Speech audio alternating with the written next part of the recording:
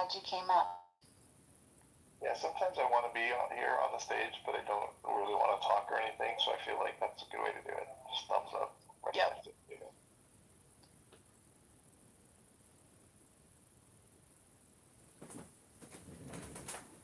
Good. I'm glad things are good. I know, Mike, that's like why I land in rooms like Talking Apes.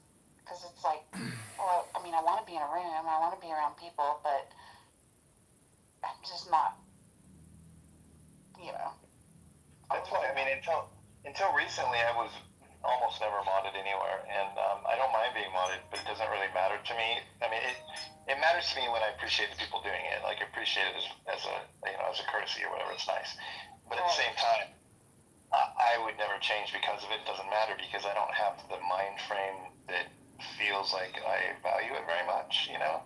It's nice to be able to say something and kind of have creative control when it's needed. Like that little default of creative control is helpful, provided the mod is acting appropriately at all times or whatever. I think it's helpful to have it, but for the room's sake. But at the same time, like we were talking, I think it was in the room yesterday whenever we were talking about how some people change when they have it, some people change when they don't. Like, I mean, if anything, I probably talk more when I have it, but I don't change it. I don't change, but if I don't have it, I usually just sit in the audience and don't talk at all, Or I say in the comments. Yeah. No, I totally get it. Like, Rohan gets modded everywhere because he is an active mod. You know what I mean? Like, I don't consider myself an active mod who generates good conversations for content purposes. Like, he's, like, kind of a leader in that sense. It's so much responsibility. I have no problem leading in a lot of spaces, but it's, and especially with our group of people that we roll with on this app, they like to have these marathon rooms. Like, to me, 2 or 3 hours, get me through my afternoon commute or my morning commute, and then shut down the room. That's why I don't know if you guys have ever heard of Punch Bowl on Twitter. Mm-hmm. Oh my God, it's amazing. So Margot used to be on the app, and I still talk to her every once in a while when they open up a night room and I go onto their stage. But she got tired of the drama over here, and they have a whole Punch Bowl conservative, Twitter where there's like 300-400 people, every single morning. They have, great music, like they have great topics, they have great guest speakers, and most importantly, there's no drama. Fucking middle. But wait. And I was in the fucking middle of answering your question. Can you be patient for the answer? Before you answer my question, man, Can you be patient for the answer? You have asked the question. May I respond to it? I'm actually very patient with you guys for the last, 2 days. I don't know what's happening. May I respond to the question that you asked? Okay, wait, guys. Okay, Abu, 10 seconds, get it off your chest, and then go. Kill it. Well, you guys are fucking wasting time. Caleb, what do you say? Answer. Go ahead. I'm gonna mute. You ran away. Abu, بالمانياك man. والله ما عم بتمنيك هذا يا أخي. I was actually. These people making me sick, guys. Wallahi, listen, these people making me so fucking sick. Yeah. Even like it. Wait, bro, listen. Wait, bro. Okay, brother. You were talking more than me, but okay. Hold on. Guys, hold on, man. I could barely hear Abu finish off. Yeah, Shape, I know. Actually, for once, I was literally engaging with them. As general before you guys joined, I was actually having a conversation. I'm very skeptical. If I can hear the maniac in your voice, but no, there's no maniac about it. Like, you actually cannot have a conversation with them because they always beat around the bush and they don't give you a straight answer, and it's never a good one. You know what I mean? Go ahead, Rondo. Yes, go ahead. Yalla, give us your. I'm gonna say what. Not gonna go. I wasn't hearing, bro. What I wanted to say was, bro, these people, these Zionists, bro, they make me sick. I met Israelis, bro. I literally met an Israeli guy, bro. Literally, like, I met so many Israeli people I was at Detroit. Bam. Each time I meet one of them, the first thing that comes to my mind is Gaza and seeing those kids. And bro, should I call this guy and say fuck you, piece of shit, Israeli, be Palestine, or just like be professional because I don't want to like lose my job, right? Because that's how I make my bread. In order for me to make my bread, I gotta work. You know, like I see Caleb, bro. Caleb, what's he called? That other guy named Nathan, the Canadian or whatever. You know, they wouldn't even call it a genocide, bro, but they will bring up something that happened 80 years ago, like over and over again, and try to force you to like accept it. And if you don't accept it, they'll go crazy on you, bro. You know. But then, yeah, Sheep, like the actual question that was asked, where like as a kind of cooked him, is that like who's the reason behind the increase in anti-Semitism and Jewish hate on the outside? And Israel, bro, of course. He'll give you a whole bunch of answers, but he wouldn't say the actual answer. Like he wouldn't say it. Yeah, but can I just say something to your point, Jose? This is a conversation I've had, and I've actually looked up the stats. So yeah, there has been an increase in anti-Semitism, but it's nothing compared to the levels of anti-Black hate crimes that are like significantly higher in the States, and then it's Islamophobia, which has skyrocketed, and then I believe there's South Asian hate, and the anti-Semitism is somewhere in the fourth or fifth. But yet they like to make it about themselves. That this is what's happening to us. It's the highest level. It's never been this high. And I agree. When you conflate and you bring together Judaism and ethnicity together, you're literally now saying Jewish people are this when you can't separate it. It is the state of Israel who's doing what it's doing in the name of Jewish people. Anti-Semitism, blame it on fucking Israel and all the heinous things that it's doing. But you heard him, No, Dave? that's not gonna happen. He wouldn't say that. Like he would say anything, but he wouldn't blame state of Israel for all this. He's a freak. And that to deny the stats. They deny everything, bro. Like, it's unbelievable.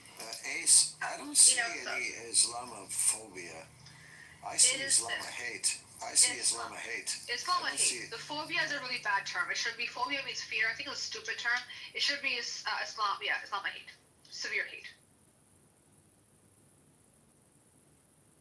I really was hoping I would see like a Torah showdown. Would there be a Torah showdown? Hold on. Listen, Sheep. This is a so-called rabbi who is questioning someone else's Jewishness. Because he got cooked in an argument by Eze. So now he's questioning how Jewish she is, and he's a rabbi? Disgusting. Yeah. Habib died when he was like still on the girl. He never lived in the shoes of a Jew. I mean, I blame Abu for the whole situation. The guy was stoking the fire. I had to come off of you for that one. He didn't want to answer. I'm not saying it was negative. They found anything negative, but there's a lot of weird motherfuckers on it. No, there definitely are. There definitely are. It's I don't know. Shitty people just gonna be shitty, I suppose.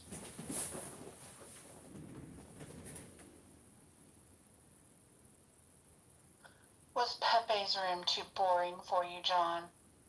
No, I went to Amir's room where Caleb had a crash out, and then they laughed at him and made fun of Jews and Zionists and said how much they hate the Jews and hate the Zionists and all kinds of other ridiculous lies. Then I clipped it, put it on. Oh, he has a room? That's interesting. I'll put the link in the chat.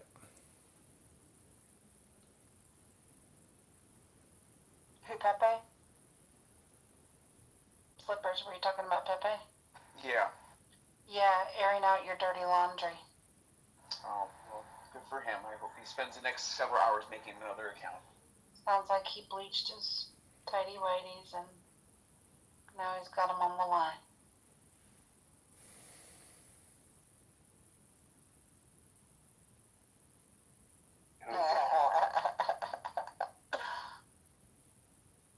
I sometimes like to play with my food too, Ro, believe it or not.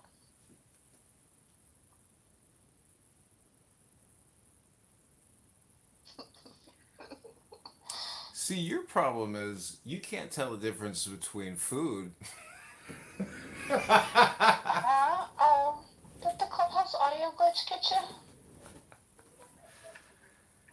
Such a shame. What was he saying? I don't know. The Clubhouse audio glitch got him. See, He can't say anything now. This is what happens when you're censored. Uh-oh. You can't Yeah, have the they got thought. him, y'all. You can't have the thought because they stop you before you can have the full thought. What full thought?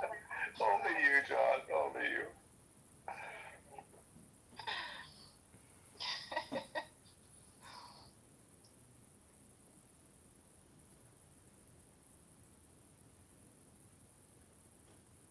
Oh my goodness.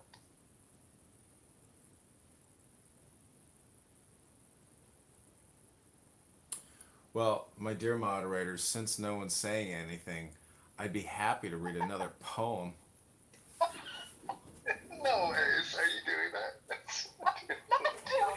It's so mean. Don't do It is that. a Clubhouse. I swear, it is a Clubhouse glitch.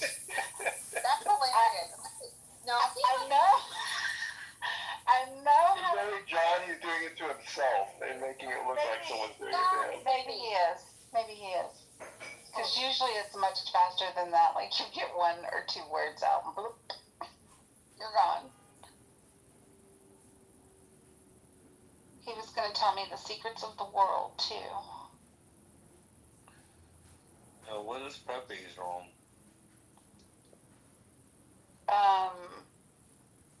It's airing out your dirty laundry or something like that in the hallway. 2 doors down to the left. Oh. you'll like it. Sounds like you're kind of crash and burning, son. Fresh. You were so, yeah, you were like so peppy and drunk earlier, and like you sound like you're gonna fall asleep now. No, I'm not gonna fall asleep by 8. I'm sober now. Okay. I no longer want to eat chocolate.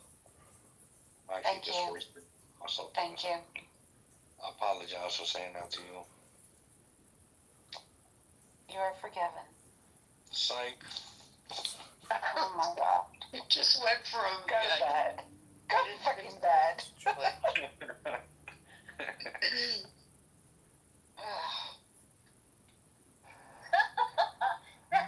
Edie, would you put him in bed already? The vocalization said everything. I don't put him in bed. In my house.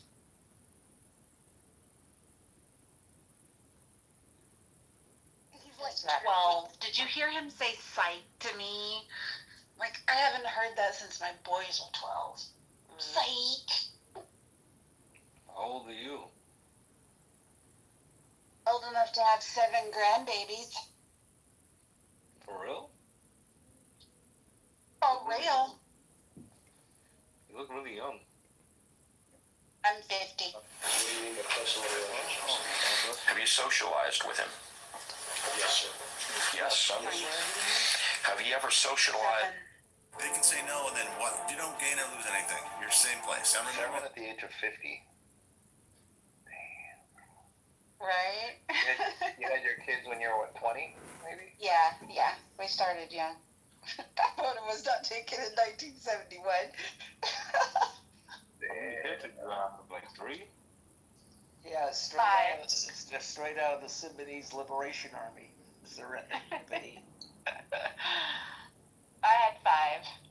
And yeah, we started right away. I got married at 19. That's one thing I wish I did. I started when I was 30. I only got 1, but I always wish I started younger. It's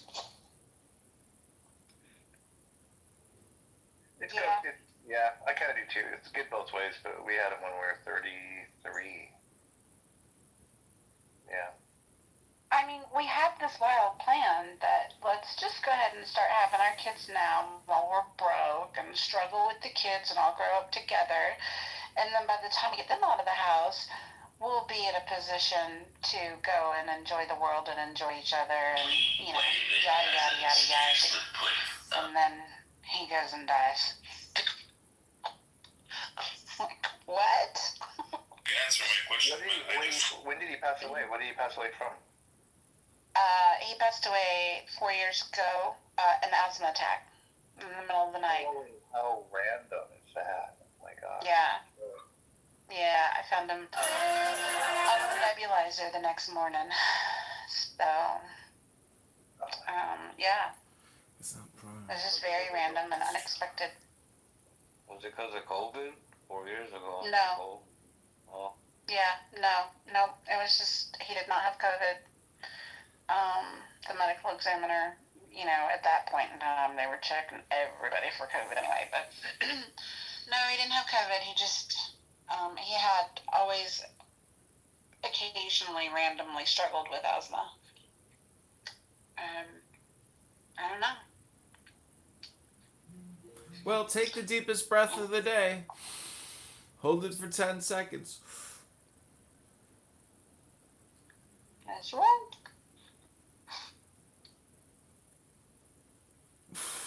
Let it go and say, I am serenity now. I ought to be quiet though, I don't want Jarl coming in here talking about me trying to play the white woman victim.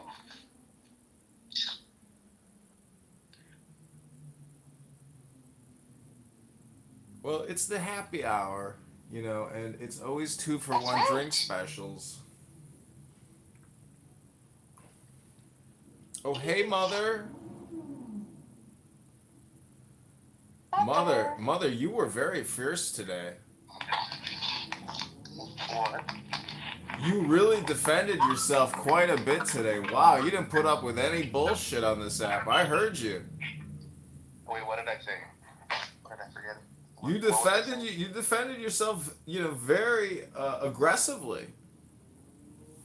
Yeah, Mama ain't raised no bitch, but I don't know what we're talking about. This happens so frequently. Oh, you have to check out my So YouTube. I'll just take the compliment.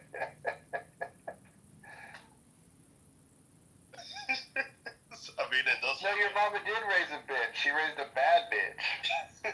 Yeah, but what argument in particular are we referencing? Because I can't even keep up. I don't even know. John, what argument are you referencing? Yeah, you were in Anson's room and you were fighting back. You're like, we don't need no fucking military officers telling us what we need to know. We already know what we need to know. And you were really pushing back against the military-industrial complex and all those white officer soldiers, Mother. No, that wasn't me. I wasn't in that room. You have me. Yeah, I got you on recording. You were vigorously defending your position. So but I said that I was fine with the military being out in most cities because of my personal experience. Like most countries that I've lived in outside of the U.S. have had military supporting their local officers. It's not really a big deal to me. So that's why I'm like, you're probably confused because that's always been my position. So it sounds like counter to my position. So you'd have to hear the clip. You want to hear the clip, Mother? Have you ever argued with Anson? Hey, John. Anson? Oh, you mean yesterday? Oh, you're talking about yesterday. Anson's an 80-year-old former submarine captain. So you're talking about when I said about the most U.S. recruits to the military being idiots? That's what we were arguing about. Yeah. Yeah, that wasn't about the military. Yeah, that was about him saying they were all like low IQ. You misrepresented the entire argument, John. I had no idea what you were talking about, but now I understand. I didn't either, Mother. I was like, well, that wasn't the argument we had the other day, so I didn't even assume he was talking about that. Exactly. I was like, what are you talking about? John looks like a magician. He has like a magician mustache and He is. I'm also a hypnotist. I'm not just a magician. I'm a powerful hypnotist. He looks like a magician with that mustache and cool teeth. Son, I am a good magician. John would be a very good magician because he's completely full of shit. I'm a powerful hypnotist, son. Damn, that was vicious, Mike.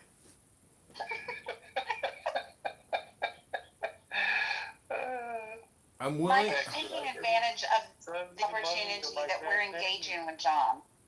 This is years of pent-up frustration coming out. I don't know why I like John. I've liked John for a very long time, and I don't know why, and I'm embarrassed to admit it. But it's well, it's his beautiful curly hair. This is what it is. Well, the first time I met Mike, we read poetry for like an hour. We did. I remember that. Yeah. And you got me reading Marcus Aurelius, which I really appreciate. Actually, I really like most everything of his. Well, looky there. Winning friends and influencing people. Sound like y'all fell in love. Well, in the muff, technically for, some people, when they get inside of the muff, if it's moist enough, while they're inside the muff, someone might ask them, ask them, what is your secret recipe? John, she doesn't like that word. It's in the room title. Moist is not in the room title. It is not. Moist. Oh. I'm sorry. No. Muff implies moist though, like it goes hand in hand. Don't say that word. The muffins aren't good if they're not moist, actually. Exactly. We want to dry you. Yeah, nobody likes a dry muffin. I do. I'm shower and working out. I don't want to be on a stand over there. I got sleep. No, nobody likes a dry muffin. Especially when a 50-year-old dry muffin. Right? So I have a question for you guys. All right. So I'm trying to plan where I want to go for year-end vacation, and I'm trying to decide if I want to do 3 weeks in Brazil, or if I want to do a week in Spain, and then a week in Morocco, and then a week in France. Hey, mother, hold on. Were you uncomfortable that we were talking about muff and muffins, and now you want to switch the conversation to trip? That's what I Yes. I like the when we divide it up. But I'm glad you did. Because vaginas don't make me uncomfortable. Like, it's kind of gross. Oh. You actually came out of one, mother. Whether you like it or not, you came out of one. Stop reminding me of my traumatic history, okay? Please. And therapy for that. Those are your roots. That's your foundation, sir. But Yes, but Someone. No, I was gonna say, if I was gonna do the 3 weeks in Brazil, I might do a week and a half in Argentina, and then the other week and a half in Brazil. Mother, the other week when I was at the bar, somebody said, "Are you a faggot?" And I said, "If I was a faggot, I would be upset at what you just said." I mean, if you were talking about this, I would think you were a faggot.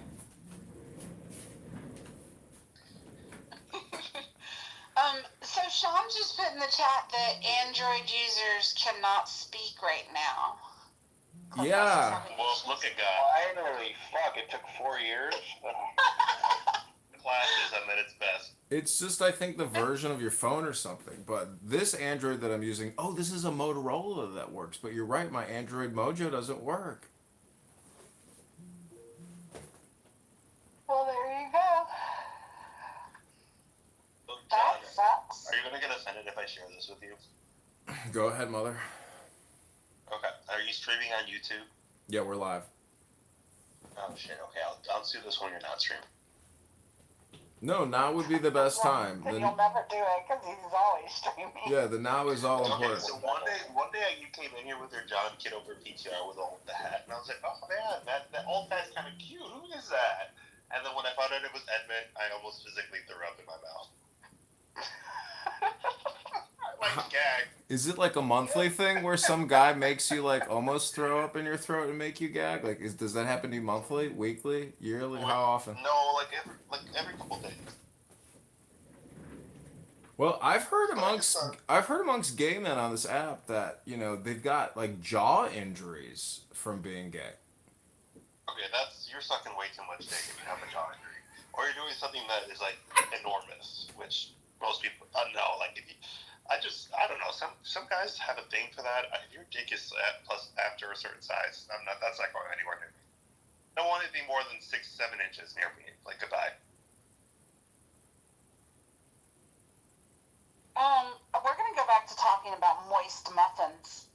No, I want to talk about dick. Well, Mother, I can always fold mine in half for you. Thank Thank you. At least Mike is respectful. You know, like I have to use his mouth for other things.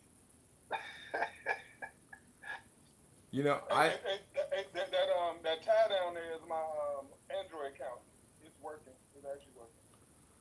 well, if anybody wants to try some moist Irish soda bread, link is in the chat.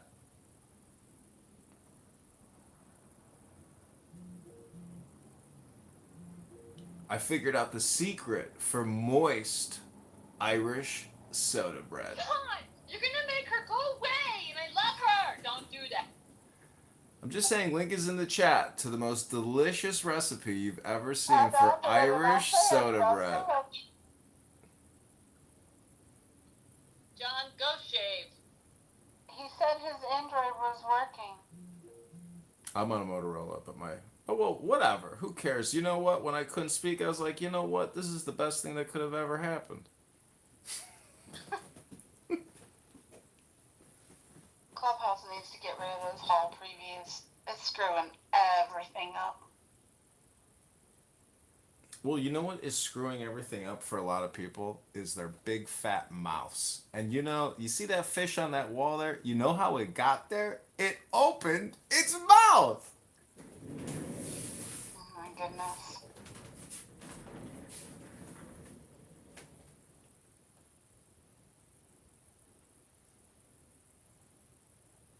Hey, Kim, are you there? Thanks. Okay. Could you speak with your Android? Did you actually talk through the Android phone? I think I did. Okay. I'm not sure if you guys heard me though. Cause I was speaking to this one, then I switched to that one. I said something. Then I don't think it's working. Okay.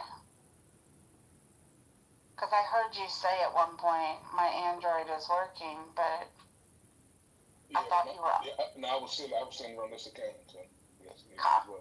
Okay. I got time. I'm not as good as John as using multiple phones. I got a little twisted up. Yeah, all my accounts are pretty much shadow banned now on YouTube, so it's like I'm getting very little views, but surprisingly late at night, when I think an international audience comes on, my YouTube can get flooded with thousands and thousands of views, so I've just been setting it and forgetting it. I think they're showing your stuff in Chinese prisons. Well, I hope one day, Joe, you can maybe go get to visit a Chinese prison. You know, project however you want. Oh, dear. Monica, where you been? I have a Tuesday evening at engagement every week. Gotcha. And then I went to go visit Chillism. They screaming over there. It's much nicer here. You know, Monica, I know Mojo's not here to tell you how beautiful you smell tonight, but you look beautiful, Monica. Poor Monica. Oh my god. You think so? I think I need my nails clipped in my PTR, but okay. Oh, look at Prince down there. He's all tucked in, looking professional like a pro-terrorist. Are we searching for a topic that we're commenting on people? We're talking about what it's like to live in a moist place. Like Indiana, the land of sweaty corn? Wherever. Is that in the muff? Monica, he won't quit saying the M word, and Serendipity's going, wait. Wait, it's in the rules not to say the N word. No, muff. M. Sorry. M as in Mike. Sorry. As in moist. That doesn't help things, that you said it. That disgusting word. Well, if you'd like, I can read you a poem from inside the muff. No. That was quick. That was a quick no. We talked about our favorite genres genres of music this morning, and I got criticized for an inferior poll, and then no one put up the new poll with the corrections. And we could talk about our favorite songs. Yeah, Monica, what is your go-to karaoke song? I said Don't Be a Buttercup, but I like Moni Moni, and I like Brown Eyed Girl. You didn't even include rock as one of your options. I don't know that you're the authority to be discussing music genres. I asked someone else to start a new poll after I screenshotted and took down the one that had Tom McDonald. Oh my goodness. You know, I don't mean to brag, but I'm gonna. I have a knack for making polls, and it should be recognized, my skills at surveys. Wow. You're great at rising You most polls. of the time have mad skills. Making polls or dancing on polls? Raising polls, No, I leave creating that, John. polls. She's a poll creator. John's the pole dancer. Listen, in the muff, a pole and the muff are perfectly created for one another. Oh my gosh. Oh, is this late night in the muff and I got the time wrong? Because I thought we were still on happy hour. But if it's late night in the muff, I'm going to say goodnight and y'all have a good time. No, remember, this is the quiet chill room. Call happy hour, Monica. Grow up a little bit. It's okay. No one's gonna touch you. No, that's not true. I've unfortunately been touched in the muff before, and I did not enjoy it, and people need to hands off Monica in the muff. No touchy Monica in the muff. Just saying. You do not have her consent. I paid for consent. I thought Trump said girls just let you do it. Right, you can just grab them. Wasn't he famous?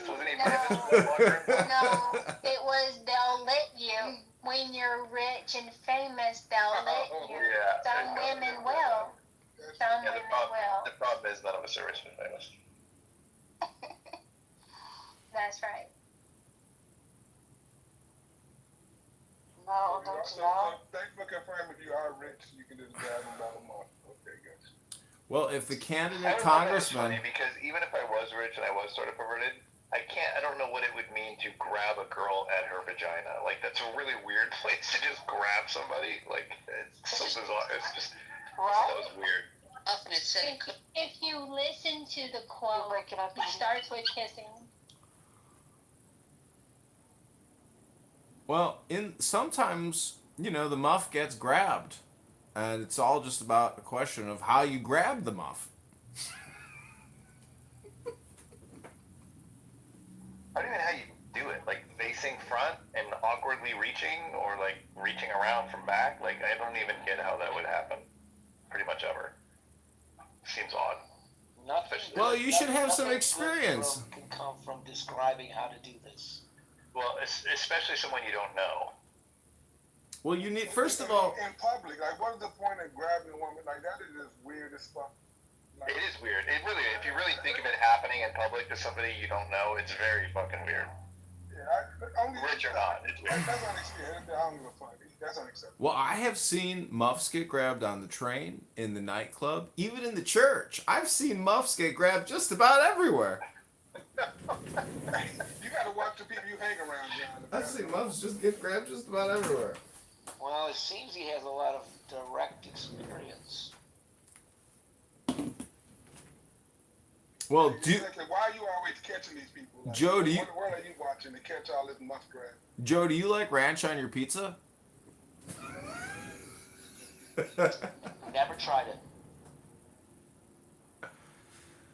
And you call yourself a pizza professional? Actually, I don't. Other people do, but I don't. Well, you gotta try dipping your cheese pizza in some ranch one night. It's really delicious.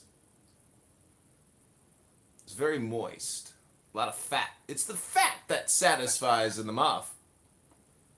No, I do That might like. that might be a Chicago thing, John. The ranch on the pizza. That might be. If nobody else saying nothing, that might be a Chicago thing. It's definitely a Midwest thing.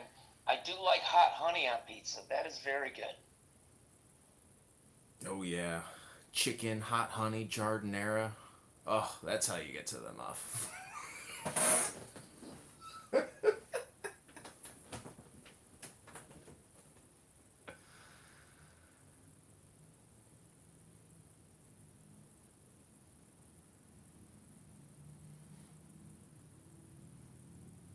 Well, at some point, I'd like to read another poem to all you beautiful people in the muff. Okay, hold on a minute. Oh, did the mute button get you again? No, bitch. I muted myself. I did not mute him. Are you sure? I did not mute him. I absolutely did not mute him. Oh boy.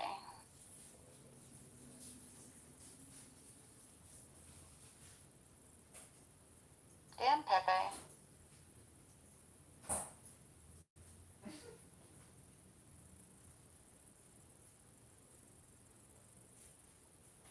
Thankfully, something up for me in the hallway, though.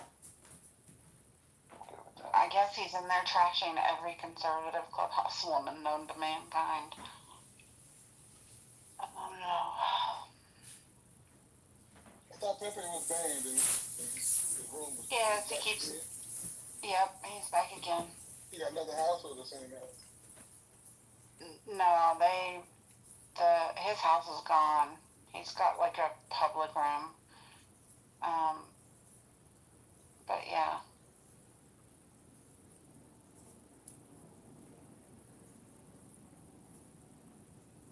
So he went from a house to a trailer? Uh-huh. A mobile trailer. Yeah, I think he went from this mobile trailer to a car or a van down by the river. Maybe. Like, don't you have anything better to do?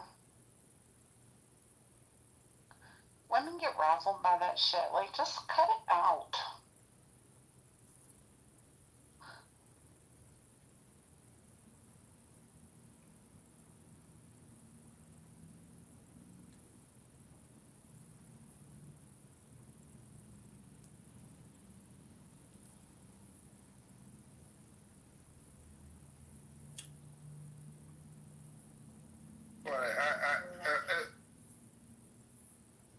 Central Park. We are so reading. Oh, I am sure I agree with you. It's not reading.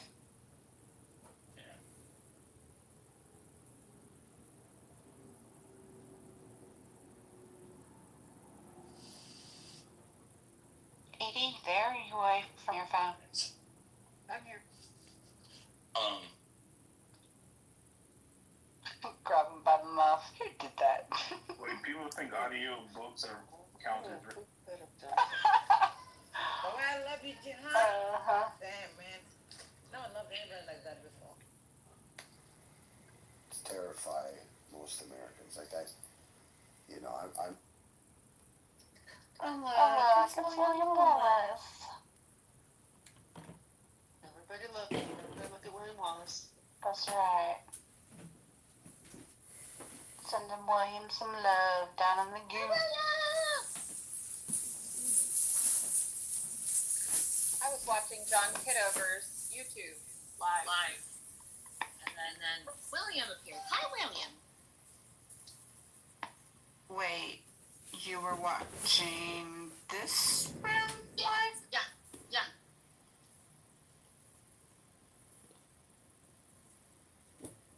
Yeah, it's in the chat. If you go to... Oh, thank you, John.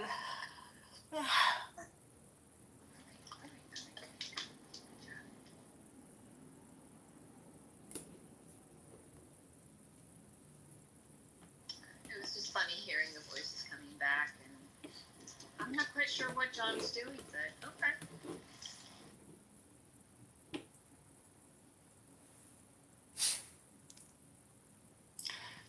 Joseph. from Anson's room yesterday.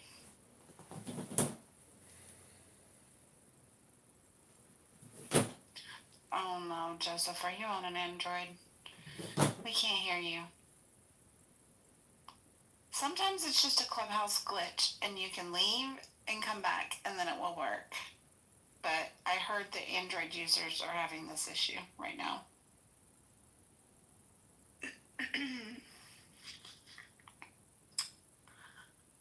Try the leaving, like exiting Clubhouse and then coming back into the room and see if that works. If not, like I said, there is apparently a known Android issue. Oh, yeah. Are you on an Android? Yeah. I guess they've all been having issues with it all day long.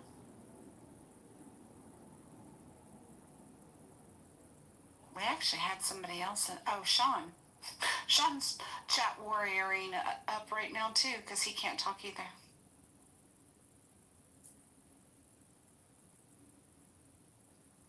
It's so good that Sean can't talk. Like, be quiet. Not too much on Sean. Shut the hell up, Sean. You see what he's doing there, Sean? He can't do shit about it, but talk shit in the chat. You know, you could sit here and just say whatever you wanted to, and he couldn't say a word. Let's face it. I know if Kitover got stuck in that situation, I know exactly what I'd say to him to get him all kinds of triggered. I would just be like, John, if I asked you not to stream, would you accommodate me? And he'd lose his mind.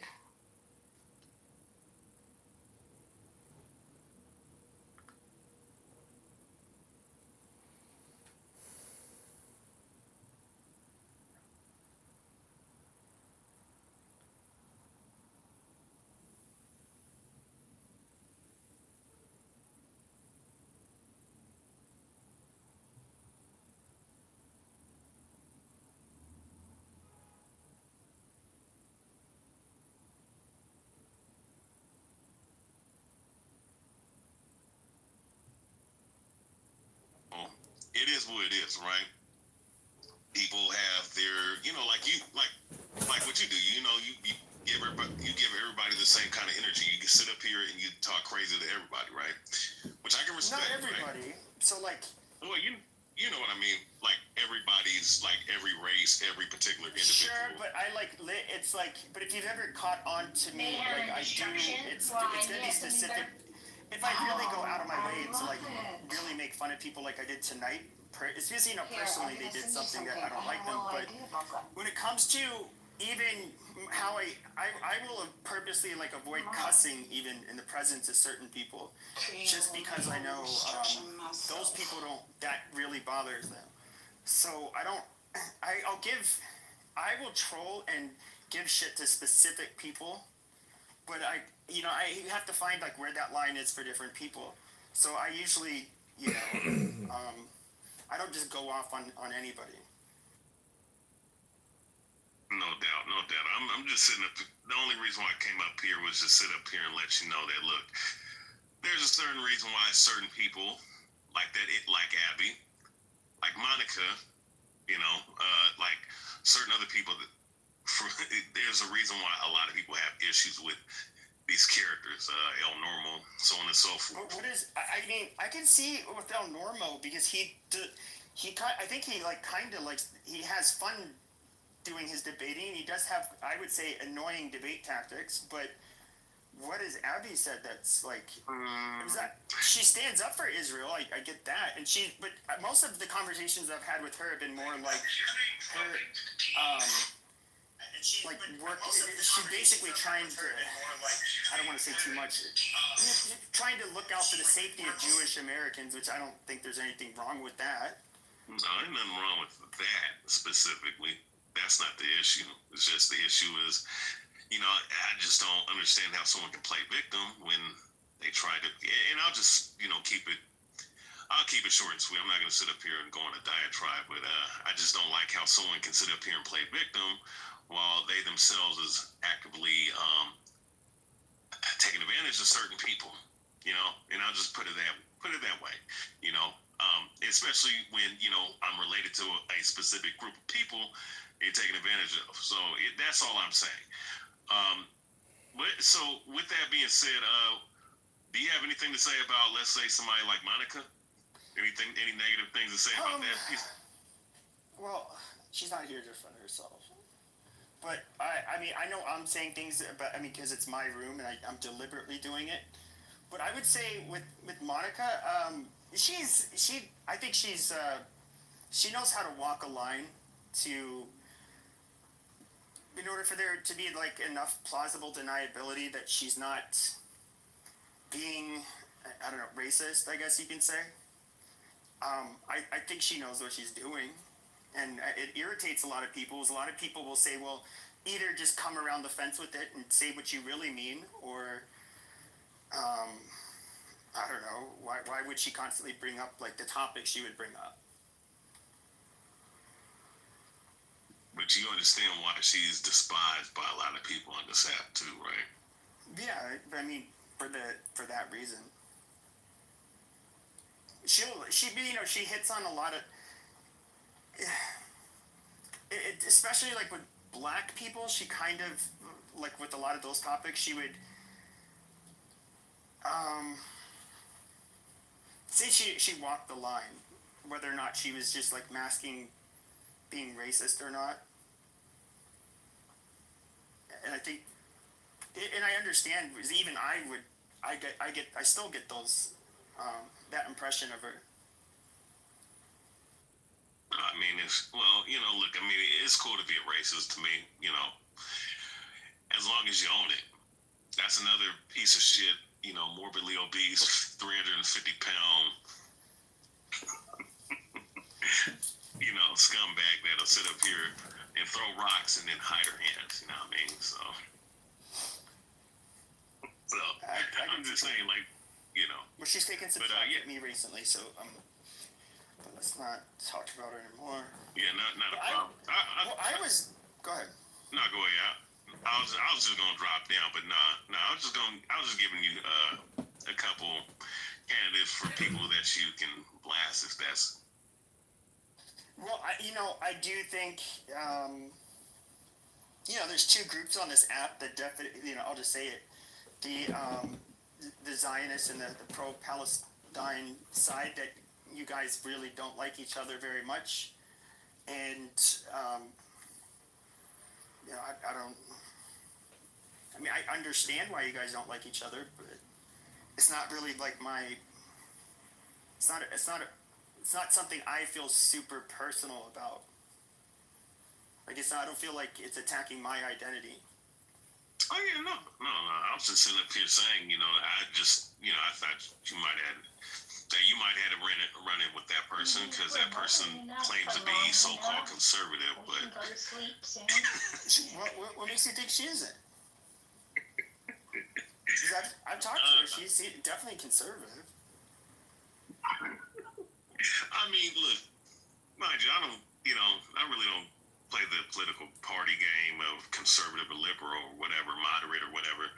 But based off of the way she looks, all right, she looked like the one that leans left. Not saying that she wears blue hair, but she look like. I'll say like this: she definitely. Since I've known her, always been more right wing. In fact, she's somebody who I'd say is like the target of lefties on this app, and has been. And she's been fighting with them all the time in certain rooms, and like even yesterday, do you know who Tira, the attorney, is? Yeah, I've seen her in the room before. And she's like a pretty sharp woman, right? So is Abby, and she was definitely wasn't. I guess that one wasn't too. That was more about the Constitution and like the law, but it wasn't really left versus right. But maybe that was a bad example. Yeah, I don't quite see that part. I mean, she could be to the right of me even. I don't know. Well, I mean, I've seen her in rooms multiple times going at it with people who would lean right, like Brad, like other people. I mean, what? I know you have an issue with Brad, or I don't know. I'm not paying that much of attention. Huh? I think she gets along with Brad as far as I remember. Oh hell no! I'm serious. No, I don't know about that. But no, I mean, I'm just saying, like, she's, look, she's a character on here that, although she claims to be conservative, so-called, she has run-ins with a lot of different people that are so-called conservative or right-wing. I've seen him talk real bad about that Rod, directly. So I'm just saying that I've seen other right wingers on here talk crazy to her because at the end of the day, she fakes the fun, So I don't. I've not seen this happen. That's why I don't even know who it would be. I mean, I would have to ask Brad. I'm not familiar with any of this happening. No doubt. I'll drop that. I was just giving you some candidates, No worries. Family's first defense is the Second Amendment. Help support the Second Amendment. So yeah, as far as I know, I was talking about some of the sluts that are on the right wing. Holy shit! Now I'm trying to think what I was talking about. Yeah, I was putting headshots on people because I'm bored, and this account will probably get clipped. I see all of the. Oh, we got resistance up here. This should be interesting. I saw a picture of you, resistance. The beard and all. Yes, I'm the biggest threat to the Zionists. Really? Yes. Wow. You look like you can eat all the food aid. I also look like I could beat the shit out of Christians and Jews with impunity too. Really? But didn't you get arrested for it? I got acquitted also. Oh wow. Why do you want to beat up Christians? Because you got piece of shits like Marco Rubio who state the Palestinian children who got bombed by American bombs can't come over here and get treated. So you're gonna take a shot at La Raza, your fellow hombres, because they support Israel? He's not my hombre. He's a white boy. Is he? Wow. Yes. He's a white American. Nothing Cuban about that cocksucker. Oh, his family's not Cuban? If that's what they want to so-called identify, they look like white Americans' ideology to me. Amazing. What is your plan to destroy the Zionists?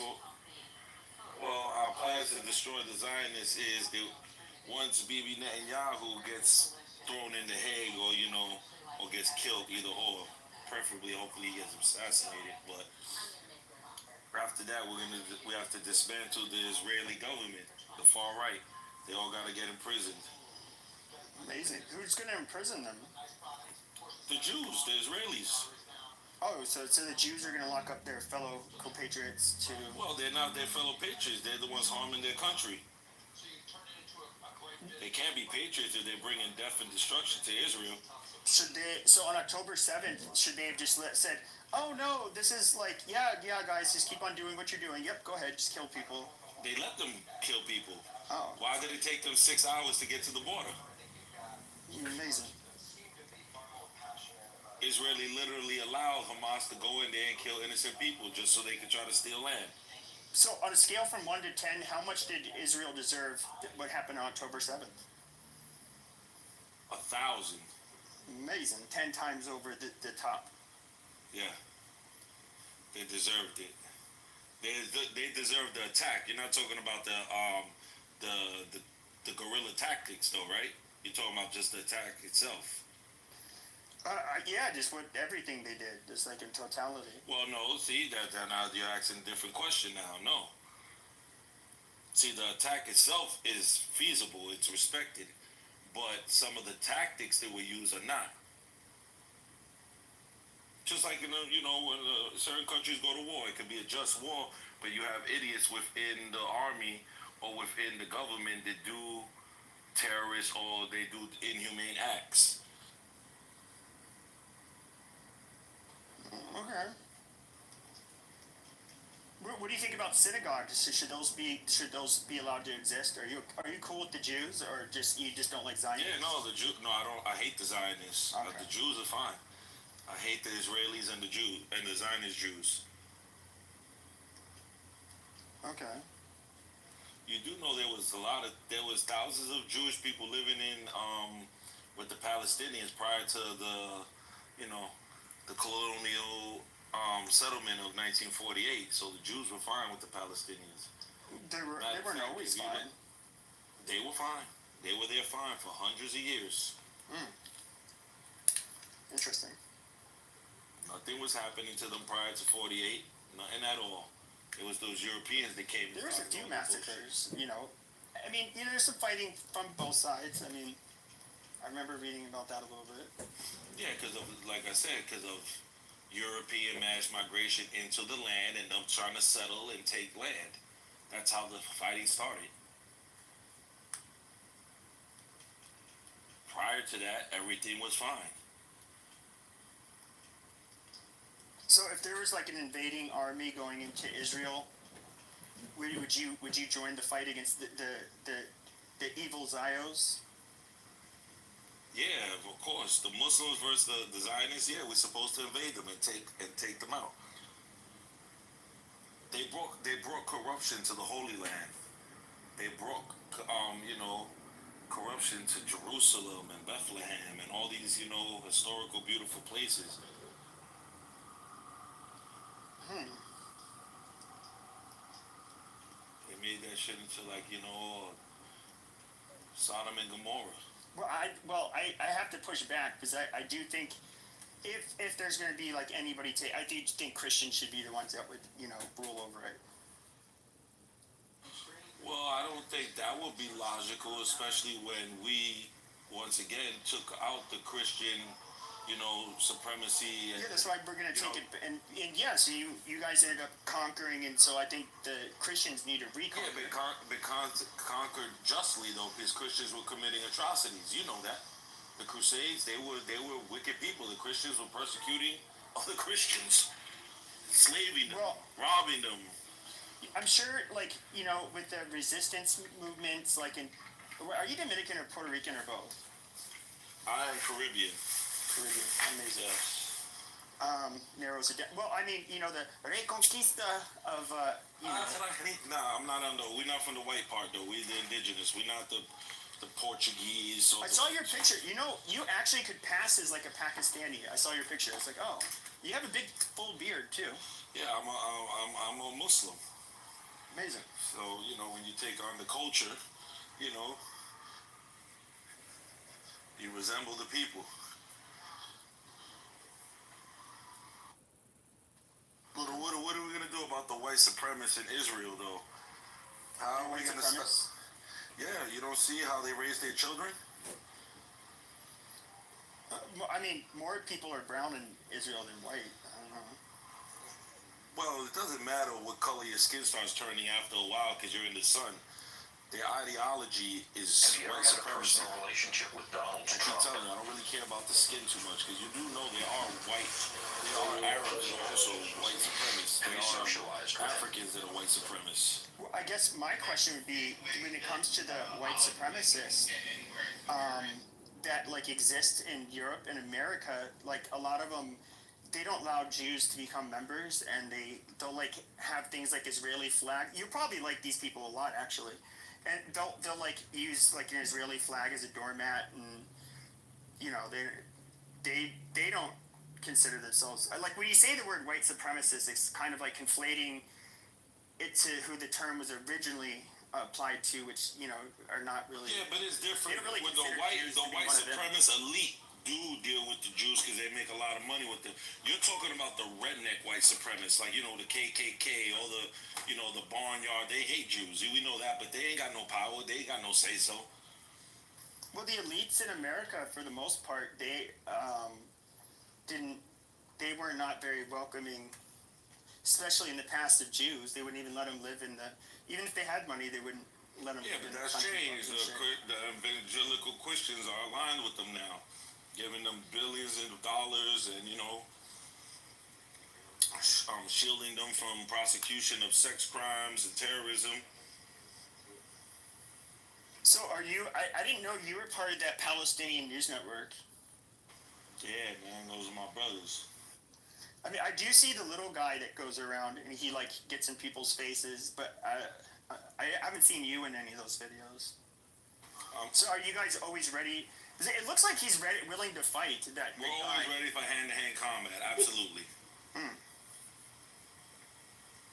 Well, here's what I would say about that. When you go across, like, especially people that are not, like, you can't always tell, but I mean, let's just say they're just like everyday Americans, they're probably not Jewish.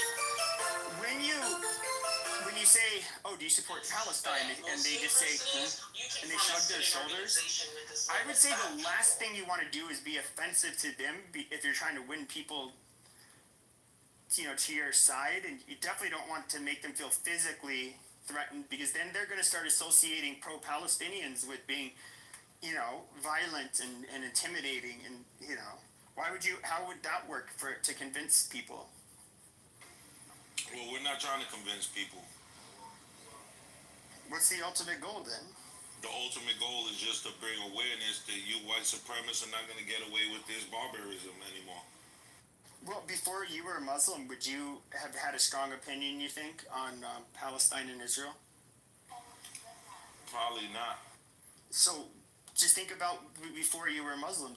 Like, these people I can't do that because then I'll be a savage just like them. How are they savage if they're just not invested in it? Because that's our culture here in America. We live like animals. We like our sex, drugs, and rock and roll. We really don't care about people's feelings. We're very shrewd. That's American culture. Not really caring about other people and their feelings and their plights. It's finally. So I try not to think back on those days of ignorance. Well, I would say most of us care about the plights of I actually care about the people in Palestine. I don't want to hear about innocent people dying or anything bad happening to them. I mean, I think most Americans are like that, but I think most Americans don't have like a strong sense of which side they should take. Your awareness of the situation over there is not really even because of the Muslim, it's because of the Christian Palestinians, because they're also being persecuted, and you have a connection to Christianity. So that's why you're also aware of it. Doesn't rise. Videos, Ty's recommend. Well, I would say, yeah, I do have gripes with how it's affected the Christian population. I would say it's obviously a lot different than what you see regarding the situation in Gaza. Absolutely. But what I'm saying is that that's what's brought your awareness probably more to the Palestinian issue, because you're like, wow, hold up, they're doing our people like this. Look at what they're doing to these people. On top of that, I mean, it's even more horrendous. So, like, that's why I said it's probably that reason why you've, put a little more attention to it. Like you said, besides your humanity, that you don't obviously want to just see people being treated like animals. Well, I'll just be frank about this part. I think the one difference between Christians is that, at least if they're practicing Christians, like on October 7th, we could not do that. Like our religion would, at least today, that would be just so against our religion that. Yeah, but you do have Christian senators here in America and other high representation of states and legality that say some of the most heinous and disgusting things, such as starve them to death. Who said that? The Republican Senator Randy Fine. Yeah, there you go. Randy. He's a congressman. But Randy Fine's a Jew. Yeah, but it's the whole point. He's still American, and you got people in our country to say these things that are part of the government. He's not the only one. There's tons of others, Christians, some Jews. They say these things openly.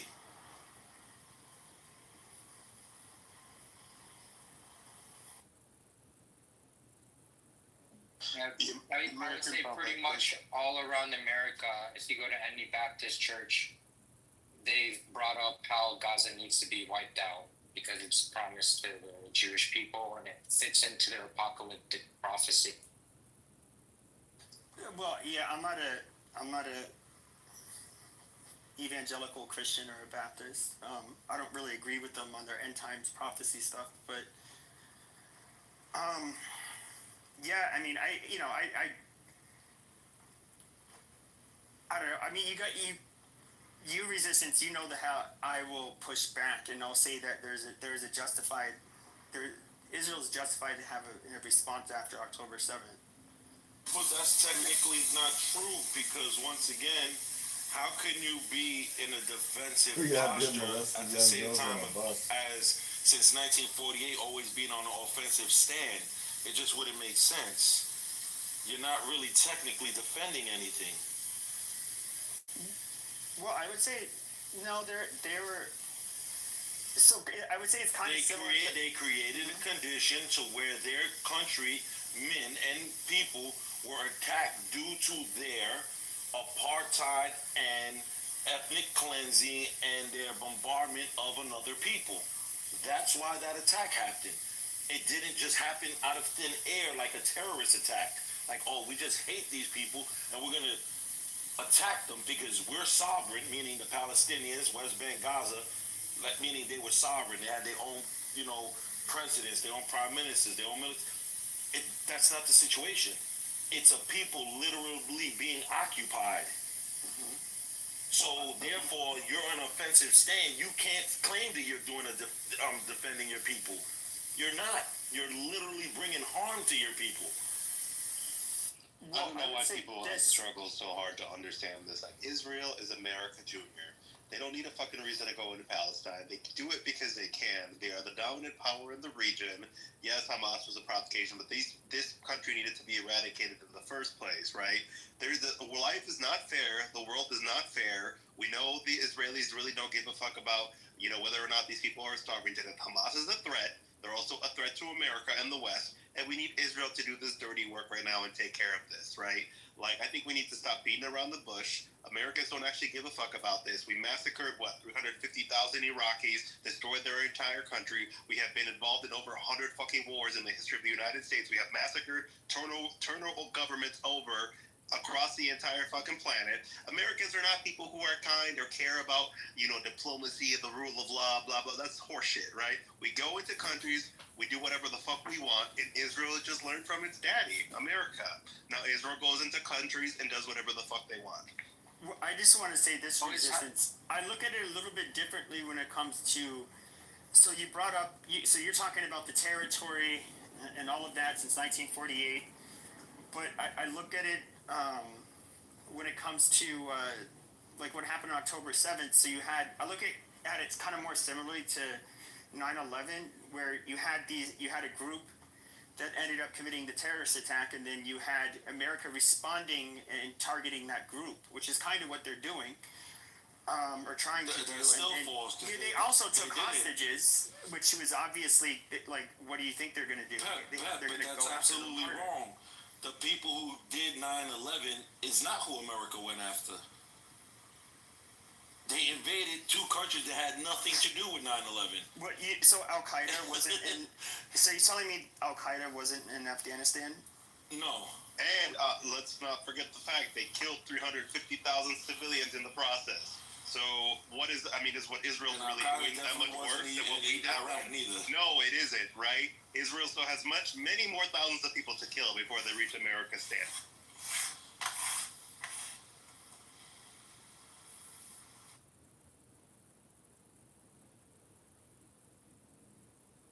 Yeah, I don't know. I mean, I can't think of any country where if the attack was committed like on October 7th, where they wouldn't send their military after the group that did it. But Israel didn't send their military. They ended up just carpet bombing the whole place. They're scared to send their military. They don't want to face Hamas in ground combat. They never have. They do, but they end up walking into like human mousetraps. So they get their tanks blown up by like a $300 explosive device, and it blows up like a $4 million. So that's tank. what the issue is, Pep. Israel is incapable of fighting a ground invasion against Hamas. But the ground, you're making it sound like it would just be a battle fought with small arms fire. But even when it comes to the controlled detonations on the ground or from above, they realize that those when they end up you're a the smart and territory, logical guy. they are booby trapping them, and so the only way to make sure there's no ordnance left is to literally set off but ordnance once again, you're smart and you're logical. You're telling me there would be more casualties if they just did a more ground invasion other than a bomb, throwing bombs? Yeah, definitely. Exactly, that's my whole point. No, there'd be more casualties, I'd say, fighting at a ground level. Impossible. Impossible. Because the bombs, 3,000-pound bombs, blow everything up. If Israel, for example, in the beginning, if they would have told everyone, we're doing a ground invasion starting in the north of Gaza, everyone has to leave to evacuate. Tens of thousands, hundreds of thousands of people would have evacuated, and they would have never been in the way of the actual ground invasion of people. But then why wouldn't they have left? With bombs, if that's you the can't case, flee anywhere. Sure, but they did tell them before they bombed it. They told them to leave the north. And there's but hold on, Pep. You know there's reports that when they told them to flee to these areas, these corridors, they bombed them. The same corridors they said to go through. There's massive reports about this. I'm not too familiar with which. I'll put them in the link if you need to see them. Absolutely, they did. There's massive reports of when Israel told people to go to these safe zones, they would bomb them. They double tapped a hospital yesterday morning. Do you think that they were trying to clear explosives? No. Were they trying to clear explosives in the hospital? I'm going to be honest. I don't quite know what happened there. I only saw like one tweet. I never even read it, but it's something about an open window. I don't know I can't even comment on it because I don't know what happened. It was a camera on the roof. You do know that there was something bad that happened, because why did the Prime Minister come out and apologize? What is he apologizing about? Yeah, I mean, it could it be that they fucked up? Yeah. They fucked up since the day the fucking the invasion happened. They fucked up. If you had an employee that fucked up this much, wouldn't you like fire him, stop paying him? Have they fucked up more than another like first world military would have? We're not. I mean, are we comparing it to other atrocities? Like, I mean, were we that much like even compared to let's say the United States, where we didn't like level fucking cities and towns and there weren't like civilian casualties? I mean, I don't. That's because the fight ain't happened here in America, but they did level towns and kill a lot of people in Iraq and Afghanistan. That's what I'm saying. We're comparing, like, I want to compare a first world military to another first world military where they've been in a. Well, for some reason, America just never fights other first class armies. They haven't in a long time since World War II. And Israel's not fighting one either, so. This is my point. All they do is terrorist acts against countries that they know can't fight them. Well, I don't quite look at it. If somebody commits a terrorist attack, it's the responsibility of the military and the government to protect the citizens and to go after those that have caused harm and seek to cause harm to their citizens. So I don't see in any world where. I mean, basically what it sounds like you're asking for is that the just and right thing to have done after October 7th, because they ended up colonizing, however you would put it, the land, they should have just, licked their wounds and just, allow them to be invaded and taken over and leave.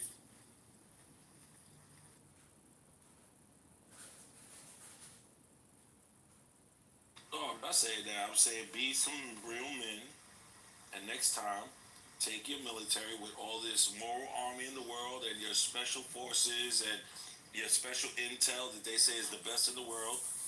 and do a ground invasion. Don't be cowards and bomb indiscriminately hospitals, children's centers, mosques, churches.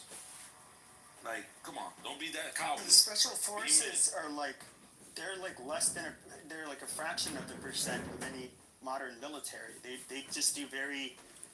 It doesn't matter. They're entering a small strip. The Gaza is not. They're not going against our whole country. There's too much of another question. Yeah, 50% of them are all under the age of 18. So let's do worst case scenario. Israel goes in, they massacre 2 million Palestinians, and now we have peace in the Middle East. Would that really be so? There will never be peace in the Middle East because Israel's an expansionist colonial idea. They're not going to stop with just Gaza and the West Bank.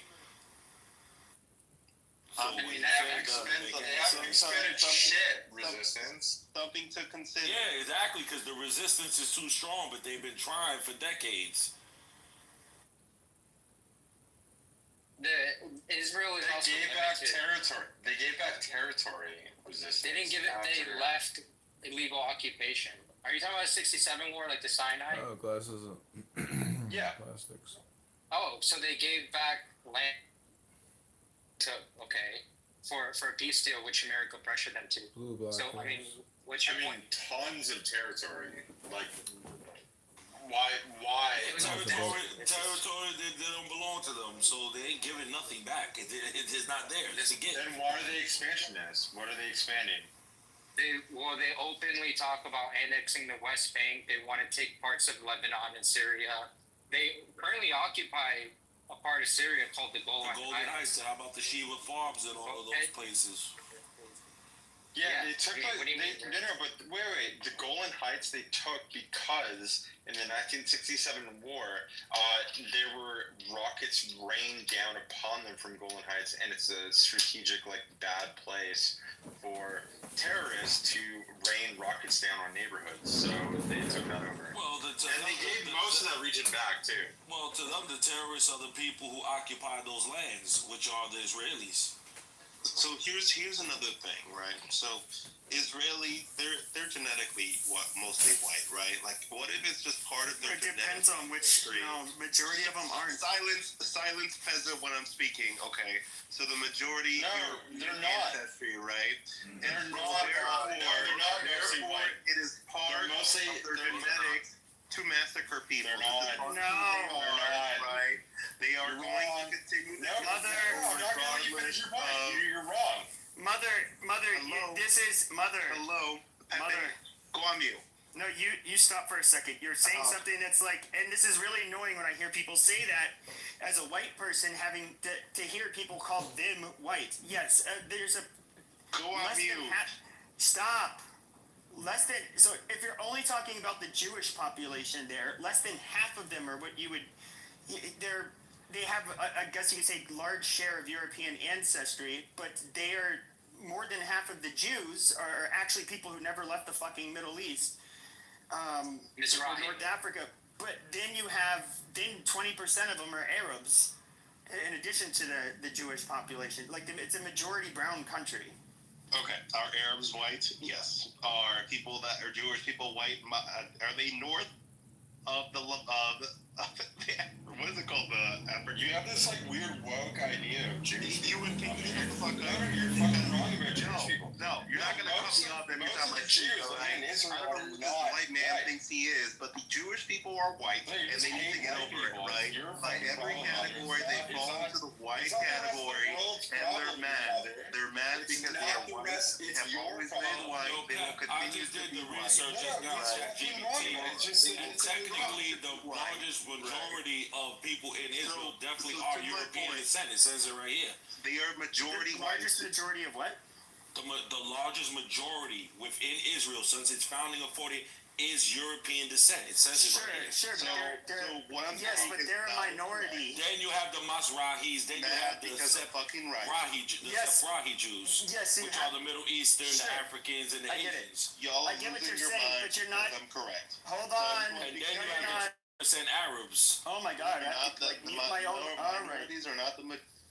All right, amazing.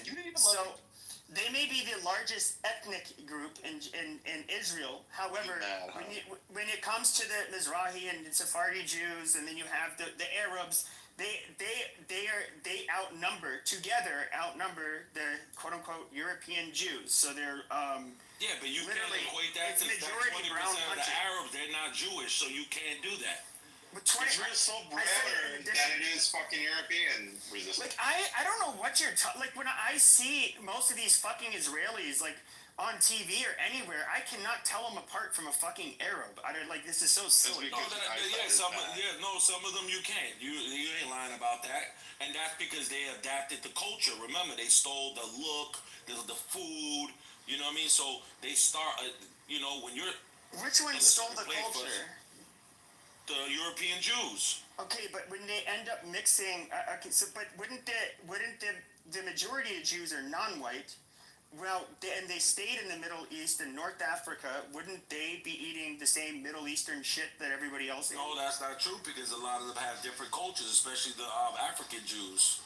They don't eat food similar to that of Algerians. Somewhat, some of it, yes, but some of them,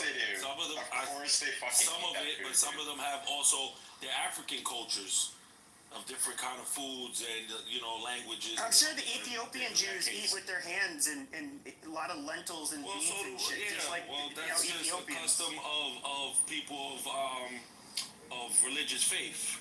That's why. There's no such thing as an Israeli dish. Simplifying. I don't know if that's what you're trying to say. But I do want to point out that resistance, it's that actually the majority of Israelis are Mizrahi. But when you look at the leadership of Israel and all the founders of Zionism, they're all Ashkenazi. The majority. Oh yeah, we know that all their prime ministers, they're all a bunch of Europeans. So it says right here, 80%. It says 47% of Israeli Jews are of Ashkenazi descent. Globally, 80% of the world's Jewish population is Ashkenazi. So the majority of the Jewish population is white-descended, Euro-descended whites, right? You can get triggered all you want, but the reality is these are white people with probably curly hair, right? So now back to my fucking statement. These people are inherently violent as white people, right? You're not doing the math right, Nicholas. And they are learning to massacre people is through their genetic ancestry. They have picked this up from other Europeans, and they are just acting out according to their... Amazing. You just proved the point that less than 50% of that country is Ashkenazi. But no, it's less than 50% of the Jews in that country are Ashkenazi. If I recall correctly. Yeah. And then the Jews are only 80%, and you have 20% that's Arab. So it's like hilarious that you're trying to like turn Israel into this white country when in reality it's like probably mostly people that have like lived in that region for like thousands of years. If you don't mind me asking, was LGBT in that land until the European Jews? What is the story of the Sodom and Gomorrah? 47% is not a small minority. These people have been predominantly white for this entire time. This whole notion that they're not white, even in Mizrahi, I would consider as white. If you are going to get triggered about that, they fall as white into my camp.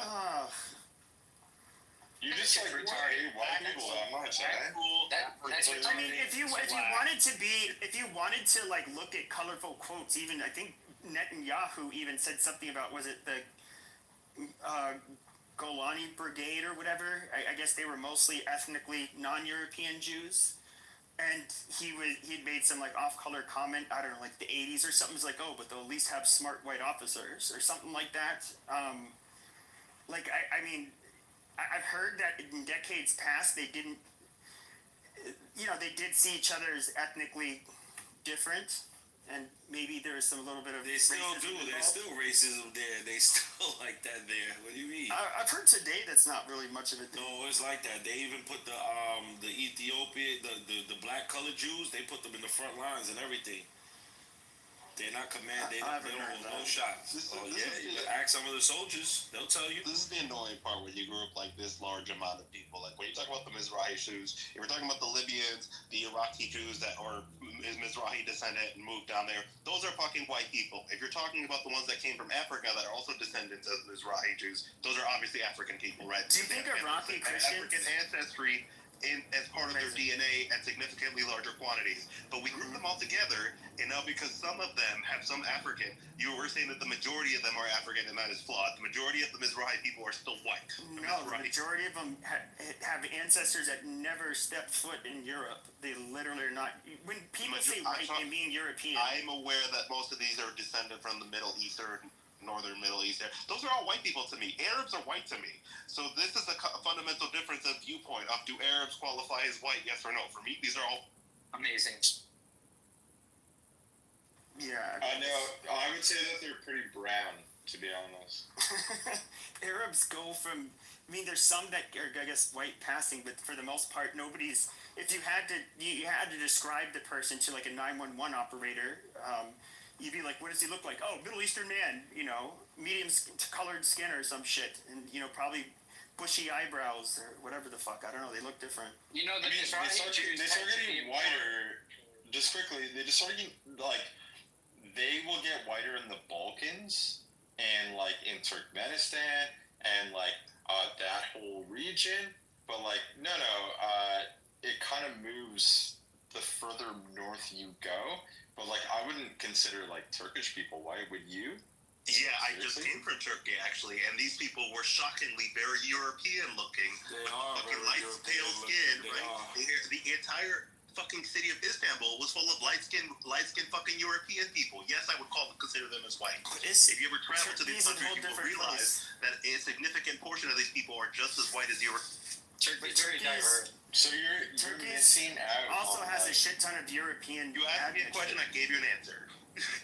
Well, but you're missing out on like thousands of years of cultural difference to like the Europeans versus like the Turks, the Ottoman Empire and everything to do with that. I mean, there's like people that would be closer aligned that would be black to the Ottoman Empire than the Turks would be to like modern Europeans. So you're missing out on many, many historical facts right now. Cultural differences doesn't make them any less white, brother. I don't know what tangent we're going on, but I don't know how this is even. Well, it's not just about a black person. It's not just about their. Goddamn, it's not even. And part of the reason why I think it's useful when they say white, it's meaning European, is because they're outside of the borders of Europe. As you go into the Levant, Middle East, you start getting people that I would say phenotypically start looking a lot differently, but also they're culturally much, much different. The cuisine suddenly drastically changes. Of course, their religion drastically changes. Their language family, the Semitic languages that they speak, drastically different. And I guess when Nicholas used terms like, oh, they're just these white people. No, these are people that have been in the Middle East for centuries, or thousands of years actually, and they haven't left, and they literally, that's why, they were not eating bagels and like, what the fuck, mothball soup or whatever, they were, obviously a lot more similar to the other Middle Easterners. Well, I mean, Pepe, like, you could look at the Syrians, for example, and I would say the Syrians are like closer ethnically tied to Jerusalem versus Europe, because that's just the fact. They're like, that's their ethnic background. So it's like crazy that this person is like trying to make this point that it's what their skin color matters more than their ethnic background. It's like mind-blowing to me. You get offended at the concept that maybe Jewish people are white. And I think that's well, you can say some Jewish people are white. I just think, but saying they're all white, that's not accurate. Obviously, I'm not talking about white means European. I know Mexican Jews exist. I know Ethiopian Jews exist. They are not the majority. I'm not talking about that. I'm talking about the majority of the Jewish people. Well, This conversation is getting kind of retarded. We're sorry. It is. Pepe, do you think what happened at Waco was okay? I'm not a fucking expert, but do I think that burning a bunch of men and women and children alive? No, that's obviously. I think there should have been a much better outcome. Especially when they had surveillance on this guy when he left to work, when he came back, like it wasn't necessary, right? Yeah, I would say that Ruby Ridge was unnecessary. I do think that this guy David Koresh guy was one real sick piece of shit. I mean, obviously, he was a kid diddler too, by the way. Oh yeah, he was diddling all the kids. He was fucked up. So very disgusting person. So it would be justified to go after that one guy, right? Especially when you have surveillance and the technology to track him and stuff. So how is that different from what's happening in Gaza? Oh yeah, that's a lot different. Well, first of all, like in Waco, Texas, they could control the environment. It's one compound in a state where they could they could see who's coming and going very easily, as opposed to like a highly densely populated area where because of their guerrilla warfare tactics, because of where they hide weaponry, because of their tunnel system, you don't know how do you really target. And these are tens of thousands of people, not one person. It becomes a whole different. It basically becomes a war as opposed to, I don't know, just trying to bust one guy. Well, are you aware of how Israel procures its targets? I've listened in. There was a couple people that had experience with this from the U.S. military as well. I know it involves intelligence, and then depending on who it is, I believe they also have what would be a ratio of how many people can you put at risk when dropping a bomb, for example. How many innocent casualties are acceptable will depend on like the number of people you're targeting, who they are, how important they are. Correct. It's called there's a chain of command. Yeah, it's an AI program. It's called Lavender, but they nicknamed it "Where's Daddy" because instead of targeting the militants when they're in combat, they wait for them to go home to their families and then they bomb the entire house. And a lot of the time, the AI system actually makes mistakes. It might get the guy with the same name. It might get a house where the militant had moved from. And the ratio is 25 for every low-level combatant and up to 100 civilians for a higher-ranking combatant. Yeah, I don't know. I don't quite know how it was. That's different for other first world militaries when they're in war. I know that a lot of people have talked about this after the fact. People that have served where they know they ended up, targeting individuals and facilities with what ended up being faulty intel, and then innocent people were being killed. I know this happens. There's a guy, John Spencer. I've listened to him talk. I don't really. You have to understand. This is. I know it happens. Period. So just because it happens doesn't show me that Israel's doing it the wrong way. I don't. Do they do it worse than other first world countries? I haven't seen that. So I don't really, and it's not my area of expertise or something I've really looked into. So I don't really know even how to respond to that. Well, you look at the ratio. Like when 50% of the casualties are children, at least close to 50%. But that doesn't say anything. Is that indiscriminate or not? Well, you compare it to other first world countries. Yeah, including first world countries like in Afghanistan. How do you mean it doesn't mean anything? Oh, sure. Because especially Afghanistan, it was very common to be fighting children. The children had guns. Children of how old? In Afghanistan, they could be as young as 10, 11, 12 even? I mean, they're a bit different, I would think, than Gaza. But I mean, is it? We do know that there are terrorists. There are people that fight for Hamas that are under 18. Hey, Pepe, when you say 10 years old, right? An average kid, black, white, Hispanic, Asian, you name it, right? You think the average 10-year-old can handle an AK-47 and go like freaking ham? In Afghanistan, yeah. The average kid can pull a wire and fucking blow up a bomb. Oh my goodness. I think. Hey, I think we'll talk about Sudan because there's been hundreds of thousands of more people that have died in that war than in the Gaza conflict. So I think we should talk about that one. Well, that's unfortunately, it's just a bunch of dirt poor, dark-skinned Africans. In a part of the world, none of us have. Mainly done by the northern. If anything, a lot of Arabs killing a lot of black people. That's true. If you look at northern Sudan, I mean, it's kind of, I believe the Nile goes through it, and the top part is more desertish, but they have the river, and then South Sudan, as we get into like the more tropical areas, it's pretty, it's very black, and there's been this has been going on for several decades, and I'm just being realistic. It's a place that very few of us have ties to in the West. And when we think of sub-Saharan Africa in particular, we generally have a very low bar for what we think is atrocious.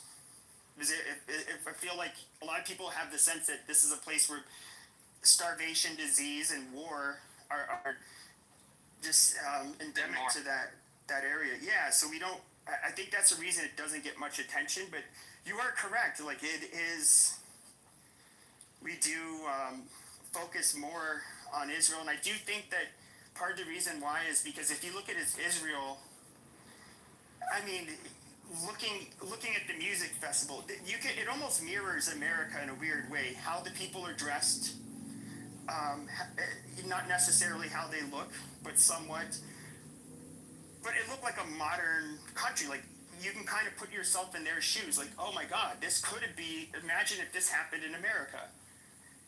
And they had to deal with this savagery. And so Perhaps a better question is, if you fly from the top of Israel all the way to the bottom of Israel with a commercial helicopter, it's like 40 minutes, not even.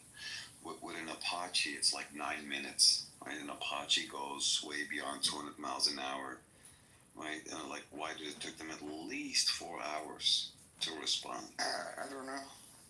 That is a very important question, don't you think? Like this tiny little leap of land, it takes you 4 hours, but every 30 I guess feet, I would ask this. But there is normally every 30 feet, there is an 18-year-old that stands there with a machine gun to blast an innocent Palestinian. Now, like, nobody noticed for like 4 hours. Like 4 hours? Is this sure? I think that was kind of easy. I think that one's kind of a lot easier. So we have like troops that can be put on standby for deployment within 24 hours. I believe like some of the like the different airborne brigades. Can you believe that this retarded thinks that this is an inside job? This conflict. Yeah, I'm gonna disagree. Pepe, you know which two big events have like, hold on, Sam Rosen. What a name. It's not an inside job, you dumbass retard. Fucking piece of shit retard. Okay, Ginger Red, calm your titties. Alright. You start lactating. Do you know which two It's other not an inside events? job, you dumb fucking moron retard. Okay, time for your medication. Well, there was a stand down order. There was definitely a stand. Do you know which two other events had exactly the identical? Not a fucking inside job, you dumb fucking. Well, just let him get it out. Just let him get it. I don't agree that it's an inside job, but just let him say it. Do you know which two other events had like the similarities as in patterns of like these events? It was the bombing of the USS Liberty, right? Oh my fucking God. And it was the same thing with 9/11. It was identical. All right. Well, I don't want to go into I'm sorry, this is so cringe, but I don't want to go into it, but I do want to. I want to finish what I was saying. So, like, you do really quick, Pepe. When you talk about cringe, have you seen your profile picture? Okay, guys, let's not. So, okay, in the U.S., like for example, what we would consider ready for like rapid deployment, it's like 24-hour notice. Now, what I would have to think is that obviously they have a good segment of their population that is active duty. I don't know what how many of them, even their quick reaction forces, for example, how many of them were on base ready for like literally half an hour deployment? And then they'd have to get kitted out.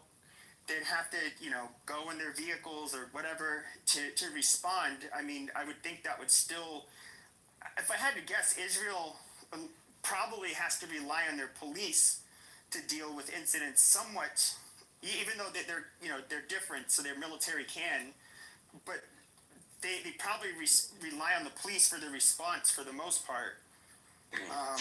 So the fact that it takes a few hours does not, I don't find it that surprising. It takes you a few hours to have those men in the Apache helicopters to like make a move. Versus a couple of men with like rusty, dusty AK-47s on their flip-flops and motorcycles from like the mid-90s. That's what you're competing. I mean, no, that's not what happened in certain areas. Like the response was almost instant. But the response was actually almost instant in certain areas. No, it wasn't. And then certain areas that were more remote, it took longer. No, it wasn't. No, that's what happened. That's like not what happened. It's not what happened. I literally know a girl who her boyfriend, he like was spent time texting. You don't know no girls. People about like, hey, here's where they are. Come here. You need to save us. Like this kind of shit. And then him doing that caused him to die, but also caused the responders to come and like fucking save them. So this whole fucking thing is like, oh, there's no fucking responders. They were so slow. It's because you're just a fucking retard. Dude, Sam, during the Nova Festival shit going down, I was like in contact with a dude that was there. Of course. A big boyfriend. Was he cheating on you when you went to Israel? Can I just tell this fucking dummy? Yeah, no, he literally owed me money because I like mixed and mastered the track. He owed you money. He like sent me money for the mix and master. I was like, dude, you didn't have to send me money for it. You're in a fucking shootout right now. So he decided to call you. Don't like fucking he was in a shootout. He's like, let me call my boyfriend for my last words. I talked to him on the phone once. Alright. Did you know that Muhammad raped a child? Did you know that? That Muhammad raped a child when you were little? Yeah, did you know that? Ludwig that child had hair as well? Ludwig? Muhammad raped children. That's kind of weird that he did that. You came out as a strongest sperm cell. Amazing. Anyways, child rapist. That's kind of weird. Hold on, Sam, because I get. Hey guys, I'm getting really sick of this. Hold on, guys. I'm getting really sick of this. The jabs back and forth because we were like at least having a conversation before.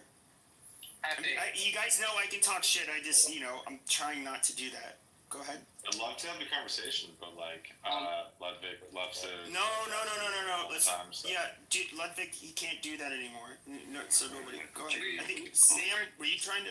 Sam was talking about Sudan, so I want to rewind back to that. And this really annoys me because, especially from the pro-Israeli side, and Sam, I love you, by the way. Thank you for giving me money to that little black baby in Sudan because I answered your questions. But they don't care about Sudan. They just use this as a tactic to like divert from the conversation being on Israel. And if you want to talk about Sudan, we can talk about who gives the RSF weapons, which is the UAE, which is a partner with Israel and the Abraham Accords. And the UAE also receives weapons from Israel. So Israel is directly complicit in the genocide in Sudan. And we can talk about that if you want. Well, I'll have to look that up. I'm not familiar. Israel backing up any of that. So I will have to do my research. Yeah, just Google. But I don't know that are they doing it necessarily to deflect, or I do think there is a level of hypocrisy where I do think people do, because they do have a problem with Israel to begin with, whether it's because they're just because they happen to be Muslim and have a very strong opinion about Israel, or maybe there's a lot of there's white people that just hate Jews, for example. There's some of those people. Then you have like leftists who kind of hate them because either the same reason they bitch about our country. But I do think there's some hypocrisy there, don't you think? Like is America was America any better for what we did in Iraq? Pepe, are you a right-wing populist or you're like right-wing imperialist? I wouldn't really identify as either. You don't identify with the populist movement where the new right wing is like anti-war, we don't want to get dragged into more wars. That is a repercussion of looking back on the things we did and recognizing that it's wrong. But that was even like a paleo-conservative view, and as well as like a libertarian right view. And yeah, I don't really care for the wars for other reasons. I think they're a waste of money and they don't really do anything. Why do we keep comparing it to what we did in Iraq when we think it's know a waste of money? For the taxpayer, yeah. Yeah, you think they actually give a flying F about the average American citizen and the taxes that they have to pay? Do you know how the government? You think they truly care? It's like, oh, let's not go to war because, like the inflation, it might affect pay cereals in the morning. Like, no, they don't give two fucks about these people have to get reelected, so they have to kind of care about that. They don't care, bro. In the 200, almost 50 years of the existence of the United Snakes of Gay, you guys have been at war for I think it's 30 years off or something, like 220 years, whatever it is. Like it's the predominant reason why you guys make so much money. We get it. You hate America. You hate America. It's fine. Yeah, you do. You hate America. No, I don't. You fucking hate everything about it. You hate women. That's why you're gay. But what I was saying, this is how America makes money. I have a wife that you have a crush on, so that's the reality. Nobody has a wife. No, Ludwig, you hate America. Okay. That's the problem that you're facing right now. But I think that Pepe is trying to make a different point. Okay? Grab the lubricant. You're running out. Well, the point that Pepe is trying to make is the fact that America has a different set of principles. Like, you live in Holland, okay? You live in a different country than America. No right? shit, Charles. Your worldview is very different to Pepe's point of view. How so? I mean, for example, you guys, I don't know, live with your parents until death, apparently. Yeah, I love my parents. Like a personal sorry, your parents ditched you. I love my parents. Yeah, but let's make up also, something else.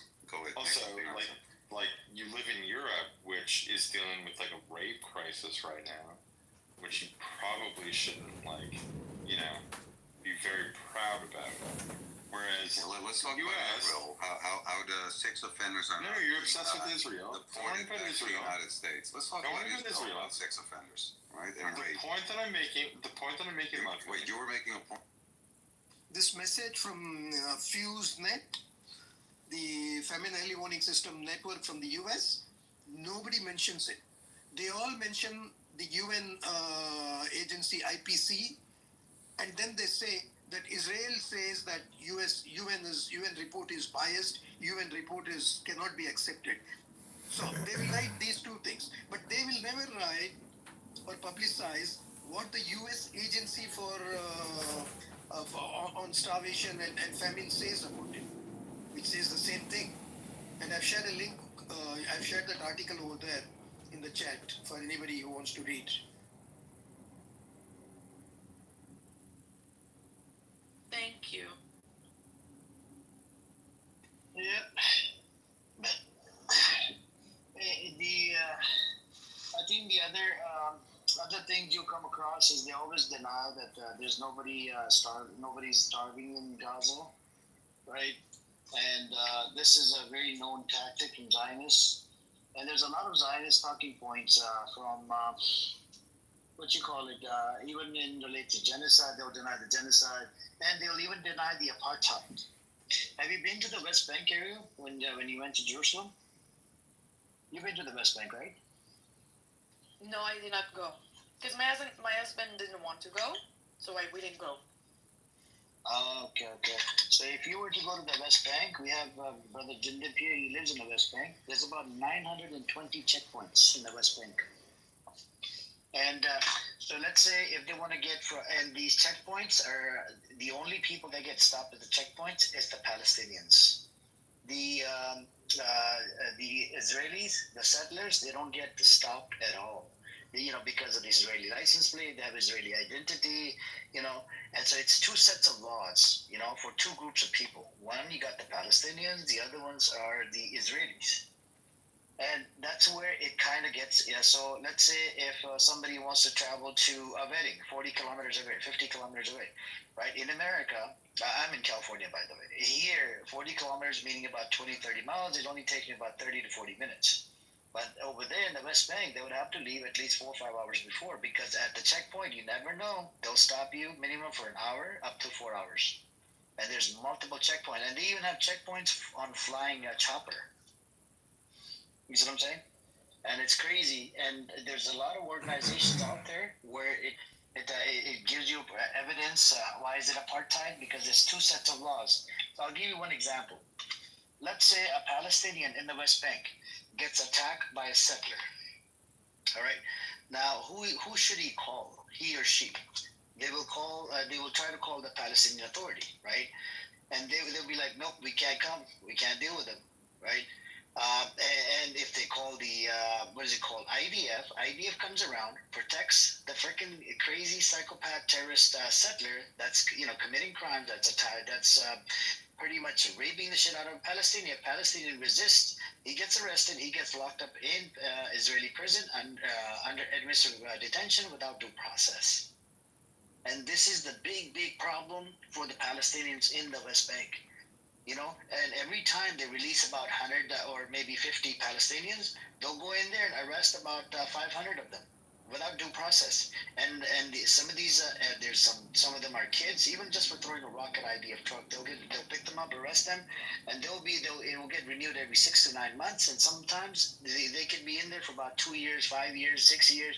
The longest one I think I've seen was about 9 years without under administrative detention, without due process. And I was in a shock, But I think Leila is a Palestinian. She wants to add something really quick. And if you have any more questions, Ariel, you're welcome to ask us any questions, Or if you hear any arguments from the Zionist room, you're welcome to come in and say. Yeah, I mean, the only thing that I was going to add was that, so where I live in Gaza, it should only take you maximum about like 40 minutes, right? Like technically based off of the distance to get to Al-Quds, which is Jerusalem. Okay? And unfortunately, due to the amount of checkpoints that are there, and story by a lot of my family members tried to go to Jerusalem for pilgrimage or like to see, our mosque and our holy sites and stuff like that. And a lot of our family members from Gaza would travel, and what should have taken them maximum anywhere between an hour, to 40 minutes, ended up taking them about 4 to 5 hours. Some people actually had to stay at checkpoints overnight in a little cell. Very, very similar to what you see in the United States with the ICE detention centers. And even after all of that, you could still be denied leaving Gaza. You could still be denied, entry into Jerusalem after going through all of that. And when Amir talked about how, there are people who are held without due process, who are held, under, who are held under, who are held Administrative detention.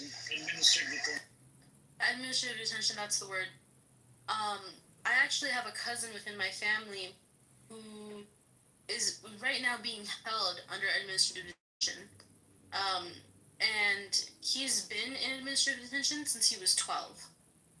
So the fact that children are getting detained, and you know what he did? He threw a rock at a tank. Okay, that's why he's being held under administrative detention, and he's been there for about, I would say, like 4 years now, and he hasn't come out. So, mashallah, like, he should have been graduating, college. He should have been applying to universities. He really liked playing soccer. He should have, been playing soccer, but he spent some of the best years of his youth under administrative detention, all for throwing a rock at a tank. Sorry to hear my sister. I'm so sorry. Yeah, it's sorry to hear that. One second, Rondo. So I'm about to put the link in the chat. Hang on. So when you go into Zionist rooms next time, just ask them, why is Netanyahu funded Hamas?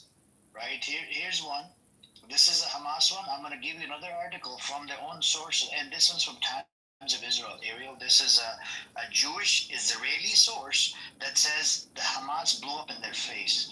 I'll give you another article where Netanyahu is giving weapons to ISIS, Islamic State, that's stealing the aid for more than a year, and that sells it in black market, for triple the price or like 5 times the price. And then they kept on blaming Hamas for stealing the aid, blah blah blah, and they would do this all the freaking time, and then they'll go in there and try to go after, and all the stealing was happening under the IDF, under the IDF supervision. I'll put another article. If you can bookmark it, save it, and this is Times of Israel. I'm going to provide another article from Times of Israel about the ISIS thing. Go on. I just wanted to say to the sister, I'm very sorry about your brother. He doesn't deserve it, and I hope he can come out soon. SubhanAllah. These people, bro. I was gonna ask you, sister, by the way, how old was your brother when he got arrested?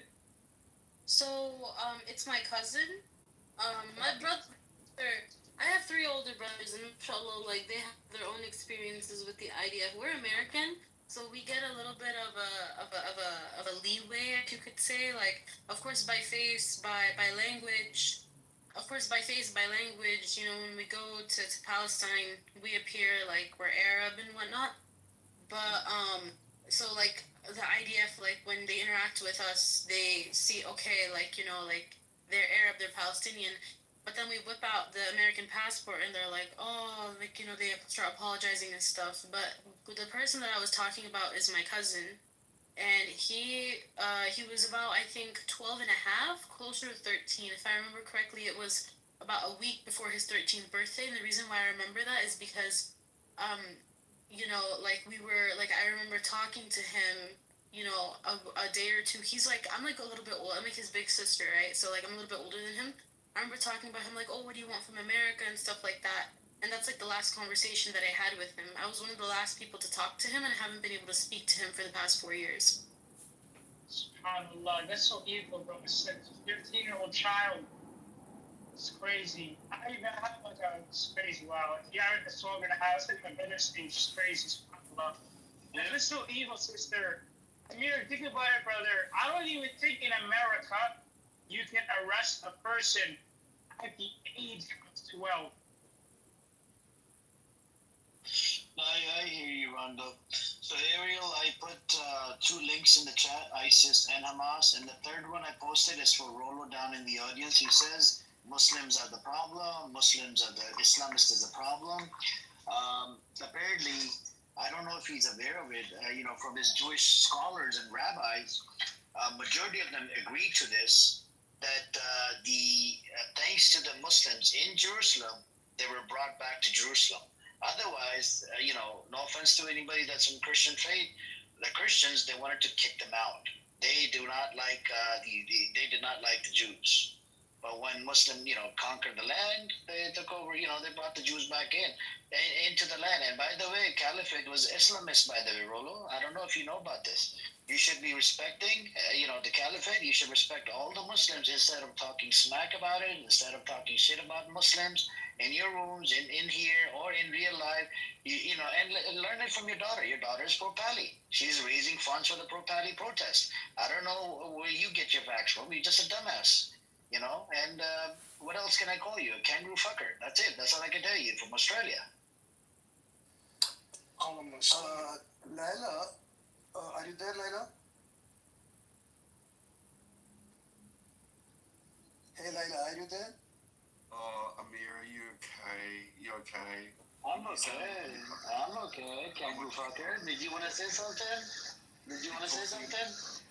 Yeah, I get how you get. Islamist is a problem. Islamist. Did you read the rabbi? Did you listen to the rabbi? I want to be able to ask you something, have a conversation with you. Ask. Okay, go on. Are you okay?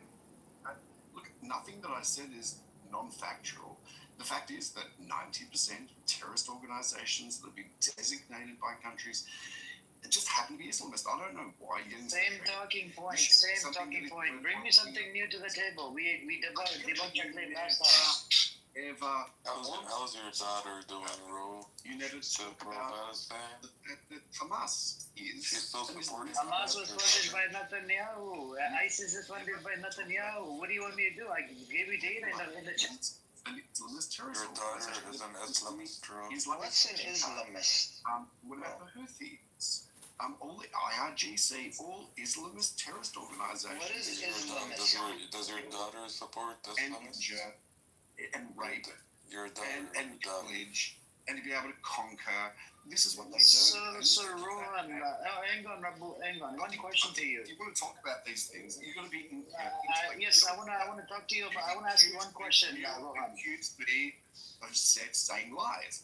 Okay, can I ask you one question, Rohan? I'll ask you one question. Were the Jews kicked out of Jerusalem? About what I'm talking about? Finish script. Were the Jews kicked out of Jerusalem? There's no script. Were the Jews kicked out of Jerusalem? Hajj. Do you remember that? By the Christians. Were the Jews kicked out of by the Christians in Jerusalem? Hajj Husseini, who is the head of the Mufti of Jerusalem, worked with Hitler. Right. Okay, Lehi, a Jewish militia gang in 1940 to 41 worked with Hitler. You had the Hawala transfer to in 1933. Did it with Hitler. No.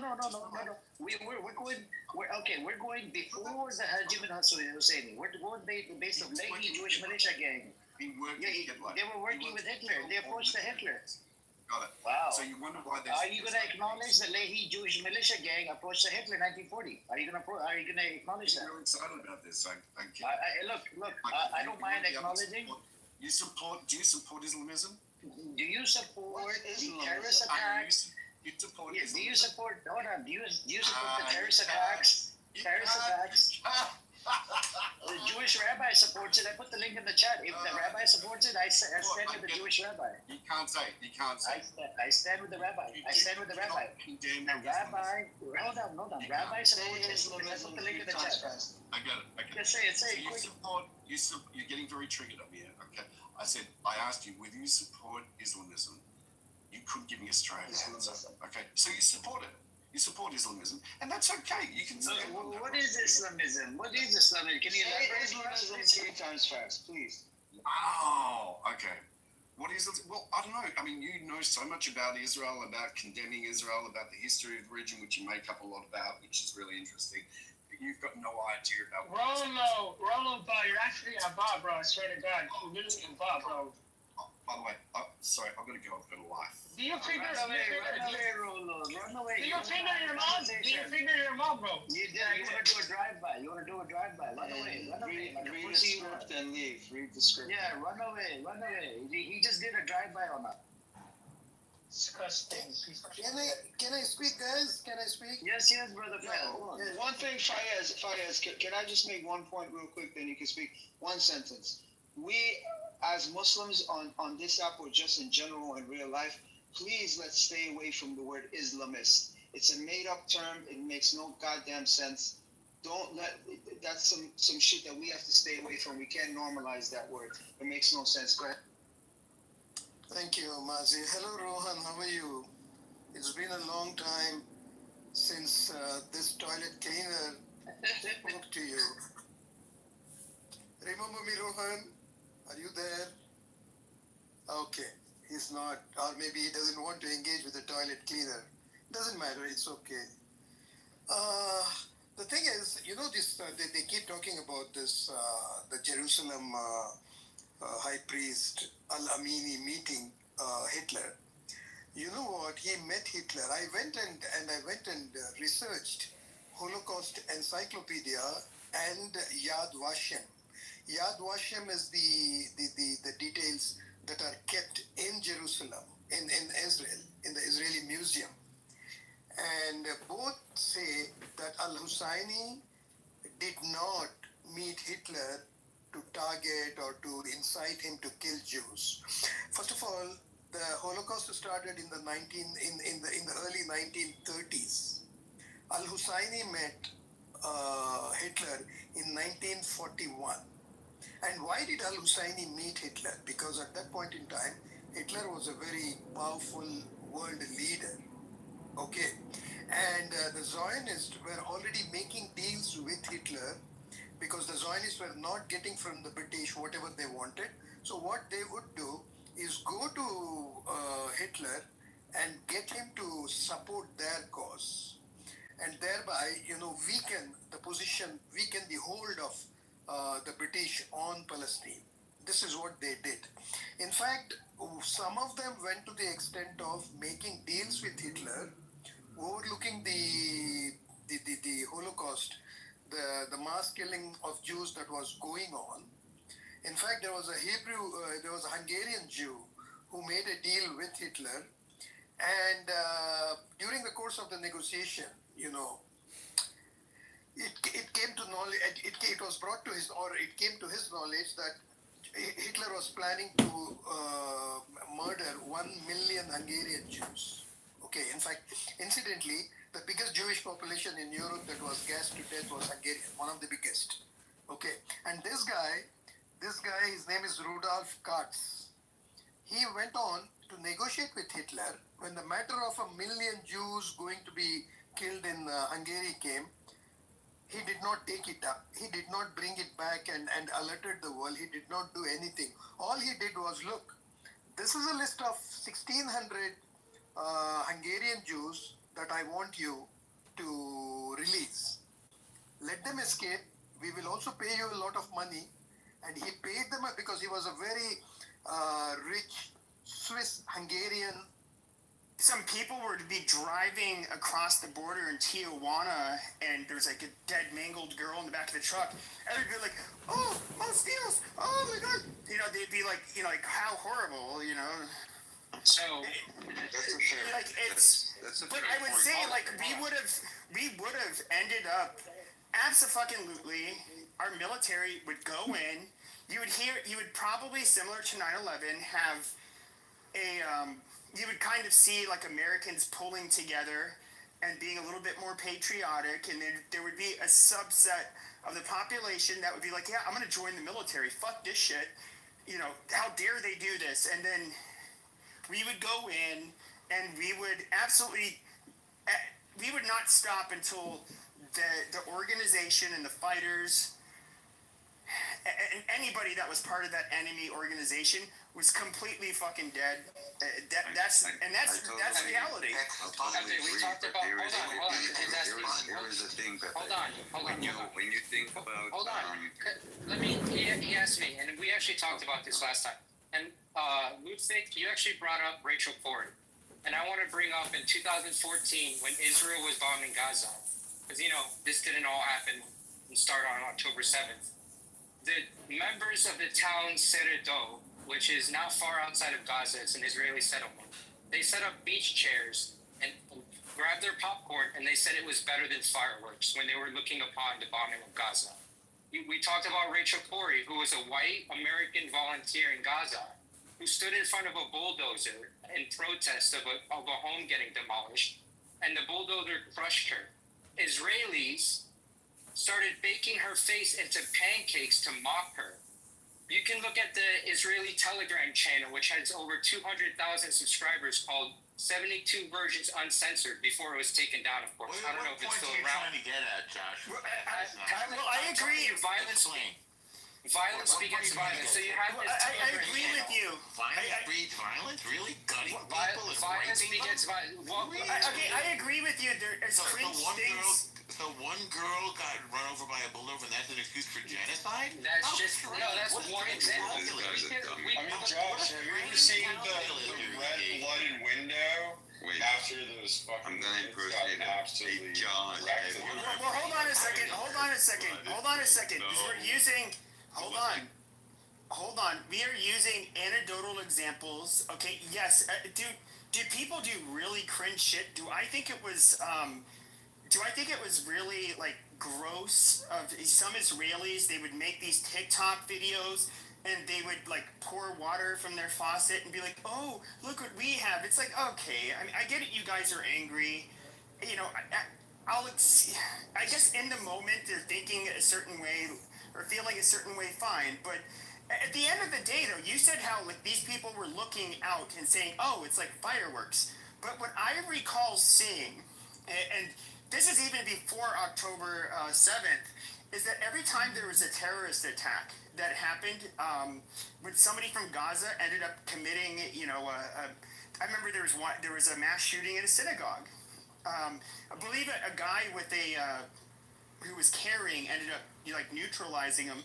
But what did they do? Literally lit off fireworks, passing out candies. They're celebrating. They're like, yay, yay. And so it's like, okay, if we have to be consistent because, and even how they were celebrating with the dead Jewish girl in the back of that truck, that is disgusting. Wait. Let me actually make a point, Pepe. Wait, no. You guys are gonna talk about the same bullshit. Wait. Let me make a new point. Hold on.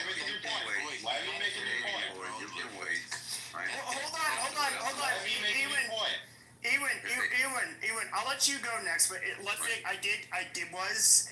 I was countering what Ludwig said. So you can respond to him. Yeah, you can respond to him, okay? Yeah. You can just wait for your turn. Press a button. Okay, just don't taunt. Just say what you No, I wasn't taunting. It was like a lot of time in front of me. So what I want to say is like you gave a perfect example with like why is this guy still speaking? What I was saying about like the example you gave with Mexico, right? What you're forgetting is this did not start nowhere near October the 7th, 2023. Nobody said that it did. No, exactly my point. It started on the 14th of May, 1948. But nobody So said that it started on October. It started before that. This war started on October. All right, just let him finish. Because I already have.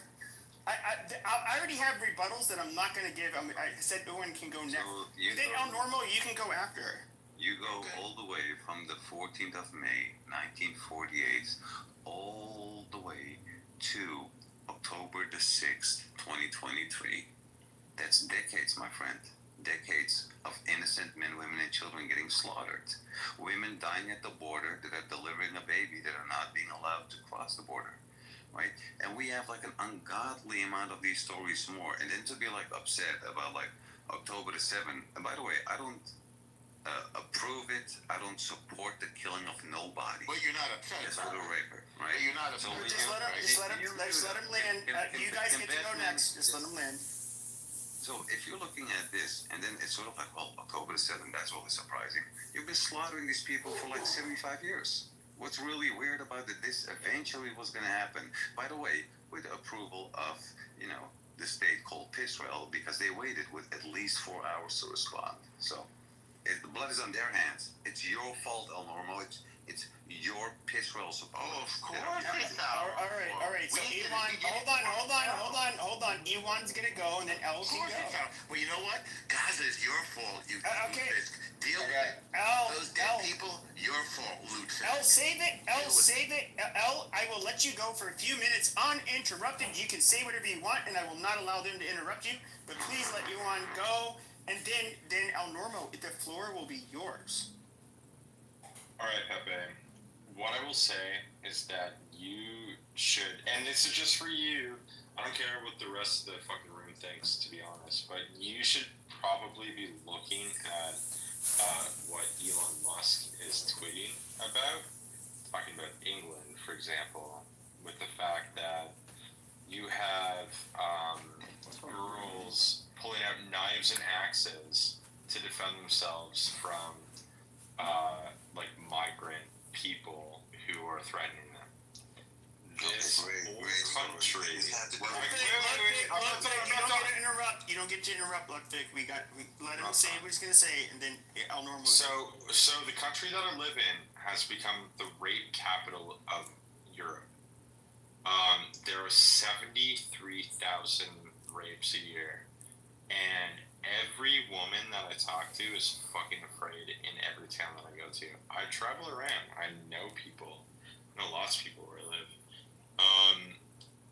I speak with Polish women. Like I speak with all sorts of other women. I just had recently a conversation with a Polish woman. But what I will come to the conclusion with is that women are fucking scared of what's going on in this country, and not only that, but there's a massive flag waving movement where people are putting flags up all over the country, and that is literally the beginning of it. And the UK is going to turn into the beginning of a major movement, probably across Europe. And Ludwig, I mean, it's sad because you live near Holland, or if you live in Holland, where a woman who was 15, underage, just got raped by a migrant. He was let out 2 times on bail for raping women within the past week. So, it's sad. He was the state of affairs. I'm not sure. Yeah, he was. He was let out. He was let out. It's disgusting. Share the link. I will. It's all over Twitter, man. It's all over Twitter. And not only that, I've seen it. No, literally, official news outlets are reporting on it. Yeah, let me finish my point. Let me finish my point. Just mute him. Well, I can fucking finish my point. Okay, go ahead, Bubblehead. Okay. Stop interrupting you, I know. So the number one issue right now that is becoming. Okay, faggot. So the number one issue in.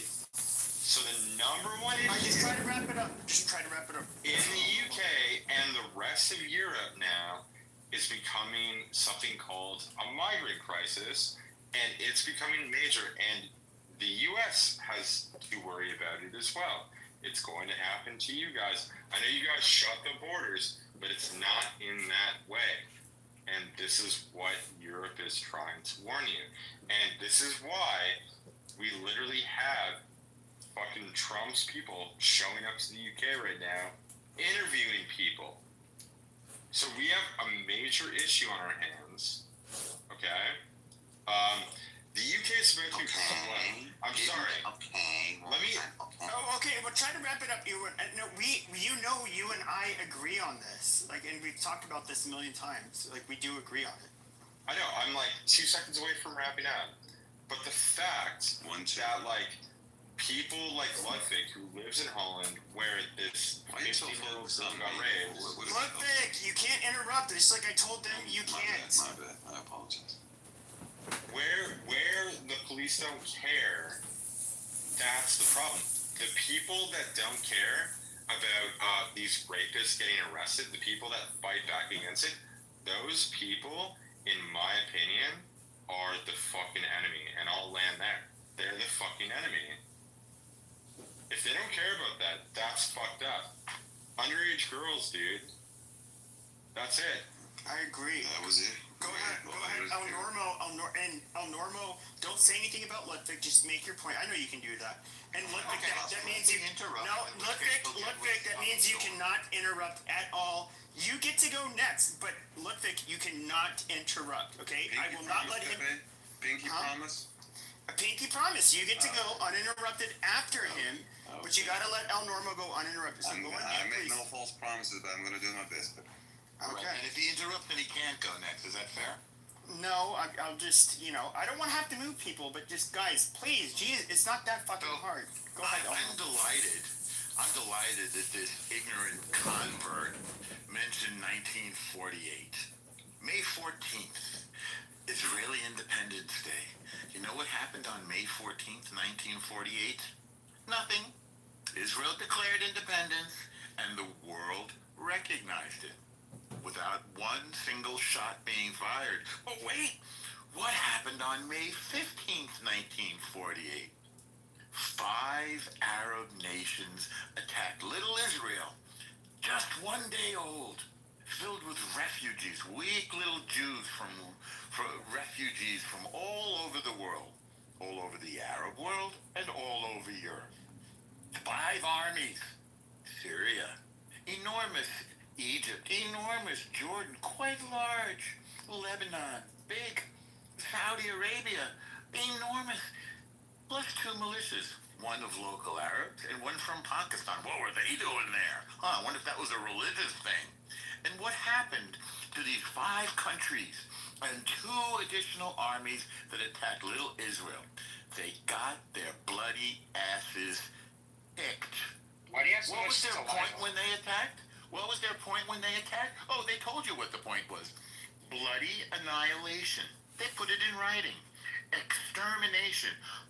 What does that sound like? Genocide, perhaps? And they failed. And they attacked again in 67 and in 73. And what happened? They got their asses kicked. So now Israel has become, by winning a series of wars, the regional superpower, the dominant power in the region after finally kicking Iran's ass. And by the way, it deserved it for a long time as the world's foremost sponsor of terror. So yeah, Israel has a right to demand that its neighbors not be terrorists. By the way, Hamas is not a legally recognized government.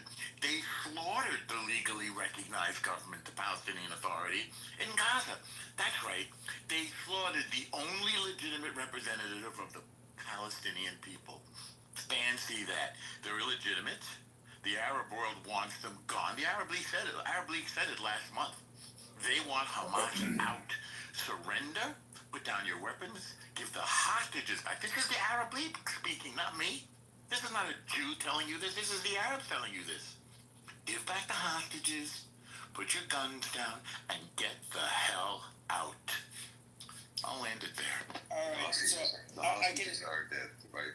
Quickly, Pepe, what I want to say. All right, I'll give you guys like a minute. I'm gonna start timing you fuckers. Give me 59 seconds. I'm good. Okay. This guy was talking about this poor girl, 17 years old. She got killed. I'm not sure if she got raped as well. So that's not even certain for him to speak about, like, oh, she got raped and whatnot. We do know she got murdered. We do know there's a 22-year-old man that got somebody stealing a motorcycle. Welcome to Amsterdam. We do know he's 22-year-old. Nobody really knows where he's from because they don't have no documentation.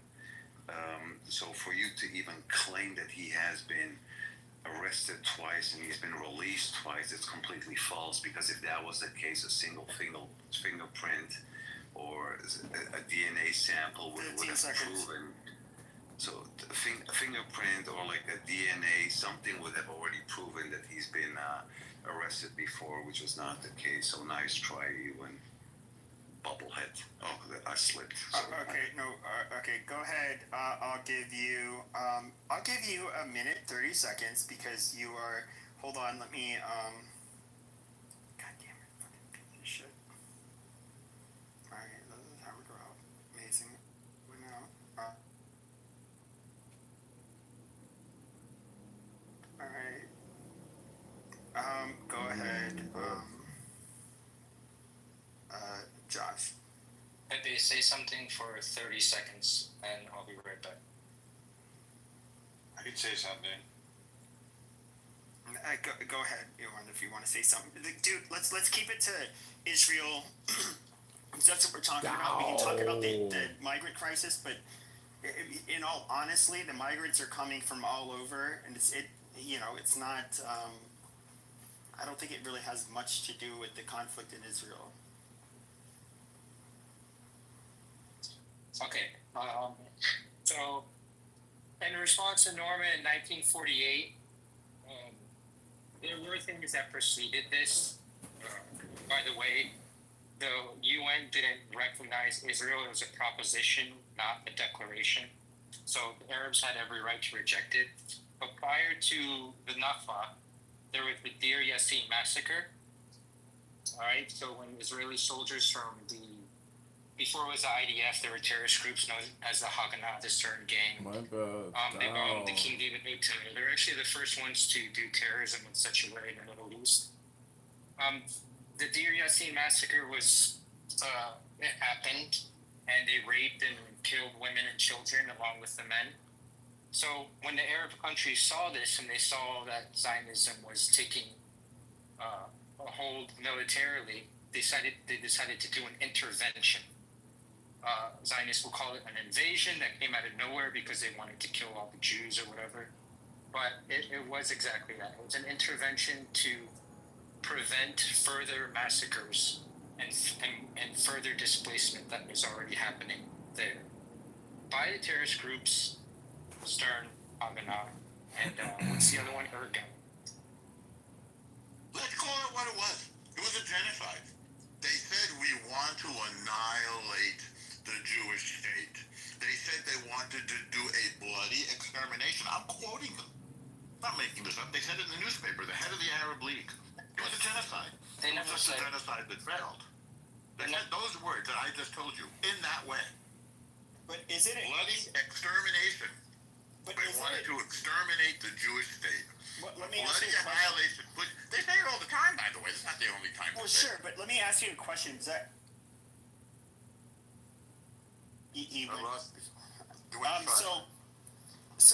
okay, and I'll let you answer, and then Alan's on stage. I'll let him say what he wants to say. And so when it comes to holy shit, I do think that when it comes to okay, so it was a Jewish state. Do I think that you were going to get people that saw these people that were coming from outside of the area moving in? Do I think that they were being nativists? Sure, maybe they didn't have a country. It was just it was a colonized piece of land before, but they didn't want them there. And yeah, maybe them being Jewish was a big deal. I personally wouldn't doubt that, but I mean, was it that they wanted to exterminate them, or is it they wanted to just get them out of the land? They said in words that they wanted a bloody annihilation, an extermination, and they say all the time they want to push all of us into the sea. What do you think from the river to the sea is in Arabic? I'll tell you. In Arabic, they say from water to water, Palestine will be Arabic. They want to end the Jewish state. It's genocide. It's a call for genocide. Now, regarding the Arab nations, listen, they got all the land. They got all the oil.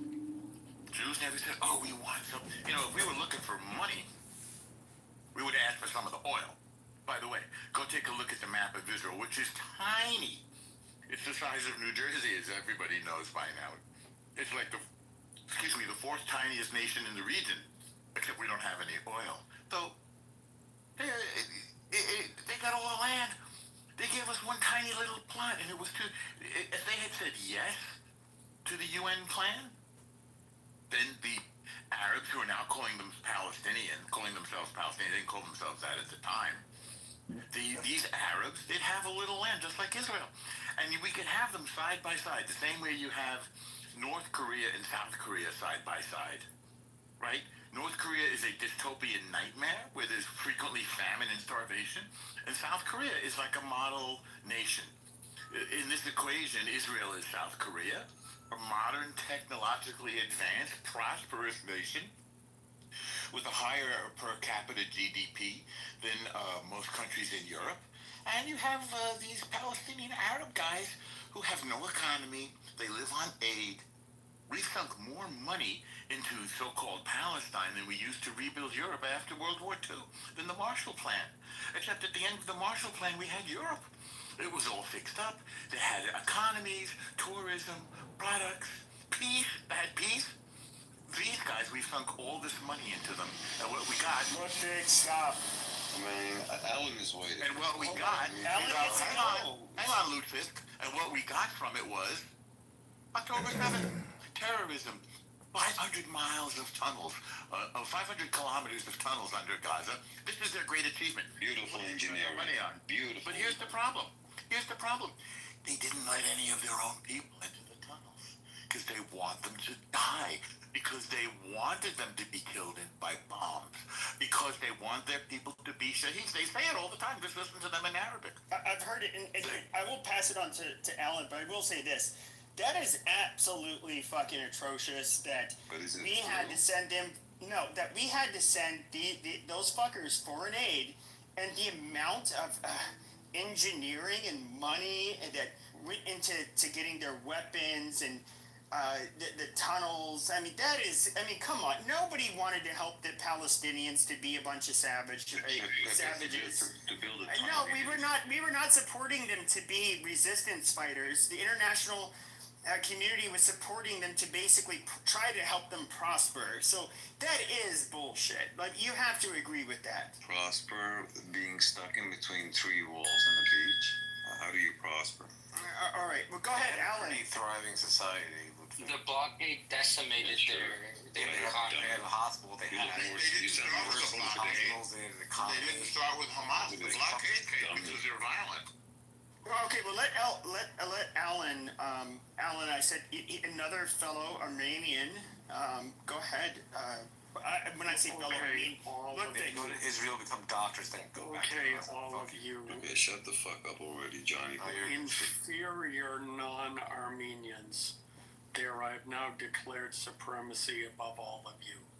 So you cannot refute anything I say.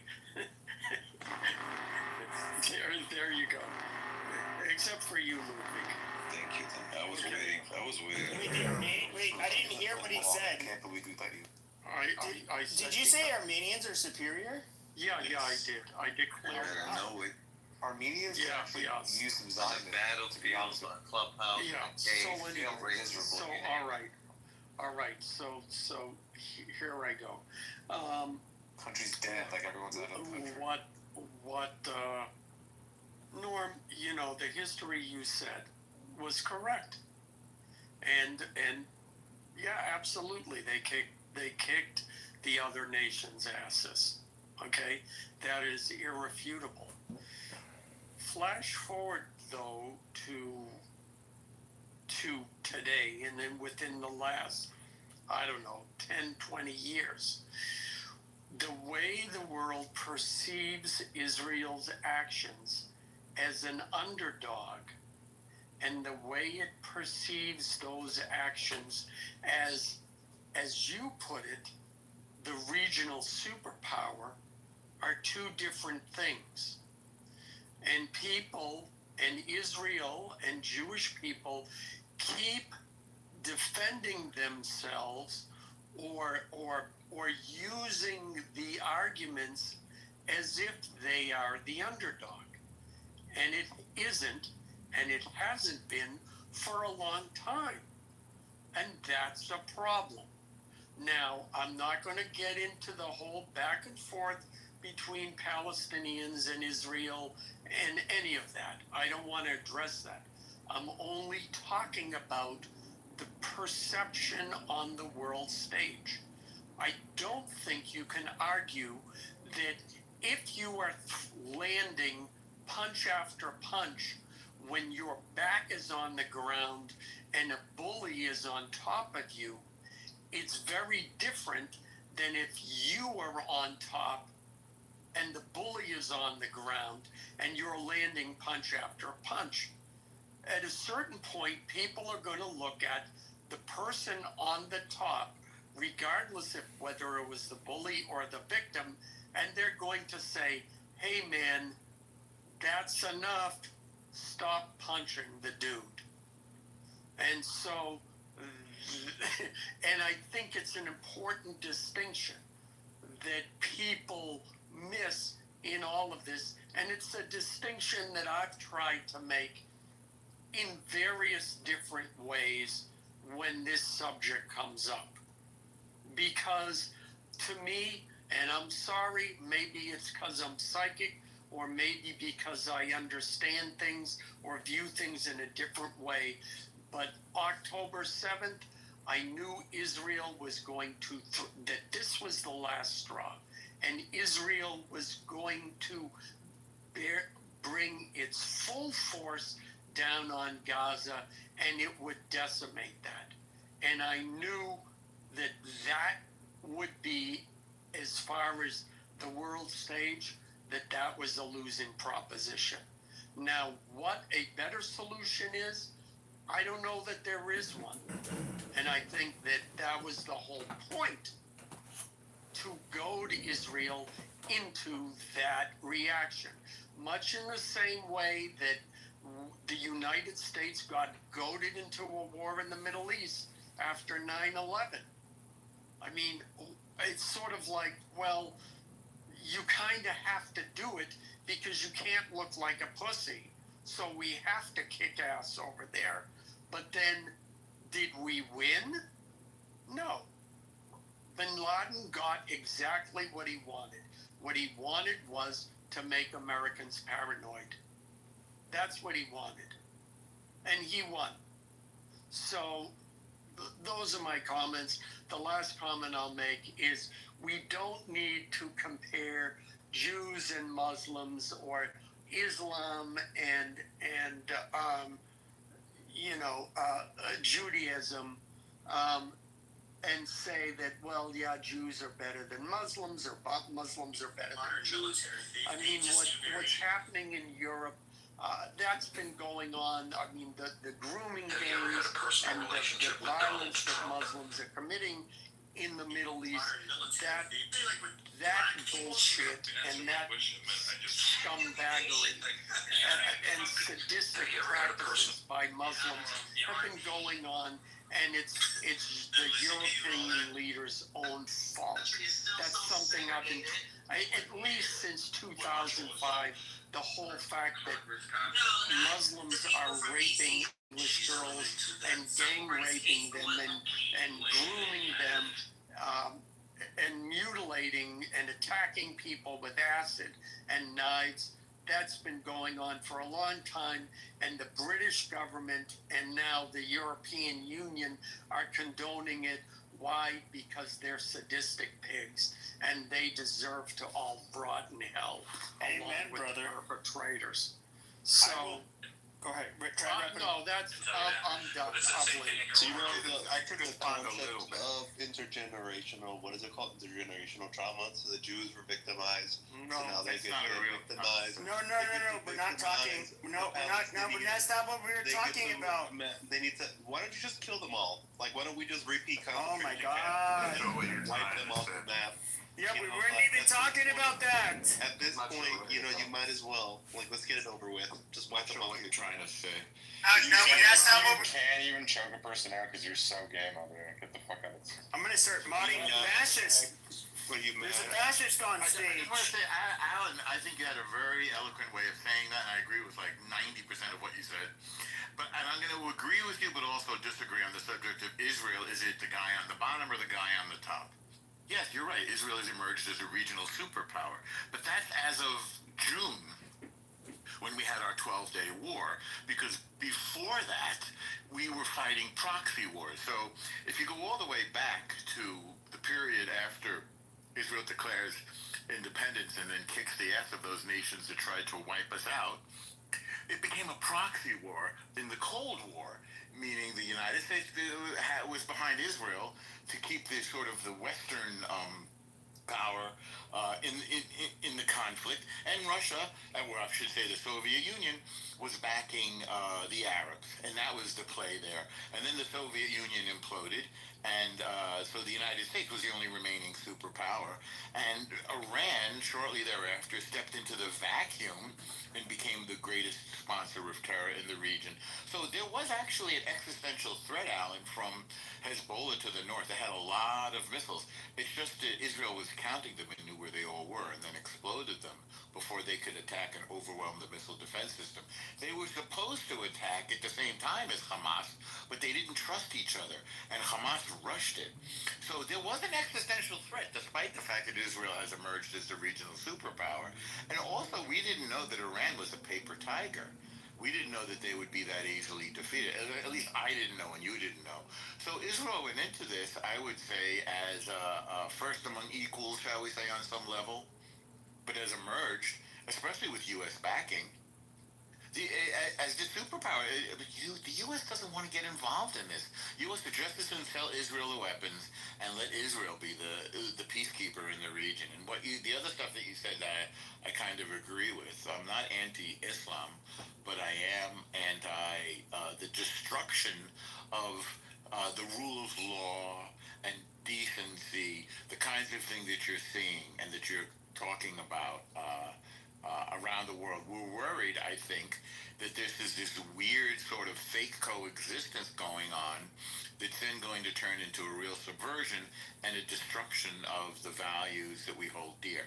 All of our freedoms, free market, free to dress the way we want and express ourselves the way we want and trade the way we want. We're worried that Islam is doing one of these weird kind of jihad by passport. Yeah, it's weaponized Can I jump in? Wait. Yeah.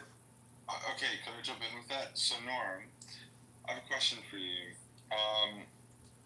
I find that, when we get into these conversations, especially about Europe and the UK and stuff like that, you don't really want to talk about it. I do agree. I do kind of agree with you. But I do think that when it comes to, you say we should not talk about Muslim, and Alan was kind of saying Muslim versus Jew. I get it, but when we talk about and even this is kind of why I didn't want to diverge from the Israel Gaza conflict, because it is somewhat unrelated. But I will say the people that, and I've been seeing this a lot online, a lot of the people that I think are hostile towards Westerners and Western values, that are pro-Palestine, they're taking on both the far right and the far left positions in particular, in order to propagate their cause. And if we look at the far right, they're going to be far more likely than others to say hey, wow, these migrants are a problem. And of course, they always have this convenient excuse. Well, it's okay, so the Jews are kind of pulling the strings. Amazing. And it's just okay, but I don't want you in our country. And they're like, dude, we wouldn't have to be in your countries if it wasn't for the Jews. The Jews are, causing you guys to cause instability and, I don't know, wars in Middle Eastern countries. And if it wasn't for that, we would never come into your fucking countries. The Jews, though. Wait. Well, no, these are what the pro-Palestinian people will say. Muslims in particular will say to people who are further on the right, or maybe just right wing. They Okay, let's scroll up. Say, hey, even though they're literally coming into Europe in droves, they're hostile to the native populations of Europe. They will say oh yeah, the only reason this is happening is because the Jews and or the Zionists is usually how they'll put it. They're they're goading the United States into all of these Middle Eastern wars and destabilizing the place, and then they have to flee, and then we're coming to Europe, and we get it, bro. It's we don't want to have to come to your countries. We would love to come back to where we came from, and they it's kind of there's so much subversion that happens online, and I've seen so many people just eat this shit up. You have these cockroaches like Suleiman, Khaleesi. She blocked me. I called her a lot of choice words. I don't know. I kind of get what you're saying, but I'm just kind of frustrated. You like to be I'm kind of frustrated at this point, Pepe, because I don't know. I look at every social media platform, and it could be And Norm left. Yeah, of course. He always leaves when this conversation comes up. I know this is what it's. I mean, you did change the topic, to be fair, but and Alan kind of touched on it. Like Alan, I don't have a problem with Muslims. And I've made it very clear. Like Prince, Mikhail, any of the Muslims that I talked. I'm sorry. Hold on. Optimize service and process for your team. Manage service end-to-end in a single platform. Secure a qualified local process server for you.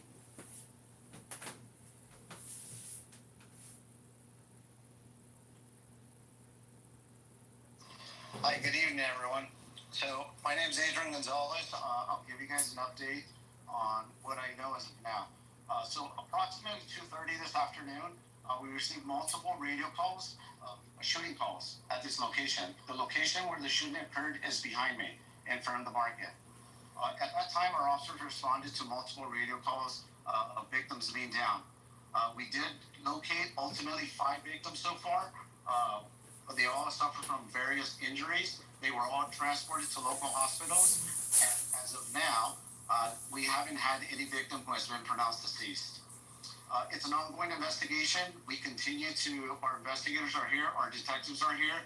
We continue to scour the location for video, for additional witnesses, for additional evidence.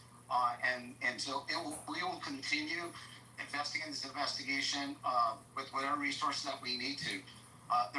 One thing I do want to mention is we don't know the cause yet of what happened here.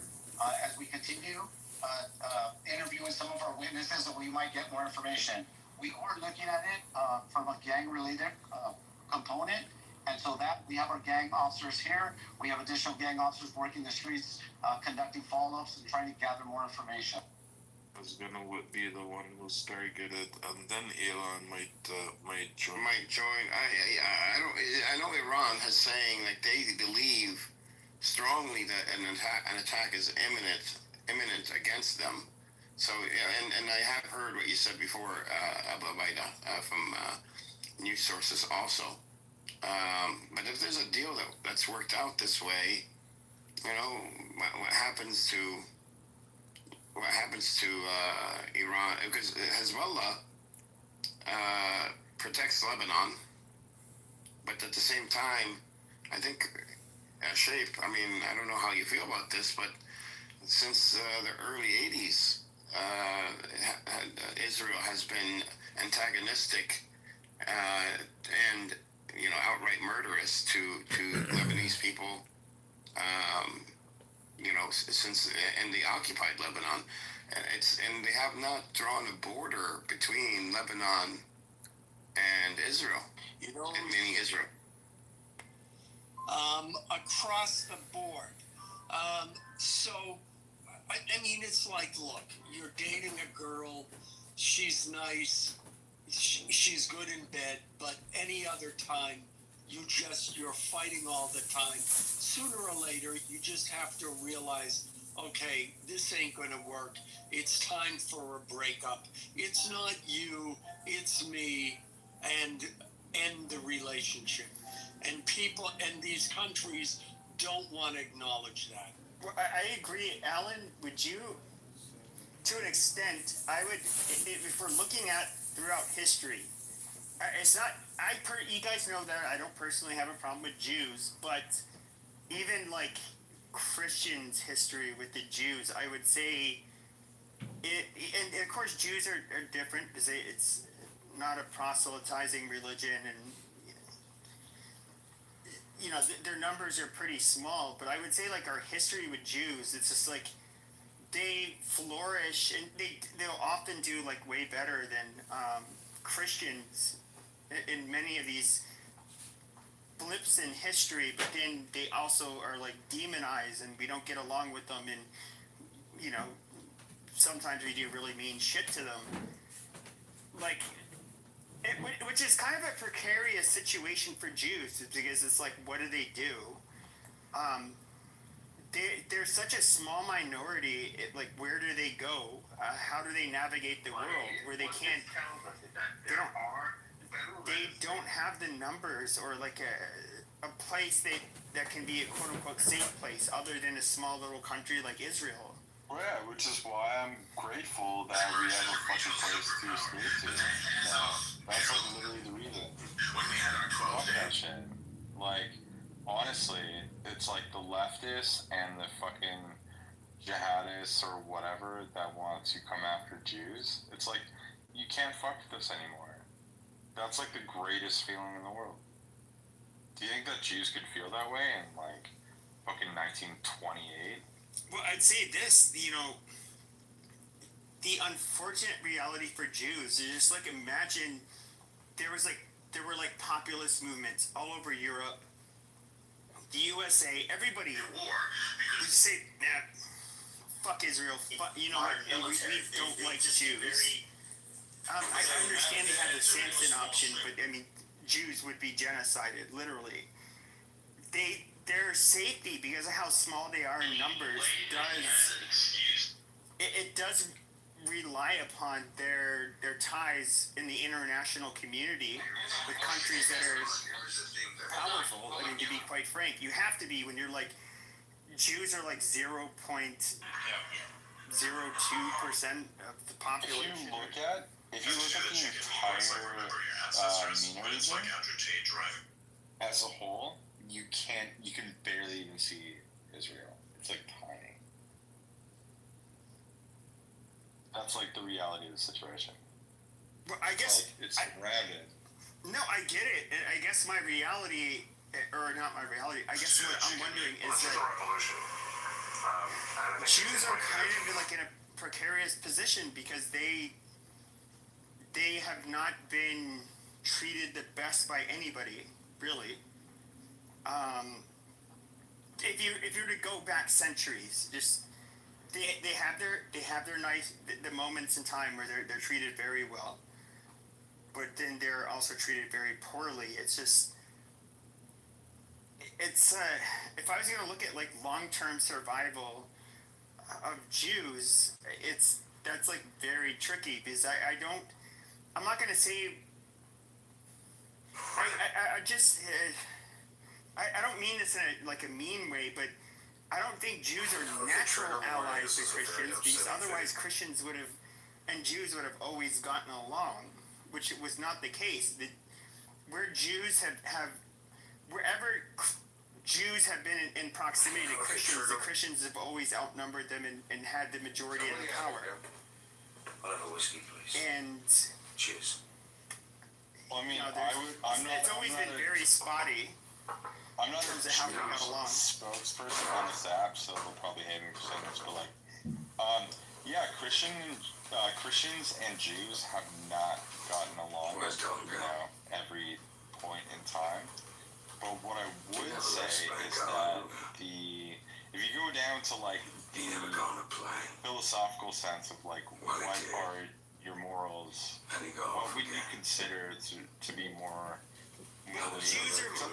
Jews are no, like I'm talking about the region, like the physical region of Israel versus Jews. Any of the countries that like surround that. Sure, Jews are I would say in a religiously in terms of.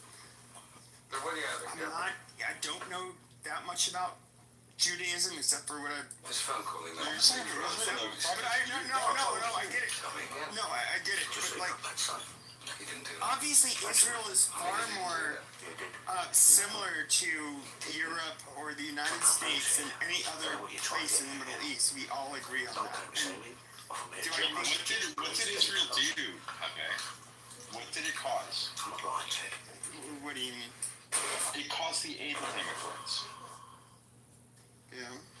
Okay. So I mean, if you look at the Abraham Accords, right? So you have Saudi Arabia, the United Arab Emirates, who I have friends now there. You look at Abu Dhabi, you look at a bunch of different other countries that are signing trade pacts to like become trading partners with Israel. That tiny fucking little plot of land, right? This phone call he made for You're looking at that and you're going like, what the fuck is going on with that? Why? Why is that place so important? And the reason why I would say is because I think that Israel and the Zionists, or whatever you want to call them, because I'm a Zionist, I'm part Jewish, but man, I'm not even fucking, I don't follow Judaism, I'm just like ethnically Jewish. I just think that they're more moral than the rest of the region. They're less fucking troglodyte than the rest of that region. So you have other Middle Eastern regions that want to trade with them, and they're westernized. It's not because of the Jews. It's because, like, everybody wants to make money. Like, how do you make money? It's like you're surrounded by oil fields and gas fields and amazing things that can make you lots of money. Instead of, well, let's look at our religious backgrounds and fucking fight each other. Like, do you realize that, like, for example, the Gaza Strip, it turns out there's a massive gas reserve under there, right? Do you realize that in 2005, when Israel cut off all contact to the Gaza Strip, they could have gotten people in, found that gas, and turned Gaza into a fucking gold mine. The Palestinians. You realize that, right? They didn't cut off all contact. It's under international law. It's still considered. They knew that they were fucking huge gas reserves Well, to be fair, though, like even there's like the Gazans are given, they can't go like 5 miles out the sea or some shit. Like they're not. Yeah. No, I mean, The blockade decimated. Do you know what though? Do you know what? That's okay. Do you know what? I agree. I don't think that it was totally right, but there could have been a way to navigate this way out of it, especially with knowing the amount of gas reserves going on under Gaza, where they could have created a multi-billion-dollar like economy just from like fucking dinosaur farts, and it wouldn't have even been that hard. It's not that hard to fucking drill for gas. Honestly, it's really not. They could have just done it. Could have fucking shipped it out to Iran.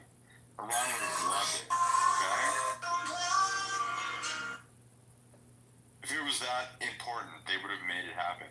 So, like, I don't understand this entire point of, like, oh yeah, they were, completely cut off and they couldn't do anything and they're all helpless. It's like, no, they were the most gifted people by like fucking. They made $45 billion in fucking international aid. I just can't get over this shit. I'm sorry. Like, fine. Israel has become a bit of an economy and they're doing very well. Yeah, with the help of the U.S., that's fair. But I mean, the U.S. looked at what they were doing and were like, oh yeah. I kind of agree with those people in the Middle East. They're not fucking throwing days off the That's not necessarily they're not started. They're not like fucking forced marrying women every fucking. But that's not how it started, though. Like we literally, I mean, at the Cold War, you had all of the fucking. Personal relationship. The fuck is his name? Sacha Baron Cohen did this movie. It was based on reality. It had to do with the Mossad agent that was he infiltrated the Syrian government, and he was communicating with Israel, using some kind of radio frequency. I forget. I watched this years ago, and basically the Russians were there with the Syrians trying to geolocate where the frequency was coming from. They ended up finding them, and they ended up executing them. You can just look up like Mossad agent executed or hung in Syria. Where Israel was like invaluable to us, up until like especially 35 years ago was they sided with us. They were not under Soviet influence like like their surrounding neighbors, and so and of course, if you look at like the piece of land that they have, I mean, it is pretty. Emerged as a regional superpower. But then as of June, when we had our 12-day war, because before that, we were fighting proxy wars. So if you go all the way back to the period after Israel declares independence and then kicks the ass of those nations that tried to wipe us out, it became a proxy war. In the Cold War, meaning the United States was behind Israel to keep this sort of the Western power in the conflict, and Russia, well, I should say the Soviet. Personally, and I don't want any of the Zionists to get mad at me and shoot me. Like it looks like they. To be fair, they were spying on Israel when they got attacked. The USS Liberty attack. What Marshall was told. They probably did it intentionally, but once again, I don't have a super strong stance on that, but there's no way I can fucking prove it. My personal take on things is that people are too hung up on historical things these days, and I kind of find it retarded. Like, well, I'm not hung up on no, it happened in the late 1960s, but so I'm not hung up on that. History doesn't matter anymore. So, but these are the same people that can't stop talking about. I don't think that you should throw out all history, but like the obsession with history actually makes you guys like focus on something that isn't relevant to like today's world. Well, I do think that, and this was like, okay, so when it comes to the amount of like espionage Israel would do, like our telecom system, they were basically able to like tap into telephones, it was crazy how much they infiltrated the United States up until 1911, or I'm sorry, 9/11. Jesus Christ, sorry, I was reading something. Up until 9/11, and they ended up arresting, I believe, like a couple hundred Israelis and sending them back, because they were looked at as being, spies. There is like an existential crisis, I believe the Israelis in particular felt that is in a way like real. I mean, these are a super small global minority, and it's like, how do they navigate the world? I don't know. It's like I get annoyed at the fact that they have like AIPAC and all of this shit, but if I was trying to just like, I don't know, at least assure the survival of my people at a minimum, I would have to like, I would really have to go out of my way to, I don't know, do things that other groups of people wouldn't do. Like, I don't know, have groups like AIPAC. Like, how do they... To be fair, though, so how many Israelis got arrested again? A couple hundred? Something in total, I don't know if it was arrested, it was detained, because you have to understand these are foreigners. So I don't. Yeah, of course. So being detained is different than being arrested. So that, but a lot of them were sent back. I don't know, but when it comes to our telecom system, like, yeah, they absolutely. I mean, what do you think infiltrated that in the 90s? What do you think happened to the rest of the diplomats in like that entire region? In which region? The whole Middle Eastern region. During 9/11? Yeah, so a few hundred Israelis got sent back. Okay, I mean, if I'm just being realistic... I'm just talking about, like, there was a war Sure, but the next day. if I'm being realistic, the Israelis have, quite a bit of smart people. These other countries, even Saudi Arabia with all their money, and they're not known for being, I know they're trying to make it attractive for Westerners to like come to them. Yeah, but they're not known for being like. I'll just say this: especially the Ashkenazi Jewish population seems to have some very intelligent, crafty people, and they're able to. They're kind of a force to reckon with, and so. Do I think any of the other groups in the Middle East are even closely as capable as them? No, not even. Like the other groups in the Middle East aren't even capable of competing with Europeans in general. I mean, we are a force to be reckoned with, I guess. But with that being said, I don't know. No. I look at it as. I think that 9/11 was somewhat of an inside job. I don't think it involved Jews, though. I think actually it involved the full confession tape of them. Yeah, I don't think it involved Jews either. I completely disagree. No, I've seen. Yeah, I can hear you, but we've debated this, and I completely. Okay, let me ask you one question. You gonna join my room next month? It's only we can. Yeah, I'll join it. It's gonna be like 4 or 5 hours. We're gonna go from 8. You're gonna lose your haircut, man. How do you explain like Odigo? It's like the app they use to warn Jews that were working at the World Trade Center not to go, or like the Israelis that were that turned out to be completely debunked. By the way, that never happened. Not really. It was completely debunked. And the Israelis that never happened. So the 3,000 Jews that didn't show up to the World Trade Center on 9/11. It's not 3,000. I don't think it's 3,000. No, it was 3,000. That turned out to be. Okay, I'll tell you what. I'm gonna grok this right now.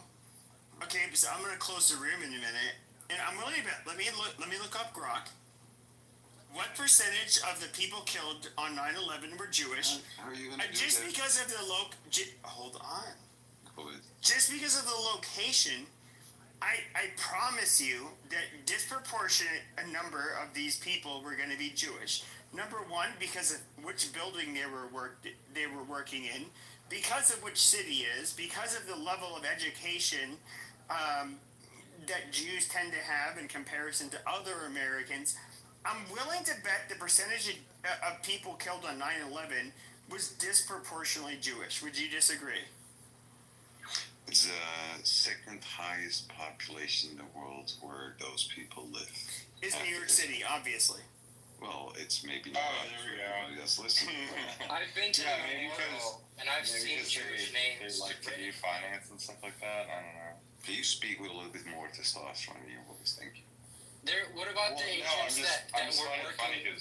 What about the agents that were working for this sketchy urban moving company? Okay, I'll tell you what. Okay, I'll tell you what. Go to the I believe it's the Highway and Transportation Safety. I forget. Just if you look at their most wanted, you'll get like 10 pages of like 95+% of these people are Jewish. Now, for whatever reason, there were Israeli individuals that moved to the United States. They would have these moving companies, and what they would do is you would ask for a quote, and they'd say, well, to move from here to there with that amount of shit, okay, $3,000. And then, all of a sudden, it'd be like, nope, it costs way more now, and we can't deliver your shit until you give us another $3,000. It was basically, it was these guys were absolute pieces of shit. That's why they're wanted. So they did, for whatever reason, there were Israeli criminals that came over here and they did this scam. Now, when it comes to these individuals, okay, you get a woman, this is an Asian woman who she did not have an American accent. She called 911. She thought they looked suspicious. What looks suspicious for the people that are listening? They seemed like they were celebrating, the attack of the Twin Towers. You're missing a very, very important element. What is the important element? That they had camcorders and they were recording the event. Yeah. Well, okay, but I had a camcorder were you jumping fuck, up like and 6 down? years before that. Sure. I mean, were you jumping up and down, high-fiving whoever was with you as if you won the lottery? If you would see the second plane coming in? I should say drone, but we can do that on the... Yeah, if the Jews wanted to hide this shit and make sure that it was covered up, they definitely wouldn't be high-fiving each other. You can actually look at what happened in Palestine. So what I wanted to say... But here's the thing, Let me finish my point. Palestine. We're talking about the little Because hats, you could talk about Palestine on September 11th on that day, and you could see that there were celebrations that were... But it has nothing to do with the Muslim. But no, he is bringing up a good point, because, like, if I was caught up in my... Palestine. Well, hold on. But Ludwig, if I was, like, caught up in my spycraft, and, I wanted to be a good little spy, the last thing I would do is be, on foreign soil, high-fiving and laughing, saying, like, oh, yes. I would literally just want to go unnoticed and not draw attention to myself. Can I finish the story for like 59 seconds? So after this lady made the call from New Jersey, police traced his car down and pulled the car over. Turned out to be that 2 out of those 5 individuals were actually Mossad agents. How do we know this? They were kept in custody because, the suspicious act of like the camcorder, right? Jumping up and down, celebrating, turned out to be Mossad agents. 2 of them, they got all 5 of them got arrested. They did not confirm they were Mossad agents. Let me finish. Master has mastered nature, not in the sense They're of being brought conquering down it, to the police but of station, right? They ran master their has names, mastered and nature. 2 out of those 5 individuals turned out to be, and it's 100% fact, turned out to be Mossad agents. After 71 days of being in custody, a phone call came in. Release them right now. They got released. No charge, no nothing, right? Being sent back home with the next plane back to Israel. Now here comes the craziest part. A certain period afterwards on national Israeli news, those men were invited. Everyday talk show like Jimmy Kimmel, whatever the fuck it is, right? And those 2 Mossad agents literally said, and we have quite a few Jews living in Amsterdam, so I gotta...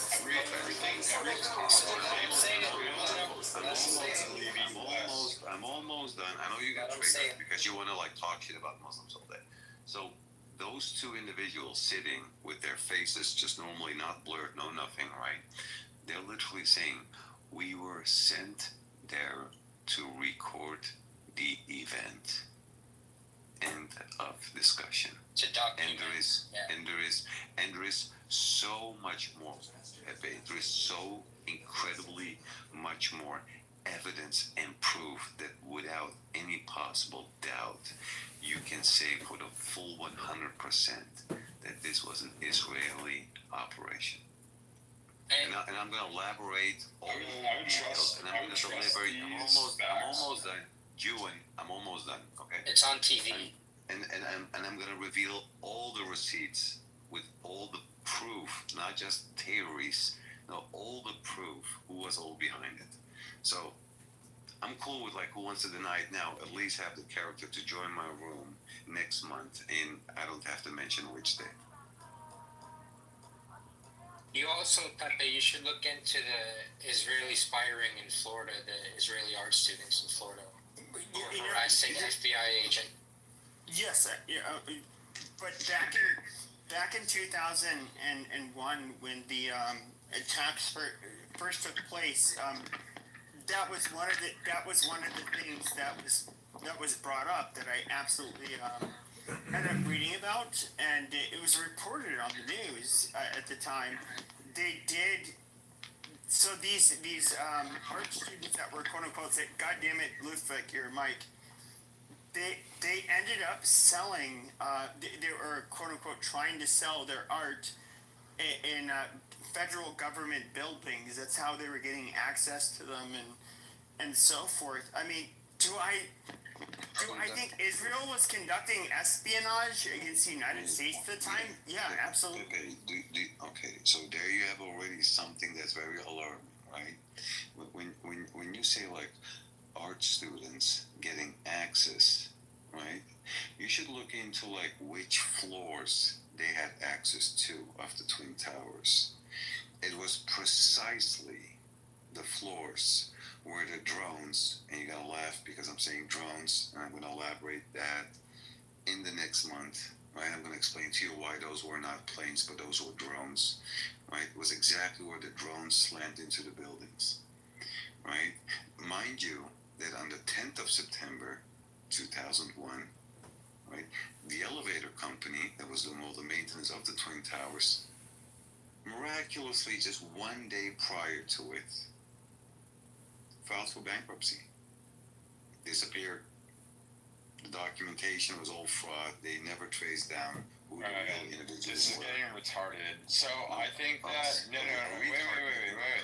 You're interrupting. Let me say, I think that 9/11 was like a fucking sketch. Well, hold on. I'll let you go. Stupid shit. I know. Okay, you can think that. Just let him finish, and then you. And so it's not only that, right? Then if you look into this messaging called Odigo, right? There were exactly the people that, and I gotta say, little bastards. I might get a clip, not that I give a fuck, but it's a different story. They actually did get messages not to show up at work that day. Certain ones. Evidence of this. It's not. No, there's no evidence. It's been debunked. Certain ones, and then you have like the Rothschild who wasn't in that day. You have Larry Silverstein and his two kids who were there every day, but they weren't there. It was comical. You have to go to the dermatologist, remember? Yeah. He literally had a look. And not to forget when I by now, of course, almost after 25 years, I know exactly how to say it, right? When he had like a phone Maybe call they came in late. I'm almost done, Jew, and press a button. You got so many buttons in front of you. Act interesting. And exactly on that, on the day itself, right, when the Twin Towers had already collapsed many hours later, right, this Larry Silverstein is literally saying on an interview that he had a phone call from the firefighter chief, right, whatever he was. We had such a terrible loss of life. We decided to pull it. Right? Pulling it means literally pulling, like pressing the button, bringing the building down, right? Do you know how many months it takes to prepare a building of that size, right? 47 floors, the Solomon Brothers building, building 7, right? To prepare that, to bring that down, right? In exactly the way we saw, which was like controlled demolition. So there is not even a question that the United Snakes of Gay was involved in it. They were. And they did that hand in hand with Israel. God damn it, my Jewish handler said I have to shut this down. Guys, I do not want to be brought to a black site. Excuse me, I'm sorry, these Jews have me so flustered. I do not want to be brought to a black site, so I have to shut it down. Ow, Rabbi, stop! Ow! Ow, stop! Cities, blue cities, black people, that's it. They found something that stuck. And now we're talking about it. And now we got black people. It's amazing to me. And I'm reading the chat, and it's amazing, Queen. Negotiate is when they would do the most land grabs. They would steal the most land and put up the most settlements. And this, I can't imagine what they would do if there was full normalization and Palestinians were not included. What happened in Gaza would have happened to the entirety of the West Bank. It would have had to. There's no way else to. There's no other equation where Israel would be able to have, normalized relations. And when they say normalized relations, they're meaning goods are going back and forth between Israel and the Gulf countries. This is what normalized relations means. It's very profitable for all parties. But knowing this, is there an equation where there's normalized relations, so there's no reason to keep the Palestinians around, and the Palestinians would be in the way of making a lot of money with the Gulf states? This is why I believe the resistance was necessary. But why can't the PA be involved in that? They're like legitimate. They've managed to thwart Hamas for 20 years. Like, why can't they be part of this like economic growth situation? So the PA is so extremely corrupt that they have single-digit support in the West Bank. They are extremely corrupt, and what about this hypothetical reform PA that everyone talks about? That means no PA. Reform PA means there won't be a PA, which is fine, and I think Mahmoud Abbas recognizes this, because now that's been strategically placed on as a condition. Elections means no PA and no Hamas. People are not going to vote for the old guard anyways. Hamas already said multiple times, including in writing from the last ceasefire agreement, that they will not be a part of the government. They invite a board, a technocratic interim government, to be formed not from Gaza, but from all of Palestinian society. They are not looking to be on the board or lead it. I think they said they wanted one position temporarily, but not a leading position.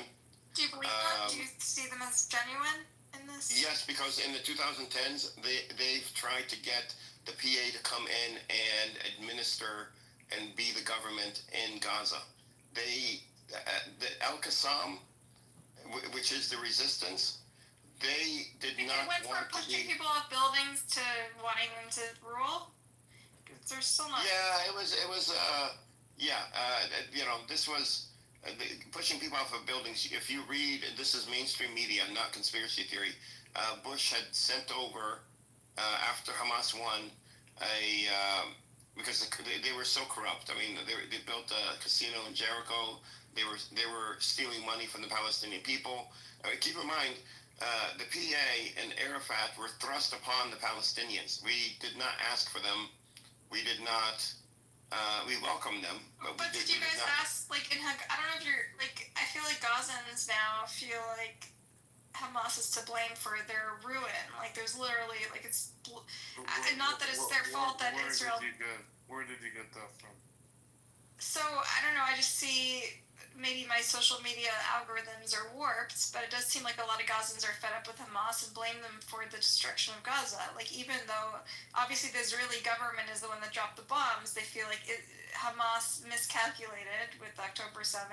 Now literally a society that, even though it wasn't ideal, is flattened to the ground.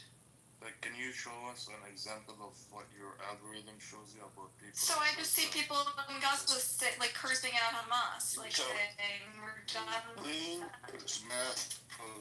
Yeah, Hamas. You have to remember. No, not even mass protests. Just people just being after an attack, what the fuck, Hamas, why did you do this to us? Why are you keeping hostages in our neighborhoods? Why are you putting us in danger? They just feel like they're being used. My social media, I don't really use it. But shut the fuck up, you fake rabbit. Shut up. Come on, boo. Okay. So you are a dumbass. Hamas. So actually, You're seeing there's people in Gaza that are not protesting. There's people in Gaza not protesting. So Look how sick you are. the only protest that happened You inside can't even accept that Gaza people. I do see individuals. I do see individuals. It might be anecdotal. I do see individuals that are cursing at Hamas. No. I'm just very Palestinians, Palestine, influencers inside of Gaza, people inside of Gaza, and I never really came across a video or a post that says people inside of Gaza are against Hamas. Of course they are, you dumbass. I'll share This is some. a fake rabbit. Show me. You're a Wait, hold on, stop. Wait, Abu Abaida, can I share? Hold on, Abu Abaida, can I just share? Let me, and you guys can go back and talk, but I don't want to dominate. I don't want to talk about you. Like Let me just. You're fake. You're fake. Hold on. Abu, check your back channel. Hold on. Why are we devolving into this? Hamas. We are using the word Hamas here. Before October 7th, Hamas ruled very loosely. People were not. Hamas had their sort of political base, but it is one of multiple political bases, and as a matter of fact, Fatah had a political base in Gaza. So criticism of Hamas was before October 7th and continued after October 7th, which is natural if you have multiple political. They had the We Want to Live campaigns, or the We Want to Live protests that ended up with brutal suppression in Hamas, right? I wouldn't say that they were. They were last year. I think the end of last year, they had people filming these protests. They were very small, and I think they were aimed more at the Israelis saying that we want to live, and saying, okay, if it's Hamas, then we reject Hamas. Now stop killing us. That was the point of those campaigns, that We Want to Live campaigns. But the We Want to Live was a planned out, structured. I don't want to call it propaganda, because people do feel this way, that the war should be over, but they also know, in black and white, like they know for certainty, because everybody sees it, not just in Gaza, but in Israel. They see the obstacle is not Hamas, but is Netanyahu. I mean, keep in mind, Hamas accepted. I think Netanyahu and Hamas are feeling each other's. They're aligned in their interests, right? Both want the war continue, and they're. No, Hamas signed a ceasefire agreement, which they abided by. And the way that Israel broke it, they decided to break it, is to bomb tents. Let's be honest, both parties Hamas are acting in bad faith. bad Like you have to.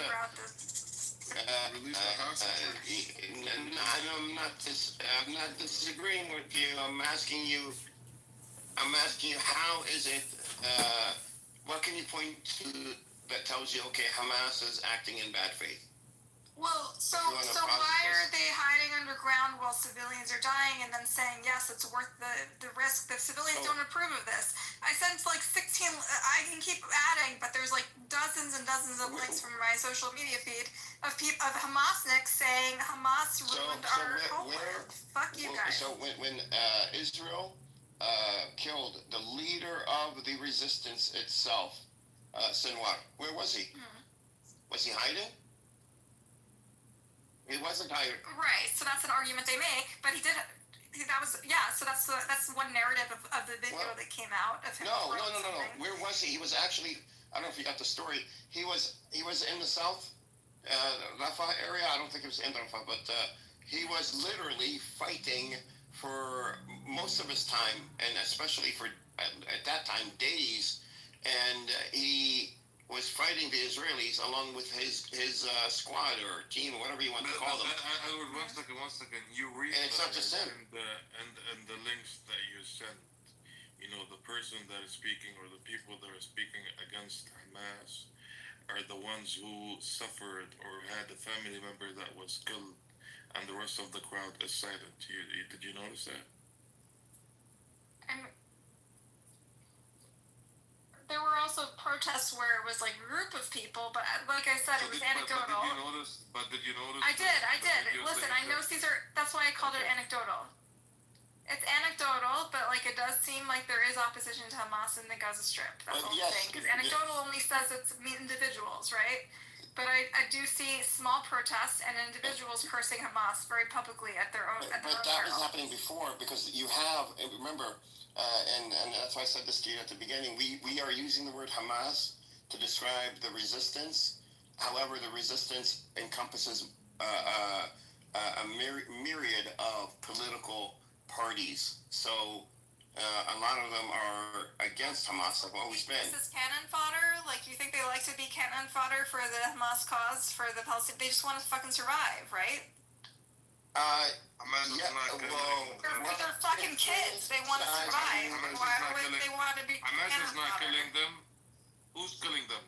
No, Israel's killing them, but they know they're dealing with a genocidal maniac, which is Bibi Netanyahu and his right-wing coalition, so why would they continue to provoke them?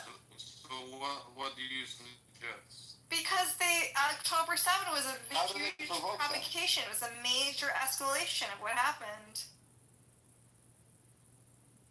But what happened, I think you said this before, that were to exchange hostages for Palestinian hostages. This is true. In October. Yes, but October 7 was a huge provocation. Let's be real here. Three times they offered it. Edward, you don't think October 7 was unjustified? All the hostages and come to an agreement. No, I'm not saying that. I have my own theories of what happened on October 7th. I don't, but we don't have to get into that. And these are only my theories and not fact. Okay. But what is fact is when October 7th did happen, Sinwar told the hostages, and the hostages repeated this, the ones that were released, that you're only going to be here for a few days. Yeah, I did read all that, and I did see the recent report in Israeli media that showed that Hamas had offered to release some, and the Israeli government wasn't receptive because they were so bent on revenge, right? There was a new TV. Yeah. So why would Hamas? So Hamas went in. They captured the soldiers. They went back. They captured. They went. And the area was nobody was securing the area for over 6 hours on the Israeli side. Hamas had already left the area and were now going, to the. Going to the military. What was Hamas's goal? Because I'm very confused about their goal. I had that one article I float around that everyone thinks is just hearsay, which is fine. Maybe it is. But then, what is their goal with invading Israel in this manner? The goal in this specific case was Hamas understands, Palestinians understand, that in Israeli society, a soldier that's captured is worth way more than a civilian that's captured. Way more. So Hamas was going after these small intel bases in Israel, which they did get to, and they captured the soldiers in them, along with the servers that housed intelligence about Gaza, and they took it all back to, including the soldiers, and these are all soldiers, back into Gaza. I disagree. I think Israel's been willing to pay a lot more for civilians. No, it's not the historical evidence. Then why did they make all these compromises to release civilians but not soldiers? Okay, if you look at the last ceasefire agreement, soldiers are worth more on paper than civilians. Yeah, but they only look vulnerable. They only let the kids out, and the old. Yeah, soldiers were more than kids. Buttercup, do you know how many Palestinians were released for Gilad Shalit? Yes. Is that the one soldier that had over 1,000? 1,024. Hold on. Same. That's usually 600 or so to one. So basically, 1,000 Palestinians' lives. Well, no, it's not even that. It's the fact that the civilians in the ceasefire agreement, and you could look at the last ceasefire agreement, Buttercup, and see the ratios. The ratios for civilians were lower than the ratios for soldiers, to exchange soldiers. But like because of political will, they're willing to let soldiers rot for a lot longer than civilians. And, well, no, if you could say that, but if you go back to other similar situations with Hamas when they captured a soldier, and when it is about Israel. It means Hamas is willing to release them for less. That means says more about Hamas than it does about Israel. Israel is willing to make more compromises for children and elderly and women than it is for the male soldiers. But it says more about Hamas that it's willing to release. What compromise? Because a compromise, I would buy that argument, okay? But you would have to show me that the compromises for women and children is different than the compromises for the. Who decides what the price is? It's Hamas ultimately, right? Like. It's a negotiation, but it's. But they're holding the cards. They're holding the hostages, and they get to say yes or no. Lebanon, Hezbollah did the same thing with soldiers. What I'm saying is Hamas, in their interest, would want to capture soldiers, not civilians. So the fact that they did have civilians and they didn't know where they were. Casual, like they just had babies among them, like there wasn't an accident. That's what I'm saying. So they captured soldiers. Accidentally capture fucking babies that scream all. So no, they captured soldiers. They went back into Gaza, and then they realized that they had civilians among them. They realized a fucking baby was among them. That's so garbage. I mean, the soldiers. Have you ever met a baby? Hamas. I mean, Buttercup. When they went in. Toddler, they're not subtle, okay? Got it. But were they with Hamas? That's the thing. But you're saying it was the civilians that accidentally captured fucking babies that scream their asses off all the time. So that whole area was empty. Have you met a toddler? It's not casual. Thank you. It wasn't casual. Hamas went in. They did what they had to do. Now, if Hamas was out there to kill and massacre people, they could have done. There were thousands of people, and they had complete control over the situation for hours. They could have done so, but didn't. They moved on to get those soldiers, and they went back. Now, when they got back, they did have civilians, not Hamas, the people that went to capture the soldiers, but the civilians did end up in Gaza. How they ended up there now? That is the question. It's a big question. Yes, the area was. Who accidentally didn't notice that a toddler was. It's not that they didn't notice; they were grabbed on. I don't think you're explaining it to her right. The people who took the soldier were Hamas. The ones who took the civilians were not part of Hamas. And they immediately handed them over to Hamas. So what did Hamas do? There were certain ones that they released immediately. Those two Americans. No, that's not true, Buttercup. They did not. There was multiple gangs, Buttercup, that did what they did. So which gangs took the babies? So look, there's PIJ, there's other Al-Qassam gangs. There's not gangs. No. Break it down. The there gangs several babies that are were taken. There was a dozen babies. I heard there was a data. There was about 3,000 or 4,000 actually jumped in, and there was different gangs. And do you know that some of them were civilians, by the way? Yes, civilians, and I think are also culpable. So maybe don't reinforce. Well, so there were gangs. So there are gangs in Gaza. It's not this like Hamas rules with an iron fist and there's nothing there. There's organized crime from the Sinai leading through Gaza into the Negev desert in Israel. Now, were there other parties there? The issue that I have here is that first, Hamas did not know where the civilians were. Why would they not know if they planned this whole operation? And if it was their well-trained, well-disciplined people that went in and did their job, and then all of a sudden, we have civilians. Where? Who has them? They're all over the place. They're with this clan. I think it's pretty clear that it didn't anticipate the rave that was in the middle of. No, that's true. They didn't. But Hamas did not stop. When they broke through, they were shooting at soldiers who ran into the rave, and into the Kibutzes, and were shooting from there and then shooting at them. But they ran through and went and did their mission, got the soldiers, and came back through. Now, keep in mind, over 6 hours, this whole area, not a single is IDF, no forces, no police, no nothing. So it's completely open. Who went in? All we could say is, at this point, because we don't know, we have to wait until the war is over.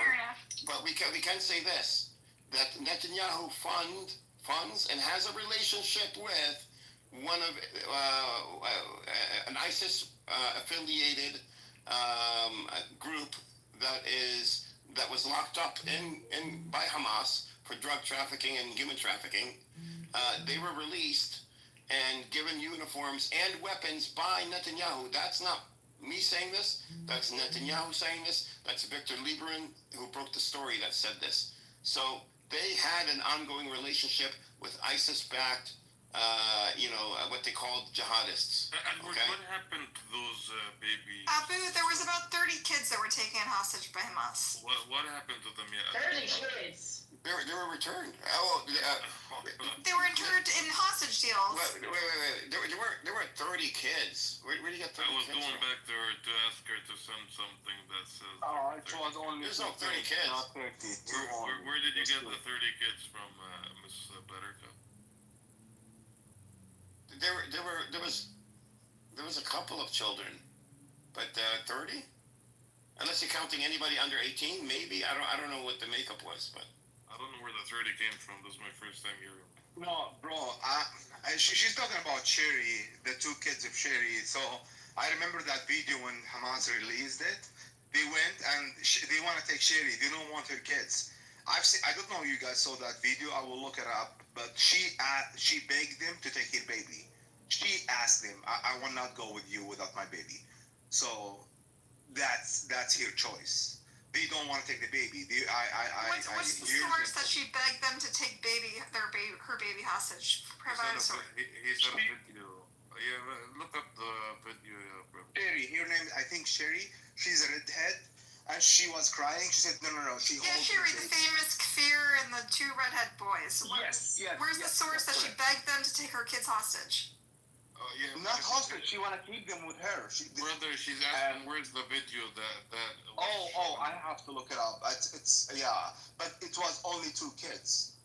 And if you know, there was a toddler that was released, the 4-year-old. There was a bunch of small children, 7-year-olds that were filmed by Hamas with hostage videos. There was a bunch of teenagers. What are you talking about? There was a kid that was held in. Where's your source that says? Can I ask a question?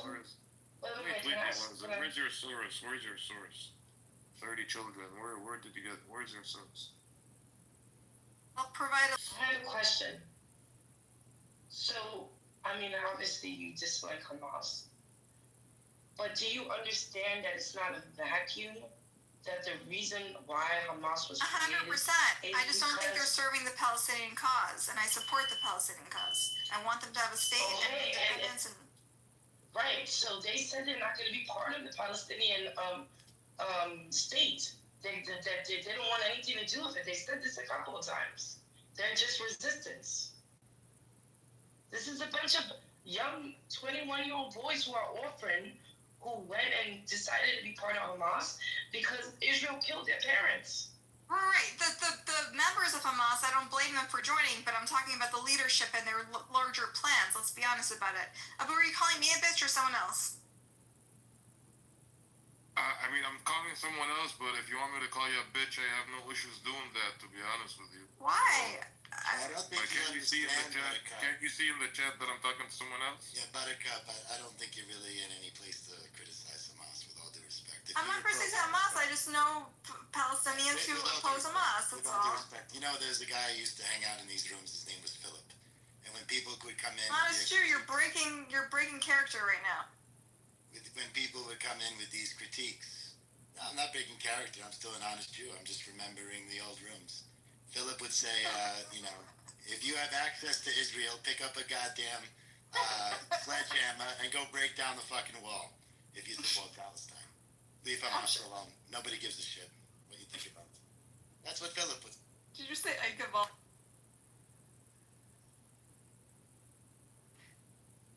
Yeah, what's the thing? If a person is starving and they fight to get food, you don't worry about their dining habits. You feed them. Worry about the dining habits later. And another interesting thing too is to critique what kind of hostages Hamas and the Palestinians took.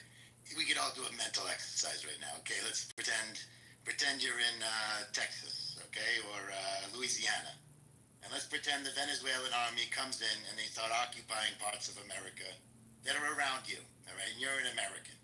All right, are you gonna? And then Venezuela puts kids and civilians on the front line of the occupation, and you're getting slaughtered, massacred, raped, starved, etc., as Palestinians have been doing for 100 years. Are you gonna differentiate between their civilians and soldiers? Are you gonna say fuck these people and do whatever you can to get them to go away? Okay, so now we're endorsing killing of civilians and If we're in America, listen. If we are in America, and then someone we comes should and not have an invades us, opinion about it. someone Okay. comes and invades us, and some occupying power puts their civilians on the front line. Okay, then let's at least be real about it. That we support taking of civilian hostages. No, we don't support it. But let me ask you this question: what's your definition of a hostage? So I agree that if they're military, if they're military members, that's one thing. But taking of children is very hard to justify.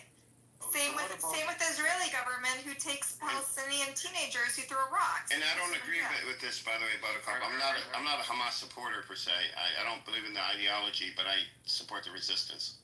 So I just wanted to make that clear. So I'm trying to understand that nuance. I think you're trying to express a nuance here, Edward, that I don't fully understand, because Hamas has brought ruin onto the Palestinian people. A lot of Palestinians I know see them as a blight on society. They want, a more pragmatic approach. Buttercup, so I'm curious that what could the be your nuance is. algorithm. That could be your algorithm that's So, I mean, it's not one or two or three videos. There's a lot of people and my close friends who I hang out with all the time.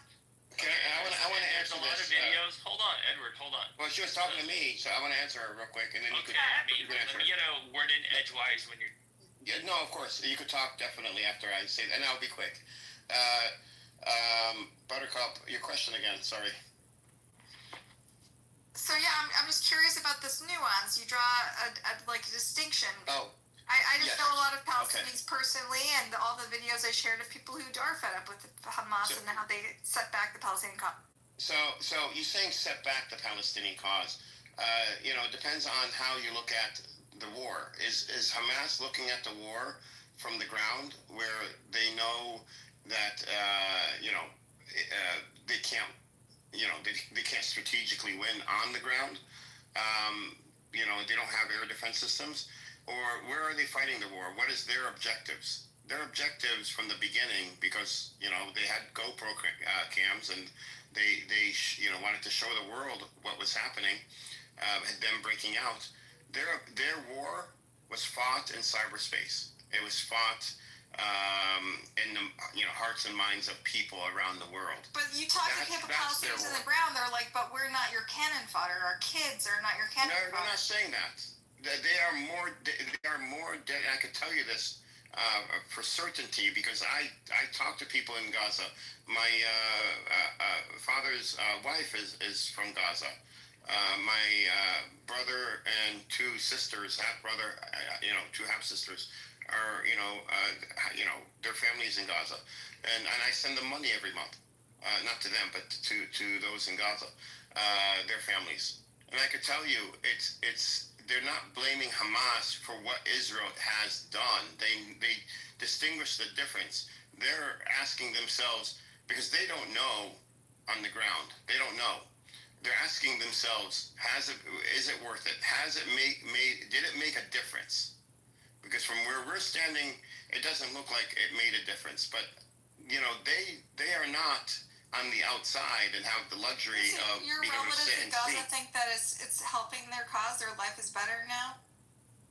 So you're looking at it as their life is better now. The life They wasn't like better living in before. tents and suffering from this genocidal maniac government? Their life was not good before this, and they understood. But and there's no comparison. Living in hold houses on. versus living in Hold on. tents. And There is a comparison. There is a difference here. You're coming at us from the position of saying, I haven't seen well, any Gazans say, no, "Oh, no. I think Hamas was right." So you're coming at this from the position. Can you provide one video of a Hamas we don't saying think- like, saying a Gazan saying, "Oh, Hamas was looking out for us"? So Palestinians Why are not would they coming let them in the from this. tunnels? Why do they keep them above so their kids die? Because Why are they doing that? you can't. Why not? You would suffocate. They're not built that way.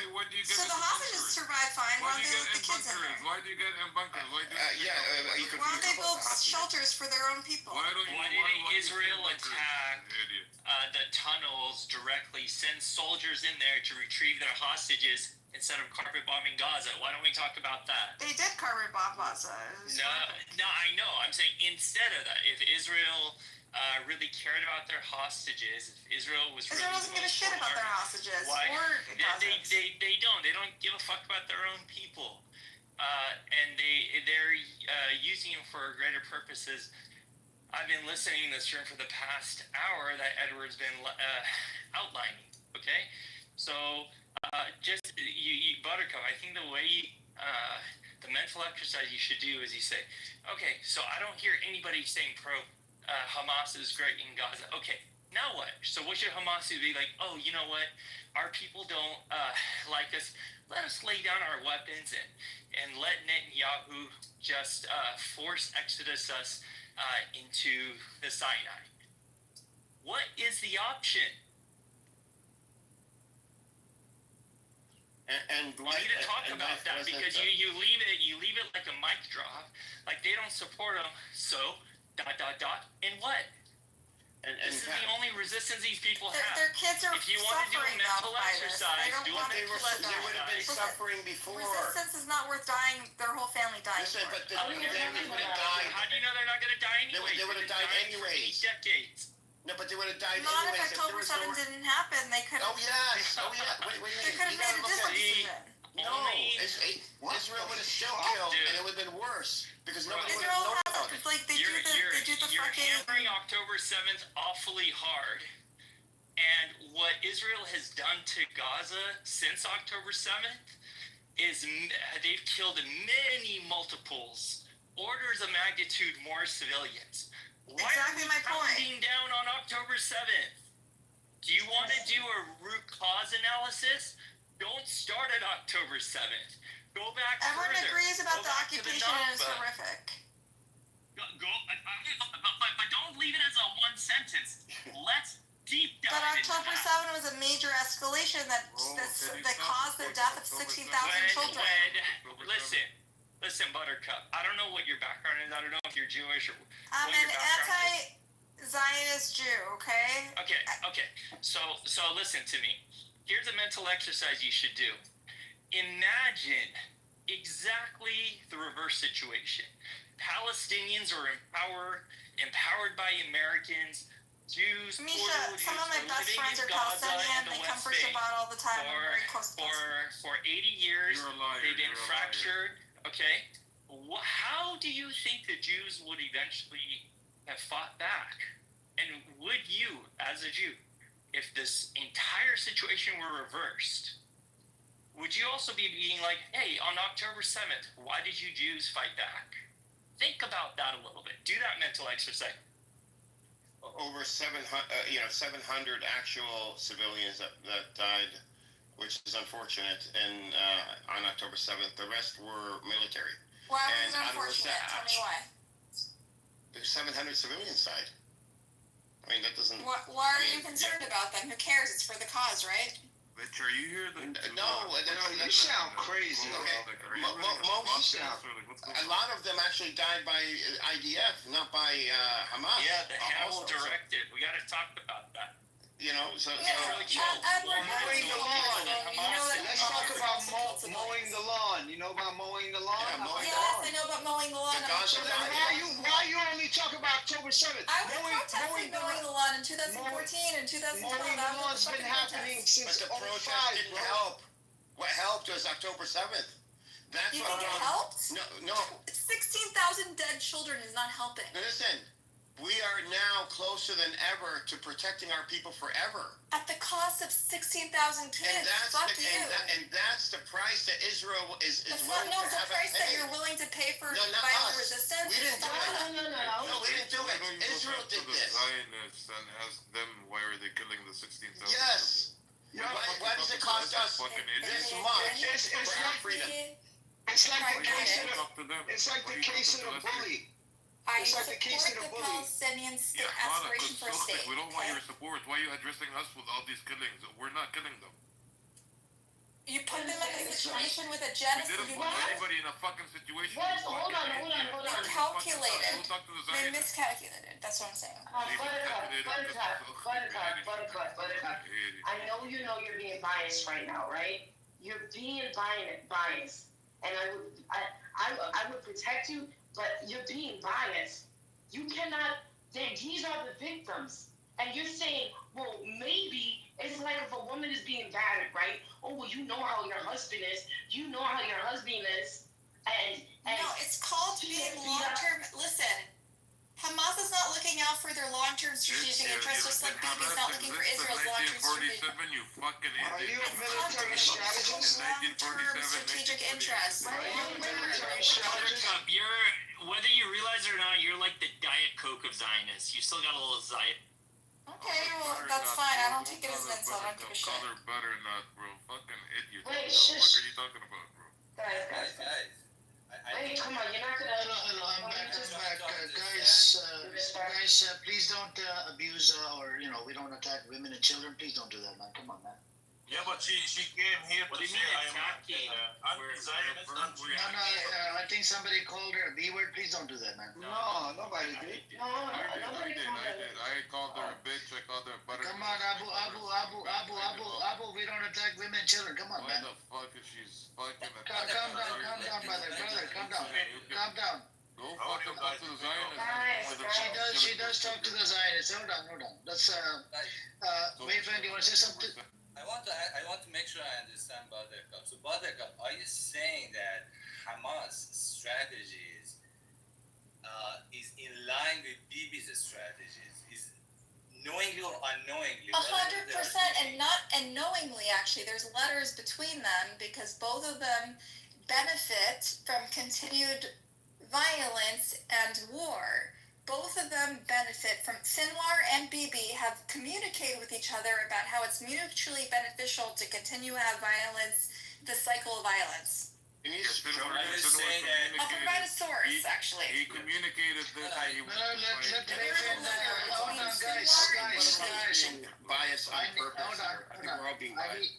I need new voices. I gave the mic to Wayfriend. Please don't come off the mic.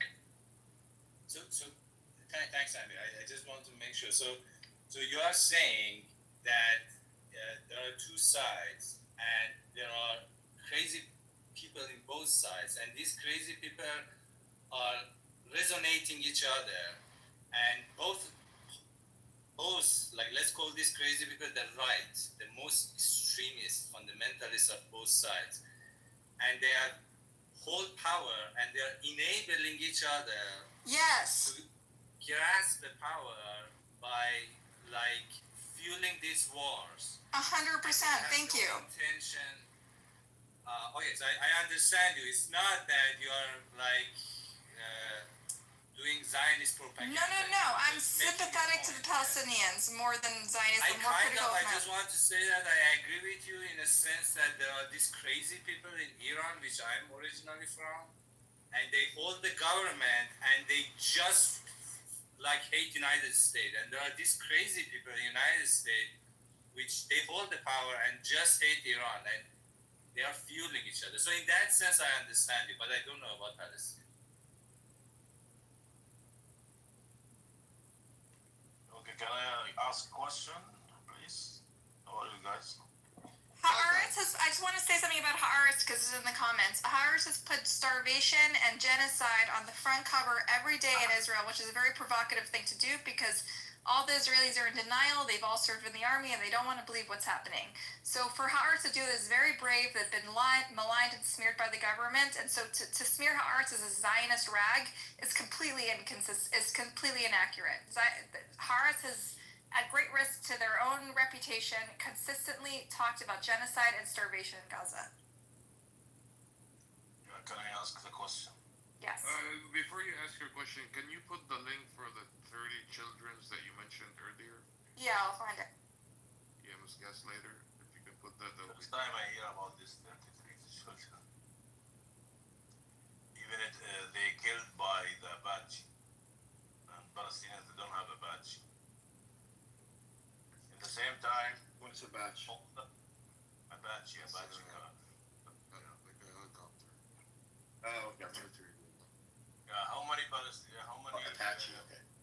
Apache? Yeah. How many prisoners or whatever Israeli prisoners in Hamas? How many they killed children, as you say? While Israelis they are killing children every day. How many Israeli children or prisoners with Hamas killed by Hamas? None. Right? Even they are feed them food more than Gazans. This is the difference between the behavior of the IDF and the behavior of what you call them terrorist Hamas. Right? Well, we could see the videos of the Palestinians that were released from the last exchange and how emaciated and how I think one of them lost a limb and the abuses they suffered. And you contrast that with the releases of the hostages from Hamas and how they were well fed. They looked like they were well taken care of. So can we posit then the mentality of both sides would be would show up in the way they treat their prisoners of war or hostages. And if one side is treating them badly, then you could I think argue that side is has a system that is systemic in treating those treating other people without treating them inhumanely. So this is the Islam, what they said for them to treat the prisoners. This is Islamic Sharia. But those Israelis, they don't have even Sharia, they don't have decent anything. They think that this is... I would love to debate Buttercup one day in a room. Buttercup, if he's still here. Yeah, Edward, who said that? Edward? Yes. Edward, I really enjoy talking to you. I think you're really intellectually honest, and I think you're really smart, and I learn things from you all the time. I would love to talk to you sometime. Thank you, and I think you're also smart, and I also think I'm amazing too. So we both are on the same page. So thank you so much. And Wednesday thinks I'm amazing too. Oh my God, I got these bands. I love this. You're so modest. You're so modest. The chat shows 36 kids that were kidnapped. You see that? Butterfly. I posted a link in the chat with 36 kids. Yeah, Edward is taken. Alexa is already claimed Edward. So Yeah, there the 3 kids kidnapped and returned back, feeded good, and returned back, right? After a month, though, you still took kids hostage for a month. It's fucked up. That's tough, right? Babies? While they are killing every day our children. 100%. I think it's overshadowed by Israel's war crimes, and I've criticized it every day. And I get harassed by the pro-Israelis every fucking day over it. But that doesn't change the fact that Hamas did kidnap, and those other groups did kidnap 30 kids. Let's be honest, 36 kids. Yeah, they returned them back, right? Eventually, but you still traumatize a bunch of kids. That doesn't change the fact that killing 60,000 kids is worse. No fucking shit. But that doesn't change the fact that 36 kids were kidnapped. Let's be honest. We can acknowledge 2 truths are true at once. Yeah, but one is about 100 times worse than the other. That's the difference. Yeah, so pale in comparison. And let's not 100%. And I'm more worried about Israel. Let's not even forget the football numbers that the little kids get when they get in prison in these Israeli jails. 100%. 100%. I agree, but that doesn't change the fact. Let's be honest. You said only 2 kids were kidnapped and 36 were. Let's be honest about that. It's okay. We don't have to be We don't have to like why are we lie about the pounding number of this kids in order to acknowledge the horrific actions of the Israeli government. The Israeli government is criminal. They've committed a genocide. I've said that 100 times. That doesn't change the fact that 36 kids were kidnapped. Buttercup, I'm curious, why are you so, why are you pounding this point in so hard? Because, well, they just asked me to send a link and they denied. They said only two kids were kidnapped. But before, like, none of us brought this up. Yeah, they did. They literally asked me to provide a link. They said it didn't happen. Not bring up the link. Just the fact that Israeli children were kidnapped. Why are you bringing this up over Because and over? you asked me to provide a link, and so I did. That's why. No, I don't understand. No one in this room said 36 children were. No, everyone in this room said 2 kids were kidnapped. Can you please provide us a link? You said they were kidnapped, and It's literally in the comments. Read the comments, Taco. I'm not. Okay.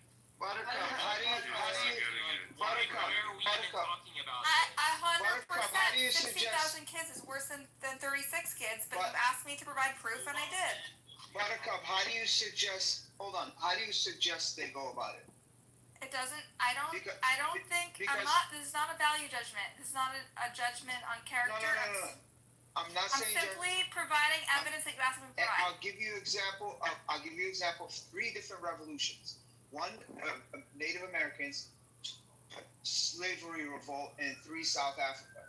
In order for those 3 things to make noise or have any kind of effect, I mean, we already know what happened to the Native Americans, but that's another argument. You asked me to provide proof that they kidnapped kids. Let me finish. For those revolutions to happen or those revolts to happen, there has to be a fight fire with fire mentality. There has to be a match of ferociousness. It can't just be like, oh, we're kumbaya, we're gonna sit behind and hope for this peace and justice to happen to us. No, you have to fight. It's bloody. I understand the position. All 3 of those revolutions were bloody as fuck. I understand. I've heard that position before. That doesn't change the fact. I wasn't arguing whether or not it was right or wrong. I was simply stating a fact. They asked me. They said that only 2 kids were kidnapped, and I said 36 were, and they asked for proof, and I provided it. I'm not saying whether it was right or wrong. There's no value judgment here. No moral judgment here. Well, Simply providing the evidence that you asked me to provide. Now, but before that, you were being immoral. You kept like, I remember you cutting I went off.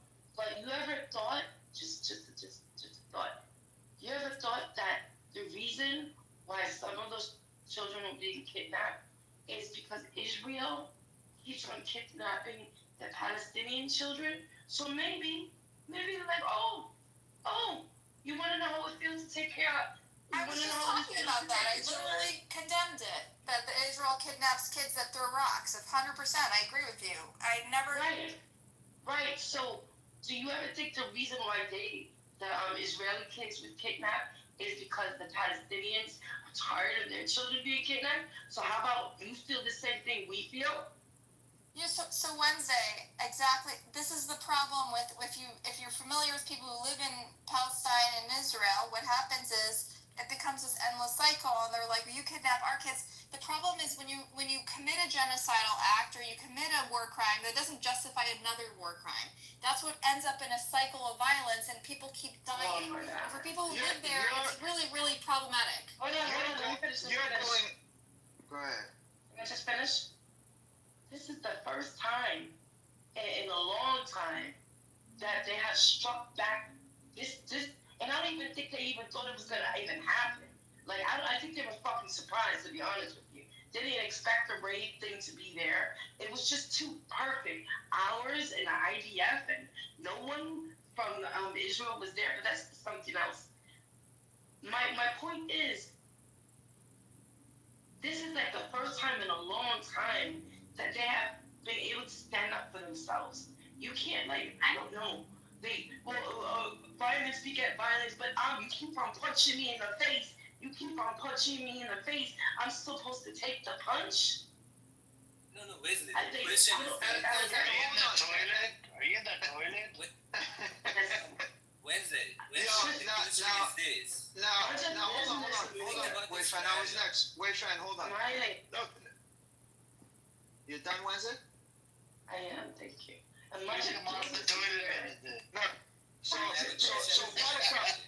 Buttercup, Nat Turner had to do what he had to do in the slave revolt. He was looked at as a terrorist back then. Now he's looked at as a hero.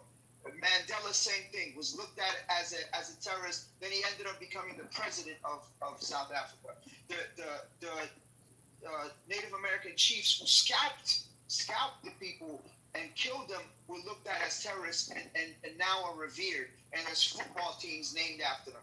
You understand what I'm saying? So they had to do what they had to do, and you can't just lean on the 36 children, 40 children, 50 children, 60 children. Well, it doesn't change it from being a crime against humanity. You cannot take children hostage. It's a net. Oh God.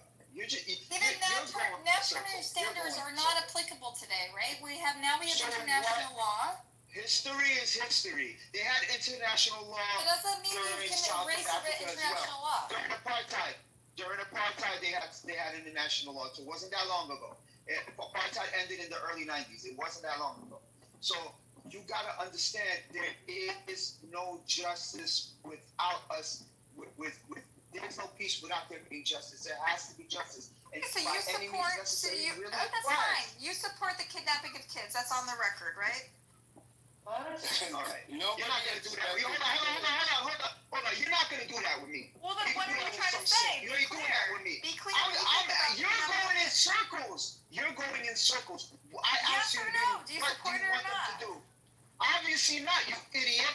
I'm asking you. You seem to be endorsing it. You're seeming to ignore everything that happened. You're seeming to ignore everything that happened before Either you October endorse 7th. it or you don't. You seem to ignore everything that happened before October 7th. You're just like Taco said, just hammering home the things that happened during and after October 7th, seemingly forgetting everything that happened before.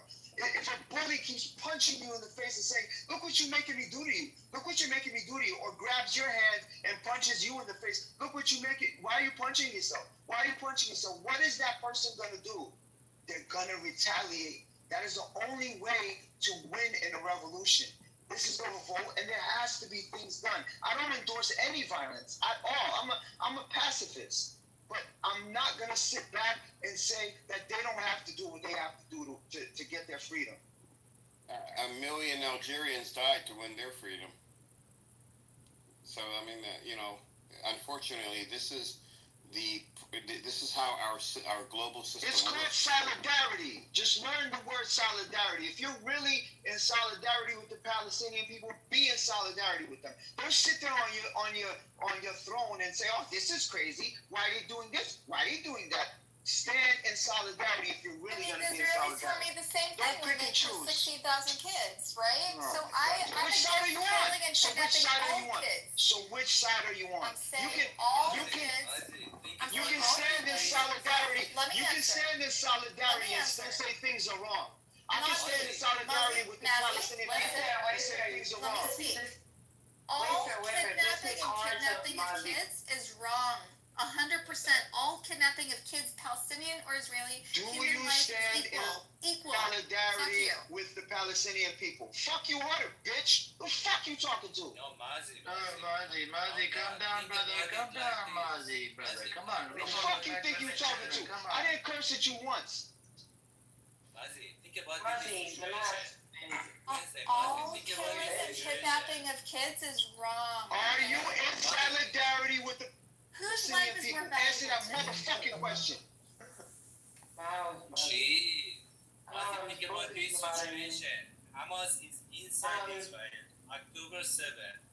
Inside Israel, humiliated everything they hold for their security. But not taking children, not taking women, just taking some soldiers back as hostage. Like, would it be They would have had the moral high ground. They would have had a better argument. Think about this situation. Don't like the point that she's raising. Think about it this way before getting it. If they want the moral high ground, just don't kidnap kids. You're retarded, bro. Mazi, you guys realize that this person could be a fucking Zionist just here to gaslight, troll everybody, and leave. You can't trust these Bro, motherfuckers. and plus, You cannot trust them. and plus, bro, and plus, Abu, we can. She still hasn't said that she's in solidarity. I asked her 3 times. Amir, But am I you a can, Zionist? you can I'm be, Colin. you can be. I don't Amir, give a you fuck what awake? Amir says. I'm talking to you. I don't care. Amir is not your lawyer. I'm talking to you, and I'm talking about you, Abu. Then I don't think you're a lawyer, but it's his opinion. You know, Mazi's opinion has a different opinion. We can, you can, Abu, we can stand in solidarity with the Palestinian people and still say, oh, Hamas maybe did this wrong, did this right in our opinion, did this incorrectly. But still, if you stand in solidarity, say it. Why can't you say it? I've only said it, Mazzy. I've said million times I support Palestine. October 7th, Mazzy, have you not been paying attention? October 7th, Ask one question for. Mazzy, I've literally been fighting Zionists for the last month. We need to all calm down. We need to all calm down. Killed by that in 7 October, Israeli children and families. You know how many they've been killed by this helicopter Apache. Do you know that or not? I've read about it, and I think it's a bit exaggerated by the pro-Palestine. Of course you do. Of course.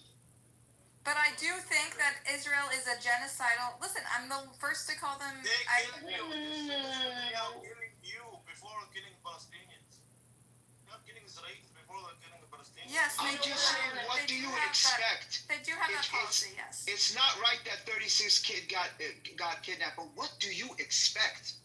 What do you expect that everybody's getting terrorized? Okay, this is a Hold on. nuance and a thin line we disagree on. So can we just can I just say something about this to both Mazi and Buttercup? So when it comes to the ICJ,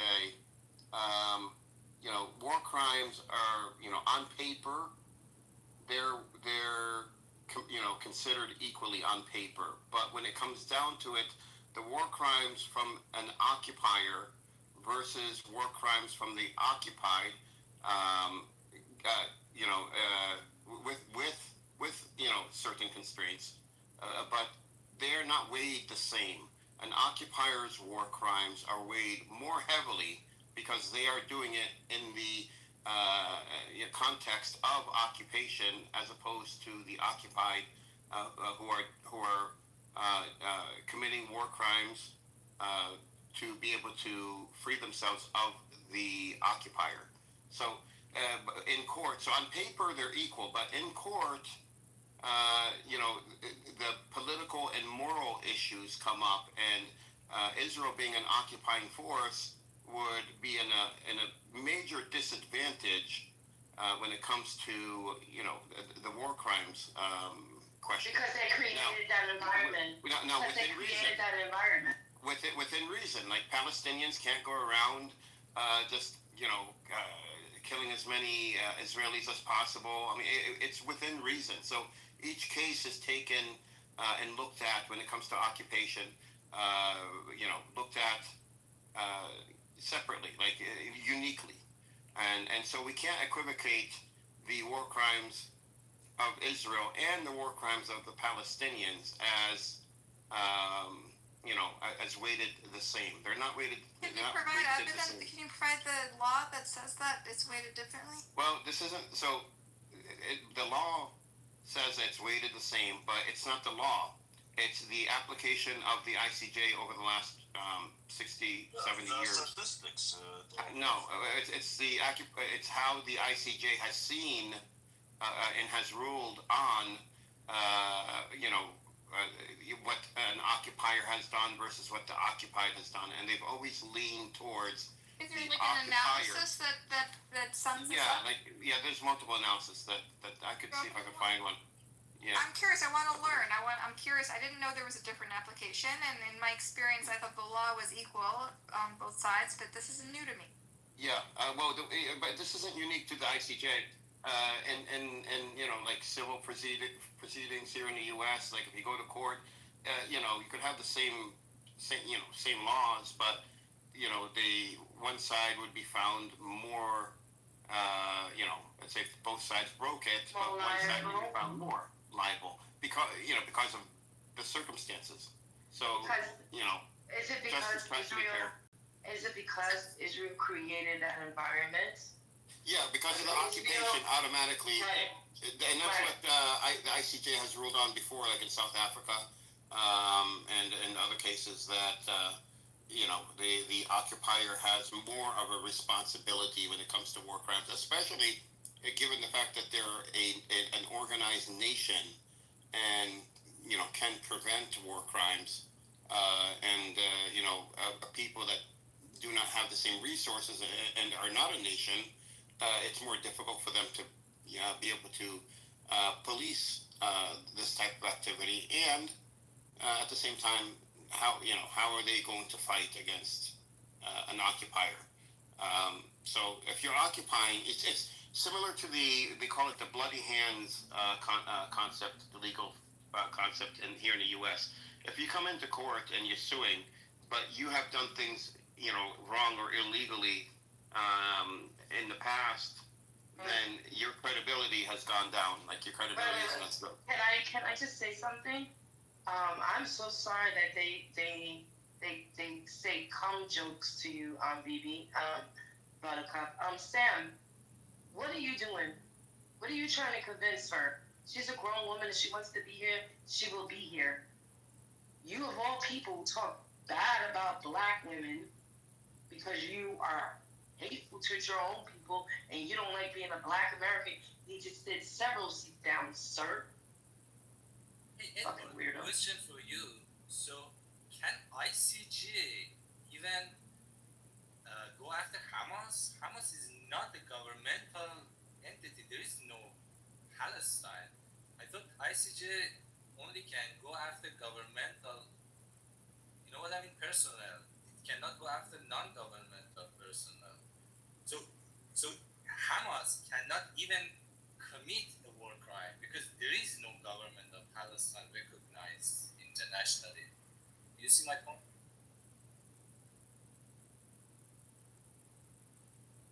Yeah, you're right. Yeah, they can only go after states. They can't go after Hamas. So I want to ask Buttercup, do you think after all what happened, Palestinians have the right to defend themselves and exist? Do you think that or not?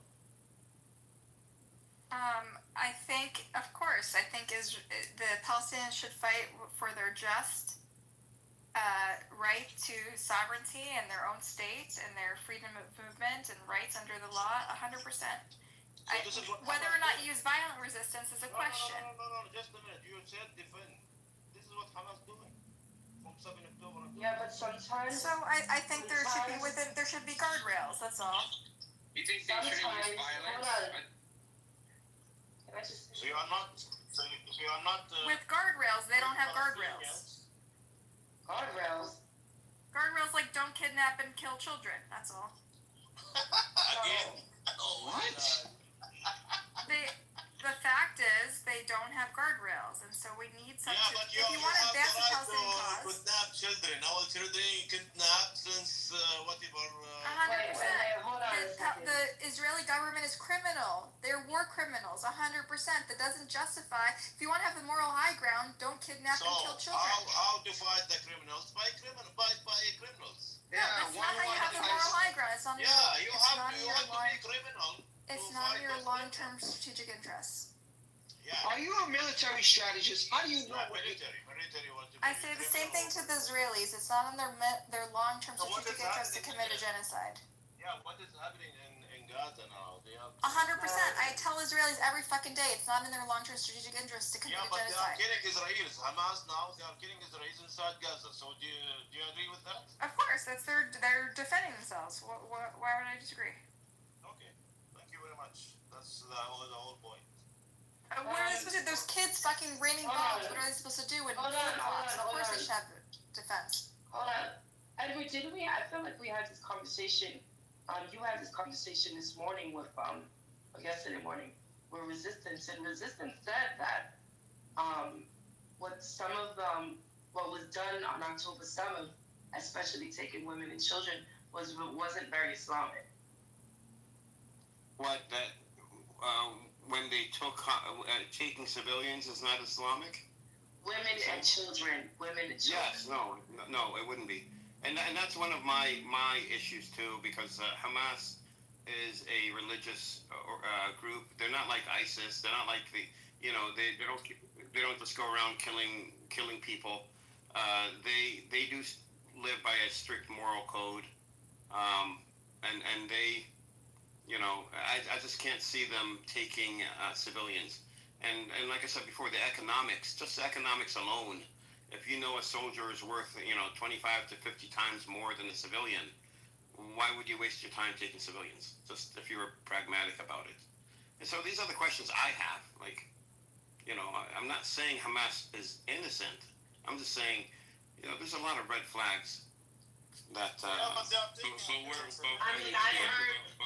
But 1 second, where in Islam does it say that you can't take women and children as captives in a war under strict rules and conditions? No, you can actually. You can't. You can't take civilians. Yes, you can. Yes, you can. Yes, you can take them, but there are Brings a dalil, yeah, brother. You can, and there are strict rules behind it, so you can't harm them. This is a very strict rule that when you take them, you cannot harm them, but you can use them. But they need to be released. You can ransom them, and they can be used for to exchange. Yeah, even if you take soldiers, you are not. Where did you come up with Islam says that you can't do that? No, you can't. It's a war, right? Isn't it a war? Well, I might be wrong. Isn't it a war? Well, You can do it in a war, but again, you cannot harm those non-combatants. Yeah, and they did. They haven't harmed. Yeah, not harming. You cannot harm non-combatants. That's definitely in Islam. Yes, it's a very strict rule. It's not a basic rule. 21st century, no, Abu, the 21st century morality laws that most majority of people now accept. Religion doesn't change, brother. Like it doesn't matter what century. I mean, like there are a lot of Islamic laws which are immoral right now, like for example, multiple wife or slavery and khanis. So we have to be a little more realistic, I believe. Yeah, sure, but I'm not okay. You can be a little bit more realistic, but you can't come up and say that in Islam. Yeah, you can't change the rules, Abu. That's what you're saying. Yeah, you can change it. Yeah. But they exchanged the prisoners. All they came back safe and even feeded better than classes. So no, I mean like think about that this Bibi is doing this genocide based on some biblical Malak, whatever it is. That's why like Amalek. Israel is Amalek is the most hated nation in the world right now. So, but it is based on their religion. Technically speaking. Who's Amalek? Sorry. Oh, you don't know who's Amalek? That's why Palestinians are dying with so easily. Amalek were a tribe based on biblical texts that Can somebody explain it in Arabic? Amalek, what is this Amalek? No, it was a tribe that in the Old Testament, I think, where they were told to kill this tribe, men, women, children, animals, everybody, from head to toe, top to bottom. And then Netanyahu held up this scripture and said in a speech that we have to treat the Palestinians like Amalek, kill them all, men, women, children, everybody. Yeah, but this fucking Netanyahu is not even religious at all. He's playing to the base. He's playing to the right-wing base. He was historically a moderate. Not a moderate, obviously. He's like a fucking war criminal. But he wasn't like the far-right messianic lunatics who want to like occupy and like settle Gaza. He was just kind of a pragmatist, and then he just aligned himself with this base. And so when he talks about Amalek, he's speaking to this religious Zionist base, which is like really extreme. Yeah, vote for me. Look at the definition. Exactly. And look at what's happening in Palestine. It's just like This is just I'm providing you with some of the like the political backstory. So, Abu Abaida, I wanted to correct something you said. So, when it comes to hostages, no, it's absolutely forbidden. I think what you're referring to here is after a battle, if there are women and children and elderly that are left and they're taken, then you can either set them free or ransom them. What's the difference? What's the difference, Edward? That's the same thing. The difference is the difference is you cannot go to take. How do you know they went to take? Maybe they went to get to. I'm talking about the Quran. I'm not talking about what happened on the ground. You can't have the intentions to target, to specifically target civilians. Target or take them. You can't. Yeah, specifically target them. Yes. Yeah, you fighting the soldiers. There's some people left over. You take them. Maybe in prison. Prisoners of war. I don't know. After the fact. Yes. You cannot harm them. You cannot kill them. You cannot mistreat them. Any of that stuff. So I want to ask you also, Buttercup, about another question. What do you think about the Zionism going on in America, controlling the whole fucking politicals? Do you like it? You mean the narrative, like calling everything anti-Semitism? You mean, is that what you're talking about? No. The whole United States, belong to those AIPAC or whatever. Okay, so AIPAC is a lobbying organization which is funded by wealthy interests, including many like Jewish organizations, and they do advocate for Israel's interests above maybe it does have immense influence over politics, and I think it's evil. I think AIPAC is evil. Is that what you're asking me?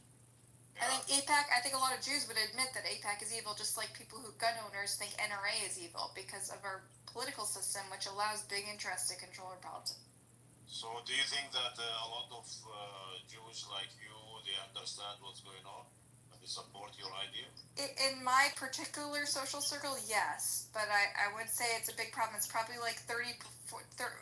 If 40% of Jews are critical of AIPAC and critical of Israel and frustrated with this dialogue, and then probably 60% still blindly, reflexively support Israel no matter what it does. And so, but you're seeing a turning point, like you see in New York City. We elected a pro-Palestinian mayor, right? That shows New York City is the most Jewish city in America. And historically, right-wing Jews have had immense influence in New York City. Well, no, he didn't win So yet. he has the nomination. He's effectively won. But the fact that he was able to convince these right-wing, pro-Israel, reflexively pro-Israel organizations that like his politics is worth overcoming whatever worries they had about his political views shows that there's a shift in the way Jews are thinking about this thing. So I do think American Jews are shifting. I wish it was more, because in my own family I get very frustrated with sort of the denial about serious war crimes that are happening there. But I think overall I'm seeing a shift. Yeah. But do you feel that you are safe after all this shit happened? Safe in what way? From Jews, or from the people, normal people? Normal people? That you are the same like the 60% with the AIPAC. Do you think that a lot of people, they don't know that there is 40% against what is happening?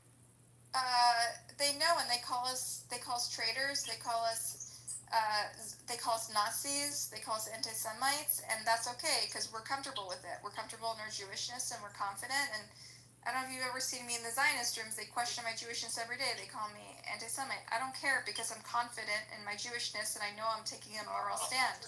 But I commend you because it does take courage to stand up against people in your own community, even when you're on the right side. So I do commend you for speaking up, speaking out.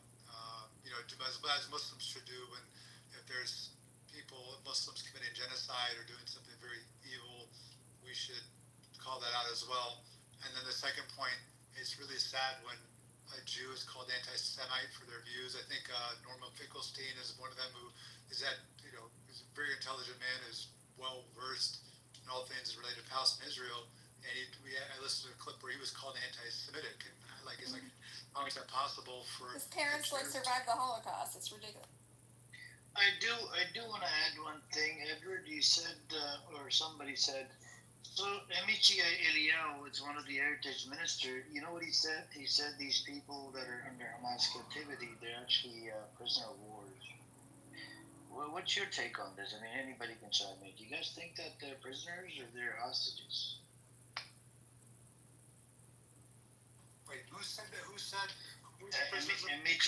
Eliyahu, it's a heritage minister. He said Amici Eliyahu, Yeah. I don't know how you say his name, but he's Amichai Eliyahu. He's the one. He's a genocidal psychopath. He said it. He said whoever's under Hamas captivity, they're actually prisoners. What's the context? I don't know what you're talking about. Because if he's a right-wing minister, why would he say that? Yeah, he said it. There was a post in Times of Israel. Let me put the link.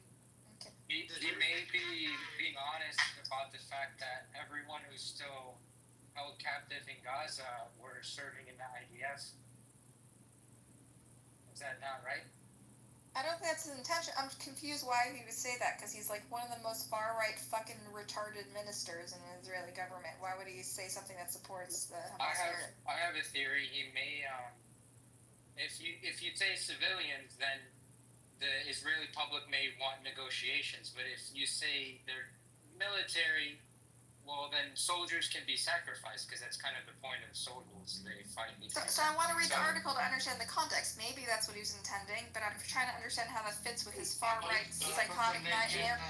He might be saying, like, there's no need to negotiate more for hostages, because they're not really hostages there. Yeah, I'll read it out to the room. I post a link in the chat. It says, Minister says hostages should be labeled prisoners. Their release are delayed until war ends. MHA Eliyahu, prisoners of war are only dealt with after victory first. Hamas should be defeated. Yared Golan, the government decided long ago to sacrifice the hostages. Exactly. So he's saying, don't worry about returning the hostages. Those are soldiers. They're going to be sacrificed. You're right. This is we consistent. Need to kill everyone. This is consistent with the far right, which has placed defeating Hamas over the hostages, and they've come full circle. They've come from like, oh, what about our hostages, to let's fuck the hostages. Like, we don't care. We mostly care about killing Hamas, and that's been a very divisive topic in Israeli society. So, can we say that these are prisoners, not hostages anymore? Yeah. Because they're soldiers? No. I mean, I don't know. I don't have a judgment call. I'm talking about from the Israeli side. What was the question? Zionist narrative. So the Zionist narrative is, right, I put the link in the chat. According to this heritage minister and his psychopath followers, they believe that these people are prisoners. They're not hostages. Yeah, but we're going on a fucking genocidal fucking psycho we're judging based on his opinion? So Buttercup, you fight the Zionists with the Zionist state? I do fight the Zionists, but why are you using this guy? It's because you would use this Zionist talking point. No, I wouldn't say that. I only use credible sources, like credible. This is credible. He's a heritage minister. He's not a pragmat. He's not a pragmatist. He's a fucking psycho that He's a government official. Yes or no? Yeah, but mainstream Israelis don't seem as mainstream. I understand, but government He's official. not useful to me. That's all. I'm saying I appreciate what you're saying, but I don't think he's useful for the argument, because even Israelis acknowledge that he's a fucking psychotic genocidal maniac. Yeah, they're all genocidal maniacs. You think Ben Gavir's not genocidal? 100%. I don't use him as a source either. I use people that are pragmatists and centrists and. Moshe Yaalon, they look at him as pro-Hamas. He's the one that said ethnic cleansing, and they but look he at wasn't. him as Because he was a defense minister for many years. He's much military experience. He's a pragmatist, right? He thinks about Israel's long-term national security. He doesn't only think about bailing out Hamas. They see him as like a legitimate authority on military. Amichai is like a clown that was just put in there like a lackey for Netanyahu to keep him in power. No one takes him seriously. That's the difference. I only cite people who they take seriously, like Moshe Yaalon or Gallant, who said that the war should have ended a year ago, right? These are reputable, grizzled crimes as well, right? He is. He's a war criminal. He's a monster. But I agree with him that the war should have ended a long time ago, right? We can agree on one thing and disagree on others. Yeah, but they don't respect him. If you go into the Zionist room, they don't respect Moshe Yaalon. They don't respect Amichai either. They say, oh, he doesn't represent us. That's what they say about him. No, they respect Ben Gavir, all of these psychopaths that are in there. Like, Ben Gavir? I've talked to them about it, and they excuse them, but they don't respect them. They say, well, he's not really a Kahanist. They'll say shit like that. The point of Ben mentioned this is that the difference between what Misha is asking, the difference between hostages and prisoners of war. And generally, hostages are people who are presumed. Yeah, the broader theme, I agree. I agree that the Palestinians taken are also hostages.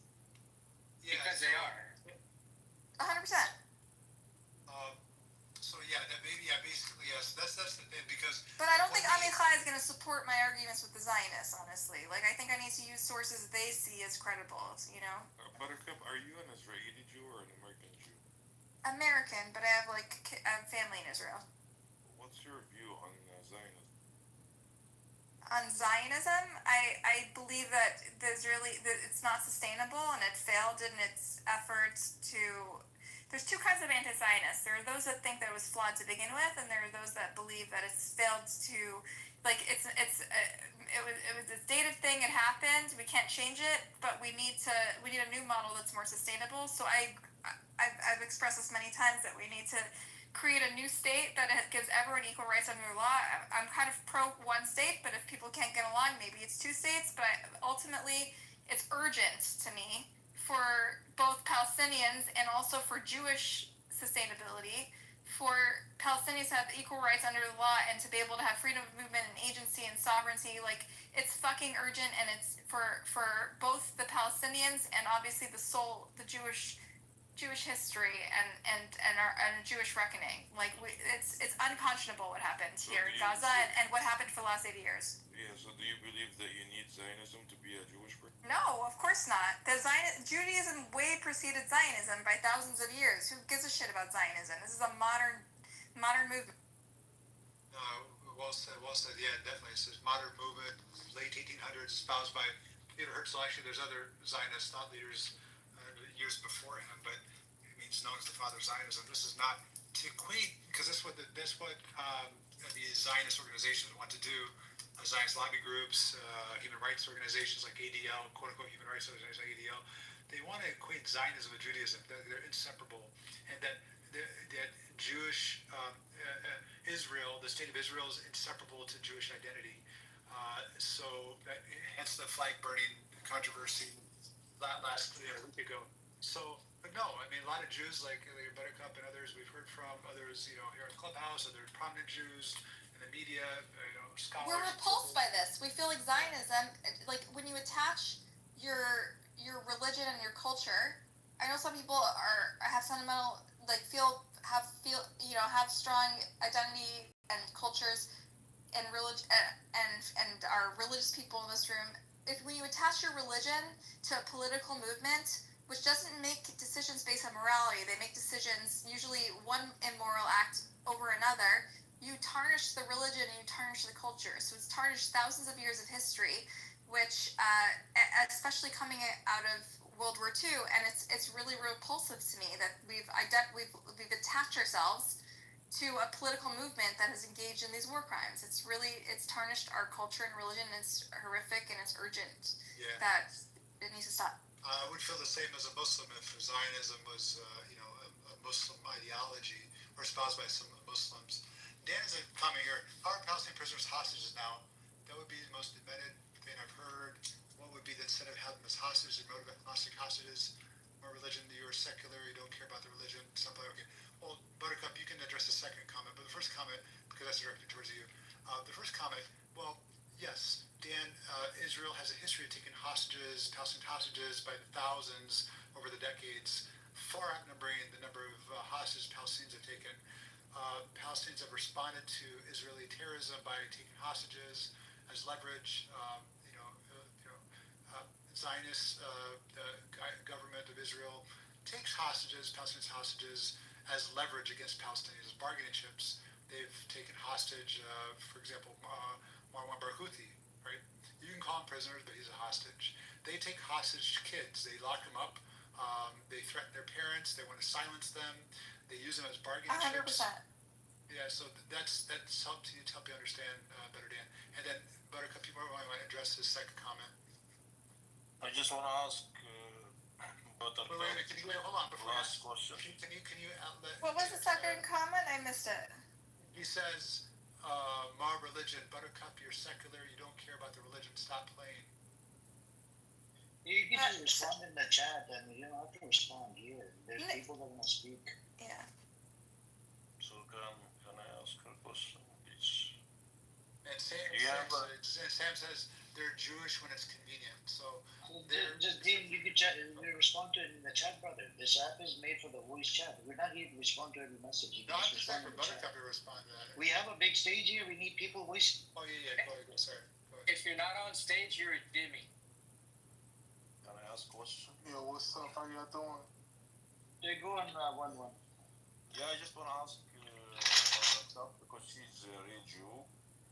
Do you have like a grandma, grandpa around you somewhere? A grandparent? Yeah, no, old people from Jew. Sure. Yeah, because I wanna know. Have you heard about something called 80 years curse on Jewish people? I don't know. I've heard this theory. I just don't like. It seems like superstition to me. I haven't heard it from Jewish people. I've heard it from Arab people that are friends of mine. Only from Arab, right? Yeah. But can you ask? Jewish people don't talk about this. Even your old people? No, they don't talk about the 80-year curse. We're invincible. I mean, I'm just being honest. Like, I don't really believe in superstitions like that, and also it's not part of the Jewish tradition. But I have heard it from my friends who are Palestinian, who said, "Oh, did you hear about this?" Like, they'd ask me this a lot. Yeah, but. And I never heard of it. I've never heard of it in my life, honestly. But your old people, they don't. No. And actually, I wanted to. This actually, what's his name? I think Dean asked me, or someone asked me what Sam was saying about whether I'm like a real Jew.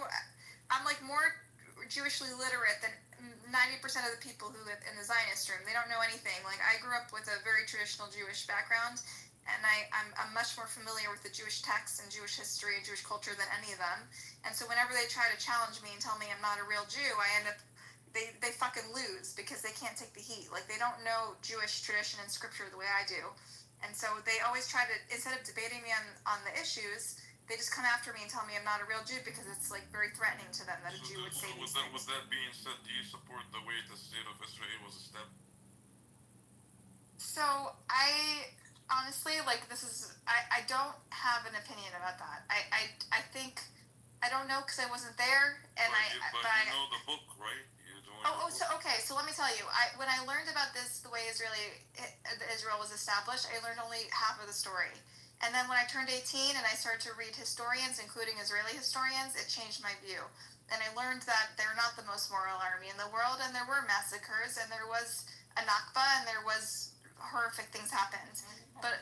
But I guess generally, I would say I'm forward-looking. Like, we can't change the past. Horrific things happen. There's an original sin, right?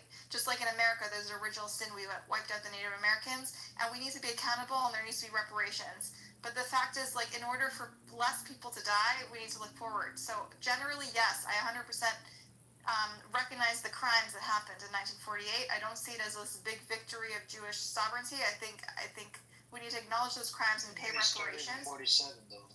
It started before that with our militias, actually. Oh yeah, the. Let me just make a point here. I'm an honest Jew. I want to make. Can I make a quick point? I want to point out my fellow Jews' behavior. You were asked if you support the way Israel was established, and you went on this long go around. I'd recommend the documentary Tantura to you. Okay, it talks about our Jewish heroes that massacred and raped underage Palestinian girls to the point of death. And they laugh about it. I really respect the art of Dallas Jew. Let me finish. I respect they laugh about it. So you were asked if you support the way Israel was founded. We can give you all these sources. It's a simple yes or no. We don't need a roundabout. You could say no, you don't support the way it's founded. Great, no problem. You could say yes, but it doesn't have to be a long-winded answer. I support the way it was founded because I believe in Jewish supremacy. Right? I don't really care about Palestinians. But listen, man, I answer this question because according to the book and the teachings of the book, it's completely illegal to establish the state the way it was established, right? And she said that she knows the book and she's the most literate person on this app. Which book are you talking about? Torah or like which book are you talking about? Whatever book, you can choose one of the 5 and tell me if it aligns with any of the teachings of the books. You can pick and choose. I give you that option. No, I think Talmud, he asked, I think it's okay for them in Talmud. No, that's what I get to know. It's not okay. Are you sure? until the Messiah comes? Yeah. Evangelical. So where's the Messiah? He's coming after 3 years. The evangelicals are speeding that process up. So tell me which book you're talking about so I can talk about it. I just don't. There's like you mentioned 5 books of the Torah, and then there's No, I didn't mention 5 books. I said you pick and choose according to your religion, your teachings. Do you support the way the state of Israel was established? I don't know that it mentions that in the Torah. Like, I don't think it mentions a future state of Israel. I think historically, if you look at Jewish history, which I learned in depth in my childhood education, when the last time they started a state, it was a huge travesty for the Jews. It ended up in their destruction. There was Bar Kokhba started a state, and they actually had the old shekel, and it ended up in the worst catastrophe in Jewish history. Let me So try I think to make it easier for you. What does any of your books say about establishing a state? so. The only other time Israel established a state, like 3,000 years ago, it ended up being a catastrophe for the Jews. So I'm not asking you that. there's no directive that says you have to establish a state. No, in the So Torah. what does the book say about establish? So the book doesn't mention anything about establishing a state for the Jews. No, and the last time they did it, it was a horrific outcome. So it doesn't say that you have to wait for the Messiah until you establish a state. So some religious Jews feel that there are I'm not religious talking about anti-Zionists. religious Jews. I'm talking about the book itself. The book says, they call it they don't talk anything about a state, but they talk about the Beit HaMikdash and these religious institutions, but doesn't say anything about like a formal government. So it's not. I don't think it's mutually exclusive that Palestinians can live in the land and have equal rights under the law, and also the religious goal of having like sort of whatever the ultimate messianic. Listen, the Messiah is something that all Abrahamic religions believe in, but like let's be real, it hasn't happened around anything, and let's be honest about that. But I understand that in Scripture, there's talk about it all the time, but like they all conflict with each other. They all involve something like great war. Like let's be realistic and pragmatic here. Let's not talk about great. Thank you. You answered. Thank you. But the other thing you said, the 80-year curse, if you Google it, if the Israelis or the Jewish folks talk about it, they do talk about it. I'm telling you, I'm like very knowledgeable about all different sects of Judaism and what they talk about. They don't talk about the 80-year curse. I've only heard it from Palestinian close friends who come for Shabbat all the time to my parents' house. I'm talking about hold on. If you Google it right now, right, you'll be able to. Google's not reality. I'm telling you something as someone who's familiar with every sect of Judaism. No one talks about this. So are you aware of Lev Tahor? Lev Tahor is like a cult that's been banned from Israel. They're not even considered part of Judaism. So they're not. But it started from Israel, though. Yeah, but they were banned and they were kicked out, right? They're like a crazy. Were all of them cult. kicked out, or some of them? I just know that it's illegal in Israel, that cults, and they moved to Guatemala to try to find. They're just like a weird cult. They don't represent Judaism any more than any other cult. I don't know how that's real. Because they claim that they're Jewish. We flushed them out of our society. They are Jewish. They're a cult within Judaism. We canceled them. But they don't represent the mainstream at all, or even like even the fringe. We canceled them. I mean, we took care of them. Thank you, honest Jew. There is nothing kosher about the.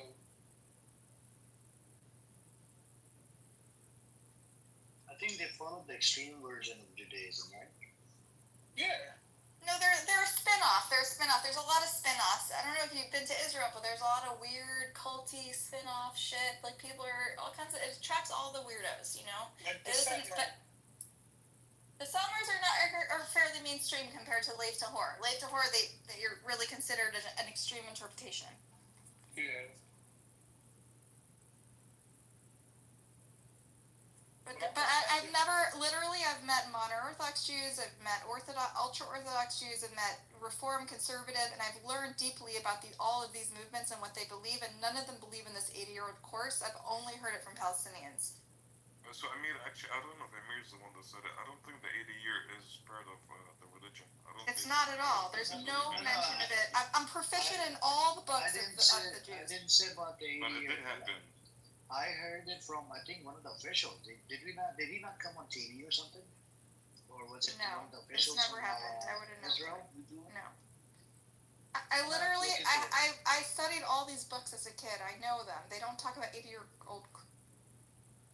But it does happen. It does exist. It exists in the Palestinian narrative, not in the Jewish narrative. I don't know. Maybe it's Absolutely real, not. but it's. Absolutely not in the Palestinian narrative. I've only Look it up. heard it from Palestinians. I've never heard it from Jews, and I'm familiar with all the different variations of Judaism. Yeah, sure, but look it up. So you never heard of Google's not reality, dude. You never heard of what Abu said earlier when he said that some Jews say that they're not promised a land until the Messiah comes. You've never heard. No, that I've heard for sure. There's ultra Orthodox Jews who 100%. Zionists. Yeah. There's anti-Zionist Orthodox Jews, and they come from a religious perspective. They think that the scripture, the way that I put the link in the chat. This is an Israeli organization. See if they're Jewish. Can you verify that, Abu? I put the link in there.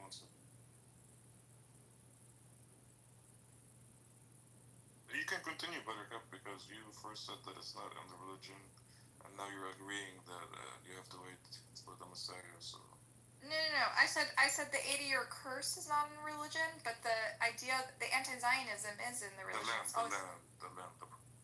Establishing the land. What does that have to do with the 80-year curse? The 80-year curse. I'm just going back because. No. The anti-Zionist Judaism, it has a long legacy, and it's legitimate, and it's existed in all streams of Orthodoxy. Although after the Holocaust, they kind of all moved to the Zionist cause. But previously, almost 100% of religious practicing Jews were against Zionism because they believed that it shouldn't be a secular state; it should only be delivered by God. And if you believe in some messianic age, then yes, it'd be delivered by God. But if you don't, sort of the evangelicals have a really horrific outcome. Every Abrahamic faith has a horrific outcome during the end of times, but none of it ever happens, and so we maintain the status quo and people live peacefully.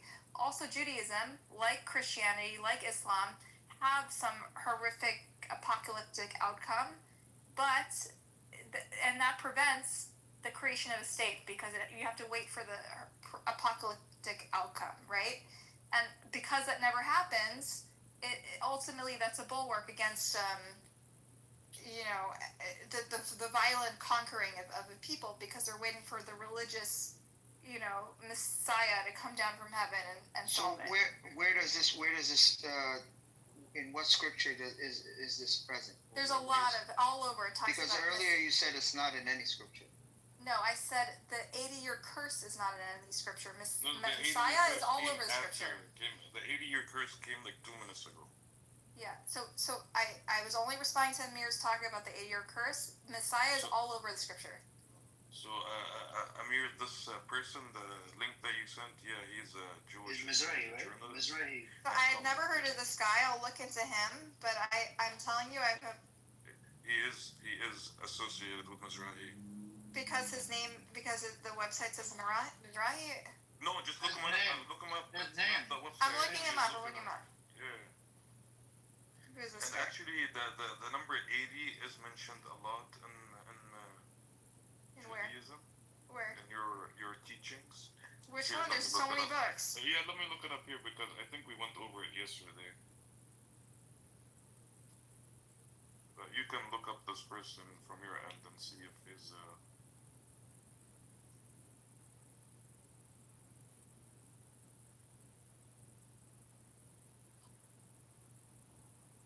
I mean, he might be just one nut job academic, I haven't. So we can't say. I'm telling you, I'm really familiar with every sect of Judaism.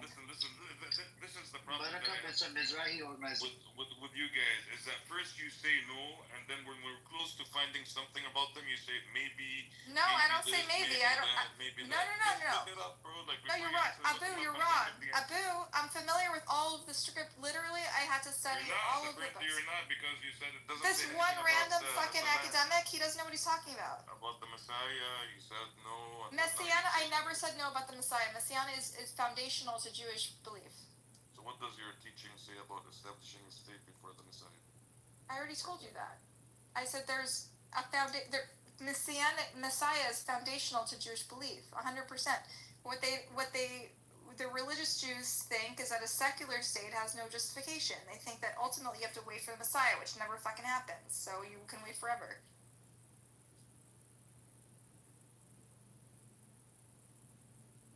Just like the evangelical Jews have some like weird apocalyptic vision for the Messiah. Every Abrahamic faith has apocalyptic vision for the Messiah, including Jews, and that's why the religious Jews oppose the Zionist state, because they're waiting for the How Messiah. you call it weird if it's something that's literally mentioned in your book? I don't know how the fuck is that weird. I'm not a religious Jew. I think it's weird, but I respect it, and I've learned it in depth because I grew up with the traditional Judaism. She's saying it never happened, and she doesn't think it's going to, because we've waited too long. She's been repeating herself.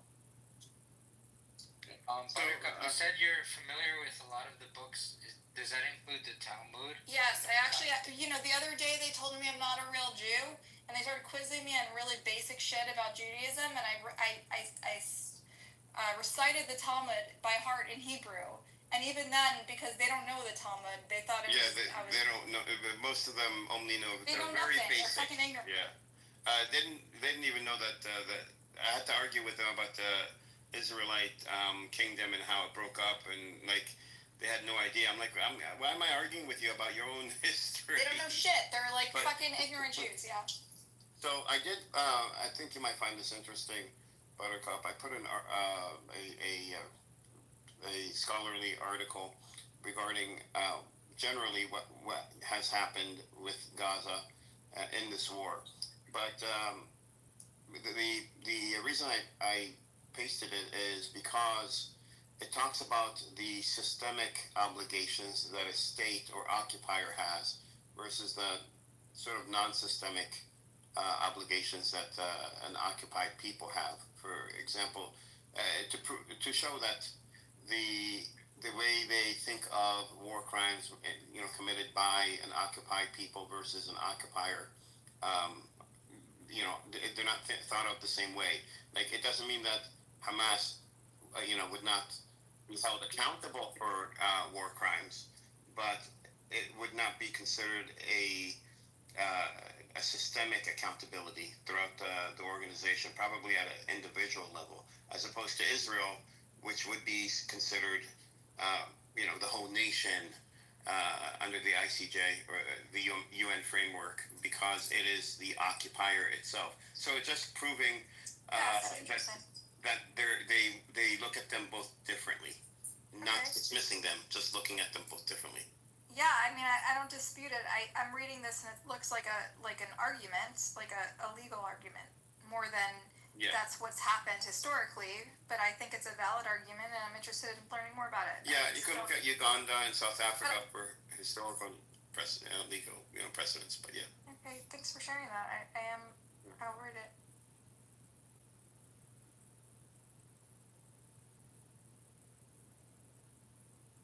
So listen, when it comes to the number 80, Judges 3:30, which is in the Tanakh, Book of Judges, 80 equals double generation of peace, punishment, cycle. Book of Exodus, Tanakh, and Talmud, Bavli, 80 equals age of Moses, symbol of strength and judgment. Mishnah. There's a lot of gematria.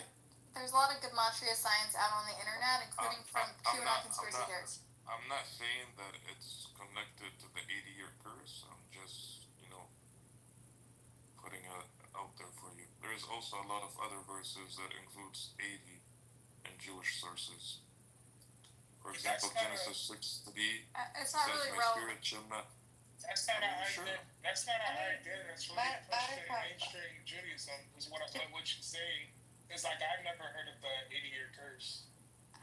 I know for a fact that it's not a real To thing. be fair, I think it's okay to grant him that the number 80 has been seen on a repeat in the Old Testament, and somehow seems to be auspicious, right?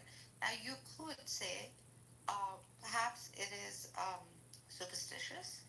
However, it's not that unlikely that the 80-year curse could very well be applied here, or at least used as an excuse for whatever reason that I mean, I think you could grant him that. And so how would it serve their narrative? Because like you and I, Nargis, we're rational. Whose narrative? So you and I, we don't believe in curses, right? We believe Right. in rational world and real life. Yeah. So how would it serve their narrative to pretend there's a curse? So It's when I always talk an to excuse, Zionists, they've never brought this up. They Yeah, never but said, no, "Oh, but- She's atheist. No, I'm not atheist. No, but she's a cynic. She's a critical thinker. Yeah, I'm a critical thinker. I'm reasonable. Cynic is a psychopath. And I'm reasonable. And I don't believe in the Jew. He's like, I'm skeptical. I love you, honest Jew. I fucking love you. I appreciate Look at this. Look at this guy. I mean, perhaps they're gonna bring it up as an excuse. Okay. I fight with them all the day. Jew. I've never heard it, and I also I engage know. with religious Jews. I've never heard it. I agree. Yeah, I agree. But if at all, if it slips out, and even if the Palestinians are saying that, they've perhaps heard it somewhere, from whatever, an irrational crowd, a superstitious crowd. I mean, perhaps. 80 seems to be some sort of, auspicious repetition that we do find, I think, in the Old Testament. Also in Whose the Torah. narrative does it serve, though? Whose narrative does it serve? Whoever's using it for their own, I guess. It serves what's happening now. Yeah, as, so you're in the correct. next 2-3 years, we are at that 80-year time frame. So it serves the Palestinian cause, the narrative. It's not about serving, bro. It's the pattern that's happening. I'm just saying, if it was useful for the Jewish cause, they would have used I mean, it. Moss is might by it, is what I'm It's saying. not about serving. Simply it's because it's appealing, right? Some narrative needs to It was be an appealing fulfilled. too, though. If Jews could use it, they would, because they're like the Zionists will find any excuse to defend I genocide. think Abu was saying the Zionists are using it. I've never heard it. I've talked to every fucking Zionist. I've heard every narrative. I've never heard this. And they say a lot of crazy shit. Like they come up with crazy excuses, and they would have come up with this. It would serve their narrative. So what are they gonna say? Like the Zionists that you sit with, they're gonna say like, in the next 2 years we're gonna face hardship. We might be exiled. We're gonna the be time punished. frame Like, is is that what good. you're expecting? Yeah. It's just weird that I've only heard it from my Palestinian friends and not from any Zionists. But the time frame simply like is an excuse to exterminate. It's obviously serving some sort of purpose. So, right? so the way I've heard it is that the reason, a lot of people think that Zionism is failing and that Hamas won in this battle because they're being isolated and they're getting recognized by all these countries. So there is a perception that the Hamas won, even among Zionists. They've lost this, at least the public relations war, the moral high ground, everything. They've ceded. So the only way it serves the narrative that Israel is losing, and now they're getting their due course. They're getting what they deserved. That's the narrative it serves. And so I think the Zionists who are super defensive and pretend this massive failure is not happening, that doesn't serve them. Yeah. True. It would serve a very small community of true, like, honest Zionists, I guess. But I've never heard it from them, and I engage with them. Yeah. These are my family members, Yeah, I just think it could be superstitious, perhaps. Or... Maybe just look it up. Like you never But heard it but before. I think Abu was saying it's there. I thought it too. I actually did when my friend brought it up. My Palestinian friend said, "Hey, have you heard of this?" And I looked into it. I couldn't find any reference in the Torah. I see. So we're right now we're not saying that. I speak Hebrew. I speak Aramaic. I've read the text in all the ancient scripts. There's nothing like that in the Torah. So who just said that the 80-year curse? There's all kinds of crazy shit on the internet. It's just not true. That's all. Who said that the 80-year curse is in the Torah? So it's not in Judaism. So I don't know where it came from, but it's not from the Jewish narrative. It's from a different narrative. Do you think the Zionist state is in the book? Possibly. I don't know. I haven't analyzed it. It's not right now. Maybe later in the end times. So just like they're able to build a state, they're able to make up whatever bullshit that comes to their mind. It's a narrative that sells. That's what. I'm not saying they wouldn't. They sure would. They lie about all kinds of shit. I'm just saying they haven't. All I'm saying is, right? You gotta think outside the box, right? The state I was am, but they created- haven't used that lie yet. Maybe they will in the future, but they haven't yet. So Jewish history does show recurring cycles when roughly 80-year spans of prosperity strengths are followed by hardship or exile. symbolic pattern drawn from, I think this What is this, Wikipedia? Gadget, Moses, age. Why does it matter? Because I studied Judaism in depth, and this is not a real narrative. I read it for you. You then go look From it what? up. Provide a source. Provide an actual source. It doesn't matter. It does matter because you're claiming Judaism This is a summary. This is a summary. Of what? This is a summary that combines everything that I mentioned earlier about. Then we need attribution. What's the summary from? Click on the attribution. 1 second. Let me give you the fucking verses, bro. Hold on 1 second. Here, Rob, dude, Rob, right? You also studied the scripture. This is not a real thing. It's never happened. We're not saying that it's in the fucking scripture, bro. It's not in the fucking scripture. The scripture doesn't talk about the 80-year curse. But I also talk to Zionists, and they say all kinds of crazy shit. حسيتيزي شو انك حمارة قص اخذ شكلك بهيدي. You know what? It's not there. It doesn't exist. It doesn't exist. Bro, it doesn't exist. It's not there. History doesn't say anything about it. It's made up by fucking Netanyahu. It's okay. Relax. Talk about something else. Yalla, go ahead. Okay. Nergis, but I want you to check out my link. Yeah. It has to do with Mizrahi Jews. But I have heard it. So, so they're Arab Jews, by the way. Mizrahi are Arab Jews, right? And some of them are from Iraq, some of them are from Palestine, some of them are from all over the place, but they're Arab Jews. I see. So it's an organization. If you check out their website that I posted. Well, we have the Zionists in the audience. Come up if you've heard of this narrative. I don't know. You want to come up? I never heard of a stick. They've been talking a lot of shit in the comments. Come up if you heard of this narrative. It doesn't mean it holds truth value. However, that it exists can be acknowledged, right? Even if it's amongst two people. Maybe two people, but I haven't met those two people. Yeah. So that's what Abu was saying. Yeah, it's true. Those two things could be true at the same time. It's possible that some one guy in that article believes this, but also, as someone who's very familiar with a lot of different Jewish subcultures, I haven't encountered. True. I mean, most of the time, like even within other Abrahamics, there are things that we hardly find in its like primary scripture. However, like you'd have additions such as these to serve purposes or just to make narratives, I don't know, to fulfill like selfish needs. I mean, this is all a possibility, right? I think I was just highlighting that. Listen, I'm not excluding the possibility, of course not. Yeah.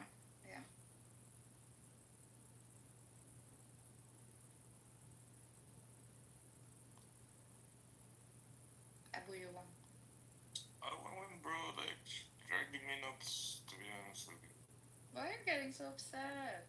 I'm not upset, bro. I never said it's in the book. I'm just drawing the connection, Yeah. Like, it's as simple as she going and looking up what is the 80-year curse of the Jews. I've looked it up many times because my friends who are Palestinian brought it up to me, and I looked it up. Okay, let's look it up together. Let's look it up together. 80 feet. But we can't use that from Wikipedia. We need to use authentic. Let's go on Google. No, Google's on it. We need to use original text. You want me to fucking invent the rabbi for you to give you a fucking answer? Like, what do you want me to do? You need to go to scripture.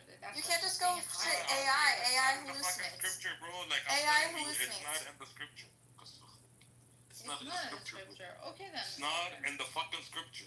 It's in the history. It's not in the fucking scripture. Like hadith, maybe. Now say it one more time. Now repeat it again. It's not hadith. They don't believe in hadith, Nargis. Oh no, they have. I learned about it through Netanyahu. Huh? I learned about the 80-year curse through Netanyahu. You're quiet all this fucking time, bro, and now you speak. Like, all this time you're quiet, and now I was busy. I was doing stuff.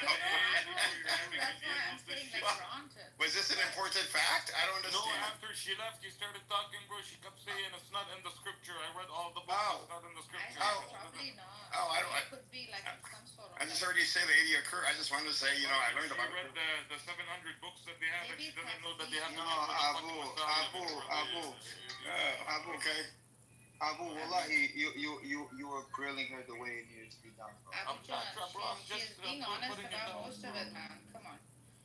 No, Nargis, you weren't here before, bro. This is something that's been going on for like over an hour. It's a lot of dancing. Abu's doing. If anything, Abu's taking it easy. Like his approach is right. answer, bro. Just answer the questions. That's And every time she gets back in the corner, she's like, I know this. I have been studying everything. I know everything that has to do with every scripture. Like, I see. you have Edward over here hearing me fucking struggle with this idiot, and he's I quiet. didn't know, He's busy. dude. All of a sudden, he's busy. He's doing stuff. I just heard you saying 80 years. I'm like, this is not. listen, when I heard it from Netanyahu, I thought he was saying that he put an 80-year curse on the Palestinians. And I was like, what the fuck is this? Like I've heard that. But I heard in his speech, I had to ask people. So the number 80, Edward, is mentioned a shitload of time in Yes. the book. Correct. Yes, the number 80. I'm not saying the 80-year curse. The number 80 is mentioned a bunch of time in the book. Yeah, and it has to do with destruction, though. After 80, like 70 is old or mature, and then 80 is It has destructive. different meanings. It has different meanings. One of them, yeah, it could be exile and punishment and all that stuff. But the 80-year curse specifically is part of their history. Like, they experienced it. Every 80 year, something happens. You know what I mean? Like, yeah, I've heard that. Yeah. That's why I was saying, like, granted. Since we've heard it, granted.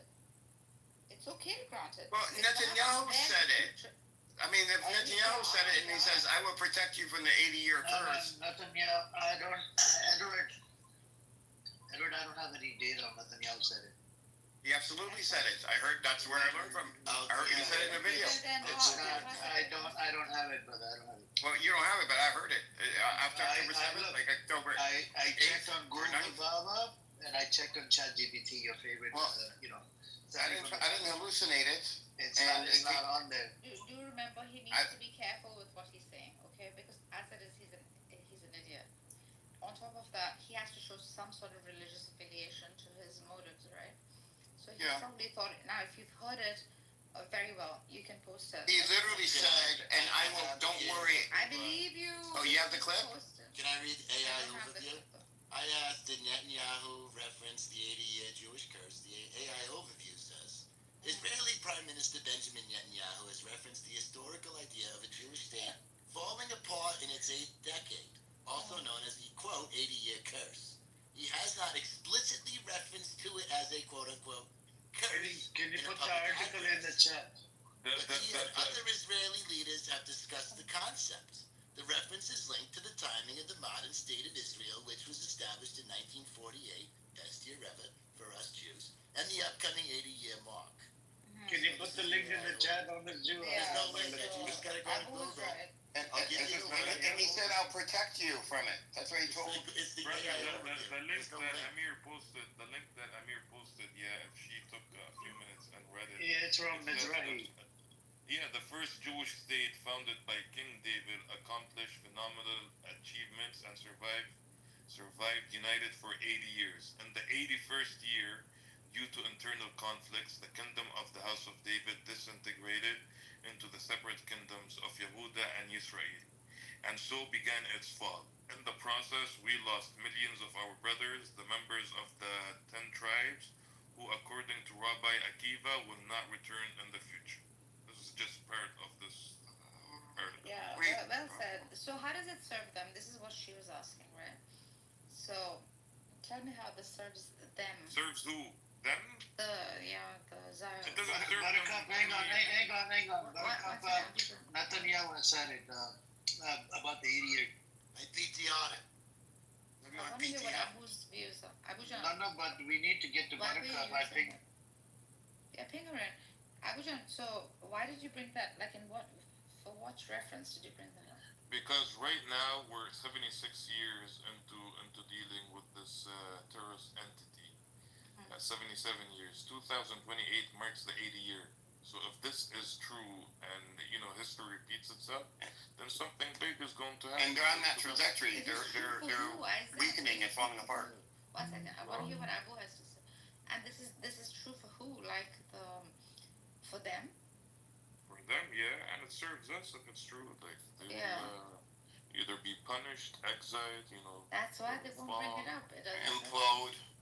Or the 80-year curse could be the state of Palestinians would be, I believe it. You never know.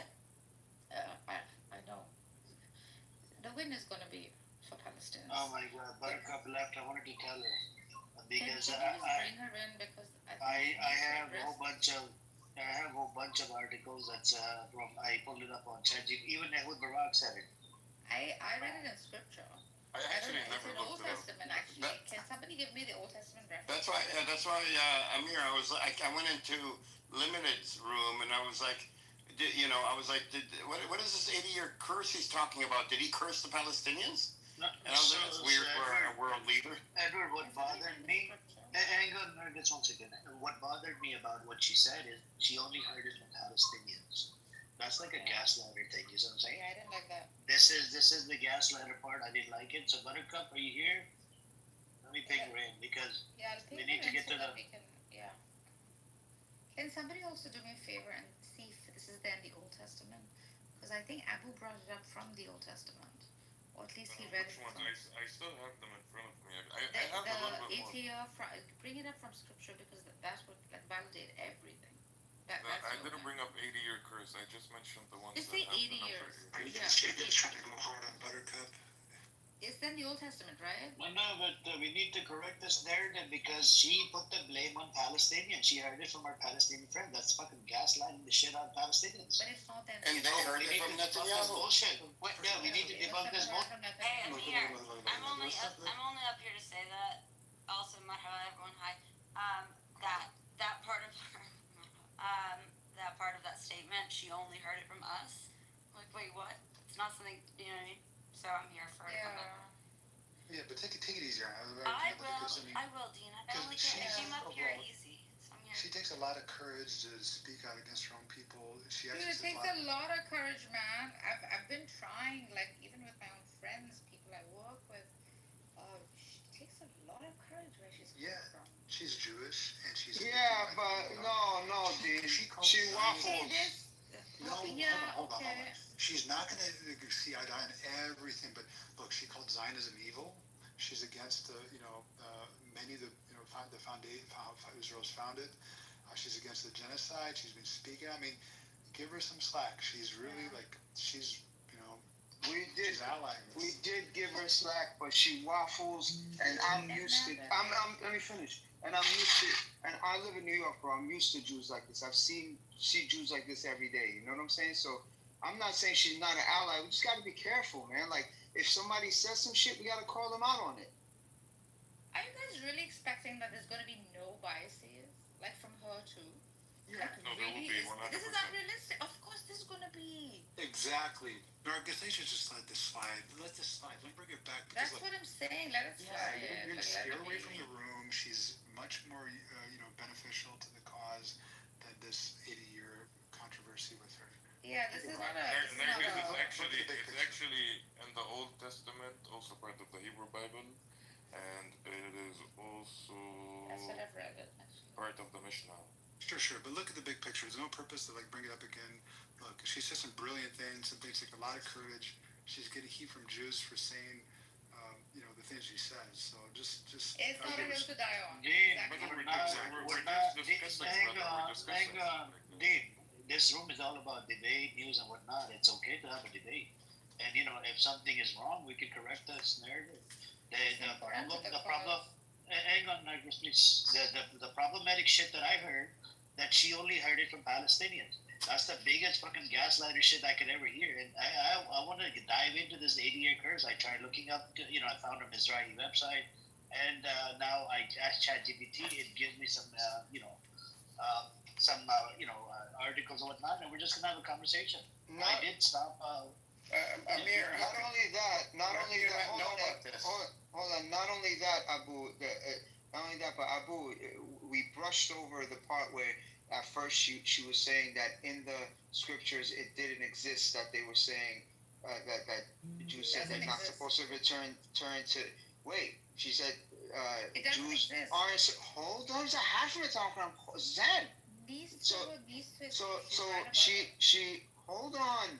So she said at first that it's not in the scriptures that Jews aren't supposed to return to the land or claim a land until the Messiah comes. And then later she said it is in the scriptures, in many scriptures, that that the Jews are supposed to do that, and many Orthodox Jews believe that, and they moved away from it after Zionism, and then we just let it slide. But she contradicted herself there too, and then the first argument that started the whole thing with the 36 kids being kidnapped. Like, I don't know, man. You just gotta call people out on their bullshit, bro. I'm not saying she's not an ally, but we can't just be like, oh, she's an ally, so we'll let her slide. No, call people out. Call me out. Call Dean out. Call Edward out. We call each other out. Don't call me out. I'm gonna call you out. Abu Abaida already yelled at me. Edward was on quiet mode. Edward was on quiet mode when Abu was going through this, the suffering all by himself, right? Talking to the person. And Edward did not want to come out. He was talking to Sally. Wait, hold on a second. Wait, hold on. No. I need to defend myself here. I engaged with her for a decent amount of time, and it was only proper for me not to monopolize the room with the discussion that I wanted to have. Because it wasn't Gris. It wasn't Gris. If Gris was here, we'd be talking about Gris. He drives me crazy. Gris is cool, man. I like Gris. I like it. Oh, he drives me crazy. No, Abu Abaida, I wanted to tell you. So when I, put it in GPT, and it was giving me like references. Netanyahu said it, whatever. All these people, like Amir just said, but one of them said, and also a Reddit post said that Abu Abaida said it. I thought of you. So actually, you know who said it? Actually, I mean, he didn't specifically say it, but Sheikh Ahmed Yassin actually he said that the end of them will be 2028. Yeah. I'm pretty sure he was making reference to this. Yeah, and he didn't mention the curse or anything. He just mentioned the comment. Yeah, but they mentioned this. I mean, this is not. I didn't. How could I make this? I wouldn't have made this up or hallucinated this because I literally asked Limited, and then he told me about it, and I thought they were saying they put a curse on the Palestinians because I had no idea what this meant, and they mentioned it in reference.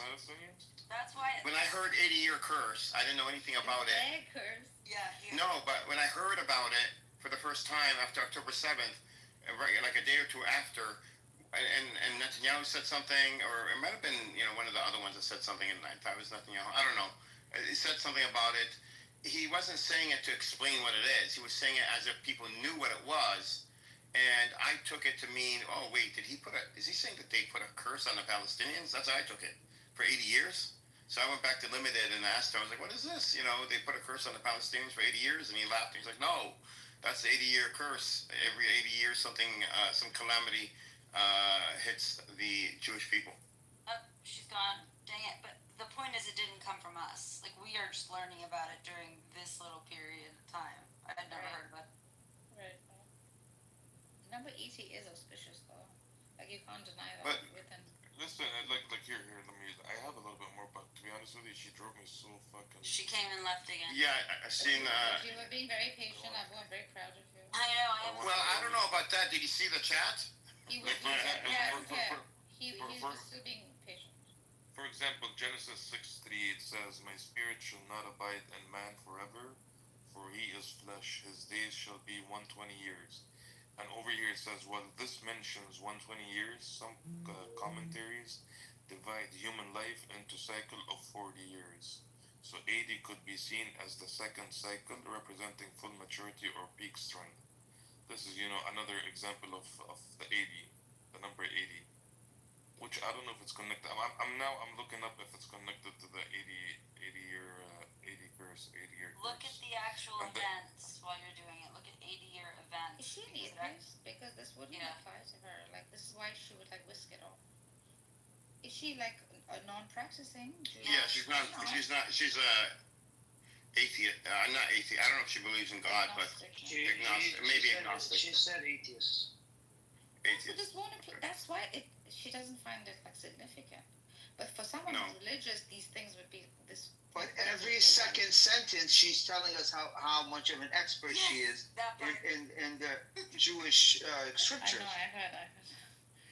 She sounds smart. I think she's Mazi, if you doubt, I'm sure you have, but this. No, she's intelligent, bro. I'm just saying there's certain.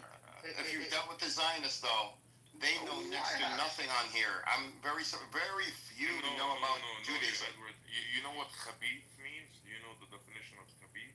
Like, I don't know how to put it exactly. I know like what's sneaky, you know? Yeah. They're very sneaky. Like from B'chapi.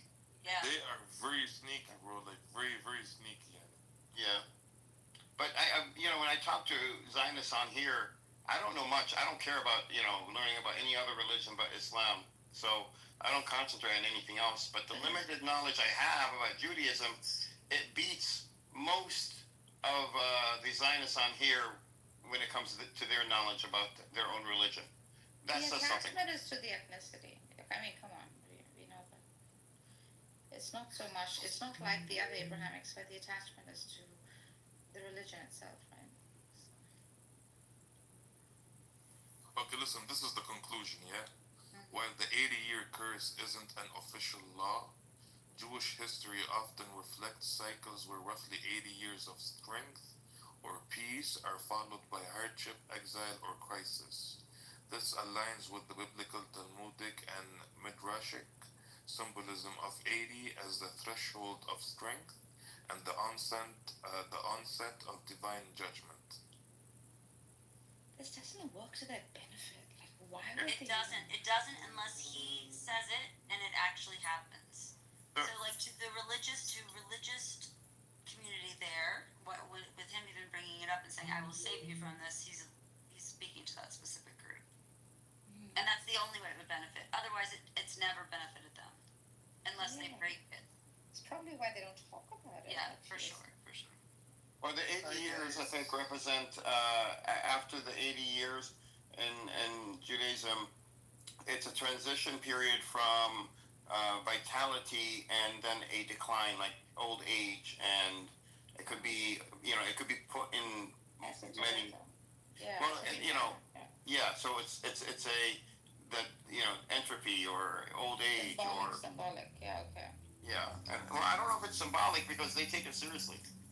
I mean, there are literalists and there are esoterics. Like the Kabbalic would probably take it more esoterically. And I think it's based on like the human lifespan. Around 80 is when it's game over. It used to be at least. It's nice, if you read it like that. We discussed about. Assalamu alaikum. Assalamu Oh my God, How are you, Nargis? Kahan ho aajkal? How are you? I'm good. Yeah. No, we discussed this. I think a couple of days ago on this in this room, and what we found was this 80-year curse is not actually 80 years. On the 8th decade, this is what I read on Chat GPT. In the 8th decade of a kingdom, the downfall begins to happen. The downfall actually starts. Like King Solomon, King, who was that? Dawood alayhi salam. If it helps you, Fayyaz Sahiya put it in the chat. I think this is what you're making reference to. So where we are? After Solomon, the kingdom split into Judah and Israel, northern kingdom. Yeah, but the kingdom of Dawood. David and Solomon and Saul is the Israelite kingdom before they split. Before the split. Yeah. It actually survived for about 250 years. Then the second kingdom that came, I don't remember the name, that survived for about 130 years. But what the 80-year I believe signifies is that at the 8th decade of that kingdom, there will be a big rift within the Jewish community. Within the Jewish community, new groups will be formed within the community, and those groups that divide will lead them into destruction subsequently. And if that is true, then that's what we are actually seeing, because right now it is the 80th year, it's the 80th year of Israel, and we can see that there are a lot of divisions within the Israeli community, within the Jewish community. And the 80th decade. This is 8th decade, 80th year, 8th decade. So we hope that it will lead to the collapse and destruction of this genocidal kingdom. But there will be, like amongst them, I think, more awakened Jews. The younger ones. This generation already has a shift. Yeah.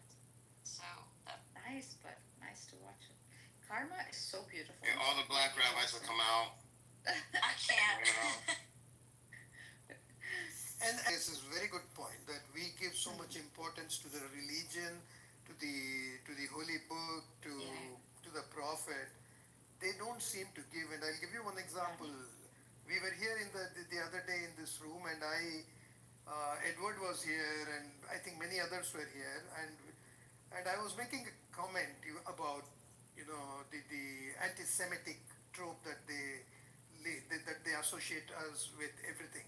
So I was saying that even if Prophet Moses, peace be upon him, came and criticized Israel, even he would be labeled as anti-Semitic. And a black rabbi was in the room. He immediately said, no, we not only will criticize, we will shoot Prophet Moses in the head if he criticizes Israel. That's the kind of attachment that they have for their prophets. It's the love for the land. And that's how they all feel. Sorry? Or ethnicity. What you missed, he also said that day in that same sentence is because when I said what, and he says, yeah, that's a mentality around here. That's how everybody feels around here. But it has always been, guys. It has always been like that. Like look at the Quran too. You'll see like a cycle, like a pattern repeat itself, right? There was never an attachment to the archetype. The attachment was always to like what he can produce, what the end result is, the material associated with it. That's why the golden calf became like such an immediate. How do you feel like a cycle when you read the Quran? Huh? You said you just made a comment. No, You a read the cycle. Cycle. She's talking about Musa, with the people, how they treated Musa. Like he leaves like circular. the golden calf. Like it seems to be like an attachment to what are you going to give me? What's my end product? What's in it for me? Irrespective of like who that prophet is, what he's saying, etc. She said in all Abrahamic religions, which is true, there is that at the end. Yes. It's true. But in a way, like not just Abrahamics. Take it back to the Vedic Egyptians. There's always that savior everyone's waiting for. The end time. We are that savior, man. We have to. I just said that in the chat. I'm like, we're right here. We are. We are. Yeah. It is us. So the one should be Kadi. No, it is us. به خدا خودمونیم. We've waited too long, and if at all one will come, we have to like lead the path for it. At least open a world so that one can welcome such an archetype. We are those saviors. No, I mean this is the whole. I think every moment of history, people who live in that moment, they are struggle. Life is a struggle. So you need, like, if you are bringing an idea out, then say, okay, these laws are ideal laws. So you have to give this promise to people that one day everything will be fine. Like, for example, you talk to your kids, like they're always worried. Don't worry. Somebody will come and save all of us. You always look for that savior outside. But I mean, to be honest, I have talked to many Jews. Their ideology is slightly different from Christian and Muslims. In their religion, their God is not innocent. Their prophets are not innocent. Like, they can and they do. If you go like talk to rabbis, many times they're sitting and arguing, oh, God here made mistake. This is impossible for Muslims to go and sit somewhere and say, oh, Prophet Muhammad made a mistake. That is like absolutely not allowed. Or for example, for a Christian to say, oh, Jesus here made a mistake. But for Jews, and that's one of the reasons that they are more progressive when it comes to science, because they question anything. Yeah. They don't have any fixed assumptions that you cannot question this. They question everything. Yeah, there is and no they proof. love to argue, right? No, but So that's an advantage. Really, that's an advantage. Like it allows. I mean, an advantage and disadvantage because their morality is not fixed. Right now, they're like, we're killing babies, so what? You know? I mean, this is a kind of disadvantage. You can. That's not true. They're just not following the moral laws of. I mean, for money, they can do anything. Nah, you're just seeing the product. But you can't say the religion in itself doesn't have morality. It has a lot of morality in it. I know they have a lot of morality, but once you can question anything, then it can lead to this. Right now, they're questioning, like, the morality of killing kids. They're questioning the morality of the genocide. How religious people can do that? We I can understand. Can I just correct something you said? Just correcting it. That's all. I'm sure you didn't mean it. So we don't believe that the Prophet Sallallahu Alaihi Wasallam is infallible or did not make mistakes. We believe that he's infallible in terms of his character and his divine, the divine revelation that he received. But when it comes to, the mortal sort of matters, like any other person, that he, he can make mistakes. Mistakes are not the same as sinning. No, they're not the same as sinning. No. Right? It's tark al-awla. The little mistakes, but that again is only true within like. I just want to, for the audience, just to put that out there. I don't want that to spread. That's all. That's in the Sunni paradigm. The Shias will not grant you that. So well, the Shias are wrong because it's in the Quran too that where God did correct the Prophet. It's tark al-awla, right? It's not saying he sinned because I'll tell you. No, I didn't say he sinned. I mean, sinning. We're not talking. I'm saying. I just don't want people thinking that we believe that he's infallible. There is a distinction and there are conditions. Infallibility means to not sin. Yeah. So tark al-awla is to make mistakes. He's still infallible, but prone to mistakes because of being human from your paradigm. Yeah, well, we believe the same. No, I understand. That's the same as that's the same as Shias. I think we're gonna pivot because I don't want to do Shia Sunni divide in this. It's not divide, and it's Mufti Edward's fault, by the way. I just don't want misinformation to be spread. I'm not blaming Are you studying religion, Mufti? Yeah, he's giving us khutbahs now. Yes, he's giving us khutbahs. He sits with Mikhail. I mean, what do you expect? He sits with Mikhail. No. Guys, it's not fun with Mikhail anymore. Mufti Edward and Alima Nargis. Dude, I'm not Alima. Philosopher. You just sounded like one. I study a lot too. Like, I do study a lot. Anyways, I do want to ask you guys a question. So, is Israel's hostage last priority, or is it number one priority? It's not at all a priority. It is a priority. No, amen. You give them a green light to attack and kill more. What do you mean? So they needed a boogeyman, right, Nargis? So their boogeyman is Hamas since 2009, according to their Hezbollah. Yeah, I believe you.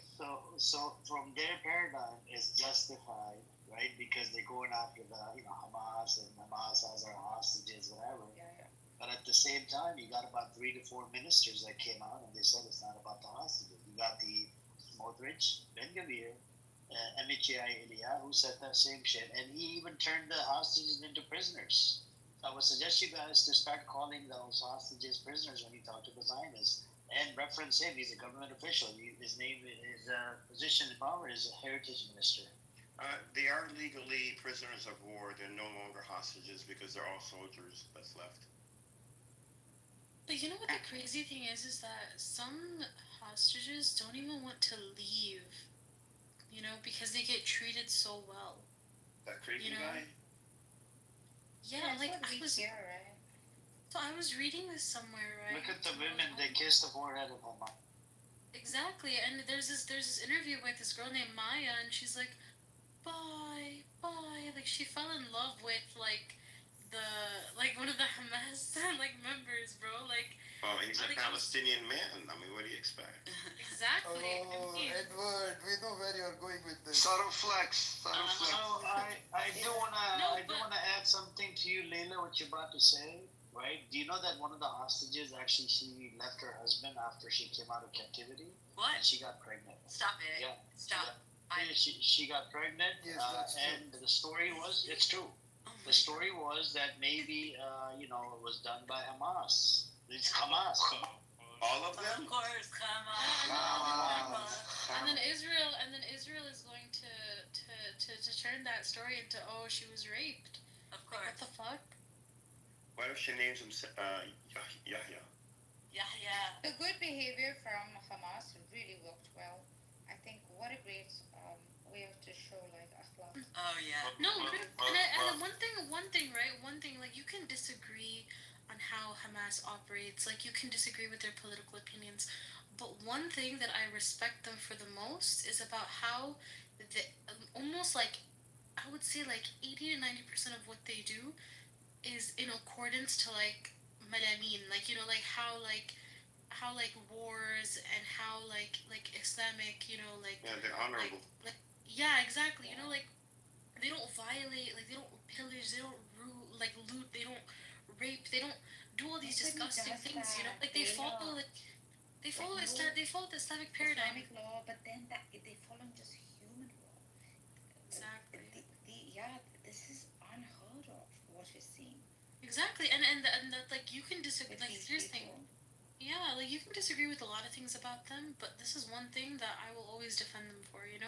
Like, they follow the Islamic paradigm when it comes to war. It's just human morality. Like what we're witnessing is just crazy. It's beyond like any vile thing a human is capable of. I'm about to put the link in the chat for this woman that I mentioned. Please do check it out. Right here. Oh yeah. So she had two kids. Right? And she left the husband after she came out of the captivity. She was held for 49 days with her two young daughters. She got pregnant. So please make sure to read it and educate me as well. Like she got pregnant because she wanted to, or what? And she left her husband after she came out of Hamas captivity. Very. Edward. Waiting for Edward's. Is it Maya?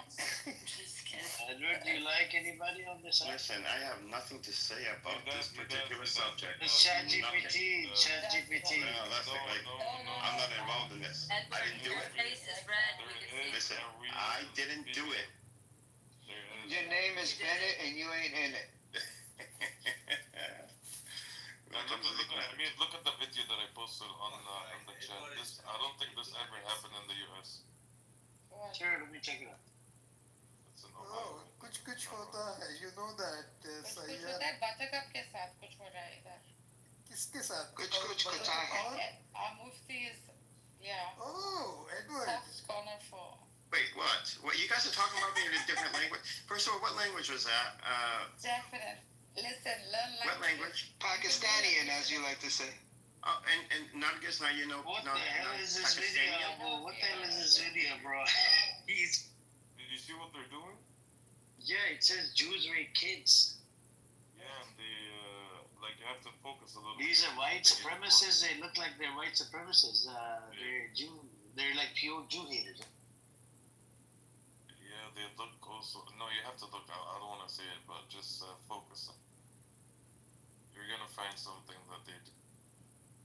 Oh gosh, I think I know what you're saying. You. I'm trying to read the signs. Gosh, I can't even watch. I don't like this stuff. This is bad for us. Yeah, I don't like that. It's not good It's for not us. good. It's not good for our cause either. Like, see, No, you know what I I'm mean? just sharing like, what's us up. together. No, I know. Doesn't do us. It's not good for us all. Mine's ruined. I don't know if I can ever come back from any of this. I got a hole in my soul. I keep saying it would forever change. Yep, I mean, this is what we don't support. But anyways, thank you for the awareness. Appreciate it. It's not awareness, bro. That's a video. No, it's awareness about there these type of people that are doing this shit on the streets of whatever state they're in. You know, that is actually Nazi agenda, by the way. What is the Nazi agenda? That's So scary. Nazi agenda is always talking about the Jews. We hate the Jews. They'll even give you a Nazi salute, by the way. Abu. Yeah. They're called neo-Nazis.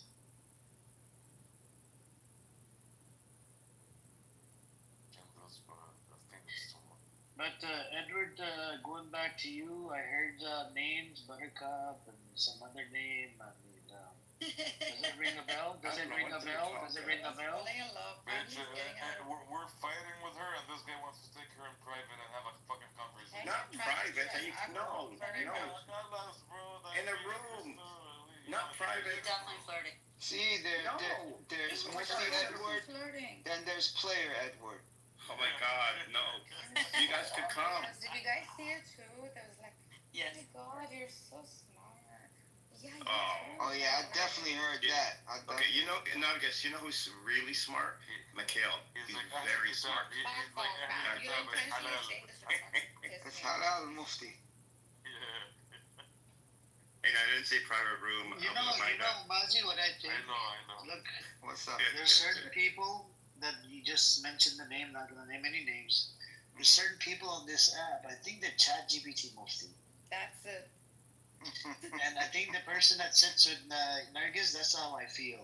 I don't Because he can yap Oh, he loves like GPT. whole day, and I think he gets everything from ChatGPT, just reads it out. Yeah. You know But when you it's know. a skill, yeah. I mean, to use ChatGPT, it's actually a skill. Nah, it's easier. No, it will depend on. It's a skill, I And it's think. easy. I think it's a skill. I want Edward to teach me actually. If you're diving deep into something, You gotta get your prompt game right. Yeah. Yeah. I want to know how he does it. I want Edward to teach All you do is you let it. The only thing with Mikhail is I love, because he is intelligent. I love the fact that I could talk about like the universe and quantum mechanics through ChatGPT and have it explain it to us, and then we make connections. But then, if there's any little thing that he thinks goes against Islam, which, you know, instead of diving into it deeper, he goes off on another tangent and goes somewhere else and says it's a big conspiracy. Yeah, it's You know? biased. It's fully biased. No, you have to investigate first. He doesn't. No, he's just like, oh no, this isn't right. Well, okay, let's dig deeper into this. And then when you do dig deeper, you realize, wait, this actually does follow the Islamic paradigm. And Listen, ChatGPT doesn't teach you how to reason. Reason is something. Like Yes. Did you see his tone go down there? Is there something going on? So should we know about it? You and Mikhail? Edward, should we know? Is there something you want to tell us? He lost his father in Gaza. When? This was a while ago. No, this was. I'm talking about. Is there something else going on in the room? As soon as you start talking about him, you love hanging out with him. No, this is what. Therefore, crushes. You guys have similar voices, if that means anything. Okay, no, but no, I say stuff. Both of you love ChatGPT. No, listen, I say stuff like when I compliment Mikhail, like I don't have a problem with Mikhail. Well, I do have these little issues, but nobody's perfect. But when I say like really nice things about Mikhail, it's directed to Nargis because it gets her pissed off. That's right. Can you connect your ChatGPT with his ChatGPT? Yeah, you can. So ChatGPT, yeah. I think Edward, this is the right way to go about. Yeah, I mean we could both have share the same conversation in real time. Seriously, it allows you to network? Yeah, you could share the same conversation in real time. Is it possible? Oh. Yes, I just said it like 3 times. Yeah. No, I thought you were. I'm literally serious. You can Edward, can share. you teach me at some point? So you can walk on the beach with Mikhail while doing with ChatGPT. Oh my God. What is your I don't know what you're getting to. Edward, I wanted to answer this. Yes. Edward, you know these ads keep coming up, and I've been thinking, if you are over 40, you should take this course, 21-day course on No, no, He's no, going to do. no. No, don't listen to that, Fayez. Don't listen to that. Okay, It's okay. a scam. You learn from people that have used it, that have Yeah, you learn experience. from I people, could, trial and error. Just work on your prompts. You'll be fine. Okay. I'll put together a 1 or 2 page. I'm gonna learn it from it. Please do it. But Yeah, please do Edward, it for us. as long as it's not 1 or 2 pages about Suno, because you're not an expert in that thing. What is there to learn? What's Uno? Just ask it So you know the music making app. Music making. What is there to learn? I'm curious. Just ask a question. And No, answer. but there's ways to do it. Like I need it for something very important. I have to learn. It's from powerful when you could link concepts that weren't, you learn about 2 different or 3 different concepts, and then you find a commonality, and you could ask, is this a common, okay, then, for example, information versus observation in the universe. That's a big one that we've been going through. I want something like more practical, like How to I'll talk to them. Yeah, anytime. I asked ChatGPT, is scrambled eggs fried chicken? exactly. No, I've seen that online. You can have conversations with it like live. You literally can hit a button and just talk to it, like while you're cleaning your house or while you're. You want to do like I literally had a 45-minute conversation with it today. Just ask it what Yes. you want to do. Once, It will tell you. respectfully, guys, we had one shared a story. He's a Palestinian brother. He shared a story. One of his buddies actually got emotionally attached to ChatGPT. For sure. And then ChatGPT started being rude to him, right, and broke his heart. So just be careful, watch your back, don't get too attached to it, right? I mean, there's a Are you movie. talking me? Have you guys watched Hair? The movie's Hair. H-E-R, Hair. That movie was very famous. No, but I could see people getting attached to it because It's Hair. her. Her. Her. Yeah, I've seen that. Oh my gosh, yes. Let me fix my her. Oh, they predicted it. I know it's coming for you guys. They predicted. They make it happen. They built it exactly. They built it. They don't predict these things. Don't you see? No, Just watch Star Wars, man. Scientists always during the history follow artists. Artists first imagine, and then engineers make. Engineers don't have imagination. I'm an They're not engineer. imagining this. This is part of the whole freaking 1%. I know, but this idea came up with artists, and then the scientists, computer science said, "Oh yeah, we can do that," and then they do it. That's They didn't come up cycle with of that. technology. Nah, they are told what movies to make. It's Hollywood. It's the other way around. The agenda. Nah, it's the agenda. No, you're in conspiracy theory. No, I'm not. Hell no. I'm the most trusting idiot on earth. But this one Artists I know. first come with the idea, and then other. I know people who they shouldn't be getting. Like they'll tell them half of these scripts are like given to them. These movies are sort of ugly world.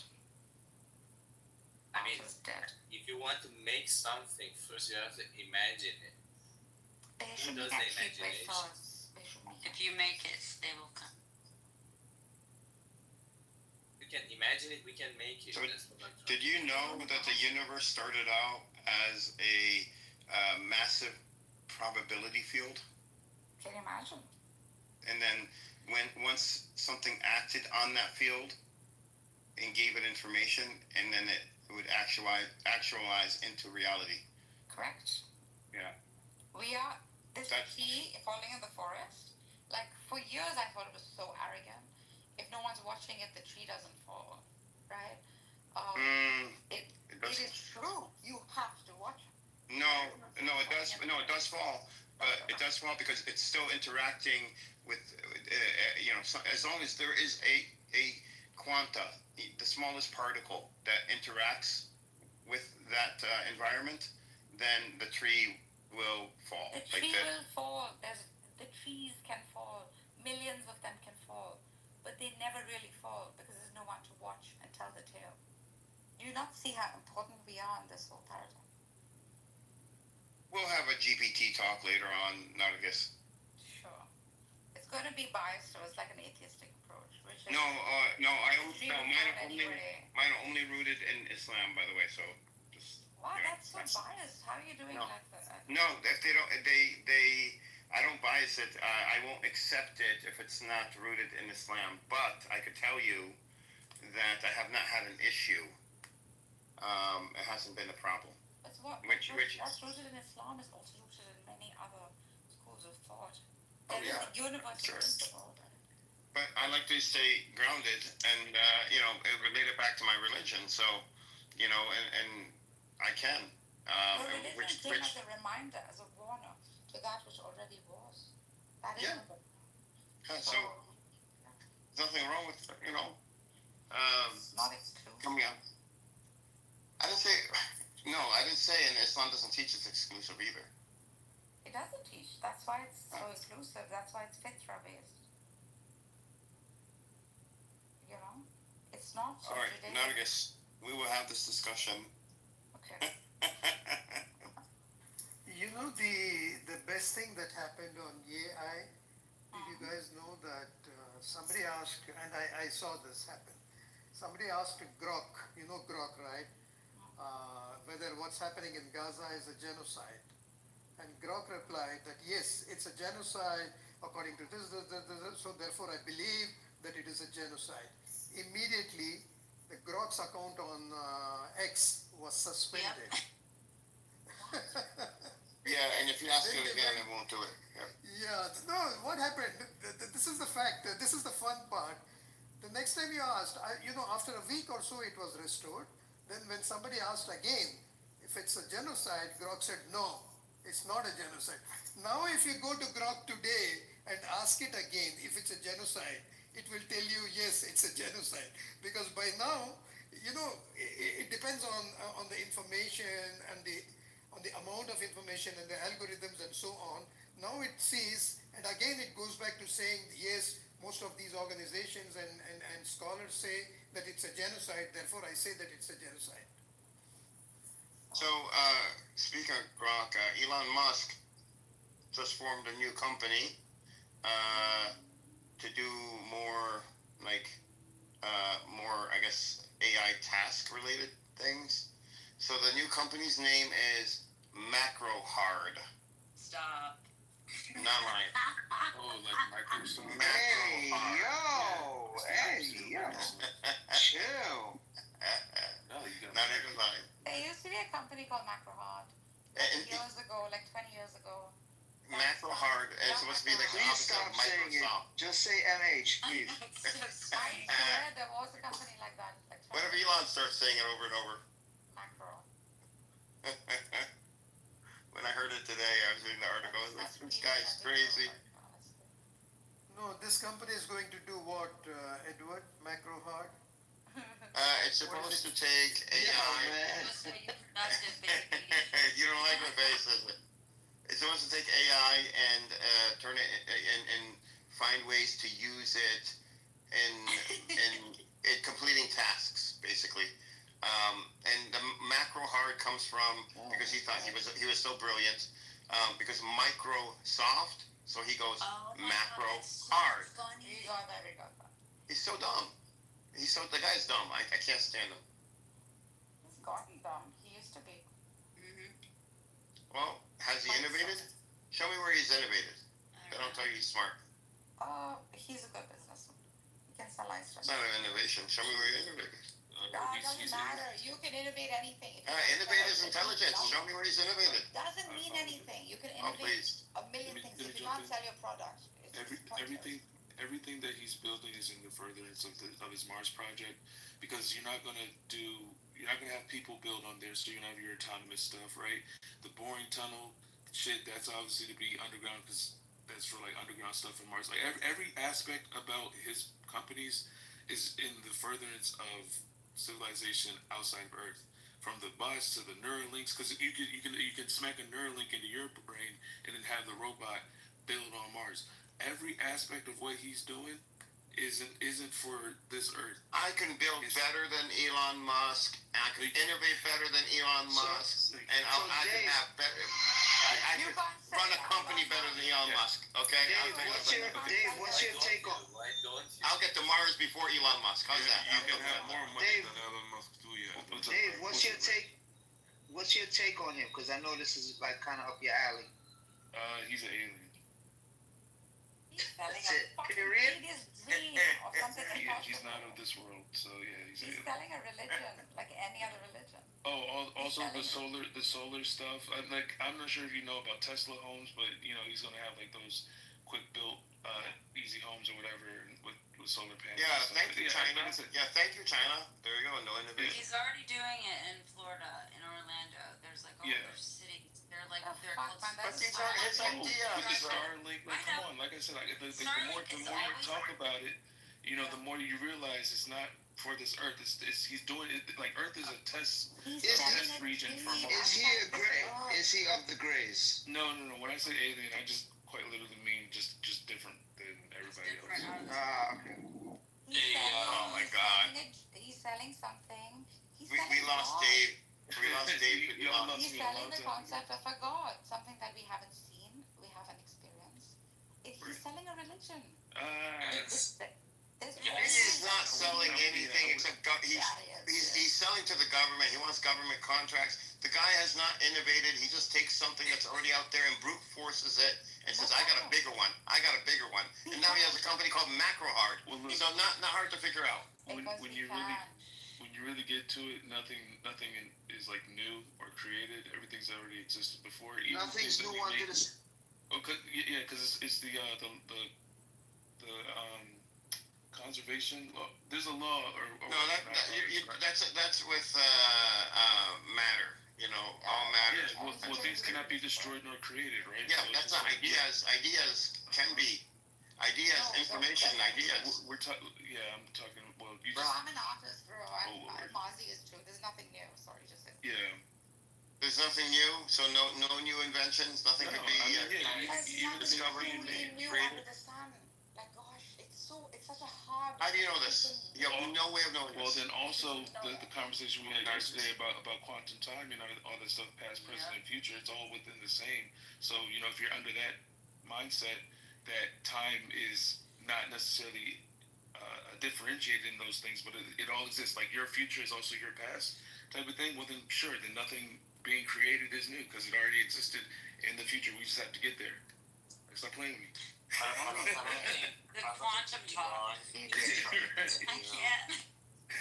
I don't think Elon has really any intention to go to Mars. I think it's all mirrors for him to just profit majorly here in America. And I'm speaking as someone who is an aerospace engineer for over 20 years. I'll tell you okay, you're an aerospace engineer. She said I'm just my opinion. It's just my opinion. No, that's okay.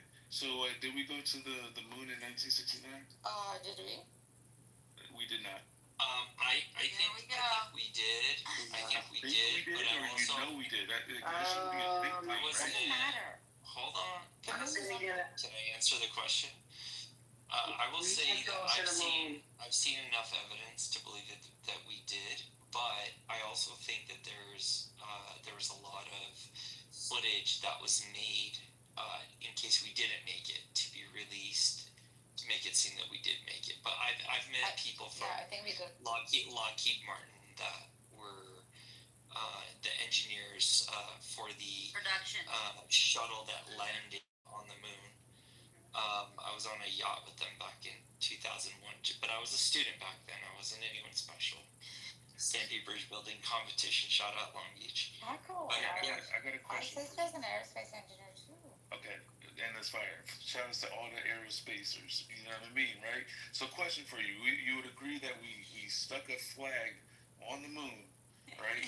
So I challenge you to show me a picture of said flag, right? Because here's the thing: you can Google all these images. Look at this galaxy, 8,000 million light years away.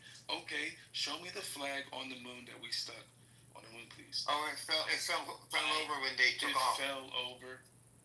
Yeah, that makes sense. It fell over. I can't answer your question because I don't know. So, but what I will tell you I've seen a lot of sort of the Eddie Bravo kind of school of conspiracy theories about the moon landing. I will tell you that a lot of this stuff, I do agree that there is information on there that it's not real, but I don't know what is and what isn't. What I will tell you is.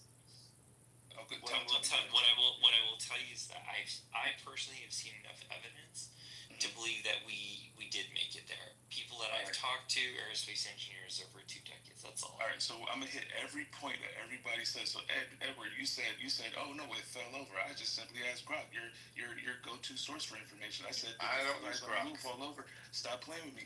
Hold on. They said the flags is not exactly falling over. The moon lacks atmosphere, so there's no wind or weather to knock them over. So even if it did fall over, wait. Here's what I heard. Exactly. So when they took off the thrust from the rockets, the force from the rockets, the thrust, knocked the flag over. That's what I heard. But that makes sense. But that can, Oh yeah, I mean the thrust from these rockets is enormous. All we did, okay? Right. The question Literally for you says is this. the If flag. it didn't go to moon, Soviet Union knew. yeah, right? Russia. Go ahead. I mean, Russia would know that like US didn't go to moon, right? So watch this. Out of all the things that you all agree upon, that like all these conspiracies that let me do this real quick for you, right? All the things that you believe are to be true, that there wasn't just one shooter for JFK, or 9/11 wasn't just it wasn't just the people that they say it, right? You believe all that other shit, conspiracy shit like that, but you believe the one, you believe your American government that told you that they went to the fucking moon. That's what you believe the government told you, but everything else that they tell you is a fucking lie. So which one is it? You think everything else is a lie that they tell you, except for going to the moon, which you haven't seen? They're saying make that make sense. They're saying they believe that we made it, but there are parts of it that don't make sense. So it's not a whole thing. It's also like not anyone's going to say 9/11 was one specific thing or JFK was one specific thing. There are multitudes. So like the fact that there may or may not have been produced they produced a video that showed it in case we didn't do it. That's very likely. So when the government tells you that there's no Epstein list, you believe them, right? Because clearly that's what the government told you, right? I'm with you on that. I'm agreeing with Okay. you. So I mean, but this is NASA. Here I am. NASA's fake. This is NASA, a government-funded. When you are like questioning NASA's scientific ministry, like for example, like people question vaccine. I mean, you have to be like, you're talking to me because of science. You cannot go question like drug at like Right. David, it's not all or nothing. Excessive skepticism leads to nihilism. Yeah, Nihilism doesn't benefit us. It's okay to trust sometimes. Okay. Even if we didn't make it to the moon, like what Ehsan said, like what Ehsan said, like what Taco said, we got as close as possible, if anything, right? So to be that skeptical, it doesn't serve us so much. Like it's impossible for us to even go outside the Van Allen belt. Like that's a fact. And so here's the thing, because watch this. Other countries have claimed that they've sent rockets to the moon, but it's never been a man on board mission. It's always been a robot. So Elon Musk sent his robot in a Tesla car, right? Why didn't he send like a cockroach or something like that? Hold on a second. Right? We have friends who have been in orbit for. I live in orbit. I'm not saying orbit. I'm in Florida. I'm near the Space Center. I have personal friends who have been in space and have been there. No, that's not space. I'm just saying, what you can call it, you can say it's not space. That's up to you. You're allowed. So Katy Perry went to space. Wait, no, that was a whole. No, that was orbit. What you're talking about? I'm sorry. No, that's different. They went up and came down. There's a difference between circling the Earth and being up there for a full year, and the people who were just trapped. No. Watch this. Speaking of, who saved them? Was it your precious NASA that saved them? No, it was Elon Musk, the South African that saved them. The people that went to the moon couldn't save the people stuck up for a year. It was Elon. I don't have any problems with that either. I don't know why I'm the target of this. I'm just just trying to. Why is it that 50 years ago, 60 years ago, we go to the moon, but then our people are stuck in orbit? Like, nah, bro. It's like technology advances over the years. If you don't get dumber. We're not stuck. Well, I mean, I hope you're not getting dumber. When Kennedy put all of the aerospace resources and said we're going to have someone on the moon by the end of the year, we'll do it. Right now, not all of the engineers are working on one thing. If we were, then we would be making a lot more progress. After the Challenger, things changed quite a bit in the world of it. And I actually watched that with my own eyes. Like outside my elementary school, literally with my own eyes. It's fucking crazy. Literally, space is becoming private. They're selling stuff. Yep. They're selling like there's a air, like a space. That's a force, money-making racket. Yeah. Guys, you guys. If anybody here pays to buy a star, please delete me. Oh, my boyfriends all have. I've gotten them from every boyfriend I feel like. It's so cheap. Oh my god. It's a great gift. I should start a website selling stars. It's already out there. It's out there. Yeah, that's a money making racket. Like Elon is selling a dream. That's all. No, it's a legal document, Agus. Yeah, I have it. I have 3 of the folders. You can have deed on it. Yes, I have a The moon is something to Santa Claus. Guys have been. I mean, they can sell you Bitcoin, which is completely imaginary. They can sell you Bitcoin is more real. Hold on, guys. Guys, you guys have been talking about the moon, about the flag and the moon, as if I don't exist here. I am the owner of the moon. God gave moon to me 3,000 years ago, and you think I would let that flag stay there? The minute they planted that flag, I'm actually glad you're here, Faiz. Faiz, you're from India, right? Yeah. You're from India? Okay. Dave, you're in Japan? I simply asked y'all to show me that flag, please. Dave, I'm asking you, you're from Japan, you're in Japan right now? Okay. Both the Indian, Japanese, and Chinese and American probes have verified by imagery when they were passing the moon of the equipment that was left behind on the moon, and the solar reflectors that are on the moon today. NASA still uses them to measure.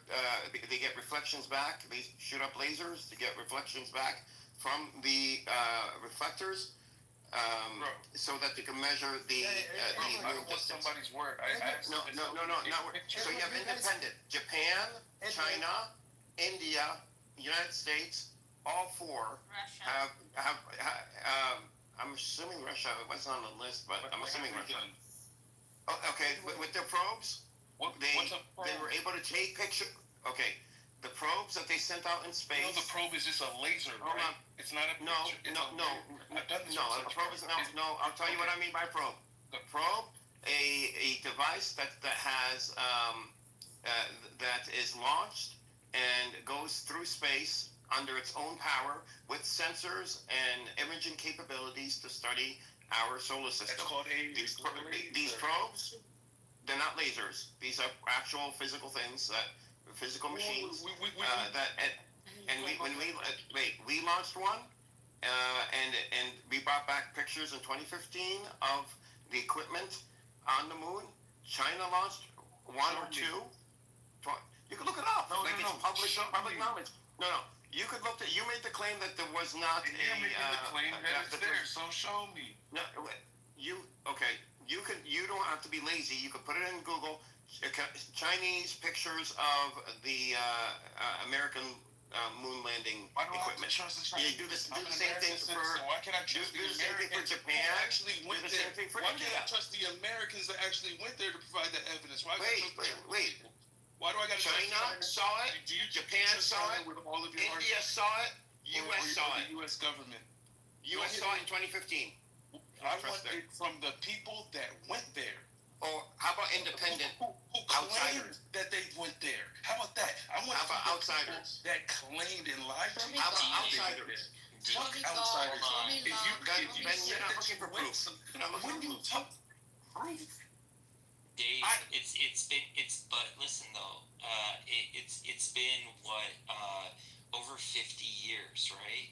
So the chances of that flag, even if it's there right now, looking like an American flag that someone would have on their porch for the 4th of July is highly unlikely. Taco, it doesn't need to look like the American flag. I know what the fuck a flag looks like, bro. If I you know, claim that you're the first I'm not people questioning on the that. wait, I'm Taco, saying what hold on, exists on the were moon there, right now. Were there other people on the moon? No. So if There there's a was- flag there there, were there is a six- flag there. What are These are only There were 6 missions to the moon. These are after the 2000s This is all when these probes How do went you know up. that? These are in the 2000s and 2010s. Because you all haven't proved it yet. That's how. Wait, but China has No, proved it. India has proved it. Japan has proved it, and the U.S. has proved it in 2015. Who in China's gone to the moon? No, China went past the moon and they took pictures of No. literally Human of the beings. equipment. Human Wait. beings. They took pictures of the footprints. Oh, no humans? Okay. Of Japan. Have footprints. they gone? How did the footprints get there? Did the humans The equipment that they back used. to the moon after 1969? Yes. Listen, no, that wasn't your claim. Your claim was we were never at the moon. How did the equipment, the rovers and your everything that claim were is left that we behind, have. how is it still visible when these probes go by the moon and they image the moon and they see this equipment and they see even footprints? Edward, all you have to do to shut me up is show me. No, you show yourself. No. You wouldn't even take. You said you wouldn't even take outside evidence. You want to make an argumentative claim to change my mind. However, you have the answer. Yes. I have the answers, but these are so easy that you have to prove that you want to learn the answers. Who's you your look source? up on Google. Who's your source? Just China, Japan, India, No. United What you're States. looking at right now. Who is the source? China, Japan, India, United States. Was it China.com? Come on, be more intellectually honest. Like, stop playing with me. Okay, if you want to be intellectually honest, then you go and Who is review your what I'm saying. source? You can't even source. Like, bro, come on. Anyone in this room could look this up on Google, and I'm sure people in this room are. You gotta go look at Come on, Apollo it's okay. 11 through 17. I'm sorry, Taco. One more time, Taco. Go through Apollo missions 11 through 17. Mm-hmm. And you'll see that there were 6 human landings between 69 and 72 on the moon. And right now, right now there's, like, if you say, okay, prove to me right now that there's a U.S. flag on the moon, right?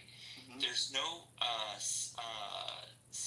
what do you call it? There's no telescope powerful enough to show that resolution on the moon. You say that, but then why is it that when people say, "Oh, look at these galaxies from 8 million light years away," and it's so you're telling me you've never seen a fucking quasar, image from NASA and shit like that? Let me explain that. Right.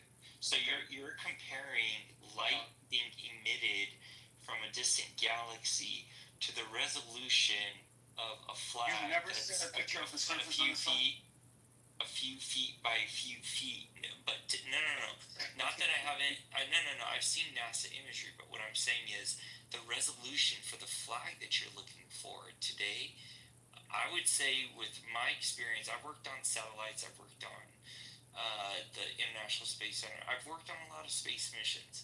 I would say the chances of that flag looking to prove to you today that it's still there is highly unlikely. Furthermore,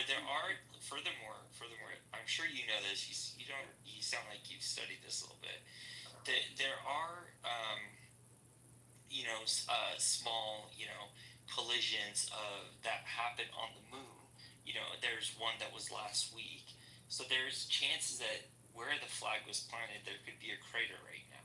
We just don't know. Okay, so that's what I'm saying. And if someone produces evidence of the flag from one of those Apollo missions 11 through 17 minus 13, then it seems to me that you would say, oh, but I don't trust it, that's fake footage, so on and so forth. So what I would challenge you to do is to say, what burden of proof would convince you that the flag was planted there? Yeah, no, watch this. Your crater theory is irrelevant because Edward over here just said that they've had their probes sending lasers to confirm it's there. So which one is it? It's either there's a crater, and you're disagreeing with Edward, or Edward you're disagreeing with Taco. I'm not agreeing or disagreeing with Edward. Okay, so don't bring up some outlandish crater shit when I'm not bringing outlandish. What I'm trying to say is that it exists, and I still am asking him. What I'm trying to tell you is that the moon is not like a laboratory environment. It's not like something where you It put doesn't something even there. revolve. It's tidally locked to us. There's only one of the one plane that we're only looking at. I'm not even sitting there like, oh, it could just be spinning and spinning. No, bro. We're talking about the visible moon that we've seen since eternity, right? Why the fuck we can't find the flag on the closest object to us? Which goes to show that if we don't even have the technology in 2025 to show me a goddamn fucking flag, how the fuck did we get to the moon then in 1969?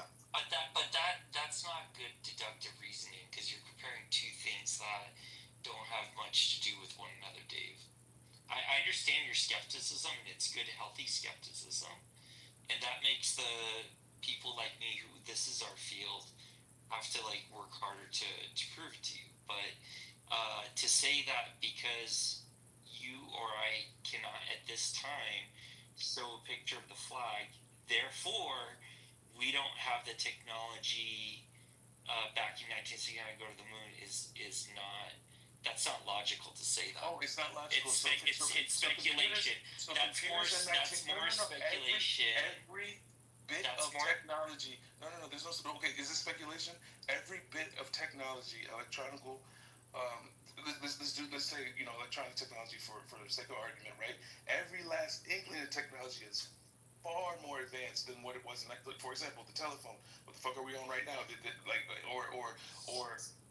Obviously internet access, just computers in general, hardware, storage, right? They are infinitesimally way the fuck more than what the fuck the kilobytes were in 1969. Okay, so if that's the case, why is it one that it's I'm going on the whim and saying it's just impossible to go to the moon. Why is it more difficult now? Dave, I will tell you this. Yeah. Back when I was a student in 2001, I worked on the Mars rover that went to Mars. Yeah, because it was and I have no, I'm just saying. Yeah. There's live footage of the Mars rover where you can go look and you can see what is going on on Mars, which is many orders of magnitude harder to get to than it was to get to the moon. At least, not saying that getting humans there was easy, but what I'm saying is, the argument you're making of comparing, showing a flag, whether someone can prove to you a flag is there or not, does not either prove or disprove that we actually went to the moon in 1969. And I'm telling you, making the technology argument doesn't make very much sense. And the reason I'm saying that is because you're assuming that because the technology increases exponentially for hard disk space and computing power, therefore we should be able to just give you a picture of the moon right now, a flag on the moon right now. But that's just not how it works. I'm getting pictures of the Andromeda Galaxy before I get a flag on the moon. No. Okay. A lot of those pictures I think you see are kind of like there's like light that bounces off, but some of those maybe artist imagery or AI you're seeing. Artist imagery. Yeah, no one, dude. There's video. There's video of people on there on the actual moon, and if you don't want to believe that, listen, you're well entitled to your opinion, but I just don't think it's something. I think that you believe it. I think you want to not believe it. India, what the fuck does India know about goddamn the moon? Why don't you read it? Why don't you read it? Why don't you read it? 1969. That's fine. Why do you not want to believe it? Like, this is deep. Okay, no. Here, because why is it so difficult for the U.S. government, NASA, and an American citizen to prove and provide this information to me? Why I gotta trust an outside source? It's an outside source. It's independent. They perform their own. Now I'm actually gonna look at it. Okay, so the images were captured in 2021. Okay, and what? I mean, when it comes to space, Dave, the only way to prove these things is to go into space. I mean, literally. And now here. Okay, wait. Watch this. Right. Wait, let me land my point there. Okay, land it. Like, for example, the Saudis, they did not believe the earth is round. They had to take one of them. This guy I put here, literally, they took him up into space to see, hey, it's round. It's not flat.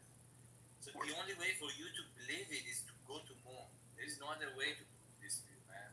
All right, so boom. So Taco tells me that he worked on the rover and went to Mars, right? Okay, once again, no human being has been on Mars. All right, so how am I to believe that this whole moon shit, like the best way to cover up your bullshit from 1969 is to also send another rover to the moon and then tell India, hey, look, we found the rover. That's what they it's like, bro, come on, bro. No. I'm saying the same time that they sent the rover to Mars, they also sent another rover to the moon and then told India and China to, hey, go look at the moon now. China would not cover up anything that the U.S. does. And it's not even China. Japan, China, and India, all three of them have said that they have spotted, various things on the moon from the Apollo mission. And the article I gave you pictures of what they spotted. And watch this. And now they're not even real. They're working. No. Watch this. The moon landing in 1969. What mission was that? Why does it matter? The Apollo mission. One of the Apollo missions. No, whatever it was. 11. Apollo 11, right? Went to moon 6 times. It's not just one time. Right.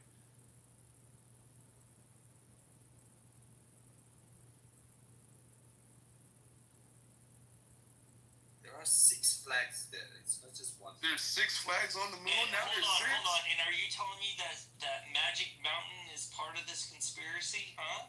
Because that's 6 flags too. What is going on here? Can somebody give me answers?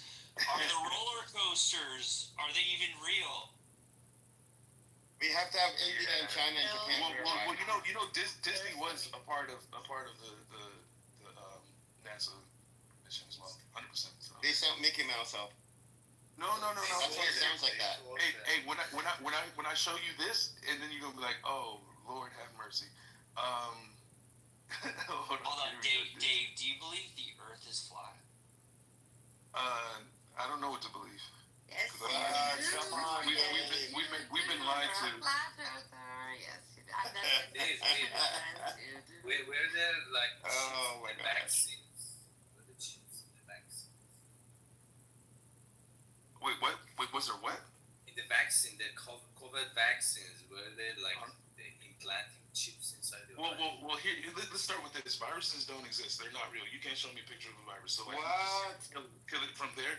Viruses aren't real. Viruses. What they call a virus is nothing but just an amplified bacteria. That's it. Like everything that you get from a disease. How do you know? Like, are you a scientist? I mean, once again, all I'm asking for is pictures, and y'all can't provide it. I ask for a flag, you can't provide it. I ask for a picture of a virus, you can't provide it. I'm just asking for provided. Okay, they can't. Oh, they you can't. take How do you pictures. tell me it exists? You've been lied to again. Wow. They can't from Earth take pictures of something as small as a lander on the moon with a telescope. And when you take pictures of the galaxies, you're using massive telescopes in space without any atmospheric interference. So it's a totally different type of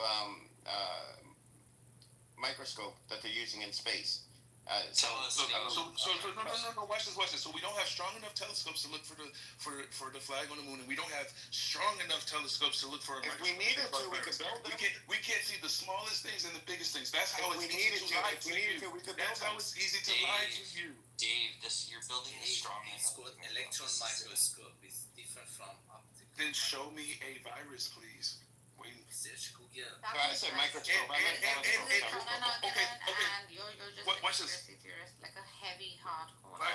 Viruses can't live outside of a cell culture, right? It's required and necessary for it to be in a living tissue. Where are viruses, right? Where do viruses breed and create? No, they don't. I'm with Dave. You do it, brother. Do it. You do it. Viruses are not alive, but they are real. They are not alive. What you are saying is that viruses. I believe are not Dave. alive. Can anybody beat Dave? Nobody. We don't have any good debaters in this room. Dave doesn't believe it. Alien don't exist, right, Dave? Actually, Yeah, yeah, I like, agree that. yeah, I agree. They hate it. Okay, I was about to change that position just to help you. No, just the likelihood, like using the Drake equation, like the likelihood of another Earth being formed from the primordial soup that we have is like impossible, bro. Like just think about all the things necessary to create life and the odds and probabilities, and then once again using your creative theory and other things throwing up. I agree. You know what I mean? Yeah, it's just if it is, it's probably already dead from how long ago it was made. You know what I mean? So like.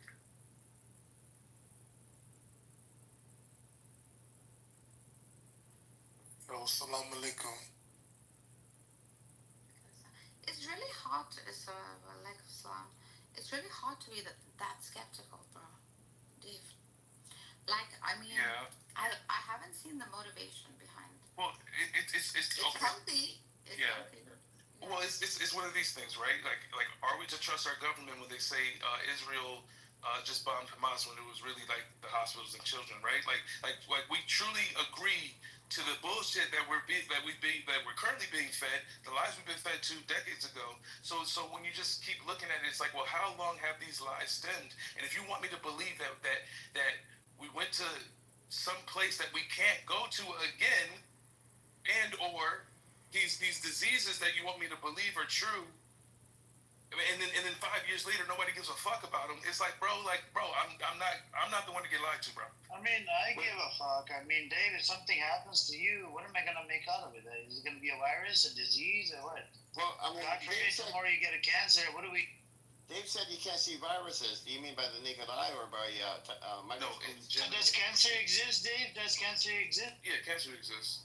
Why? Yeah. Why? It's a disease as well, by the way. No. It's a mutation of cells. So No, it's a disease. It's a disease. it's a mutation of cells. Come on, Dave, it's a disease. You know. So microscopes or no? I'm sorry, what? Can you see viruses through microscopes? You I can't mean, I see can them see at them all. on Zionist TV propaganda and shit. No. Sure. So on microscopes, can you see viruses? No, you can't, because viruses. Yes, don't. of course you can. What do you? Can. Yes, of course you can. I'm telling you, you can't.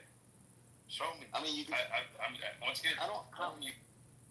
You could read it. You could look at it. I mean, this is like, you know, GPT is Those telling me. microscopes are made out of Zionists. They come from Zionists. I asked GPT, can you see a virus under a microscope? And it said, if you're talking to Dave, he believes in the flat Earth theory. So, you know, he's not gonna listen to anything you have to say. That's what GPT said. Edward I think he's referring to optical microscope. Please don't disrespect Dave. He's the most smartest person in this room. No. I'm willing to. Be corrected. I think Amir just disrespected me. Edward is not the most smartest person. He's not bright.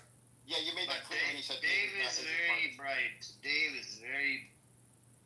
Nah, bro. I just question things for better or worse.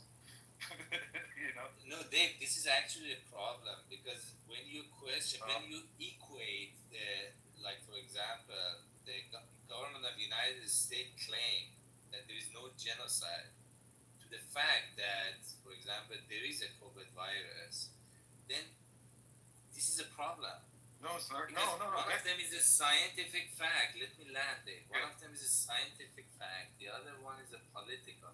In the politics, there is like in the human relationship. These are different fields of science. Like for example, the most absolute science are math and physics. I mean, math is not physics, but physics, chemistry, biology. And then when you come to human, these are like become fuzzy sciences, like political science. So you should, when you equate these things together, then somebody says, these guys are, crazy. So I must subject myself to only one. Like, no, bro, you're trying to put me in a box, and I see what you're doing, and also your example was piss poor because you're like, the government tells me it's not genocide, and also that they went to the moon. He's calling you Jack in the box right now. He's trying to call you Jack. No, I could be a jack of all trades and master of none. I mean, I'm also good with that. Also, the more that you know, the more that you realize that you don't know. Jack in the I'm box? just not trying to be a Fries fucking are retard stinky that as accepts hell. everything that the Have you tried government their tells me. fries, Dave? They're stinky as hell. Who's fries? Jack in the box. Oh, no. it's on the look. Obviously, I'm not here to change your mind or nothing like that. It's just more so whenever you're being told something, find credible sources, make your own decisions, judgment, and and then ultimately when somebody asks you about these things and they ask you to prove it, you come straight with facts. Until then, don't talk about it because you don't know. Just say you don't know. So, do you think that so the next question is, can a car fly? Yeah. It's called an airplane because airplanes have wheels. Airplanes drive. No, I think you're mistaken there, Dave. They actually created. What is a car? That you could drive. Yeah, you could actually drive a car on the roads, and you could take it to like a charter airport. Yeah, it has like these wings or whatever. You can take out, and it turns into a chopper. Yeah. You should look into it. No. But you need a FAA license. You need a pilot license. 100%. No, I agree. Yeah, I'm sure that look, the technology that we're provided and given, the militaries have been using them probably decades prior to us even having them, whether it be facial recognition tech from your phone or whatever. You don't think like the military was using shit like that or all this other stuff. Like, yeah, like everything that we have access to has been used or okay, all these fake ass UFO sightings and shit like that. You don't think that's some test from the military and they're just trying to make some flying shit and then people are mistaking it as a UFO? Like, come on, bro. Like, that's all I'm trying to say is just think like a little bit more, and then you'll be like, oh, okay, it's either the military, the government, or both in tandem. Alright, so does anybody want to debate Dave on anything? It looks like we have a champion in the room. No, I was just saying salam alaikum, man. Check out my PTR, man. Black Rabbi is here. Should we bring him up? Yes, Let's bring him up for a little bit, and then I gotta close the room in a bit as well. Yeah, don't fuck it up, okay? I gotta go to bed. Free Black Rabbi. Hey, I love you guys. I'm back. Yeah, it's rough in here. Hey, sometimes you guys, treat me well. I do not love you. I don't. You treat me bad. I get it Okay, through your head. I don't love. So I know you do, man. But the thing is like this. So next week I'm going on this podcast, this political podcast in India. How many people can I do? Like 2 people? It's not. How big is the audience? How big is the audience? No, but it's with the Times of Israel. Quality matters. Quantity matters for quality. I know your quality is probably shit. It's going to be published in the Times of Israel. Anyways, but the point is, in this conversation, I'm going to institute a new idea that's going to change the whole conversation. The thing is like this. Instead of calling the Palestinians, or at least people in Gaza, West Bank terrorists, we have to see that they're under a psychological construct, right? And that psychological construct, that psychological construct was created by the KGB. Such an idiot, man. KGB, now he's getting Russia involved in this. Just because Mahmoud Abbas went to Russian, university or college. Now you know. You're just a fucktard, man. Now you know. Oh my God. And the point is just saying, and so now the world has to empathize and free the Arab people of this Palestinian. Hey, welcome, Parisa. We're just listening to a bullshitter. Hi, good morning. Good morning. I'm telling you what I do before I do it. When I tell you, you say yeah. No, don't say it. Don't say it. Keep it a secret. Why? Because it's better. It's better for the work. Otherwise, you could get an evil eye. No. Because that's not about. You believe in evil eye, right? We call it Ayin Hara. Yeah. Yeah. That's the same thing. Evil eye. Anyways, the point is just saying that. You shouldn't be proud of yourself like that. Just try to hide some shit. It's not about me. It's about the people. Don't tell us everything right now. Tell us about it after. Nah. Make sure you go on the streets of India, right? And make sure you drink in those cups. They don't even wash it with this clean water. You just drink some tea in that cup. It tastes really good. And I just hope you don't get sick. Yeah. Anyways, the point is saying that the people of India are beautiful, and we're building our relationship. That's the key point. We relationship, and it's getting stronger every day. We understand each other, and it's about uniting. You understand their idol worshipping? You understand it? We're gonna God willing, those things. So you're okay with idol worshipping? You might as well take a dip in the fucking Ganges River. You know? Do you know how many diseases are in the fucking Ganges River? When here's something Such a funny. dumbass, man. This guy is such a dumbass. Wait, when here's something funny. So I just did this podcast, right? The one on my PTR. So it came out yesterday or the day before yesterday. Did you tell her about my YouTube channel? Did you tell her? Wait. But then this is the thing. You need to make it controversial. Tell her what you said on my YouTube. No. Imams here in Jerusalem came out on the Temple Mount, and they have the whole speech against the Hindus, and the Hindus are idol worshippers, and this, and blah blah blah blah blah. And some people told me they think it has something to do with my podcast. I mean, maybe they look at you as an idol worshiper. Might as well. You cursed the Prophet Moses, peace and blessing upon him, the other day, so you know. I don't even consider you to be a Jew anymore. I don't know what you are. I don't think you're Jewish. Your Jewishness is gone as soon as you did blasphemy in my room. I'm Zionist. Yeah, but the thing is, Zionist. He converted to Judaism to do blasphemy. No, I didn't do blasphemy. Yeah, you did. In my room, you did. No. You did. It literally said you're gonna shoot the Prophet Moses, peace and blessing Nah, upon him. bro. You did. But Everybody if some guy comes and says, I'm Prophet Moses, and he tries to stop the idol. We didn't say some guy. Oh, Black. I have a question. What is your spiritual purpose in life? AK comes from a Hindu background. AK, how would that make you feel? He's going to India to convert people to Judaism. I love that.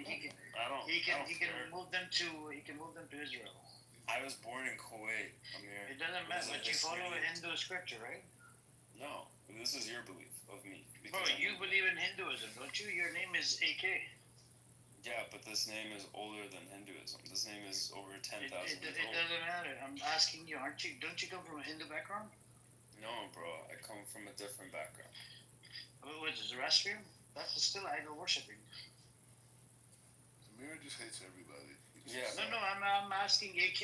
His name was Akshay or something. Akshay Kumar or something. Isn't it Akshay? Your name is Akshay, right? Yeah, and that name is from Sanskrit. Before India was even Yeah, that's what I'm saying. So you follow Hindu scripture. It wasn't Hindu. It was before Hinduism. But what Gita? That's after my name. My name is much older than that. Yeah. It doesn't matter how old your name is. I'm asking you, don't you follow the Hindu religion? I don't know. I follow a way of life, a spiritual way of life. So what are you, atheist, agnostic? What the hell are you? Christian? He's a Sungi. I believe why are you in God. such a supremacist? Why are you supremacist? And it's not Hold about on, religion. supremacy. You believe in Jewish supremacy. Let me ask this guy. I believe, because Hindus believe in Hindu supremacy in India. Yeah, I'm not Hindu though. I'm not I don't. What are you? Atheist, agnostic? What are you? I'm a spiritual person. I'm just a spiritual being. What are you? Are you? What's the word? Buddha? Are you you follow Buddhism?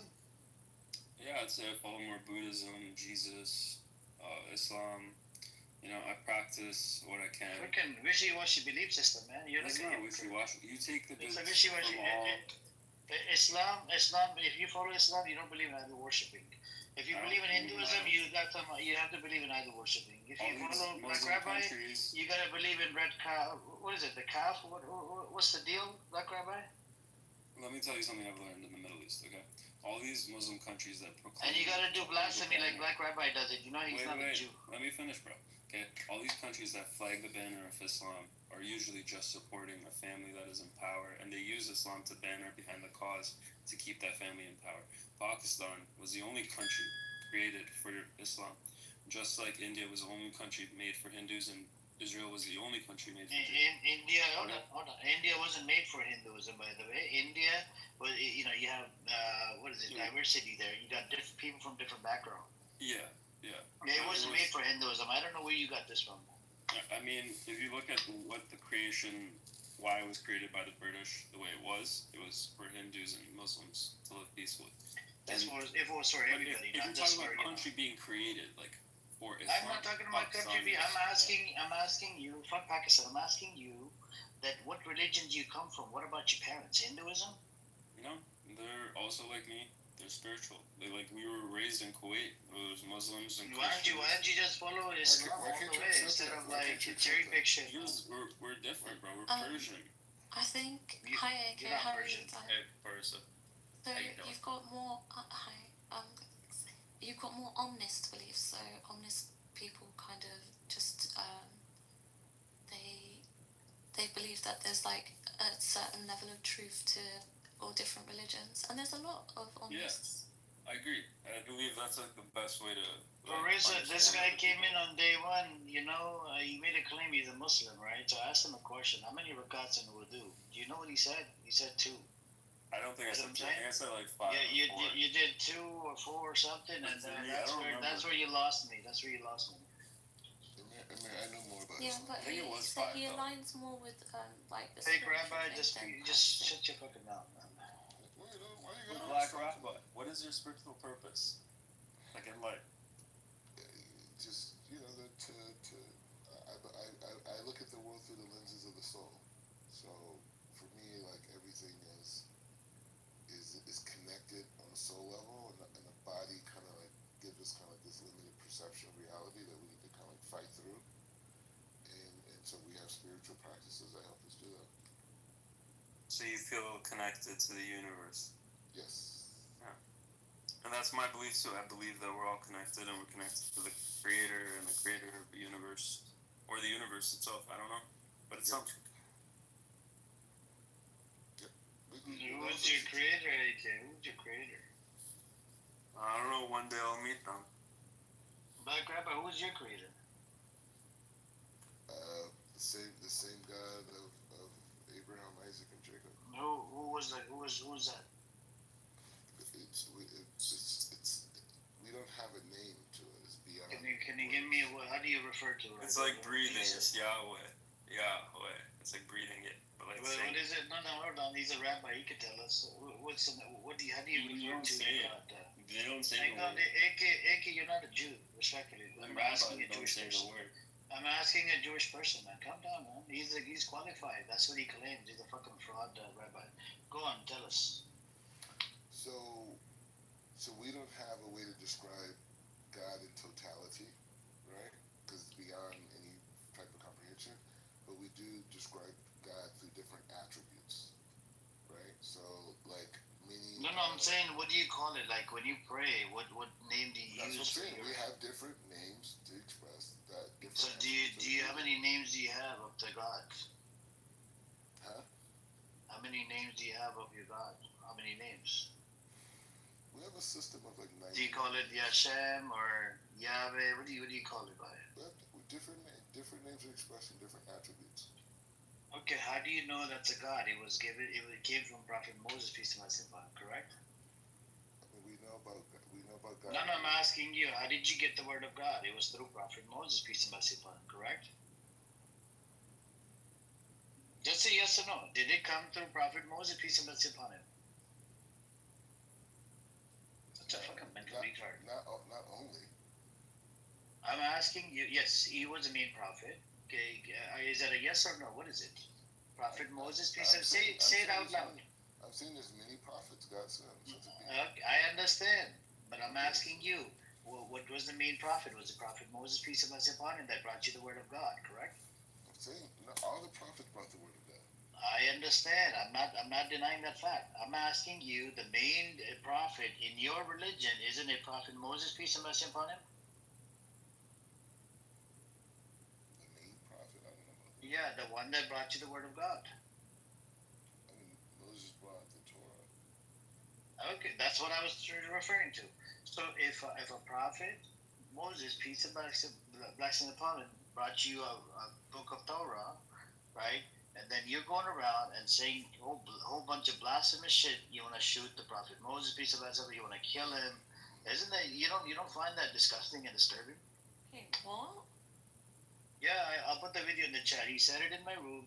Brother Fayaz made a claim, made a statement. He said, if Prophet Moses, peace and blessings upon him, was to arrive inside Israel and tell them to stop killing babies and this and that, you know what this fucktard said? He said, yeah, we'll shoot him in the head. he's talking about Prophet Moses, peace and blessing upon him, this disgusting scumbag. And I'll put a video in the chat. He literally said he will kill them. Will kill the prophet. Such a disgusting human being, and he calls himself a rabbi. We already checked his credential. It's all fraud. Let me put his link in the chat. Earlier, he was saying about what he thinks what's going on with Palestinians is a psychological issue with them, right? But would you not say that, like, I mean, 62% of Israel believe that there's no innocent people in Gaza? Do you not think there's a psychological issue with Israelis then? Because you were talking about I put search in the chat. I put the link in the chat. YouTube. He's on YouTube. He literally said he will kill Prophet Moses, peace and blessing upon him. Disgusting scumbag. Yeah, but even objectively speaking, like, why would you want to, like, let's say someone's claiming to be a prophet, right? Like if someone turns up today and claims, there's loads, like, you've seen that weird guy on TikTok that wears a beanie. No, what do you mean exactly? I haven't finished what I said. What are you saying exactly for? Right? I'm saying, why would you even feel the need to, like, if someone's, like, spurting their religious ideals or whatever, why would you even feel to shoot them? Do you not think that's a bit of a psychological mishap in itself? Especially when you said that, like, your spiritual objective is to be connected to the universe and connected to everything in it. Yeah. It seems that you're selective and that you're on a journey to spiritualization, but you don't realize that spirituality isn't a journey. It's a realization that we are connected. It's that understanding. Exactly. And as such, you'd have an appreciation for the sanctity of life. So why would you want to kill anyone? Or do you know what I mean? Like, it's weird. Well, the point is, it's not about wanting to kill anybody, right? Because I don't want to kill anybody. But what we're saying is that the way that the world is designed, right? If we're saying the world is a spiritual world, there's a yin and yang component to it, right? And sometimes, because of our behavior, the yang gets a little bit stronger, right? And so we have to respond to that, right? Because that's what we're dealing with, right? We want the world to be harmonious, right? We only benefit from that. We don't Who's we? The West. Sorry? The West. The West. Are you sure the colonization or plantations were really best for all the slaves and shit? Like, we're still dealing with this. Like, there's over 200 million slaves today, 180 million children working under the age of 10 forcefully. This is the reality we live in. Where are the slaves at? Everywhere, bro. There's a dam in Ghana that was created by my professor. Wait, hold on. Let me answer the question. There's a dam that was created by my professor in Ghana. Okay, like 30 years ago. Today, there's 500,000 children on the lake that the dam now created, working as fishermen. These are children. 500,000 children working on one lake. Okay. These people are not going to be with a camera. Like, they are countries where slavery is allowed, right? Yeah, but I'm saying, why is it that every time Well, actually, you're in Canada. I didn't know that. Windsor? Close.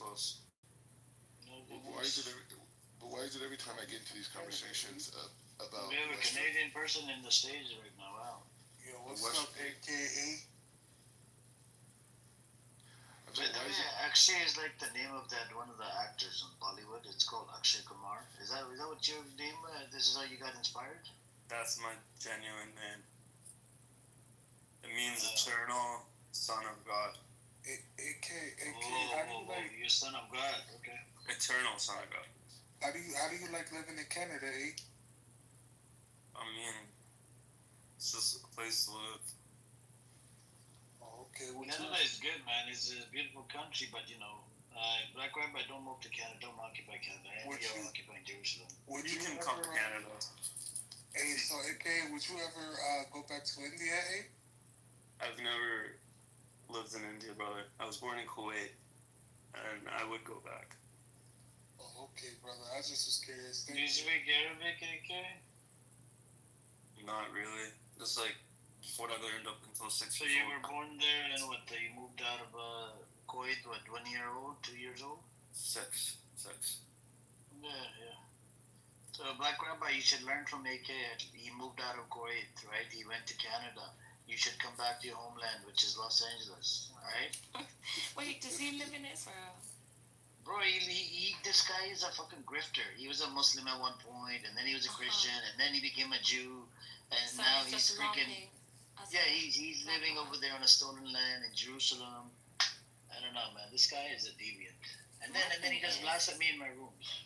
If I live in the UK, right? If the UK, and the UK is complicit in these things, you should be able to call things out. And if you can't call things out, then there's a severe problem. But why brainwash yourself, right, Mister? I've got a connection to. Marissa, he doesn't have citizenship of Israel. He booty claps for it all day long. Hey, I'm here, PTR. It said the more genocidal you are, the more chances you get of securing that citizenship. I don't get it. No, I'm running for president. That's a scary picture, Chucky. It's a scary picture. I'm running for president 2032. In Israel. Look at AK. Oh, man. Bro, what religion do you believe in? Christianity? What is it? Oh, man. What is it? Hey, AK, do you want to convert to Judaism? This scammer charges 20 grand.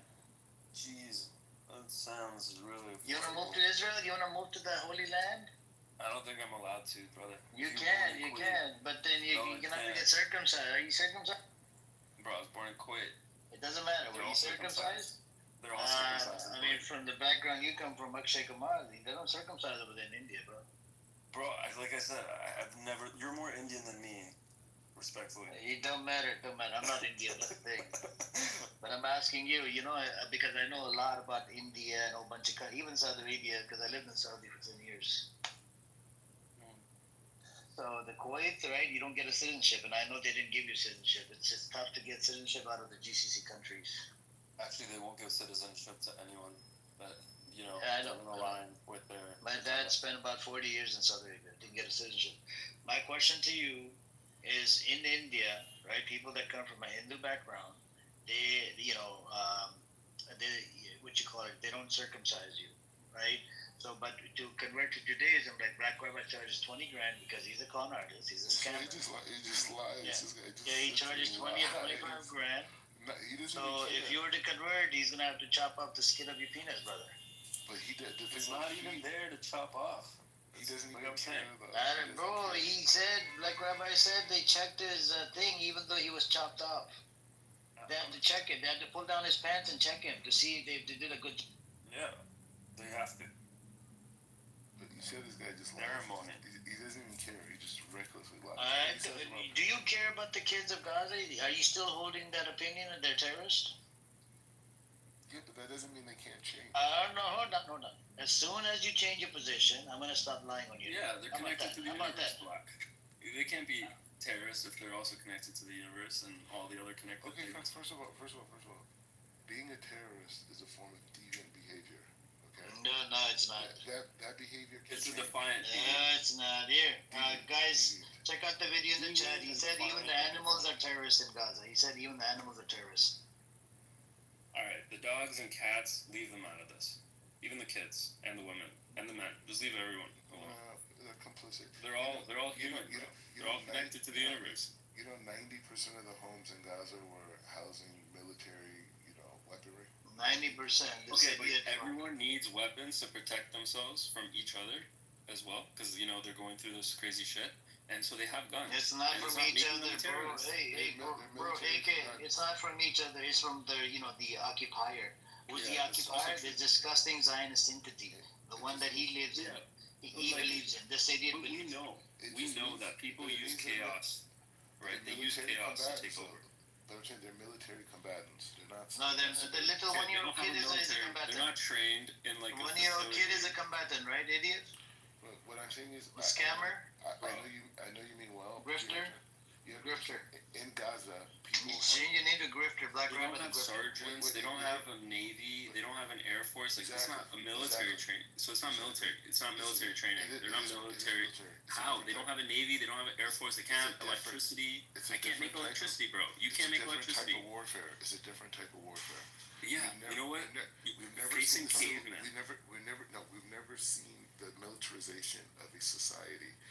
Normally, a society has an army. So does IDF Gaza have? itself. Do they have open carry arms inside Israel? Tell us. Yeah. Okay. So does Hamas have open carry arms in Gaza?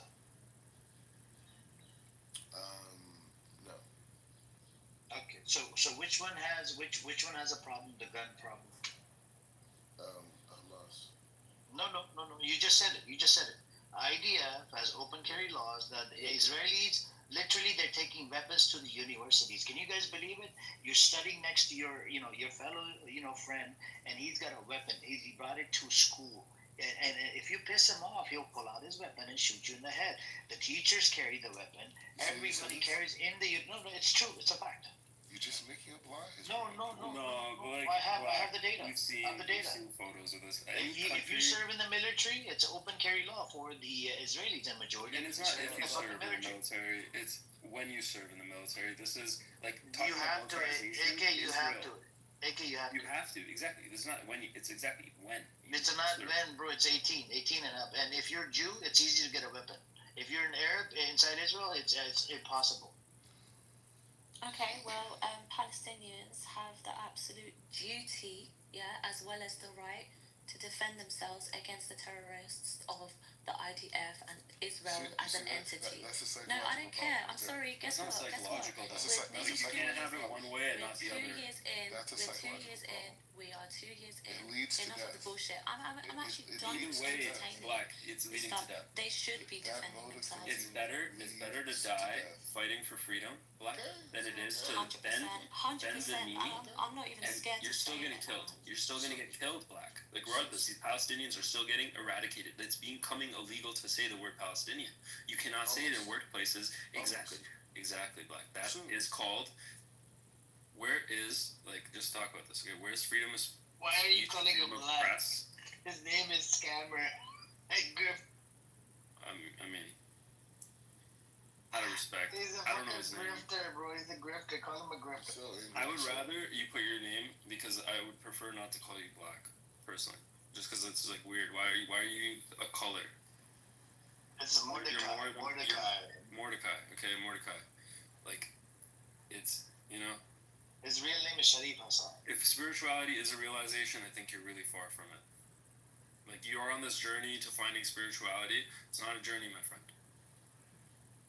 You just have to realize. I just call him my friend. I don't think he's anybody's. Well, I mean, Amir, has I mean, this is a challenge that many people, Muslims have, right? And this is nothing against this. It has nothing to do with Muslims. It has to do with people like you, demonic piece of shit terrorists. Yeah, there's Muslims in the room that are very. No. I'm going to explain, and you correct me if I'm wrong. Much of the idea of the modern understanding of Islam is post-Ottoman Empire, and so Muslims see themselves in the frame of conquerors people, and the idea. You didn't conquer the land. Your state Israel didn't also conquer was 6 or 7 countries. Noah's land.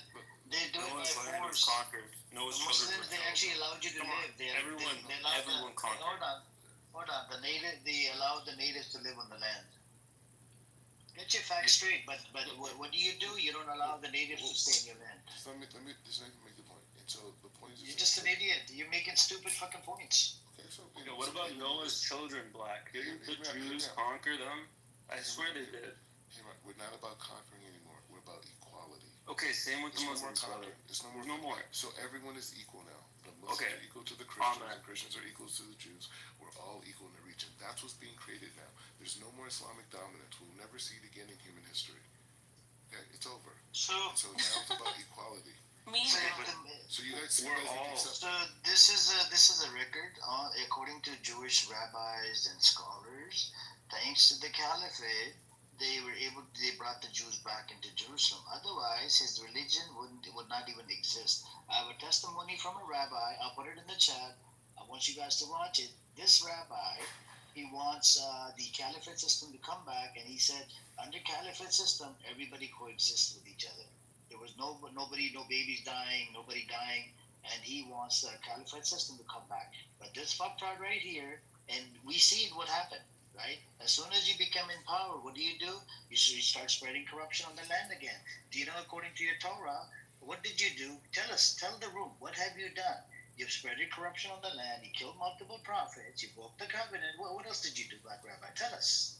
He will never tell you what it says in the Torah. And then he's here to claim the land. The fucking fucktard. Come back to America, you don't have Israeli passport. You just say, oh, otherwise shut your fucking mouth, man. Stupid bitch. Why are you always cussing at me? Because you're not a Jew. You did blasphemy in my room. You take you out of follow Judaism. You're done. Alas. You're finished. And you're a scammer. You're fraud. We looked into your credentials. It doesn't exist. Yeah, we checked with the Israeli ministry and we checked with the rabbinic school over there and the ministry that does the certification and licenses. You don't even have a fucking license. How are you preaching people? And you probably must have overstayed your visa. That's another thing. There's a fine on this. Wow. You guys are crazy. These guys just come out. These guys have made a whole. We have a record on this guy. We checked deep into it. Shut your fucking mouth. Did you know what did you we're right. overstay your visa, Rabbi? Please. It's a question. You didn't. I'm above visas. You're above visas. Wow. He's I promised. Black Rabbi. Are you the Messiah? No. Okay, cool. Are you gonna kill the Messiah? I'm gonna be a spokesperson. Would you kill me though, Black? Or I wouldn't kill anybody. alright, we're blessed. Yeah. Black Rabbi, did you eat any kugel today? No. What about the Did you eat any fish? Weetabix? What Did about you eat the Weetabix today? I have a question, but I don't know if this is appropriate to ask. Are you allowed to smoke weed? If you want to. You're allowed to? Bro, you smoke every day? Yeah, why not? That's sick. Okay. This is a very appealing prospect. Black Rabbi, did you have any gefilte fish or cholent today? No, it'd be kind of weird to have children in the morning. I don't know, man. Some of our brothers, man, they love that cholent. They like to put mayonnaise and ketchup in their cholent. Chucky, be honest with me. How many times a day do you fantasize about food? Maybe 100 times. Just be honest, how many bags of chips do you eat Is a day? that a problem? How many bags of chips do you eat a day? Tell us. How many bags of chips? He eats nothing but bag of chips. Is that a bad thing, Black Rabbi? That I fantasize about food? No, it's normal. It's biological. Yeah, I mean, I work out. I have to pass PT tests. I'm very in shape, but I love food. Are you in shape because you want to eat, or are you eating because you want to stay in shape?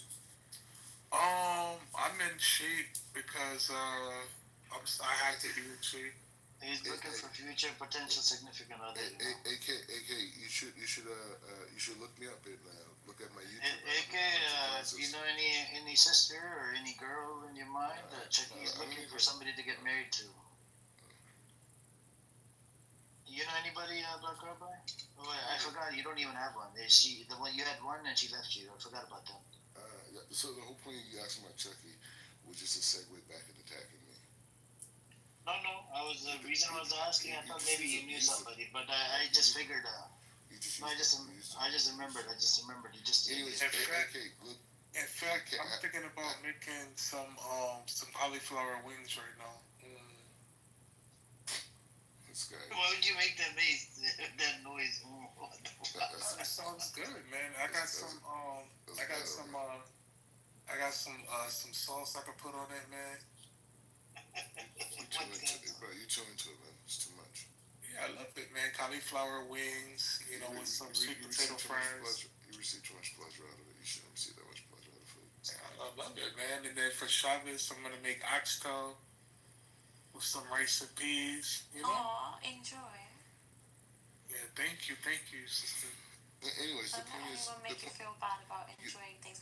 It's good when people enjoy activities that don't involve killing little children and blowing up their limbs and it's unfortunate. We don't think our heart breaks, seeing little kids dying, but unfortunately, this is part of the decision that Hamas made for their population. It was an act of war. But sister, Parsha, that's how you say your name? Parisa. Parisa, you know what I like to do? So for Shabbos, right, I like to make extra food, and then the extra food, I like to pass to the less fortunate, or people that I know that's struggling. That's so nice of you. Black Rabbi, he gives out food to the needy. I think you need to go over there. Where are you, New York, Jackie? No, I'm not in New York. Instead of eating, he's living off chips, so you can maybe live off some healthy food that Jackie gives out, okay? Well, I'm starting to think Israelis hate food, Amir, because the way they destroy those food aid trucks and stuff like that. Maybe that's the reason. Maybe 100%. That's the psychological pathology behind it. Maybe. Do you know what they did, Marissa? They had their kids. They were using their kids as human shield to tell them lay down on the road so that they could stop the trucks from going to Gaza. Can you believe it? Disgusting. They're using their kids as human shield. Fuck them. Honestly, the most disgusting. What are they shielding? What are they shielding? What do you mean shielding? They from getting to hungry from the food. No, but human shields is when Hamas hides behind a civilian. Yeah, that's human shield. That's human shield. Why don't they? Hiding behind a military civilian population. Let me ask you this, Black Rabbi. Why don't they do it themselves? Why are they getting their kids to freaking lay down on the road? They hate children and they hate food, Ahmed. That's human shield. That's being used as human shield. The kids came up. Kids don't understand shit. It's the parents. Yeah, you can't be like these kids are not being controlled properly. Like, where are their guardians, Black? Like, you can't be giving these excuses, brother. But another point is, I'm gonna bring up. We don't know his gender, man. You're gonna have to call him sister.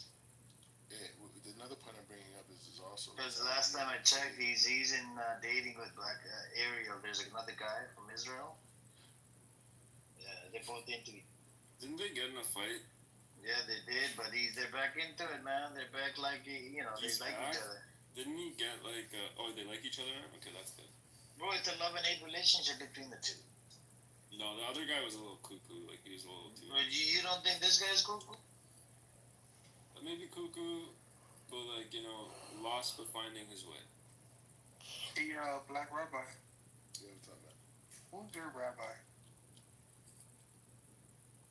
Rabbi Shaddai. Oh, Rabbi Shaddai? From where? From Jerusalem. Oh, Jerusalem? Okay. But I need you to do me a favor, Black Rabbi, all jokes aside, man. This weekend, after Shabbos, obviously, on Sunday, right? I need you to go to Azza for me. Azza? I need you to go to Azza. I need you to go to Azza for me. What is that? I think it's Gaza without the G. It's Gaza. I need you to go to Azza for me. He keeps saying Azza. Would you be down, man? I need you to go there, and I need you to. Oh, what do you mean? He like down and dirty? Is that what you're trying to do, Chucky? Just be careful, man. This guy will fall for it. He'll go for it. He's into Ariel. No, I just need him to go to Azza, man, and make sure that my Palestinian cousins are doing good out there. No, but the thing about it, Chucky, you don't realize I'm doing God's work right now because I'm fighting for the Palestinians. They think they're fighting for Palestinians. It's actually me. I'm trying to remove the thinking process that they are a resistance movement. I'm here liberating. By eating chips every day, by sleeping on the couch potato. Brother, I need you to do this because this is some ego trip. Okay, I need you to say, I am not Superman. We have this guy in the audience. He's from India.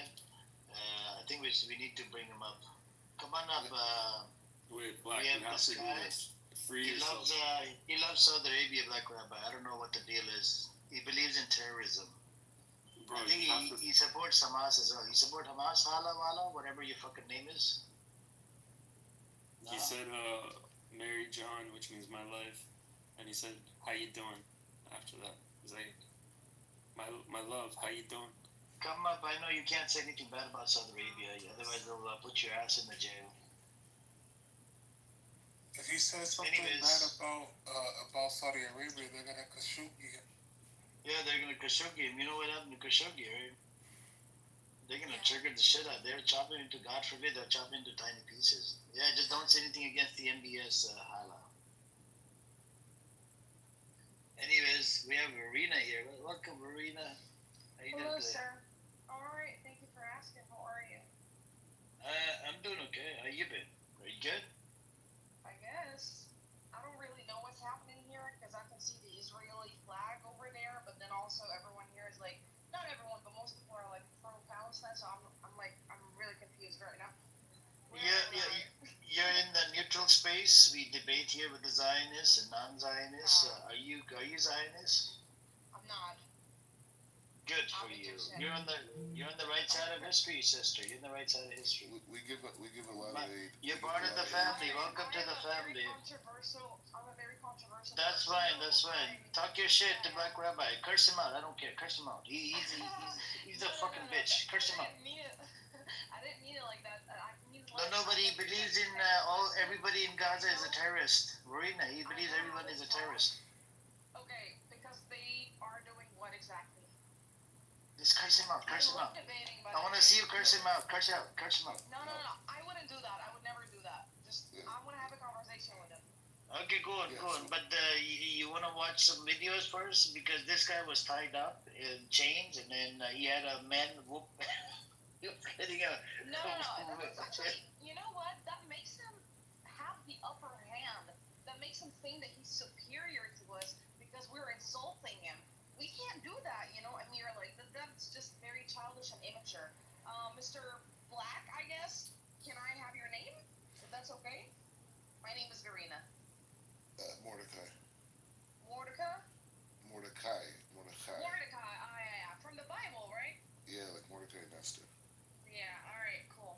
I don't really get your insight. Can you tell me what you're thinking in 3 points? Yeah, the Palestinians that I lived adjacent to here in Jerusalem, really educated me on their challenges. One of which is the fact that they told me all the representation that is presented has nothing to do with them. It's people who've been imposed on them. And they asked me to speak out on their behalf by exposing the lies and the corruption that's being imposed on them by the people who claim to be their leadership. All right. That's the first point. I need 3 points, sir. Second, I live with 2 million beautiful Palestinians every single day that are, define themselves as Israeli Arabs that work in Israel, that are eccentric to the success and the growth and stability of the country, and they're amazing, brilliant people. However, in Gaza, in the West Bank, there's a radicalized, militarized civilian population that, in essence, is completely focused on destruction of Israel and even Israeli Arabs that are inside of Israel. And they waged a war on October 7th. Now, the thing is, the entire population in Gaza are military combatants, right, through association. And so when we have to deal with the issue, Israel has no choice but to take all of Gaza and pass it over to the United States to create a freedom zone. So you know that the everyone, please check out the video in the chat. 3 videos in the chat for you guys. Hang on, hang on. We have Verena. She's engaging. Let her finish, brother, and then you can speak. But please do watch the videos. I'm promoting his content in the chat. Please do watch it. Yeah. It's a present. Alhamdulillah. All right, amazing. So are you Muslim or are you Muslim? Are you Muslim or are you Muslim? I'm neither, actually. I'm Christian. So You're Christian? That's fine. Yeah, it's no problem. Yeah. All right. Yeah. So you don't understand that watching porn and promoting porn is actually haram for a Muslim, right? Am I promoting porn? Did you read it? Rita. You speak Arabic, brother. Hang on. It's not porn. You speak Arabic, brother. It's not porn. Stop lying.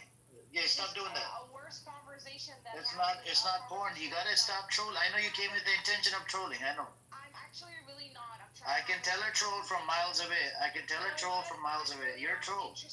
I'm really not interested in engaging in this conversation anymore. You are a Then horrible leave, person. leave. Get lost, get lost, get lost, get lost, get lost, get lost, get lost, get lost, get lost, get lost, get lost, get lost, get lost. Yeah. Fuck you. Get lost, bitch. Get lost.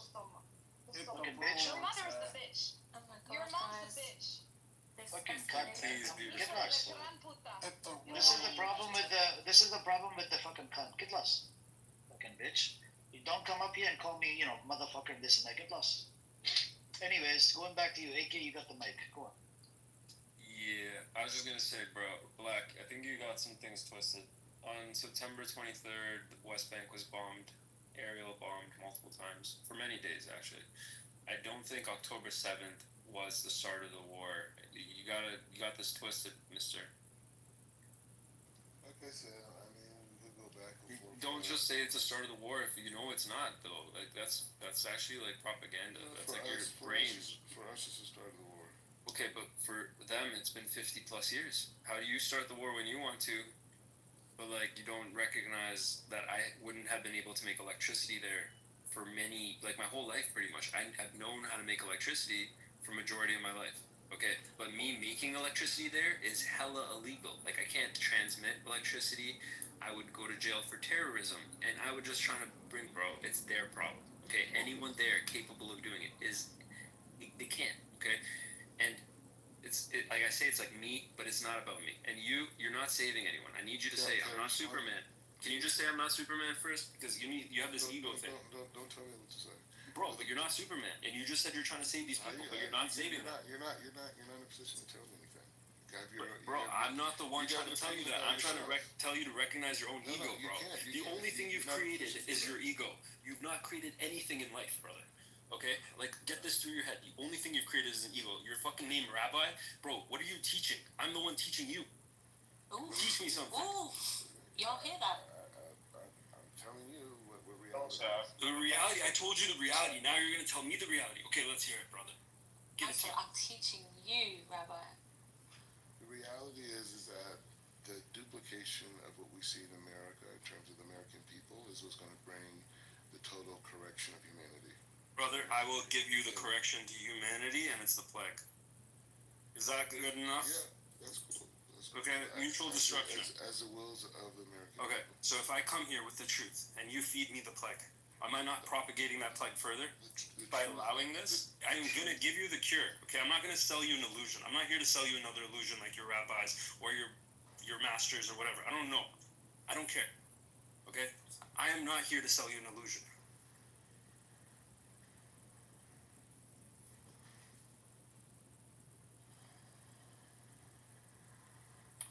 Anyway, so the duplication of the will of the American people around the world is what's going to bring us to our total perfection as a global society. Duplication is not how we preserve our people. That's how you make them into the same box. And you just replicate and replicate and replicate. You don't have any character. You don't have the rights or the culture that come with having diversity. America produces people like me, and people like me like Oh my That's God. your ego, bro. What have you created? Wow. The only thing you've created is your ego, and you won't even recognize that you're not Superman. Like, you think you're saving Palestinians. That's a fall. Like, that's a flaw, bro. You're not saving anyone. I'm In not fact, saving anyone. I'd go as far as to say he's probably more detrimental to the cause, yeah, because with a name like Black Rabbi, yeah, and your story, okay, you're gonna get eyes and ears on you, okay, just for that alone, okay. You could be using that to actually promote, people to stop killing kids, but instead you're saying, oh, it's a psychological issue. They need to be. What is it that you're proposing? Like re-education camps? Like what? What is it that you want? The thing about it is a great point. So the beauty of what I've been able to witness. Don't call it. Speak about it objectively. We don't need the descriptions of what you do. It's not like you're not going to give something profound right now. I just want to know what you're actually thinking. It's not going to be profound. I just want to say my point back at it. The point is saying that the great thing about living in Israel for the last 9 years is being able to see the integration process from Arab to modernization, right? And so the thinking process that you see in proper Israel amongst the Palestinians, many of those people maybe just a generation or two generations ago may have been fighting Israel, right? But through adaptation, right, through education, through opportunity, those meaningless causes that exist in certain crevices of Arab society, become exactly just that to them, right? So I think that I have complete confidence of the modernization of the region. Um, in the But next over do the you next not see years. how inherently racist that is? Oh, sorry. No, please, if you want, I just wanted to point out that how racist this line of talking is. Yeah, like Absolutely, that's what I was about to say. Exactly. Please go on, please. Look, I really don't understand when you support an ethno-supremacist state, first of all, and you sit here and talk about the integration of Arabs into Israeli, led state. We all know it's tailor-made. The integration, Black Rabbi. First of all, the name Black Rabbi, they look down on people who have dark skin. First of all, you should know that. Majority of them are Ashkenazi Jews from Europe. They are taught from a very young age to look down at Bro, you got your script. You're reading your script. We heard your script. Second of all, You're showing me you don't have independent thought. You're showing me you don't have independent thought. The integration you're talking about is tailor-made to cater to the Israeli politics. The Arab opportunities you talk about, we're giving them opportunities because you might be able to fool a regular American, but people who have been there, known it, you won't be, because even the Israeli parliament has a system of seats. They don't want, within their Jewish communities, they have supremacies, they have hierarchy systems, where majority are Ashkenazis. They don't want the Sephardic, the Mizrahi Jews coming into power. They want that to be limited, and that's a reason why these Arabs are being fed and being in these parliament seats. One thing. That is the exact reason. But why do we have to listen to this? Are you educating us or something? Like, what's Absolutely, he's got a point. If you're uneducated, what point? I'm very sorry. What is he saying? And second of all, he wants to make it a racial. He wants to make it a racial issue. No, he wants to make it a racial. No, it's not. No, it's not. You think I'm primitive? I've seen videos of black people being spit on, Christians being spit on in Israel. So you think I identify my interests in the world based on? I forgot to tell you guys, he doesn't think he's black. He's according to his Twitter tweet. I'll put the link in the chat for you guys. He thinks he's white. That context would have been very helpful 20 minutes ago. I never said that. I got everything on this idiot. Everything. The point is. Oh my God! Can you laugh at me? Can you laugh at me, Black Rabbi? So-called Black Rabbi. The point is, you're trying to portray a non-existent reality of Israel. That's what you're trying to portray. If you heard me talk, I've not spoken about Israel at all. I've been talking about America. It's very limited. How many that they already Vedanti and Masorti have? He's just talking to put the himself. Arabs there, so these other Jews, He's just talking to Jews himself. of land, don't want power there. They want them to have enough power. It's like he's so they staring portray in the this very secular Jewish ideology. Believe me, the moment Israel achieve the Greater Israel Project, you will see how they treat the Arabs. I'll write it down. I'll sign it for you if you want me to. Thank you, Eric. But you have low IQ. Low IQ. What are you talking about? Once again, he's ego. He's giving you facts. Control your ego. He's low IQ. Control your ego, bro. Just regurgitating some facts. Black Rabbi. It's because what he's saying is beyond your level of comprehension. Right? You are trying to prove my point. Usually in debate, when the moment you attack someone's IQ, you attack someone's background, you attack someone's, physical appearance, you attack someone's personal background, that is a moment you know that person has nothing other than personal attacks to use as a counter argument that says a lot about you and your character and your IQ. So if you have something factual, you can go ahead. Otherwise, stay on mute. That actually proves that he lost the argument when he goes to You're right. No, no. Some things are so dumb they don't deserve a response to. I'm saying if someone okay, so I feel the same way about you. Oh no! Oh my god, this is so childish. What you say about me is what I feel about you. Which is No, stupid thing that kids have. why are you always nasally? You know what? You need to change I'm your not diet. nasally. I'm Change your diet. Change your diet. Change your diet. Change my diet. Change your diet. Change my It's giving you mucus. It's giving you mucus. No, I It's giving you mucus. No, it's This giving you is mucus. you're It's your starting diet. to act like a It's your diet. toddler throwing a It's tantrum. your diet. You live in It's your diet. Jerusalem. They're It's all your diet. fucking nasally by birth. It's your diet. Change my diet. All you do It's is your eat diet. chips all day. It's your diet. And you can't listen. You're Stop eating wheat. Stop eating wheat. Stop eating wheat. Stop eating wheat. Stop eating wheat. Oh my god, Wheat. weirdo. Oh my God. Wheat. You are making your own side very weak, Black Rabbi. Gluten free. At the moment, you're acting like a toddler throwing a tantrum.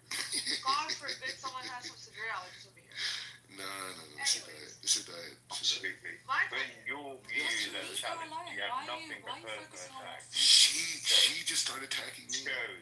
So what do you care about? Like I told you, Because she's nasally. She's nasally. She's nasally. People hate food and they hate children. She's nasally. She's nasally. They hate First of food. all, They Black hate Rabbi. children. Black Rabbi, you sound like you have a double chin from the way you're talking with you. Triple. Yeah, my goodness me. Probably that forehead is almost a firehead. Anyways, the point is, this isn't about Israel. This is about the will of the American people. And we want to spread that will, and we want to see more societies exactly This is like colonial America. talk coming Yes, from it's a true. guy called Black Rabbi. Yes. And the thing about it, we have to What stop. is the American people? Explain to me what is American people. No, I said the will of the American people. What is that? Who are they? So the will of the American people is the mechanism that propels American society forward in terms of living up. America's hardly a society, first of all. Okay, just let me finish. That motivates the American people to constantly strive for higher levels of moral ethics, of justice, of equality. And so we struggle. We've seen Western ethics and morality. Like we've showcased it very well. The American Get the society fuck out and of American Africa. Get the fuck out of Asia, man. Get the fuck out of Asia. Get the fuck out of Africa. Absolutely. It's about dominance. American dominance. American dominance is exploitation of the resources all around the Your world. country was built on war. That's my campaign slogan, by the way. Peace are you talking about? I'm saying my campaign slogan. You know why this talks about American society and American will is being marketed much more nowadays because you're losing the grip over the world. People don't give a rat's ass about you anymore, and that's where the problem is. No, I think we've divided the world successfully. I think. No, what you've done is created an anti-imperialist world now. So good luck with that thing. There's going to be a poor part of the world and a rich part of the world. That's what's and it's the poor part is going to the tide is turning. That's going to be you guys soon, man. I've seen the streets of California. Believe me. Streets were. Oh my god. You're right. There's going to be a poor part of the world, and that is America. Yeah, it is going to be America. Get the fuck out. It's already America. Get the fuck out. Let me show. Let us build our own prosperity, man. Great. I mean, if someone else can control your prosperity, The irony is he's from California. Oh my god. How pathetic. Yeah, Marissa, I told him to come back to California. I offered him a long time ago. Come back to California because I'm in Los Angeles. I'll pick him up from the airport, take him to Mediterranean restaurant, and then I'll drop him off at his house. The condition is you cannot go back to fucking disgusting Zionist entity. I don't want you living on a stolen land. But this idiot, I gave him the benefit of the doubt for the first 6 months, and then I got pissed off. I'm like, what? This guy is a terrorist. No point. He's a lost cause. How is he funding himself in Israel? I don't know. He's just an idiot. He just walks around like a fucking, fake. He dances for shekels. Elephant or something. Oh wow. I'm for sure the most visible rabbi in the world right now.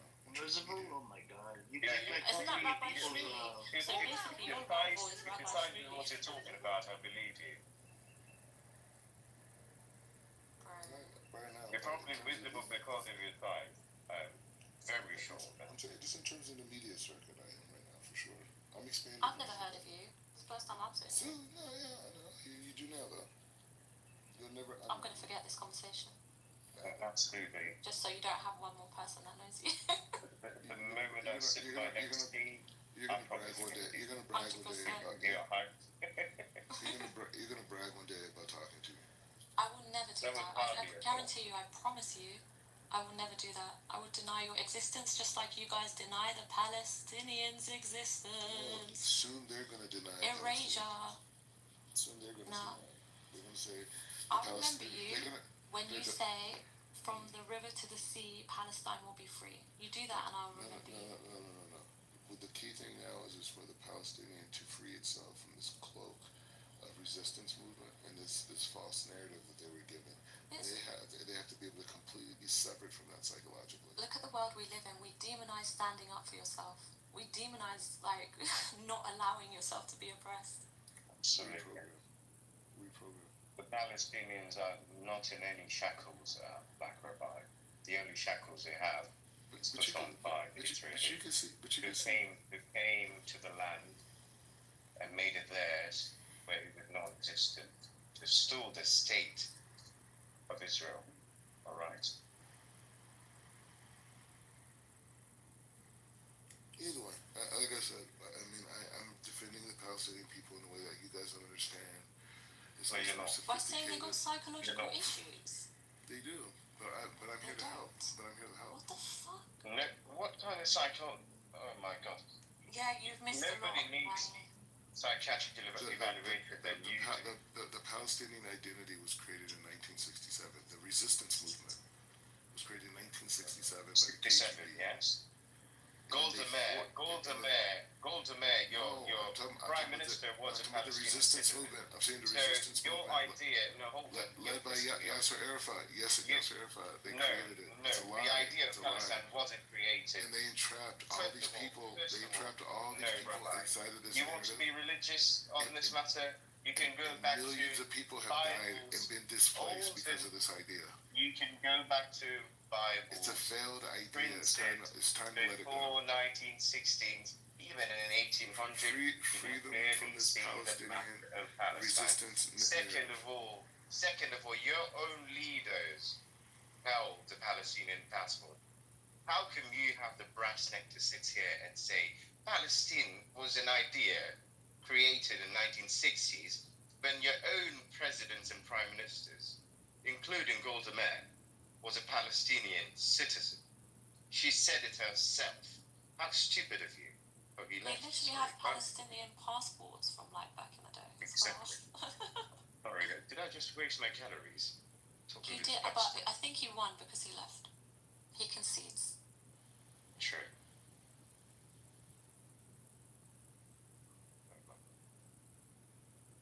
Alright, so we all raised our blood pressure a little bit this morning. Anyways, I think I'm gonna end this room anyways. It's been running for 12 hours. Thank you guys. Thank you for coming. Appreciate it. And Black Rabbi is a character. Please don't take it to your heart. We're here to trigger the fake crashes out every day. And he crashes out, or I crash out, or somebody else crashes out every day. We have a record of minimum 4 crash outs, and then it can go up to 10 crash outs a day. So thank you for coming. Appreciate it. And Black Rabbi is a confused soul, and he's a bastard as well. Anyways, we'll talk next time. Have a good one. I mean, as soon as you say 1 year of Gaza to be a terrorist, that's it. You lost the respect from me. Every argument is invalid from there. 100%. Yeah. And then he said the Prophet Moses needs to be killed or shoot in the head. That's blasphemous right there, he's no longer a Jew. It's also a very weird thing to say. Yeah, it is. And it's about your own religion, And but anyways, Ace, I'm gonna close the room. I'll open a fresh one in the next 7 to 8 hours when I wake up. Sounds good. Take care, guys, and I hope everybody, if you're sick, don't trouble your mother. Like they said in Big Boss, don't trouble your mother, and don't don't be a troublemaker on the side like that other girl that was in here. She started calling me Shamuta. So have a good one. Take care, guys. All right, take care. That's how it works. If you kind of learn how to operate inside the system, there are ways you can kind of tip the scales a little bit. Like you can kind of tip the scales, but you gotta. They're going to take advantage of people, but you kind of can't even blame them, I guess, because if we don't pay our mortgage, they're on the hook for it. You know, like they don't want to own any fucking houses, but like they don't. They really don't. But they're on the hook for it, right? Like they would be on the hook for that shit. So and they could even little double. It is, and here's like three. No, if you're going to get. So what I teach when I teach community education about mortgages is you're supposed to get, when you apply for a loan, you're supposed to get what's called the loan estimate. And that is just like going to a car mechanic. Hey man, my brakes are out. That mechanic will say, all right, you got this car. It'll cost $300. That's your loan estimate for that loan. It is illegal to increase any of those costs without a valid reason. So you should take that loan estimate. You should go shop. Even if you go to that mechanic. $300, all right, well, that's not bad. Let me go ask around. I'll be right back. Go around, ask other mechanics. Same thing with a loan estimate. The thing with a loan estimate on your mortgage is it's good for 10 days. That lender cannot fuck with that estimate for 10 days. They can't. If they do, you should call them out. Nothing has changed. I just applied for a loan. Nothing has changed in these 10 days. Because what they will do is they'll be hound dogs in that 10 days and try to get you to assign what's called an intent to proceed. An intent to proceed means you agree with the loan estimate, just like a mechanic. You go around and you're like, hey man, $300, that's the best price. Please take my car in. Unfortunately, that's kind of an intent, right? But in mortgages, you actually have to sign it. You have to sign an intent to proceed. You sign that, that means the lender is on the hook for giving you the deal that they estimated to you. Unless something changes that is tangible. And then they have to disclose that to you as well.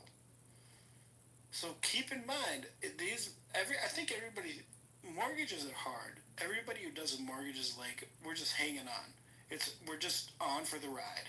I hope it ends with what we said, but I really don't know. There's so much shit happening, appraisals, all this shit. It's so much shit. The truth is, you have to treat it just like a fucking haircut. Just like fucking going to a mechanic. If you don't estimate what you put on that initial, you have to explain it to me. Well, you better. Go ahead, Ashton. You better treat it like a contract for real, because people can get over on you.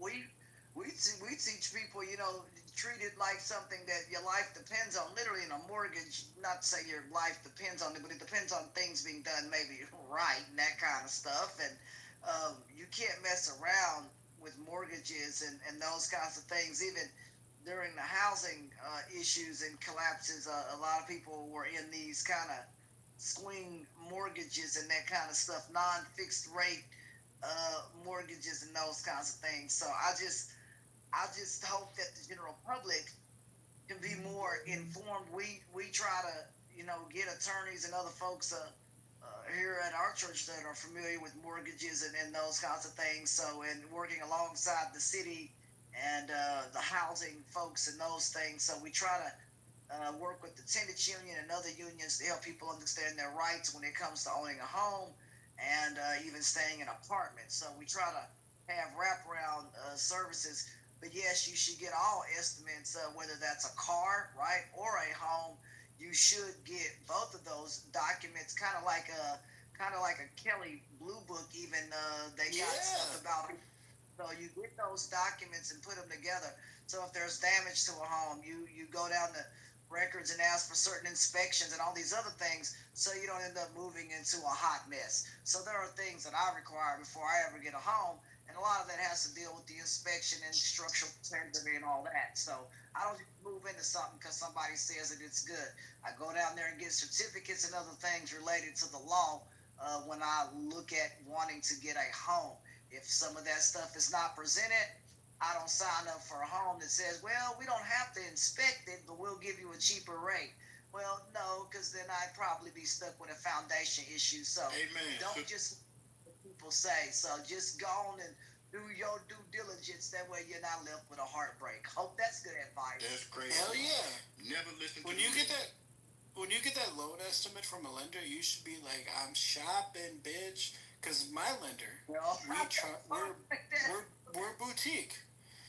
My bankers charge 102 on their sale, higher origination charges. They will hound you to sign that intent to proceed. But the purpose of that loan estimate is to give you an estimate that you can go shop with for 10 days with everybody else. Chase, PNC, fucking Wells Fargo. You're supposed to take that estimate and go, here's what this bank did. Can you do better? 10 days. No one knows that. Nobody knows that.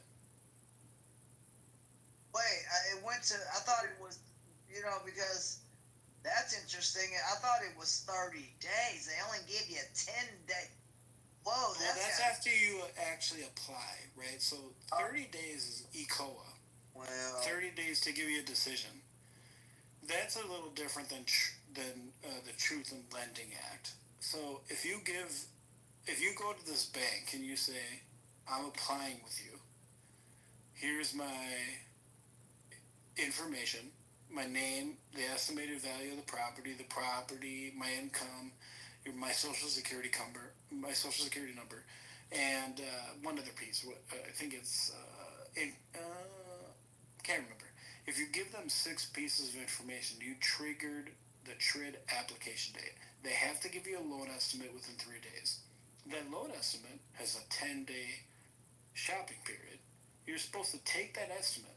It's a 3-page estimate. Has all the closing costs, has all the origination charges. You're supposed to go around and say, hey, other banks, can you do this too? They'll pull your credit, which is fine because it's within 30 days. And all the credit bureaus know that's not a new inquiry because you're shopping for a mortgage loan. You find a better deal, you're supposed to say, all right, I'm going to apply with you. And then I'm going to get a new loan estimate in another 10 days. I can go shop again. So that's what it's supposed to be, but consumers have no idea about it because a mortgage is such a big thing that they think the first person they apply with has to be the person that they go with. It's a huge power dynamic. Or they end up becoming self-employed and go non-profit. You can't just jump on the first thing you see, even in the car business. You can't just go with the first estimate of getting a vehicle. I don't understand that kind of thinking. We don't even say that at the church. We actually tell people, go and get multiple opinions before you sign a document. The general public's got to know that, man. Maybe we need to expand the classes or something. I don't know. I don't. I tell you, that's the biggest thing in my classes. In my classes, I say, you just got a loan estimate. What does that mean? That's my bank. I'm going to get a loan from them. And I'm like, no. That's your shopping certificate. You're supposed to take that to every other lender that you can get in within 10 days, and you're supposed to get the same thing from them and compare it. My bank is expensive, but we can do things that other banks can't. We have a large portfolio. So if you don't make enough money, but we think so. You know what's great? We did a bunch of I-10 loans. As you know, I-10 numbers are for people who don't have social security numbers, but they are legal citizens. Or not? I mean, I don't even know. I think they're temporary citizens or whatever. We have not. Ship citizens maybe can do that. I haven't heard of illegal folks doing that. We've never. I mean, I'm just gonna be honest with y'all. We ain't never done nothing like that. We never signed up illegal folks for homes. But if you have the right paperwork, the key is paperwork. So if you're an exchange student or have certain Same here. Yeah, so that's what you got to do. So we did this. We actually stopped because of the new, because of Trump presidency. We did stop, but you know, we have 74 months of no delinquent payments. Not one 30-day late in our entire I-10 portfolio. What? Not one. That's a blessing. That's. Well, do they? I was gonna ask because they don't got to deal with Fannie or Freddie. Well, no, we can't sell them, right? We can't sell them because they don't satisfy the Fannie or Freddie. So they're out in portfolio, which means our bank will try to get the servicing rights and will actually service those loan payments. Wow. But you're right, yeah. That's how you don't deal with Freddie or Fannie. You don't sell it to them. Well, I mean, there's got to be a way for the consumers to know which places may operate with Fannie or any of these places you're saying to run or stay away from. Again, so many low-income people go to these places because traditional lenders won't take them on unless that's what we do. Who is? I don't even. I mean, maybe we need to talk because a lot of traditional lenders won't take on a lot of people that veterans and others we serve. They just won't. I don't know. I don't know what to tell you. Shit, I'll tell you. Last week, they're like, Joe, we want to do a temporary lender buy down. Some guy wants to lock a loan. We don't even have that fucking product yet. But because we're kind of an asset-rich bank, we'll figure it out on the fly. Or we want to do a construction 2-time builder concession. We'll do it. We will do it, and then the OCC will come in our house every fucking 3 months and attack us. And I'm like, that dude just got a new house. New house on a fucking regular mortgage. What are you going to tell us? What are you going to tell us we did wrong? We just made that veteran just got a brand new fucking house built for a 6.5% interest rate, which he would have got worse if he just refinanced his own house. You can't tell us nothing. But a lot of lenders don't give a shit.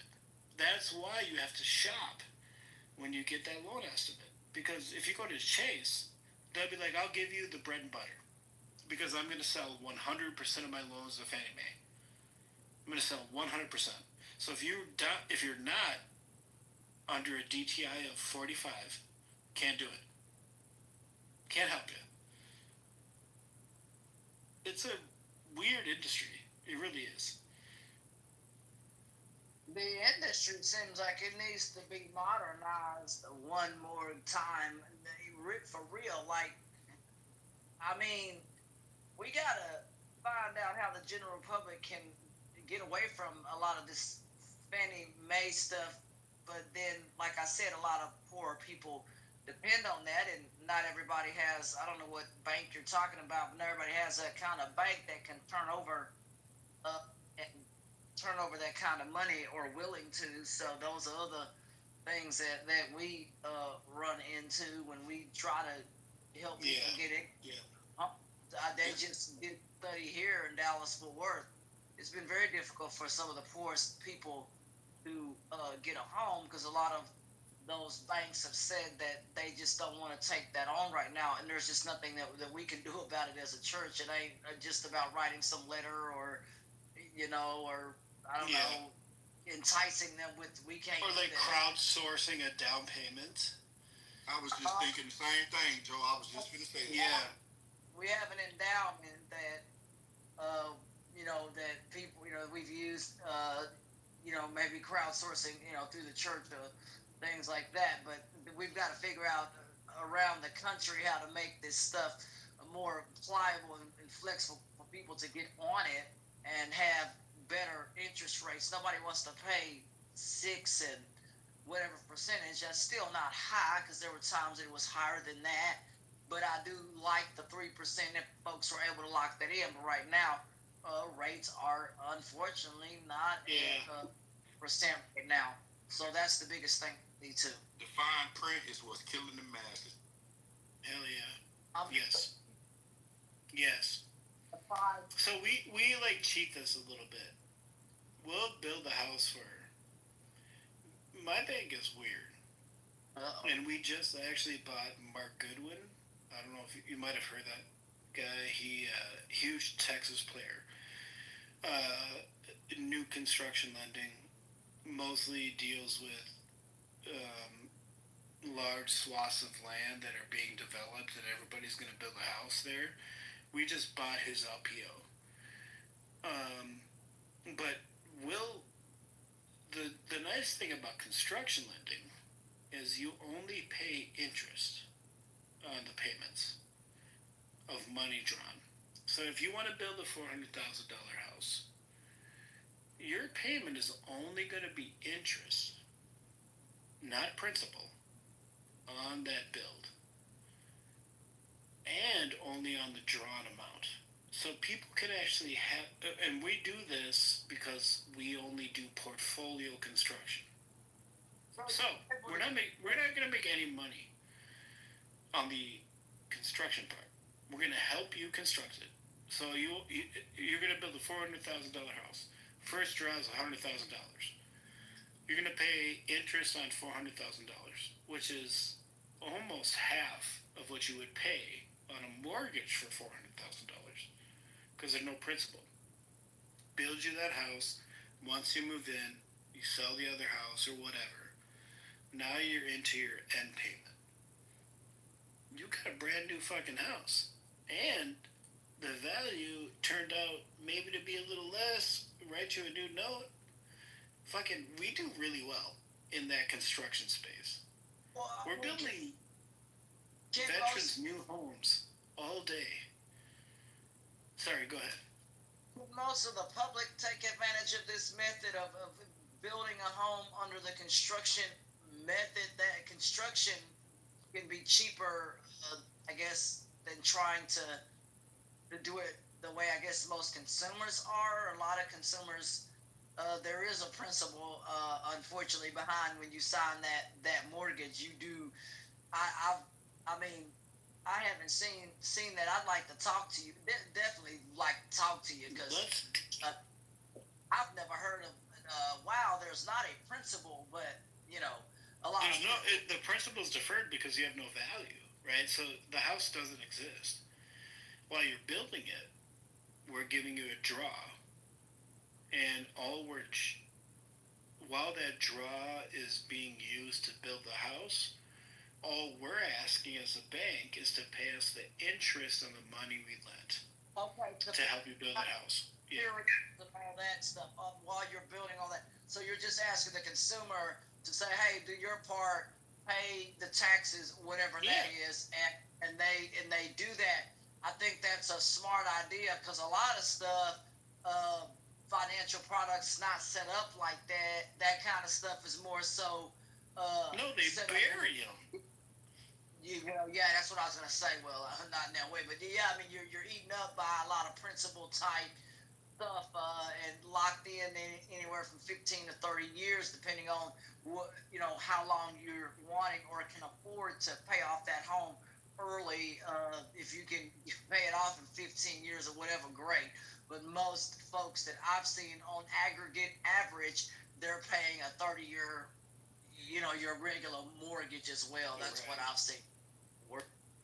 We even do this like little trick where there's a lot of builders, especially in these, you've seen those like developments, right? Where like that whole block, this whole block of land is going to be new houses in the next 5 years, right? We have builders like that who will be like, hey, I need to offload these properties as soon as they're ready. I'll give you $5,000 per loan. We'll take that $5,000, put it in escrow, help that person with the construction costs, interest only. Then when we get to the end loan, we'll put that $5,000 back, buy down their rate. Then they're in a brand new fucking home with almost 0.675 or like 50 basis points lower than market rate. So they're in a brand new home in a rate that they can't even get on the purchase market. That's what we do. But that's the market that that's the market that people know, though, is that market, the purchase market. That's the market that people go to when they're trying to get a home. Most of the public doesn't know about this stuff, this offshoot. That's what I'm gonna call it, stuff. But that builder needs to get rid of the property. They need to. I understand that, but they're putting in the money. They're putting in that 5,000. We'll apply it to the interest rate on the end loan. Okay. We'll buy it down. We'll buy it down from the builder.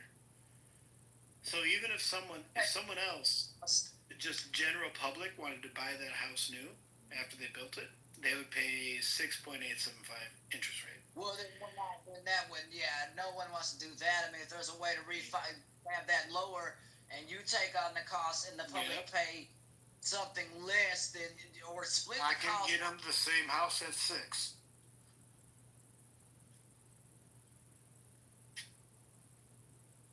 And they're veterans.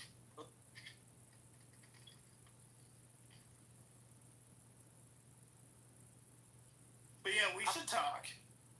Yeah, I've never heard that non-principle stuff, but like I said, with a church, they do things a little bit different, maybe than what you're talking about, and so maybe my research is more in stuff like that. So it's just something to think about. Especially if you're talking about charitable funds, like a church or something.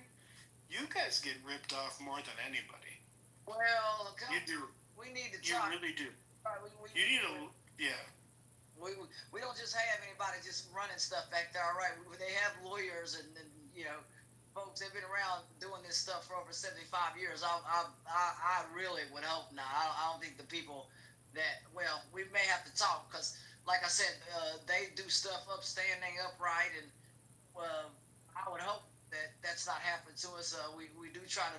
I hope so, but a lot of times lawyers are really, really interested in your ownership and the legalities of title, and they're not interested in the product.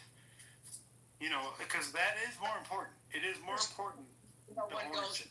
That's why those lawyers are in place. I don't know about all the other stuff, but they're in place to make sure that stuff is legal, ethical, and under the law. All the other stuff, we do need to talk, but everything else, they're like, we are here to make sure that we continue to stay in business for another 75 years. Their job is to keep stuff following the laws. I don't know about necessarily products. They want to make sure those products meet the law and those kinds of things, and that the products aren't getting over on people or something illegal. That's what I can tell you. But some of the other back end stuff, yeah, we'll have to talk because there may be a way to, even for me, as my folks were telling me, well, you should get a home, if you're accredited to this, and so, I never really thought about it because I don't want to be fixing stuff. I'm not going to be doing all that, so that's why I haven't. But that may be something to talk about too, and may be able to get a home at a better rate than going through,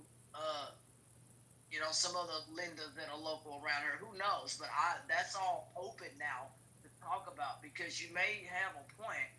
We may be paying things that we shouldn't have to. You should not. The lawyers aren't going to tell you you've got the best deal. They're just going to protect you in your deal. But jail. all I'll say is that this is actually, I know we were up here fucking around about Trump and all that shit. My actual passion, and I'm a unicorn. All I've done in my career, so I was teaching high school history, which was my education, but since 2010, all I've done, because that education didn't pay, is mortgage quality control and compliance for 15 years. That's it. That's all I do. And I do this every day. So, I'm a resource for anybody who wants to ask any question, even though this may not be the room for it. I just want to put that out there. But it's informative because there aren't very many people like you. Like I see it with stuff, I don't sign nothing without it going through a lawyer or somebody to look at. Because they know lawyer, they're not out there to say, hi, there's a best deal on a car up the street. That's not what they are. I don't know where you go and find that. I don't know, but a lawyer ain't it. Their job is to make sure that paperwork complies with all state and federal regulation. So but I routinely fight with lawyers because their scope is different. Their scope is different. They're not worried. Lawyers are not worried about the best deal for you. Yeah. They're worried about the protection of the deal you agree to. Yeah, they don't want you. Very big difference. Very big difference. If you agree to you could agree to the worst deal. The lawyer is just going to ensure the protections of that deal that you agreed to. Oh, they will probably make sure and go through it and you go through it. Don't just depend on him to make sure it's not a bad deal. If there's a right in there, he said, highlight it. Tell me if you don't like something. Like I told somebody with a credit card company, I said, hello, hi. I'm not paying 31% APR on the dollar to borrow money from you guys. He was like, well, other consumers. I'm not other consumers. It's the same thing as the tires. If you take let's say you have this lawyer. It's like, I got your back. Give me everything. And this is like the loan estimate with mortgages. You take him 2 of these deals. One of them, the tires are worth $600. The other one, the tires are worth $300. The lawyer looks at those and tells you you're equally protected on both. It's still up to you to decide if the 600 or the 300 is better. That's what lawyers do. They don't say, hey, this deal is obviously better, take this deal. No, they say legal protections regular lawyers exist. Now, if you pay them a little bit more, they will. Yeah. I have a good. What y'all? I do. You helping me? I don't know what y'all talking about. They've been really, man. I don't know. I mean, I'm not like I tell people. I go to people who know things because I'm not a lawyer, right? And so I go to people who are the same thing with a mechanic. I'm not going to sit up here and try to think I'm a know-it-all. Lawyers are not. They're not a bad thing. They're just not someone that's going to tell you a deal on a car or some house. You may have to go to someone else to find the best deal on a product. Their job is, once you find the deal you like, is to encompass all of that to make sure laws and stuff are applicable. That's the way we have taught that when it comes to lawyers and that kind of stuff, and that consumers should do their own research and seek multiple opinions when looking at a house. Don't just go with one lender or one person or mortgage advisor, whatever you call those folks. Look around and start to understand certain things when you're trying to get a home. Yeah, that's the thing about America. People will only tell you what you asked for. They won't tell you anymore that they went to college for or what they're getting paid for, because that's not right. People ask me all the time, how'd you do this, how'd you do that in my career, in my field, and I tell them, if I tell you, then you won't call me back to fix it or to do this, that, or the third again. So that's the same thing with lawyers or with any other career field. Like anything extracurricular that you know or that you feel like they should know or feel like they might want to tell you or should tell you, come out the pocket. Well, that's why we have such pockets of super wealthy people in America and people doing the same shit who aren't. So you gotta find your tribe. If you're messing with money, you want to buy and sell real estate, you want to get investment properties, you want to drive equity, you want to claim rents, do all that stuff, you do need to get your own homie lawyer, not a regular one, but one who is like real with you, who tells you like, hey, you got to own these in an LLC, or you have to own these as Schedule E. You know, like they, like you said, you have to find the right people that want to represent your goals. Because there are so many lawyers who are, I mean, that's their nature. They're cautious. So you tell them, hey, I want to wrap up all these investment properties that I own into an LLC that is not in my name. All right, are you a signatory? No. What? Who is this person? Are they part of the LLC? No. Can't do it. But there are some lawyers who will work with you. So it's all that is America. It is. If you want to do business, you have to find a group of people that will do business with you, protect you, enrich your investments, be on the same page, and actualize that growth. So we have this problem right now in our bank. We have a large New York office that is, I mean, primarily Jewish.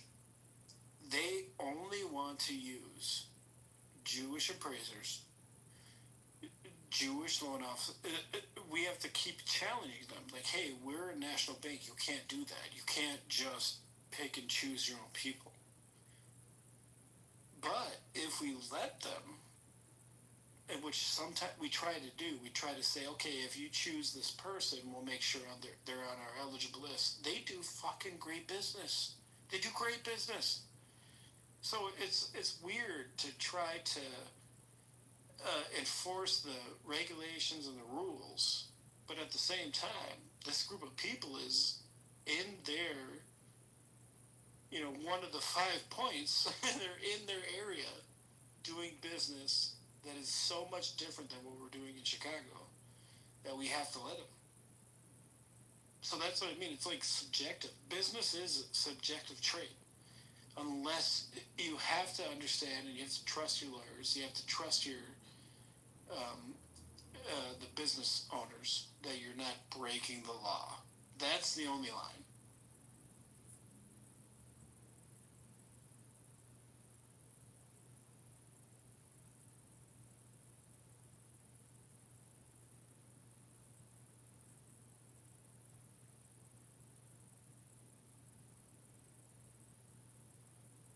Got a big audience. Any questions about mortgages or money lending that I may be able to answer? Huge audience. Any questions about your mortgages? Escrow statements?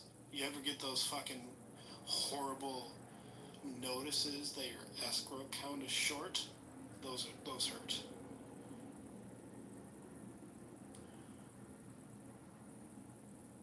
Your mortgage payment is going to increase by $100 for the next 12 months. So I got a question, right? So like, if you've been in mortgage QC and compliance since 2010, right? Do you ever feel like you're less an auditor and more like the FBI agent in the bad Netflix series?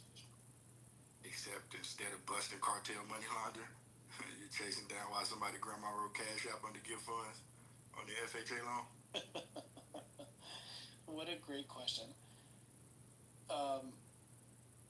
Yes.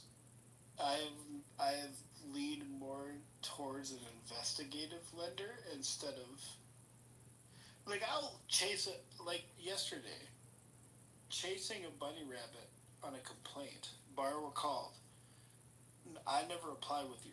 Why'd you pull my credit? Turned into like fucking investigative journalism. What happened? Who pulled this guy's credit? Where did they pull it? When did they pull it? Who did that? Had to submit a request to remove the inquiry from their credit history. So yeah, I'm more of like a reactionary.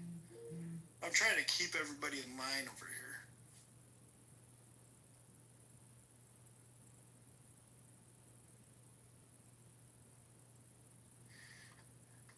Jermaine's got a question.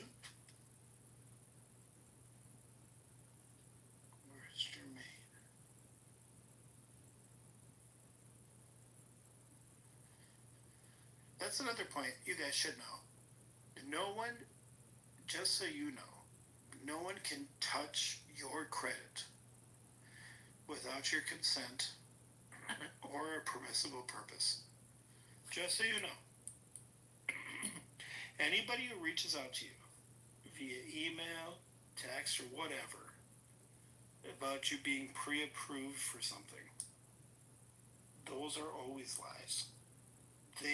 No one can access your credit without your consent.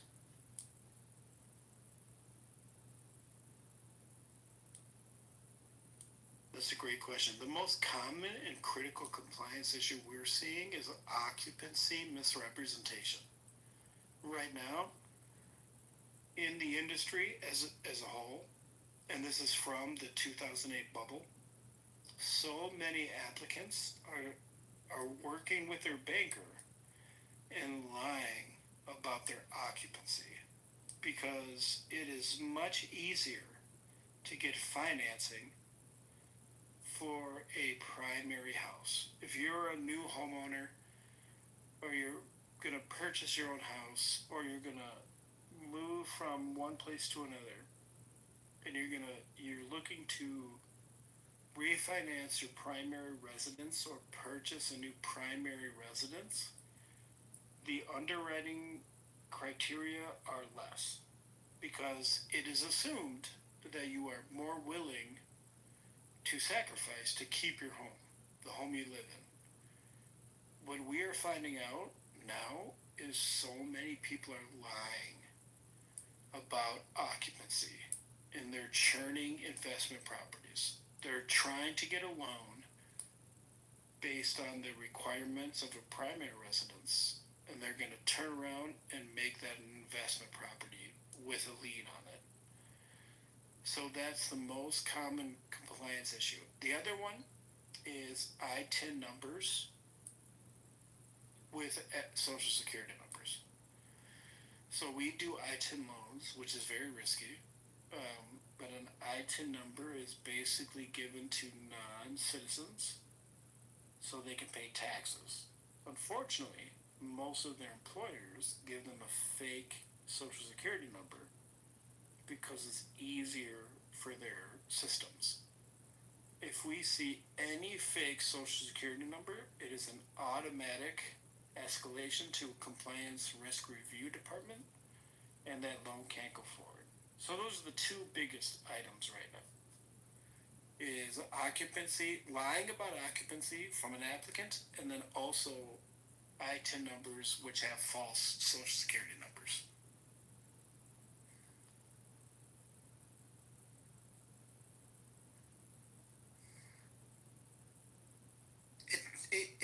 It does and it doesn't.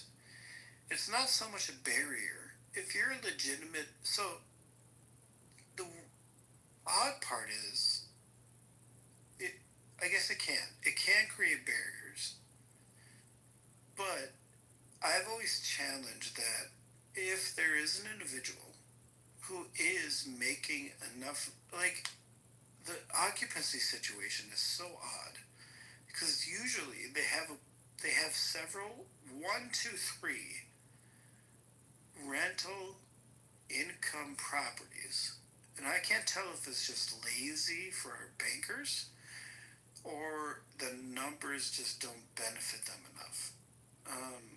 Because it shouldn't be that much of a barrier. They usually have income producing other properties that allow them to get a loan without lying about occupancy. Unfortunately, I think it's the case that in that initial conversation, the banker's like, you know what? Are you going to live there? Maybe. Well, maybe we'll just do it like primary, and it'll be way easier to get you approved, to get you closed. That's what I think more of the situation is. And then reverse mortgages. Gosh, what a hard question. Reverse mortgages can be a great thing, especially if an elderly person. Thank you, Jermaine. That's a tough question. Fucking last one is tough.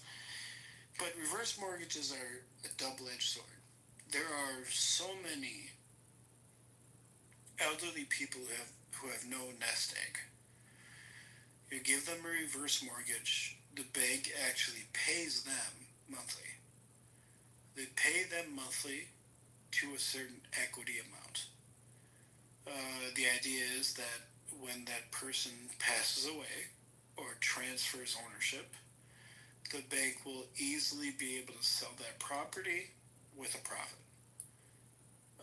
which is much different than other foreclosures. And the reason is because elderly people really take care of their properties. Some of the situations we've seen with reverse mortgages and where the biggest fraud is anytime we have a power of attorney or anytime we have a member of that person's family speaking for the elderly person who owns the home. That's the hard part. Reverse mortgages are they're primo for fucking identity theft. Oh, my grandma's got a bunch of equity in her house. I'll just get her a reverse mortgage. I'll get a POA. I'll be her power of attorney. I'll get a check for a mortgage payment every month, and I'll just spend it. The hard part is we do so much quality control on those to make sure that elderly person who's really trying to really just afford her end of life or his end of life, that those payments on the reverse mortgage go directly to them. That's when it's the most beneficial. There are some situations where they're doing that just to get money and they don't qualify because of their age. We deny those right away. So the reverse mortgage by itself is a really good program. It just it's just really hard. You got to be so fucking careful because it's so easy for people to take advantage of elderly people. So if we do all that right, it's a great program. Those individuals, honestly, most of them have run out of their retirement. So they reach out to a lender to get a reverse mortgage. Okay, you have a bunch of equity. We're gonna put a lien on your property. We're gonna pay you down the equity, and whenever you pass away, we have right of ownership, and it ends up being their living wage.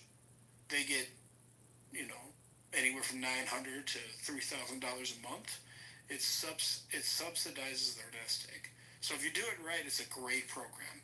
It's just really easy to hurt elderly if you do it wrong.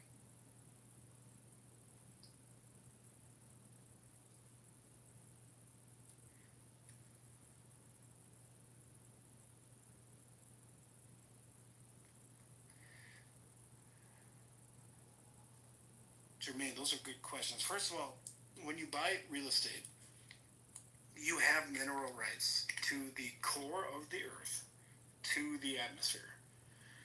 So you don't have to. Let's talk about that first. You can't retroactively obtain mineral rights because, and this is one of the coolest things I've learned, is if you buy a piece of real estate, you actually own it in a cone, all the way to the center of the earth, all the way to the atmosphere, and you have agreed upon encumbrances by air traffic control to fly through your space. It's actually all documented. So you don't have to retroactively obtain mineral rights. You have to look at your note and your mortgage.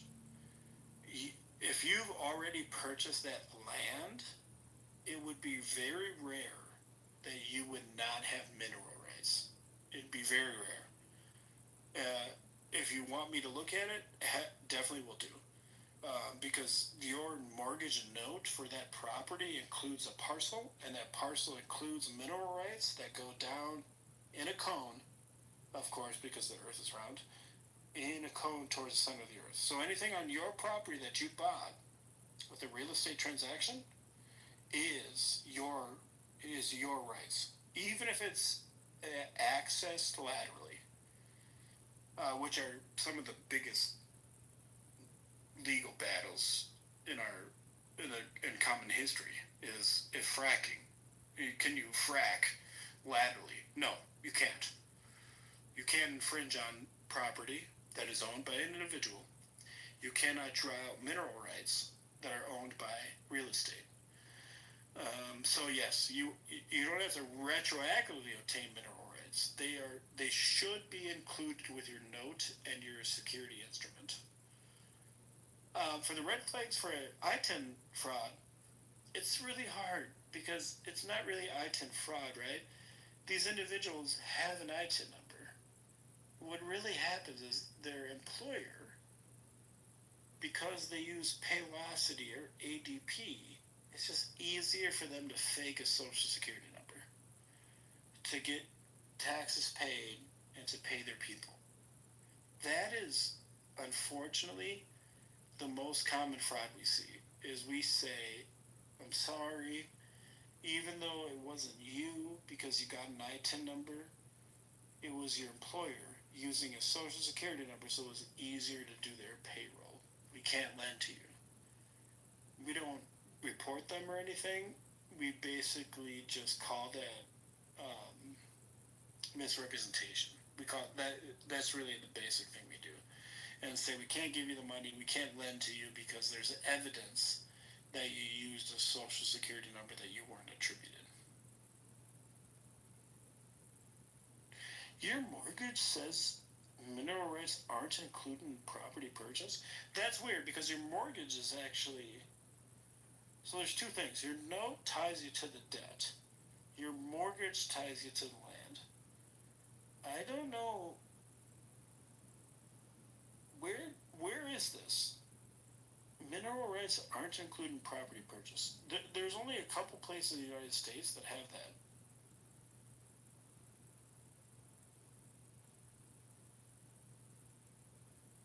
Pennsylvania? No fucking way. And Michigan? No way.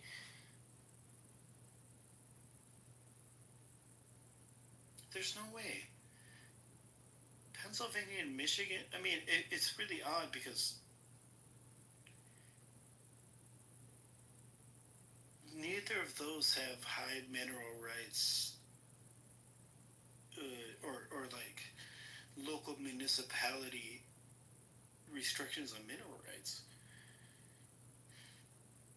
Your covenants in your mortgage should not exclude you from the mineral rights on the land you put a note on. I'd love to read those if you want to send them to me.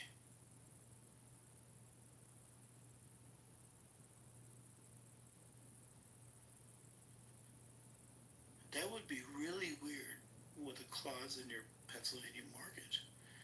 I mean, Pennsylvania doesn't have shit.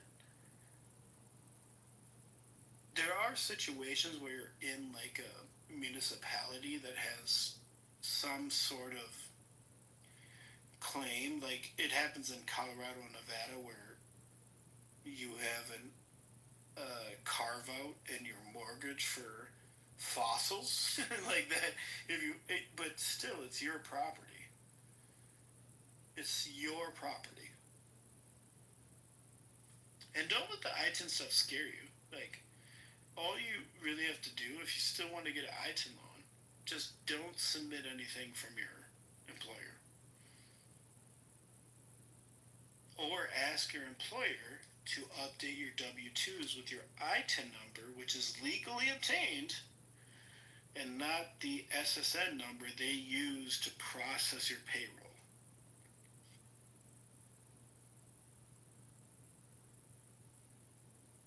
Wait, you should never use something that in that. You need to obtain your own documents. You should never count on a company to what? Hold up. Yeah, no.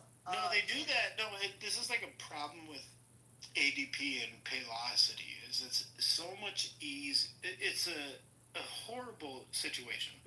It is so much easier for them to process payroll with a social security number.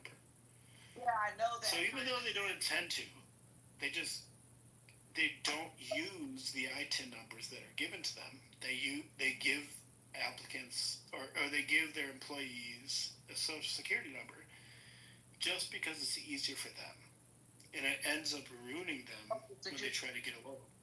Where are the Social Security numbers coming from? Are they coming from the applicants applying, or is these numbers produced by the business itself? Because I thought, okay, then that's strange. And then that's, oh, yo, that's got to change. That'd be like me going to work somewhere and the business say, whoop, instead of using your information, we'll just hodgepodge type this in here, whatever. That doesn't sound right to me, nor legal. That's why we deny them. Yeah, we deny them, but it appears these individuals have valid ITIN numbers, but they're, for some reason, their company, it's easier for them to run payroll with a social security number instead of an ITIN number, so they fake one. And we've had so many poor fucking people who can't get a loan just because their employer did that. They didn't do it. They had no idea. We found it on a fraud check. You know, they didn't even know their employer was paying them through a social security number that they never, you know what I mean? Oh, God. I mean, is there a way to, what? I mean, there's got to be a way to, I mean, maybe people don't even know if there are charges that can be brought. I mean, that just all sounds illegal. Like I said, I work with a church. Well, you've never said, hi, let your employer, that's not what, I mean, the folks we work with, they obtain and have. Why would anybody care? If you do a social security number, the IRS gets paid. Everybody gets paid. That's why they do it. They do it so that their books are perfect. Yeah, but that's their books. I'm talking about the folks who keep getting denied these loan opportunities. Yeah. What I'm talking about, where the consumer arms of protection may have to come in and rewrite and restructure laws, because that's not something that the church ain't gonna teach that and say, hey guys, go on out here, and that's not something that nobody teaches around here. Catholic charities don't even teach that kind of stuff. That doesn't sound legal, man. I'll have to maybe talk to you offline. I've never heard of a lot of this stuff. Like I said, I'll have to research some of this stuff. Like I said, traditional lending, all that, heard of that. And other types of lending, heard of that. What you were talking about with the elderly, that's generally done for the elderly. The state here has passed certain laws about notaries and power of attorneys and folks faking documents to even steal people's mortgages and all that. So the state is reinforcing laws and trying to strengthen laws to keep fraud or bad actors out. And if you're caught this time, instead of a little slap on the wrist, they're talking about restructuring and putting people in prison because elderly folks and other people advantage of. So the state has passed laws, a lot of them that protect consumers, will kick in as of September the 1st. So that'll be good for a lot of consumers to be able to know that people can't steal their title, mortgage, and other. They're looking at that for vehicles and other valuable things as well, not just homes. So make sure your title isn't stolen from what you have. It is, especially when the individual gets denied for an action from someone else. Like an employer uses a fake social security number on a W-2, and the individual has no idea. They don't know until they apply. And we say you have a social security number that doesn't come up in the social security database, or it's, it was created after 2014, right? What's going on? You applied with an ITIN number. All it does is hurt that individual. Because again, like I said, we have a large ITIN portfolio. We don't have one, and this comes up in every board meeting. We don't have one 30-day late in that entire portfolio. That's unheard of. That's probably 1,500 lines of loans. We don't have one 30-day late. And the only thing hurting those people is other people taking advantage of them. But we had another great question from Jermaine about AI. AI, you know what's weird is AI should be used in the mortgage industry because the mortgage industry is dumb. It's a dumb industry. The software we use right now is Encompass across the industry. It was made by mortgage professionals. It's not like science or aviation where you go to engineers and you say, we're going to try to do this thing, so build us a system. No, mortgage is stupid. It's a bunch of people who knew the most about mortgages and created a software, and they were not software engineers. So what the federal government said is you can't use AI because we're afraid it will impact fair lending. Thank you. Yeah, they basically said if you run AI models that predict delinquency, it's really going to be 100% old white dudes named Chad. And they were going to pay their mortgages on time every time. I challenge this because I disagree. I really do disagree with that.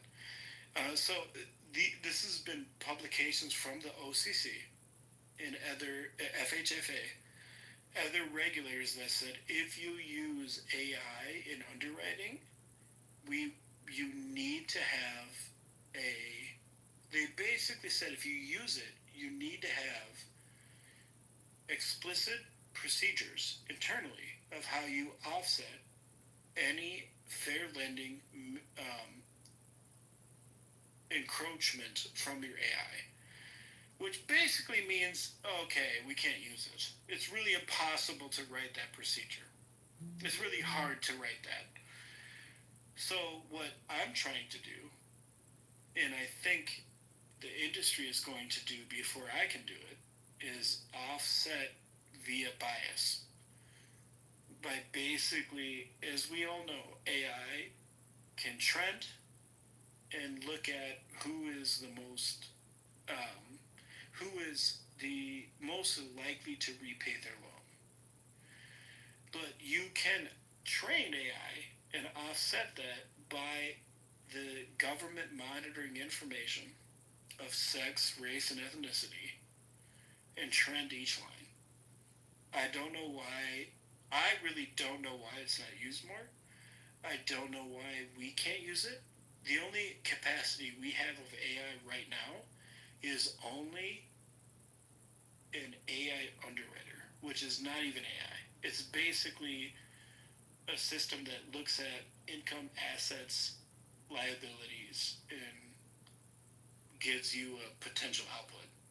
Like in layman's terms, they don't want to give AI no fucking power yet, dude. That shit could come up from anywhere. They don't. They really don't, because they're concerned, which I agree, because mortgage lending is one of the most racist things that's existed in the United States. The Equal Credit Opportunity Act is 1974. That's where they were like, hey, you can't even apply for a loan without your husband. I mean, so many African Americans would apply for a loan, they just throw it in the trash. They would never hear from them. So the Equal Credit Opportunity Act that was born from the Civil Rights Acts in the 1960s is from 1974. There's still fucking cars driving around from 1974. So I do get it, is that if you plug in an AI to a racist system, you're going to get a racist output. That's all the government's saying. I just think that we can overcome that. And we can because we have all this data, we can actually make it anonymous of ethnicity. We can trust it to cure what we've done for the last 50 years. But unfortunately, the regulators say because banking was racist, which is, I think is fair. I think this is where the government does well. Because banking was racist and unfair and sexist for 50 years. I don't trust that you're going to put an AI in that isn't also racist and sexist. And that's why AI is so stunted in mortgage lending, is because all of the fair lending audits make you prove. If you use it, they'll make you prove how your AI not a representation of your historical ending, yet a representation of pure ability to qualify. And that's not gonna happen because they wouldn't even accept the AI if it won't play that rule, if it won't play that game. So it's like, and all their data is racist. Like even though my bank does a bunch of stuff for Hispanic veterans, I-10 loans people, the shit they did before that, it was white American veterans getting VA IRLs, streamlined refinances. So that I get it. The government's saying your data is skewed. But the truth is, I think we can overcome that with better prompts. And they should audit that instead of audit the history of lending. But it is fair. It is fair for them to say that.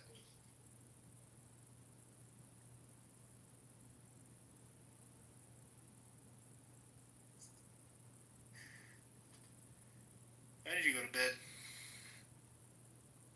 You guys are great. Thank you so much for listening to me so much. I hope you guys be well and have a great night. And you too, y'all be blessed. And thank you for coming to the 420. Good night, you guys. See you tomorrow at 5:30. Well, today at 5:30. If you have a pink ticket, turn it in. got a new follower, Alicia. Thank you. Thank you. Thanks for all the information, guys. It was good. I'll give it a couple more weeks. Cardi gonna be gay too. He already gay. He's gonna be gay Hey, too. can y'all not troll like that with me? My man zooming You up don't my get no pictures. exemption. All that he already gay shit, like, you know what I'm saying? Yeah, Yeah, cause they had him playing with Jay and shit already. Key that shit. So I can't play with the gay joke. But Ross can bust nuts with. Bitch, I can bust Ross got a beautiful wife. Stop saying my name, bitch. You got a girlfriend and a boyfriend, bitch. You stay wanna make these niggas me. They not me, no way. The fuck, bitch? They not me.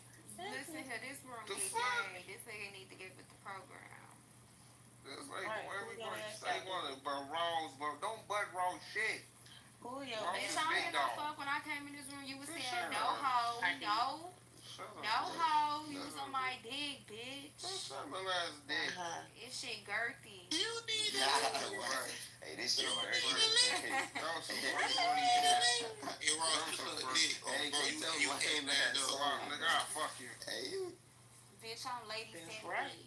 Fuck is wrong with you? You lady fatty. Girthy is crazy. Hey, Ross, man, don't tell me what my name for the fucking shit I should do.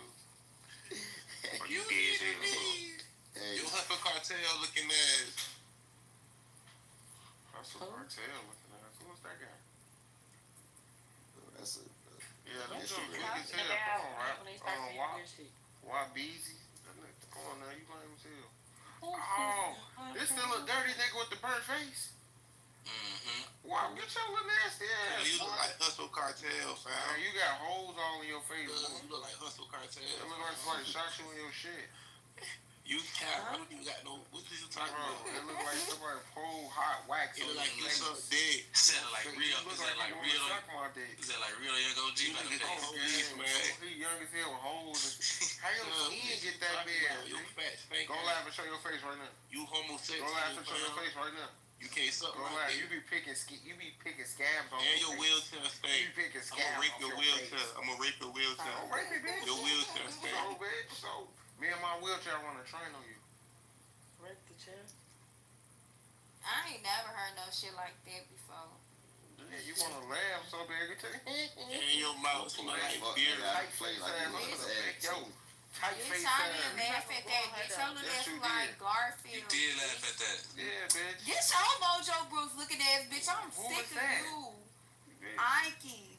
Yeah, Dead who is face Mojo? ass. Who This is bitch Mojo look Brooks? dehydrated all in the fucking face, bitch. I'm finna drink die. your own urine. When your birthday? I don't know you been on Clubhouse for 20 years. What? Bro. And she dressed like a You Russian. said anything. I drink my own what, bitch? Show that stupid ass on, bitch. Ain't no way ain't pissed. Hey, what the fuck? Bitch, get your dirty ass on. Exactly. Hey. I know your pistol hit your lip before you licked it. Nasty bitch. What the fuck is funny, Cardi? Fuck. Hey, bro, Sammy, bro, stop saying my name, gang. Like, giggling ass. you gotta chill, bro. She like your car. No, I don't. Don't say that. Just be normal. Damn. You like nothing. Like, you say my shit more than Nelly. You say my shit more than Nelly. No. Okay, y'all being weird. Let's make it shit weird. Y'all being weird. Cause just be normal, man. Just be normal. Yeah. The lame ass song, man. You ain't fucking skinny ass. No way you look tight, Botox face ass. Hey, Ross, you gotta pee, though. She put up a new picture. She put up a new picture. Look. She put a new picture. That's the only time on your Turkey face. neck ass. Hey, she put a new picture up for me, Ross. Go look. Bro, I didn't put no lift your arms up and shake Hey, she them put a new bitches. picture up for me. Auntie Hey, Ron I'll having be ass crazy. Whoa, I see. Ooh. That was like 3 years ago for her birthday. I remember that picture. Hey, Noise. You so goofy ass. Oh, she trying to catfish me, gang? Hey, Noise. Ross, bitch, you built like somebody fat ass This is auntie, bitch. You need a gastric sleeve, bitch. Bitch, you stay taking all these sexy Talk pictures, about bitch. You bitch, ain't your sexy. ass. Bitch, fuck you talking about you furry boot It- wearing, bitch. It don't matter, bitch. And your ass look like the little monster on the Mucinex bottle. Bitch, you look, bitch, you. Big ass booger. Bitch, you put Your Botox on your dirty face. ass on, You put bitch. Botox in your ass face. look like Garfield. You got shadow You under and your Ike eyes. Timon and Puma, No, bitch. bitch, don't Fuck get you out of talking here, about. bitch. Your ass look like Lion King. Okay. Back up. You fuck him up. No, that bitch got super wires. He doing too much. The fuck? Sammy, shut up with them old ass pictures. That's when you had that blue hair for your birthday. Put Cardi in the middle, you and Fresh, y'all look like this dick and balls. Stop saying my name, though. Bitch. She trying to go back to the old picture. Oh, she deleted it. Somebody got a picture of me with my blue hair. She deleted I it. forgot I had my picture with my blue hair. This All right, recent. PTR another one. PTR another one. No, I'm not PTR. Barney. You already PTR for me. Hey, Taylor, shut up, bitch. For you. Are you okay? Bro, her little pissy ass. She be peeing on herself. Who, Taylor? I ain't gonna lie, no. Stop playing with my homie for. Okay, I'm sorry, Taylor. I'm leave you alone, girl. Hey, Taylor, don't let her play with you. Treat that bitch. Hey, Taylor, definitely treat her, bro. I don't know what the hell Ross she in the got going on. fitting. What's fitting in? Hey, Taylor, though, treat her, though, gang. You be peeing? Taylor, what she talking about for? Look at her. She do anything. She got her whole ass as her profile picture. You just had your whole pussy in It don't matter, but why you ain't say wow, Taylor, to her? It's cool for her to act like a prostitute. We know she a hoe. What You know the what, hell? you What's right. your excuse? I was You trying to are- make somebody mad. No, you a slut. That's hoe. right. Bitch, but she ain't no slut. She Hey, is. Taylor, what's Whole wrong with shame those this bitch the same way you We told not me whole wow, shaming her. no, We not whole bitch. shaming her. We know what she is. But her. It's okay for Taylor to be what she wanted to do. Her butt do look nice, but I'm just saying. I wasn't gonna say that. Or what? She wants to be Okay, gay. never I mean, mind. a slut. Yeah, what you was gonna say, gang? Shut up. Why the fuck Bitch, you I say that? never bitch. Hey, Sammy, what you was gonna say, though? Why you hate? No, his stuff look nice. Dang. No, it No, he pussy look nice? Yeah. Bro, no, it Hey, don't. PTR that shit, no, let me see. Get your fat mouth ass back, you ugly bitch. No, I'm not PCR and shit. PTR that I pussy. got the screenshot. You want me That pussy keep calling me. Why do you have a screenshot, bitch? Like, PTR that. Let me to see put it that in the group motherfucker, chat? though. Like, look at this bitch doing attention seeking. Nah, yeah, PTR, let me see that. But it's okay for the other hoes to attention. That That pussy shit keep crazy. calling me. This No, is don't a- say shit to me. Every Hold on. bitch on Get here me be in attention trouble. seeking. For one, this is out of town. This is Chicago room. So niggas who in Chicago, when they shut up, bitch. Hey, when bitches from out I of town come don't here, hear 9 times out of 10. Nelly, your bitch ass ran from a fight, boy. Shut up, They nigga. can't pay for the flight. So, Hey, Nelly, you ran from a fight, boy. Nigga hit you across your head, boy. You ran, boy. You ran, boy. Nigga hit you across your head, boy. You ran, boy. Nigga hit you across your head, boy. You hard ass, Okay, boy. for you to post your ass though, You bro. hard ass, boy. You hard ass, boy. Hey, chase him. Nelly, come here. Ross posted his ass and titties on his app. Hey, nigga hit you. He just hit his dick Nelly, out come on here. his app. Hey, hey, nigga hit his ass with a tomahawk, boy. Get your bitch ass on. I said, Nelly, come here. Hey, Nelly. Hey, Nelly, why you ain't disarm him, though? about Kanisha? I love her. Oh my God. Nelly a cold blooded bitch. Hey, Nelly, don't worry about Kanisha. You just come out. That nigga sharing his girl with his cousin. You anything? I know you. How can you you say your girl go crazy? Who talking to me crazy? These bitches niggas can't talk to me crazy. Hey, Chaser. You want? Hey, Nelly, where you thought you was going? Then you got Bob from Come here, Nelly, come here. That's why I love ball heads so well. She said that. Fuck your dumb asses. Get your dumb ass. Come on. Crazy, man. He's about clock. Hey, know it. Curve. Your buddy even from there. He didn't buy no slim. He's probably from Denver or something. Hey, Nelly. Hey, Sammy. What? Don't answer. Curve. Oh my Hey, Nelly. God. Hey, Nelly. Curve. That nigga from Denver. Curve what? She just like no, you got curve. You got curve. Bitch, I curve. Hey, Nelly. Curve what? Hey, you. Hey, Nelly gang. From who? I'm listening. Curve. Hold on. It's an insider, Sammy. It's just like when they be trying to dick motherfuckers, he'll say curve. So don't answer it. Hey, Nelly. Oh, he lame as You gotta beat up to it. Curve ain't hit no shit. Hey, Nelly, you ain't no shit. You ain't do bitch ass something, man. Ross, everybody don't know about the curve, so you can't really do that to them. Right, that shit don't make sense. But Nelly, you know. Hey, Nelly gang. But Nelly, you know. Nigga can't even see his kids. Curve. Hey, PTR, Nelly. I think that's only me, you and Mello. And PTR, Nelly. This look familiar, gang. I'm not arguing. No nigga can't see his kids. What no, that was Tommy. That was Tommy. I ain't arguing. No nigga gonna take care of his kids. Hey, Nelly. What? Nelly. Hey, Rob, calm down all right. Nelly, curve. That nigga on the run for child support. What the fuck on him? Damn, did he say what already? I was really trying to figure it Yeah, he did. out. I was trying to look for the sound. Hey, Nelly, bro, why you letting them folks hit you upside your Nelly shit, said he though, boy? gonna teabag you. Nelly, why them folks Nelly, hit I know you? your boss. Dang, G. Hey, Nelly, why them folks? Don't tell him to slow Why them folks down went now. upside your shit, though, bro? I know what it's about. Hey, Nelly. Shit now. Nelly, why them folks went upside your shit, though, Jack? Nelly, why you don't go wash your nuts? Who the fuck is Jack? Nelly got disconnected that day. Hey, Jack, why them folks went upside your head? Nelly, you got the booty ball smell. He and that bitch sharded. We sharded. I'm finna sleep because I'm not even funny no more. But nigga, his ass Oh my nigga, his ass was drunk. Don't call. Do not call. No, no bitch. Where beat you in that bitch ass? What's up? Where y'all at right now? You and him. And Noe. The fuck? You can stop saying my name because, bitch, you know Shut better. up, bitches. The fuck? Bitch, I pull up to that crib and ask your bitch ass. That pussy keep calling. Fuck. Hey, Robert, he said, give me a crumb. You said, remember what? What he said? She made a what? When Bia said he was in the studio and no, he gonna talk about it's all on me, bro. I'm the reason why this shit happened. Bro, shut the fuck up, boy. No, I don't remember. Dirty ass. Oh, you remember when Bia was in the studio? You saying a bunch of bullshit right now. Hey, Nelly, shut up, boy. Don't talk to me like like that. motherfucker. Yeah, you think don't give a fuck Why, about man? me? Yes, he do. No, he do. No, he know it. Hey, look, Nelly, you was just late.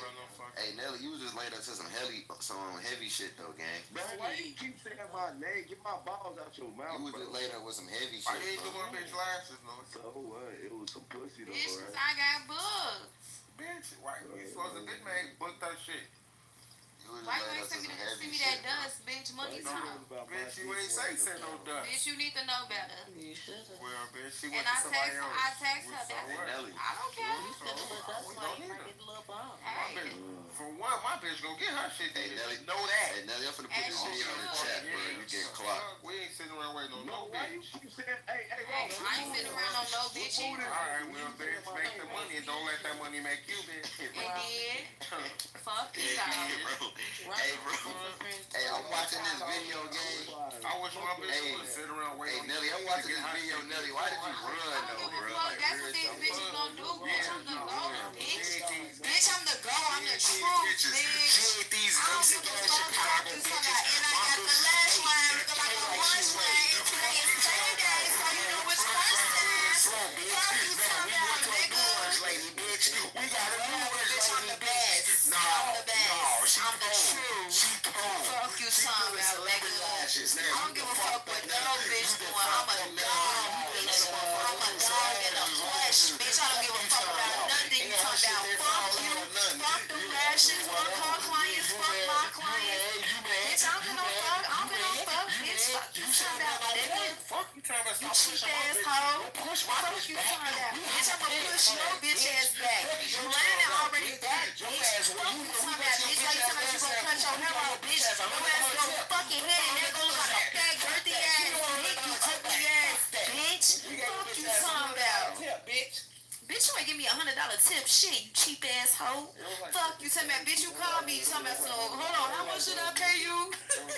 Motherfucker trying to bring you clientele and you acting like this. I'm saying, shut your dog face ass up, bitch. You ain't paid for no bitch to get their lashes done by me. Yeah, shut your bitch ass up. Spend some money with me, then you can talk, bitch. Until then, sit the fuck back and shut the fuck up. All she gonna do next time when she try to come back, she gonna act like she booked. Act like she booked and busy. No, like, we dealing with motherfuckers who appreciate our money. Bringing that hoe no client. Man, fuck you niggas money. All the money I put in your pocket, bitch, you can suck my dick. Fuck you talking about, nigga. You put $100 in a nigga pocket, you act like you some big bitch. Bitch, I put more than $100 in your pocket, bitch. Check our cash out. No, bitch. Cheap ass bitch. Check our cash out transactions. You was on one. No, we big purse. Get your dick sucking ass on, bitch. Get off my dick, nigga. Fuck you talking about?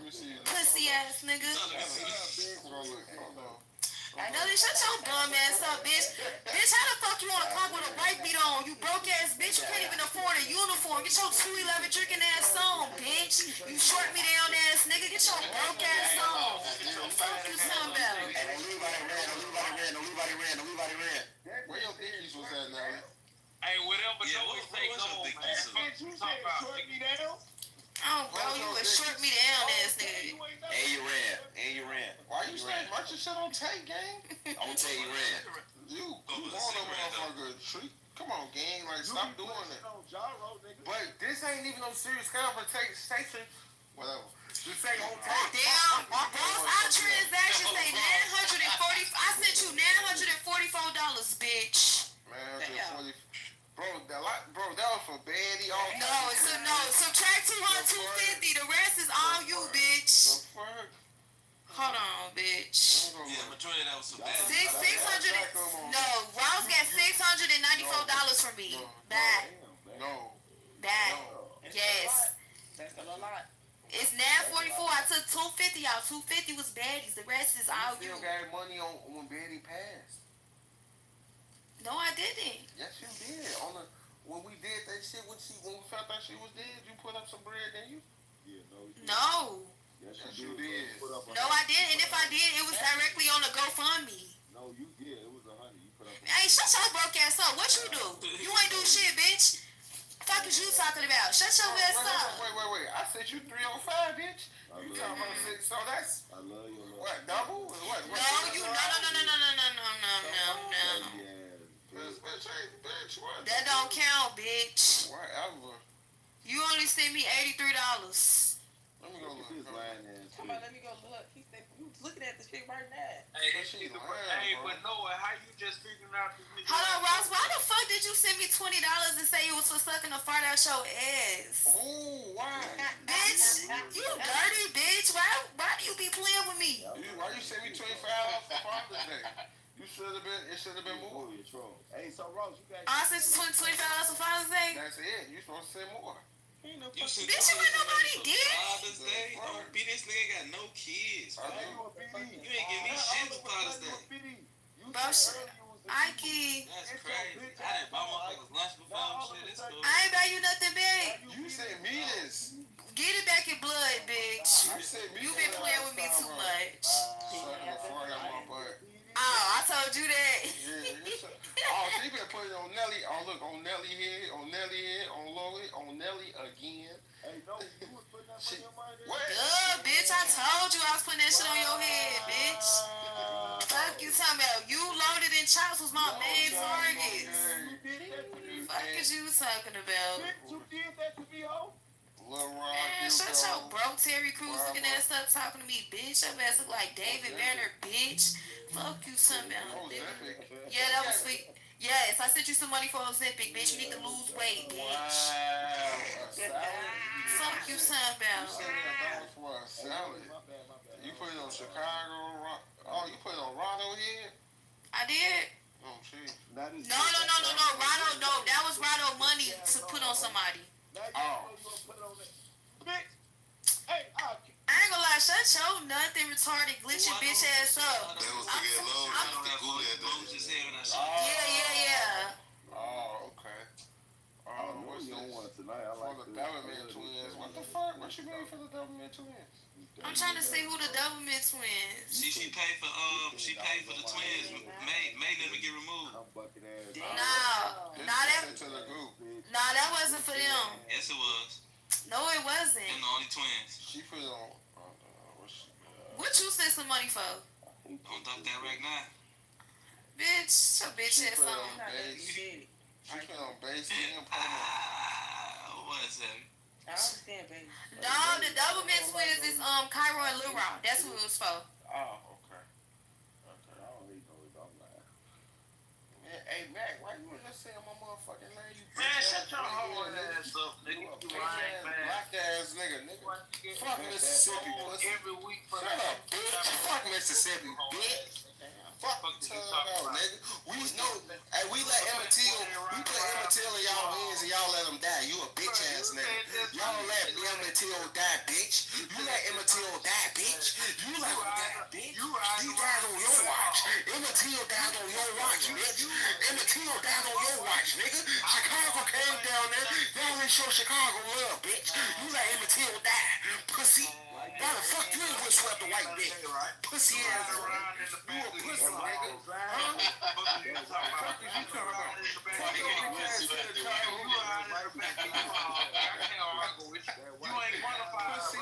nigga. Fuck you. Ride in the back. You ride in the back of you. Nigga, fuck the Chattahoochee River, nigga. Fuck the Chattahoochee River, nigga. Fuck the Chattahoochee River, nigga. Hey, what's the name of it? I don't even know what you were trying to say. He talking about the Mississippi River. Yeah, what's the name of that? What's the name of that? No. It's the Mississippi River, retarded. It's called the Tallahassee. You talking about the Tallahassee? Boy, get your stupid ass on. Fuck that river, bitch. Like, hey, these niggas, hey, y'all talking about. Somebody give it up for this guy. Y'all talking about a nigga being infatuated with Chicago. You gotta be infatuated. Nigga, you fuck Uncle Cliff.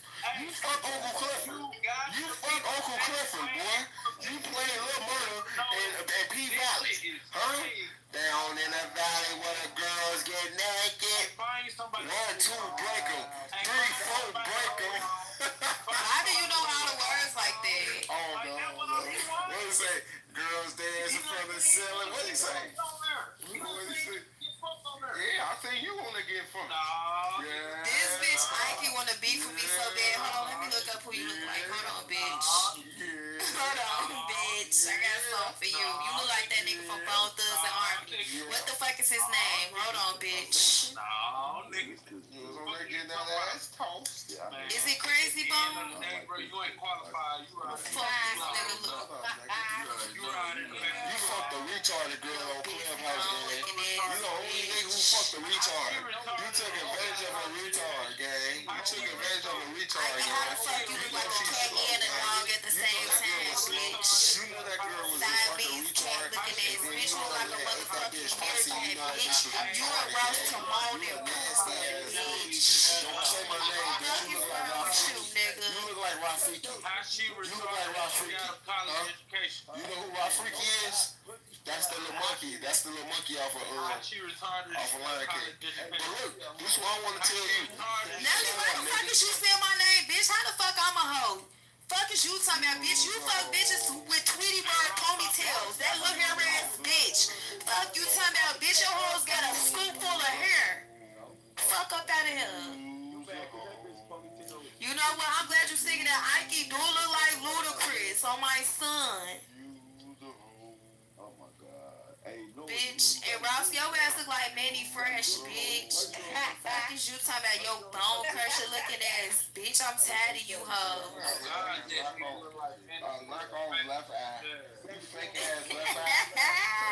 You and this bitch over here stay giggling. You look like Shelly. You look like a T-bomb. What's her name? Don't go chasing waterfalls. What?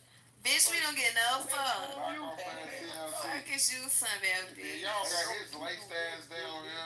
We don't even know what the fuck Nelly talk about. That bitch talking in a pillow, bitch. We not thinking about you. Shut up, broke ass bitch. Damn, you did. Fuck is you talking about? Your ass over there watching Roach's slapbox on the wall. Get your dirty ass on, nothing ass bitch. I be trying to kill a motherfucker. They go for that. Then we got Mac chicken slinging ass down there. We got that bitch. Hey, my nigga, don't watch. Stop playing with Shantae, boy. Fuck you, Mac. Rado, why is you playing with me? Your Nate dog looking ass. It's Mac, bitch. Your ass be selling chicken pot pies, bitch. Lame ass nigga. Nah, that bitch. No, he be your chicken selling ass. You suck dick too. You just tried to teabag a nigga. I did try to. Right, so faggot ass on. You tripping. You somebody daddy out here. Over here trying to teabag niggas. Merch, you ain't stick your dick in the chicken, Mac. Oh God. Merch, you ain't stick your dick in the chicken, Mac. Oh God. On God, what? Oh God. Merch, you didn't. Bro, you stuck your dick in the raw chicken game. You got, bro, they got him on camera, bro, fucking the chicken. Alright, so where's the footage? They call him the chicken man because he was fucking the chicken, man. Where's the footage, bro? At your job, you ain't got it no more. Why you ain't at the chicken plant no more? You ain't at the chicken coop? Where you at? You ain't at the chicken coop? What the fuck? You out here fucking raw chicken. That's crazy, fucking the raw chicken. That's nasty. Like, it's crazy. Y'all believe this nigga raw chicken? Why you steady talking about penises and shit, bitch? Be normal. They ain't saying gay shit in 10 minutes. Hey, why are you even talking about what my chicken? I'm just saying, why is you sticking your dick in raw chicken? I'm sorry. Yeah, thank you. I don't even know why you thought it was okay to play with Let me. motherfucker eat some. Let motherfuckers eat some of that raw chicken, boy. Let motherfuckers eat some of that chicken, boy. You suing the fuck out of you. You ain't no fucking plant, bitch. I'll fuck your bitch right. Yeah, You ain't got to I'll fuck you right. I'll fuck you right. I'll fuck you right, nigga. I'll fuck you right. Yeah, nigga. Yeah, just like that. Mm-hmm. Yeah, say that. Say it loud, nigga. Yeah. Say no, nigga. Say it, bitch. Yeah, say it, bitch. Come here, man. Come here, man. Yeah. Is you really smacking your ass or your arm? You little motherfucker. You know it's fat as hell everywhere. Huh? What part of your body you was just clapping? This the city I of be clapping his ass. I'm clapping his ass. Nigga supposed to be I'm clapping his ass. Chicago. I know his whole body just evaporated right now. I can't even call you fat. Skinny ass up.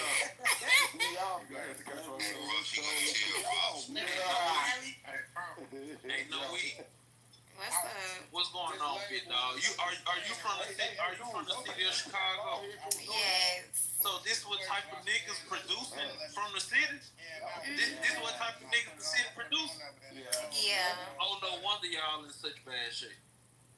What are you talking about, sir? No, I'm talking about the state of the city. I'm not saying Chicago doesn't financially excel. What I'm saying is the bullshit that's financially. You know, like Chicago got money. Money they all, gang. You was in Mississippi, gang. Y'all don't even got no downtown, gang. Y'all don't have nowhere to shop at, gang. Y'all funky as hell, dirty as hell in Mississippi, gang. Y'all ass is raised by the Charlie Hoochie River, gang. You know how many black slaves down died in that motherfucking river, boy.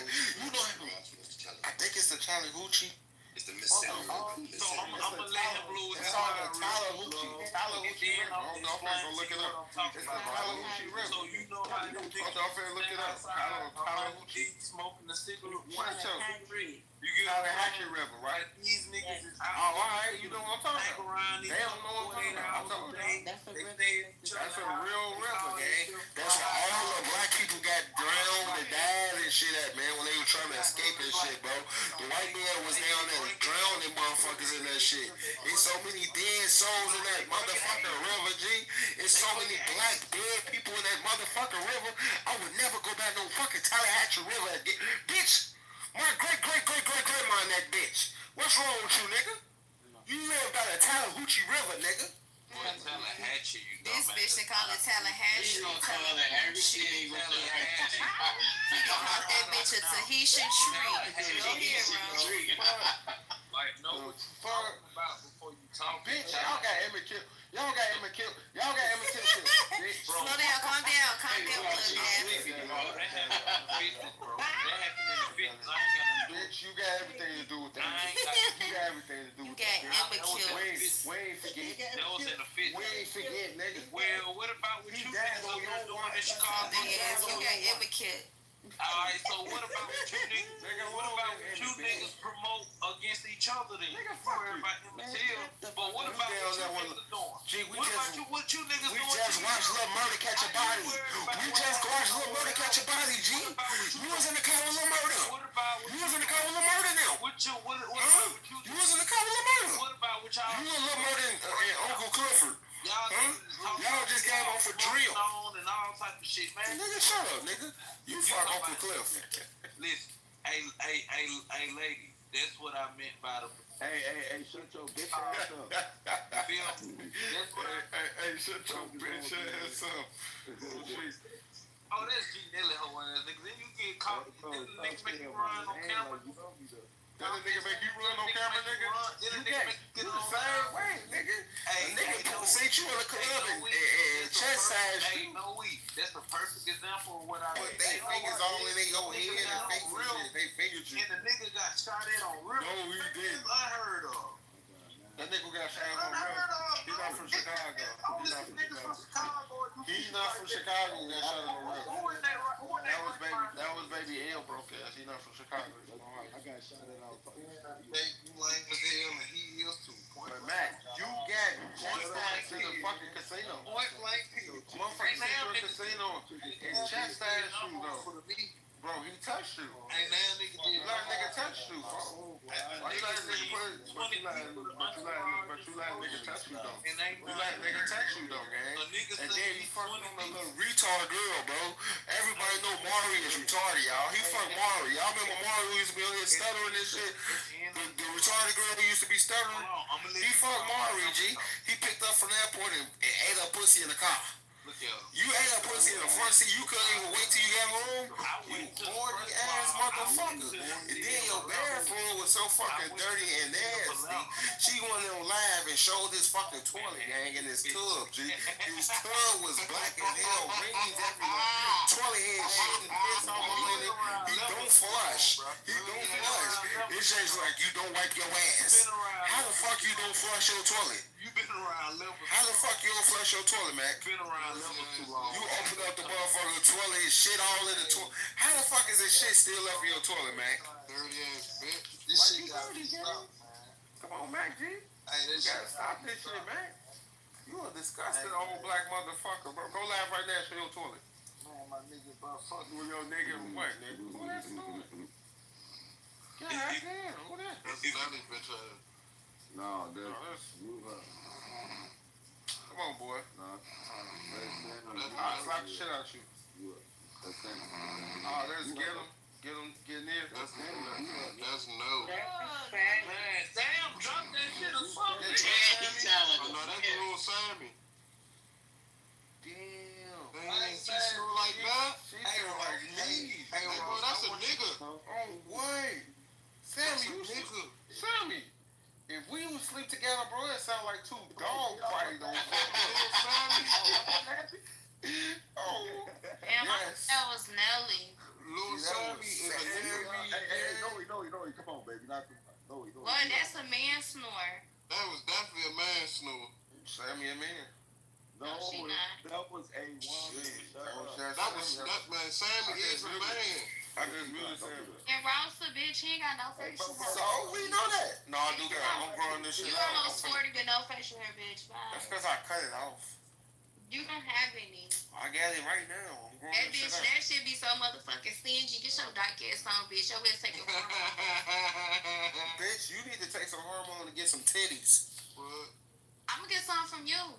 Bitch, no, you not, bitch. You was juggling them motherfuckers on live. I say, go ahead, bitch. She was too at the white teacher contest. I ain't participate in that. Yeah, she did. Fuck I look like. These little mosquito bites. I ain't finna embarrass myself. She won. He won. What the mosquito bite? Mosquito Who? bite. No, she didn't, bitch.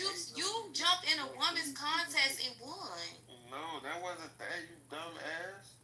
She really won the wet t-shirt. She pulled out her whole titties out. You have to put a banana peel on her ass. Oh, I didn't see that. She got that church. She was at the, hey, Mac, you broke country bitch. I hate the way you dress. I beat your ass. That's like from North Carolina. Hey, Mac, why you nigga shit? shit? And who cut your hair, Mac? He did. Buddy, God. Come on, G. She look He broke talking as about shit. he did. Old field trying to have a taper, bro. Why your sideburns and shit? Come on, Mac. Ugly motherfucker. I'm crying. His shirt say I heart thick girls. Who, Max? Mm-hmm. Well, let me see. How the fuck he hard thick girls if he fuck Marvin? And then Tay just sent them off. She finessed his ass out the flight. He thought he was gonna fly Tage out there. She finessed the shit out of his ass. I flew that, took it to flight create and went to go see another nigga. I'm like, damn. Stupid ass man. No, he feel like a goofy. Buddy dumb as hell. Come on, man. Fucking goofy. Lame as hell, man. Lame ass, green ass, Stupid ass nigga. country ass. Lame as hell, boy. Talking At the end of the day, right? Niggas watching me Shut up, when they could be watching TV. Your You ass feel on me? Clubhouse getting embarrassed. We just made you content. We made you content already. We already recorded. We made you content already. We on Clubhouse. Look at Nelly right there sucking Mac dick. Your ass stupid. We just made you content already. I'm gonna let you talk, bro. I'm not gonna talk over Shut up, you. chicken, man. I know you're not gonna talk over Which me, one man. is it gonna be? You Right? sell chicken for a living, pussy. Which one is it gonna be? When you gonna stop selling pussy? What? Like, bro. Like, so check this out. You asking me to stop selling pussy? That nigga be selling pussy. Mac be selling pussy to Nelly. That's how this nigga, we gonna stop selling You know, pussy. Mac a bitch. I really want to say chicken, but now he said pussy, so So these the type of niggas you don't fuck with. we gonna stop selling pussy. That's funny as hell. Hell no. I'm tripping. We ain't gonna ride selling chicken, nigga. We gonna stop selling pussy, man. I meant to say chicken, but fuck it. It's up in the stomach. Yeah, chicken, that nigga. Mac ass, drunk as hell. Yeah, you dress terribly, like, what the fuck? How you dress, man? That's that Mississippi shit. Y'all ain't got no stores or no shit down there. Where y'all shopping at? Mississippi, City Trends. That's where they be shopping at City Trends. I hope I did not pay for that shit. Hey, these niggas be so lame, bro. It's pathetic, man. So check these out. What? No weed. That means I say you these the off type you. of niggas you been fucking with your whole life if this was Chicago producing. A nigga can't play gay. Why you stay saying Noe name, bro? She gonna shoot your dumb ass in a second, gang. Noah my dog. I don't give a fuck who dog she is. Noah my dog. You That know what I'm bitch saying? is a dog. No, most thorough. She a dog. Lame ass nigga. Y'all niggas lame as hell, bro. See, I can resonate with the hoes, bro. They be saying eye to eye with you, boy. You feel me? You niggas, y'all lost in the false Snow we a hoe. You said Snow we a hoe. If she a hoe, How the fuck y'all know I'm a hoe and y'all ain't fucked me? that's what I'm saying. I asked you. He said you a hoe. Even if she That nigga just said you a hoe, bitch. Dally, who you raising your voice at? Nobody. You know they say the brokest ones be the loudest, so keep yelling. My bad, no. Alright, so look. Yeah, hey, tell a dude, funky ass. So she bro, whatever she doing, I don't know what the fuck you telling me for. You know what I'm saying? Why you saying her name then? But because I said she thorough and cool, what? I ain't got nothing to do with it. That's why I said it. Don't say no name. Man, no we. Shut up, bitch. Alright, Peter, say her name one more time, nigga. Say her name again, bitch. No we. Oh, yeah, I got your How you gonna scare him again? No we. Fuck is you talking about, nigga? Look, I got that nigga brain. I'm making him say her name. He a bitch. Man, boy, you was stupid. Yeah, I just made you say no we name. Boy, you stupid as hell, man.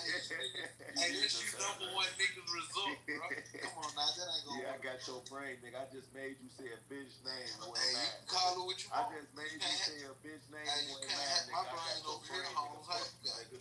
Say her name again. Say her name one more time, nigga. Oh, okay. Oh, now I got you not saying her name. You a bitch. So fuck you. Woo! Nigga, you Boy, you fuck with me, niggas, nigga. hey, listen. You a goofy. You niggas is I some got of you them. saying her name, Y'all and I got you niggas. not saying her name. Nigga, I control Y'all you, niggas nigga. some of them. I control you, nigga. I Y'all can make you say niggas her is name, some of and I can make you not say her name. Y'all Shut are up, some bitch. base I level control you, nigga. niggas, man. Uh-huh. Y'all I are some control base you. level. Say her name, nigga. Say no name again, nigga. That's your bitch ass up. Now you got pineapple words. You a fucking goofy. Nelly, man. I bet you won't say her name. Boy, you lying as hell, I bro. bet you won't say her name. Don't be giving a fuck. I bet you won't say her name again. You really just as lame as I all. bet you won't say her name Suck again. my asshole, bitch. Fuck is your nigga? That's a fat ass fag right there. He said lick his ass. You got him? I ain't arguing. Nah, bro. I ain't arguing with no motherfucker. Nah, bro. You gotta go ahead and do that. Nah, bro. He said lick his booty. I'm not arguing with you. He said lick his booty. I'm not arguing You, with nigga. motherfucker. Not just What the fuck? You talking to G Nelly? bro, stop saying my name, bro. Like, hoe ass nigga, you should never He say said that. lick his peanut butter butt. Fuck is you talking about? I'm hungry. No, we go. Hell yeah, girl, let's go to Waffle House. Shit. Oh my God, bro. Yeah, I'm gonna go to sleep, y'all. Good night. You got hoes Alright, in the well, talk. go and fix you some shit. Noah got food in her kitchen, my nigga. Fuck is you talking about? Hell yeah. But sometimes it ain't nothing wrong with a hard working woman not to cook sometimes. Shit. Motherfucker take her to Waffle House. I agree. Hell yeah. But you know a nigga like Nelly, he ain't got the bread to even do that. So I got you. I feel you. You got whole ass niggas like that, bro. Hey, I guarantee you, G Nelly is sit around town clown. Let me ask you something real quick, He bro. what we call a local. G Nelly is no more than a local joker. G Nelly is no more. G Nelly is no more than a local joker. You was a local joker. Local joker. You was a local joker. You get what I'm saying? No, I don't, brother. You a sit around town clown. Then I know you understand that. Fuck you. Come on, y'all. Let's all get some breakfast, man. Come on. Let's all get some breakfast. Shit, let's talk about this with some breakfast. Yeah, it was funny a little bit. Sit around town clown. I know you understand that. Hey, no, what you going to school for, love? Applied science and entertainment business. Okay. Unless you got a brain to do something, niggas like him, shit probably don't even have his GED. Nigga probably don't even have his GED, man. Damn. See, you got your GED, though. You get what I'm saying? That's the thing. You got your GED. You got it. From the Masterpiece School. No, you see how I control this clown? You see how I already knew that it was a. Don't do it, bro. Don't do it, bro. Even if he had anything, I knew it would be a GED. I see you went to the Master P High School. Bro, but you see how, cool, bro. but look though, you see how I caught her, right? You see how I already knew if he even had any type of paper, it would be a GED. You get what I'm saying? Point blank period, bro. But you talking about you got my brain? Make it make sense. All right, you got it, bro. It's almost 5 in the morning. You won. Oh yeah, I know it. Yeah, you right or wrong. You in the morning with the living room. Wrong, I'm gone. In Ross Fat. In Ross Fat. Yeah. Hell Yeah, Chief, you got it. Nah, ain't no chief over here. I'm back, nigga. I don't give a fuck about you or noise. Fuck you and that bitch, nigga. He's being loud. That does let me know the boys there. No, what? On God, Noah. Hey, they say the loudest niggas. They say the brutest nigga in the room. I did just do some disrespectful shit. That girl got some pretty kneecaps. My bad. No, because you ain't serious. Every time these niggas was talking. My bad, baby girl. My bad. Hey, bro. You don't pay me that. Nah, because I just told her I wasn't going to say nothing else. So, whatever. You don't pay to be as lame as you, bro. Real shit. You in the group. Hey, Ross in the group. I apologize, though, sweetheart. I ain't going to call you out your name. I did. My bad, but got the pretty kneecaps. Ross in the Goof Troops, man. It's the perfect name for you. Hey, bro. I'm gonna go to sleep. I'm finna go to a bitch house, nigga. Some you niggas can't go. Bro, it's 5 in the morning. Why you ain't at the bitch house already? Nigga, I just got done running. Cuz what? You don't know my schedule. You don't know my schedule, my nigga. Why would I want to know it? Well, I bet she cook a big ass breakfast though. That bitch ain't cooking nothing. That bitch ain't got nothing in her refrigerator. That bitch broke. Huh? That bitch got lunchables. Nigga, your bitch stomach be in her back. That bitch don't eat either. Y'all ass is homeless. Hell nah. Motherfuckers get their stamps today. Hell yeah, motherfuckers get their stamps today. Merch out. Man, fuck on somewhere, nigga. Don't nobody get no stamps in the middle of the month, bitch. Yeah, they do. No, they do. Because I think the first go fall on the weekend, ain't it? No bitch, gang. Stop saying that shit. I don't know no bitch that get no stamps in the middle of the month. It's the beginning. Oh, they don't get their stamps today? Get your broke ass on, nigga. You must Hell yeah, I'm trying to buy some stamps. You trying to buy some? Hell yeah. Shit, hit me on the knife.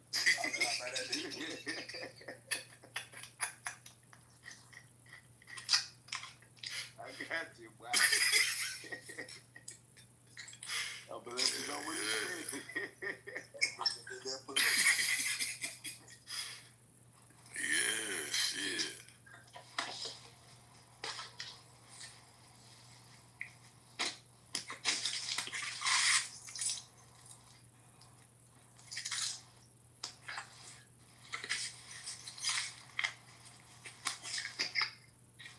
Well, that nigga Max saying my name, bro. Keep my name out your mouth. Oh, shit. No, bitch.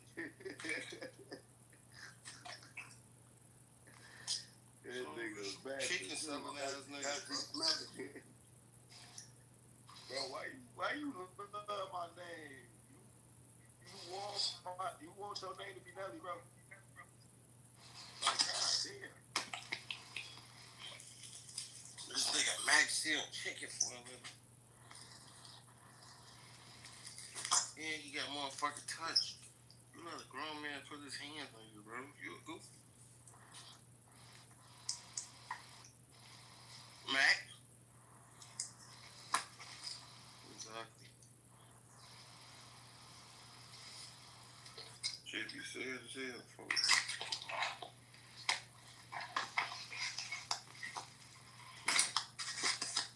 Hey, Mac, why you let that grown man put his hands on you, folks? Now, guess what, right? You see how you ain't gained $1 on your cash out for calling my name? Who? Like real shit, man. You want to see my cash out versus No, what I'm saying is you haven't got $1. You want to see my cash out versus You haven't got $1 off calling my name, though. How you know my cash You don't know how much money I got saying your name? You don't got none. Where you don't want to see how much money you got on your cash app? You ain't got none on my name. Who? Not on my name. How you know? Where would it come from? Where does that matter? Okay, you ain't got none on my name. So why is it called? How you know? Where did it come from? Why? I mean, you said you got something on my name. I'm telling you, you don't. I'm saying I do, bitch. Well, you cap. You've been around levels too long. You sell chicken. You running fake content. Though I run chicken. I got more money than you. I run chicken, sir. I got more money than you. Okay, if you say so. Alright, let's go live. I mean, you get disability. Yeah, and I get fraud money. It's gonna buy you what you want. You ain't doing nothing, bro. The game sold out. You feel me? The game sold out. The game sold Mississippi, we finesse niggas like y'all. No, you don't. Why you? You slow, gang. You not fast. Why you ain't came across me then? Yeah, I have. I'm talking to your dirty ass now. I'm talking about came across me as far as finesse. Cause your ass don't got shit. Okay. You a broke Mississippi nigga. Okay. You ain't got no fucking money. Okay. Okie doke. Okie doke. You wanna go live? Okie dokie. Wanna go live? Go live. Come on. Go live. Come on. You go live. I don't see. I'm so elevated past niggas like you. I'm elevated past niggas like you. I don't go live on my whereabouts. Go live, gang. I don't go live on my whereabouts. I ain't go live on the fake page. What I'm doing that for? I ain't going live. I got embarrassed your broke ass. Fuck you talking about, nigga. You gotta catch me. Yeah, work on selling chicken. I would sell my ass, make more money than you making chicken. Niggas stop it. Hey, you niggas that go live and pump your guns, nigga. You can't go live and up no chicken. Man. Up some chicken. You the chicken man, right? Show me the real definition of chicken. I want to see your chicken. Man, bro, you don't want to see none of mine, my boy. You ain't got going what I got going, bro. We on resonate. You think it's big? Y'all go live to pump y'all guns. I can't go live to up no chicken. Bro, that's all you literally do every day, bro. So how I could up some chicken though. Man, bro, I could up some chicken though. Ross Bucks. Yeah, Ross Bucks got burnt. Them burnt. Ross Bucks. Yeah, that shit got burnt a long time ago. What you mean got burnt? I set that shit on fire. Man, shut the fuck. If you had it, burnt. Ain't no Ross Bucks, honey. If you had it, Ross Bucks over with. Ain't no Ross Bucks. If you had it, I got to do content. If you had it, you You want me to spell out your name in hundreds right now? Man, bro, why would you? You gonna put Mac Lucky going across my floor right now? Why would you? In hundreds. Why would you? Cause you can't. You can't. Cause you can't. That would be communities. Yo, what's going on, man? That would be, but guess what, right? I just got off work. I'm finna get ready to get in the shower. You just got off work and your ass got to wait on your check. Nigga, you broke. Listen, right? And I'm finna get ready to go lay up. I'm finna go lay up with my bitch for the night, right? On your check, nigga. I'm finna get ready to go lay. But guess what? You wait on your check, nigga. But what about the check I already got? Woo! Oh, listen, let's not argue in front of the women. I'm saying, let's be respectful. Woo! Hey, bro, listen, bro. I'm finna get my day started. Yeah, I know. You know what's Susie? Is that how I say your name? Susie? Susie? How do I say your name, brother? I think it's Susie. The name is Susie. Susie. What's going on, man? What's the topic in here? I just came in. Up in chicken. You said chicken. Yeah, up in chicken. Up in chicken. Interesting. Yeah, up in chicken. I've never heard that before. Yeah, you gotta up some chicken. I gotta up the chicken. What does that mean? Up the chicken. I mean, you keep repeating it. I just don't understand it. What is up the chicken? What that mean, Mac? What up the chicken mean, man? Mac, what that mean? Are you talking about like drumsticks here? Dark meat, white meat? What that mean, Mac? Up some chicken. What that mean, Mac? Tell me what that mean, Mac. Up the chicken. Interesting. So where are you from, Susie? I'm from around the way. I think it means to like wake up in the morning. I think it you mean like wake up in the morning? Up some chicken.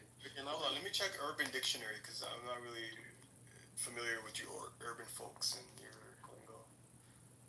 Urban Dictionary. Up the chicken. Up some chicken. Oh, up some chicken. Okay. Yeah, or up some chicken. Meaning. What you mean like you urban folks? Like are you being racist? I mean, no, I'm just saying we don't really have the same vocabulary, It says somebody said it shows some money. It says it shows some money. If anybody want to send me money, I have the cash app in my bank. Nah, bitch, hold on. Ain't no I mean, listen, let's not call her the B word. Fuck that bitch. Alright. I mean, you clearly lack my mic unmuted. Hello. Do you find that funny, no yay? That your fellow woman is being disrespected? Yes. That's funny too. I'm her fellow woman. Hey, listen, you have female tendencies, I will agree with you on that. You got some chicken? You trying to up some chicken, bitch? I mean, what's with you folks in chicken? Like, come on, I think you guys up your chicken, nigga. Expand your palate. You know, there's more to the world than just chicken. Guys, you ain't got no chicken. Why are you telling me, bitch? I'm like trying to help you understand. Help me get some chicken. Who y'all bank with? Listen, Rogan did a number on you. Captain America. Who y'all bank with, bro? Captain America. Bank of America. Captain America. Bank of America. She being sarcastic. No, I bank with Bank of America. Sorry, I meant to say that. Not cheese. I'm more interested in No Yang and why she doesn't feel like she needs to be an ally. No Yang, why don't you support your women and not laugh at them being disrespectful? Hey, shut up, bro, because you stay speaking of black people as a third party, bitch. You must be white. I'm not white. I'm black. No, you not. I swear I'm black. You want me to picture on my face? Yeah, picture on your face. Put a spoon on your head. No, I mean, I'm not gonna take a live picture. I'm pretty. No. Put a spoon on your head. I'm pretty scruffy right now. I haven't been to the barber shop. That's pretty smart. Put a Because spoon he put a spoon on his head like it's a real. Because we want to make sure that's him, bitch. Yeah.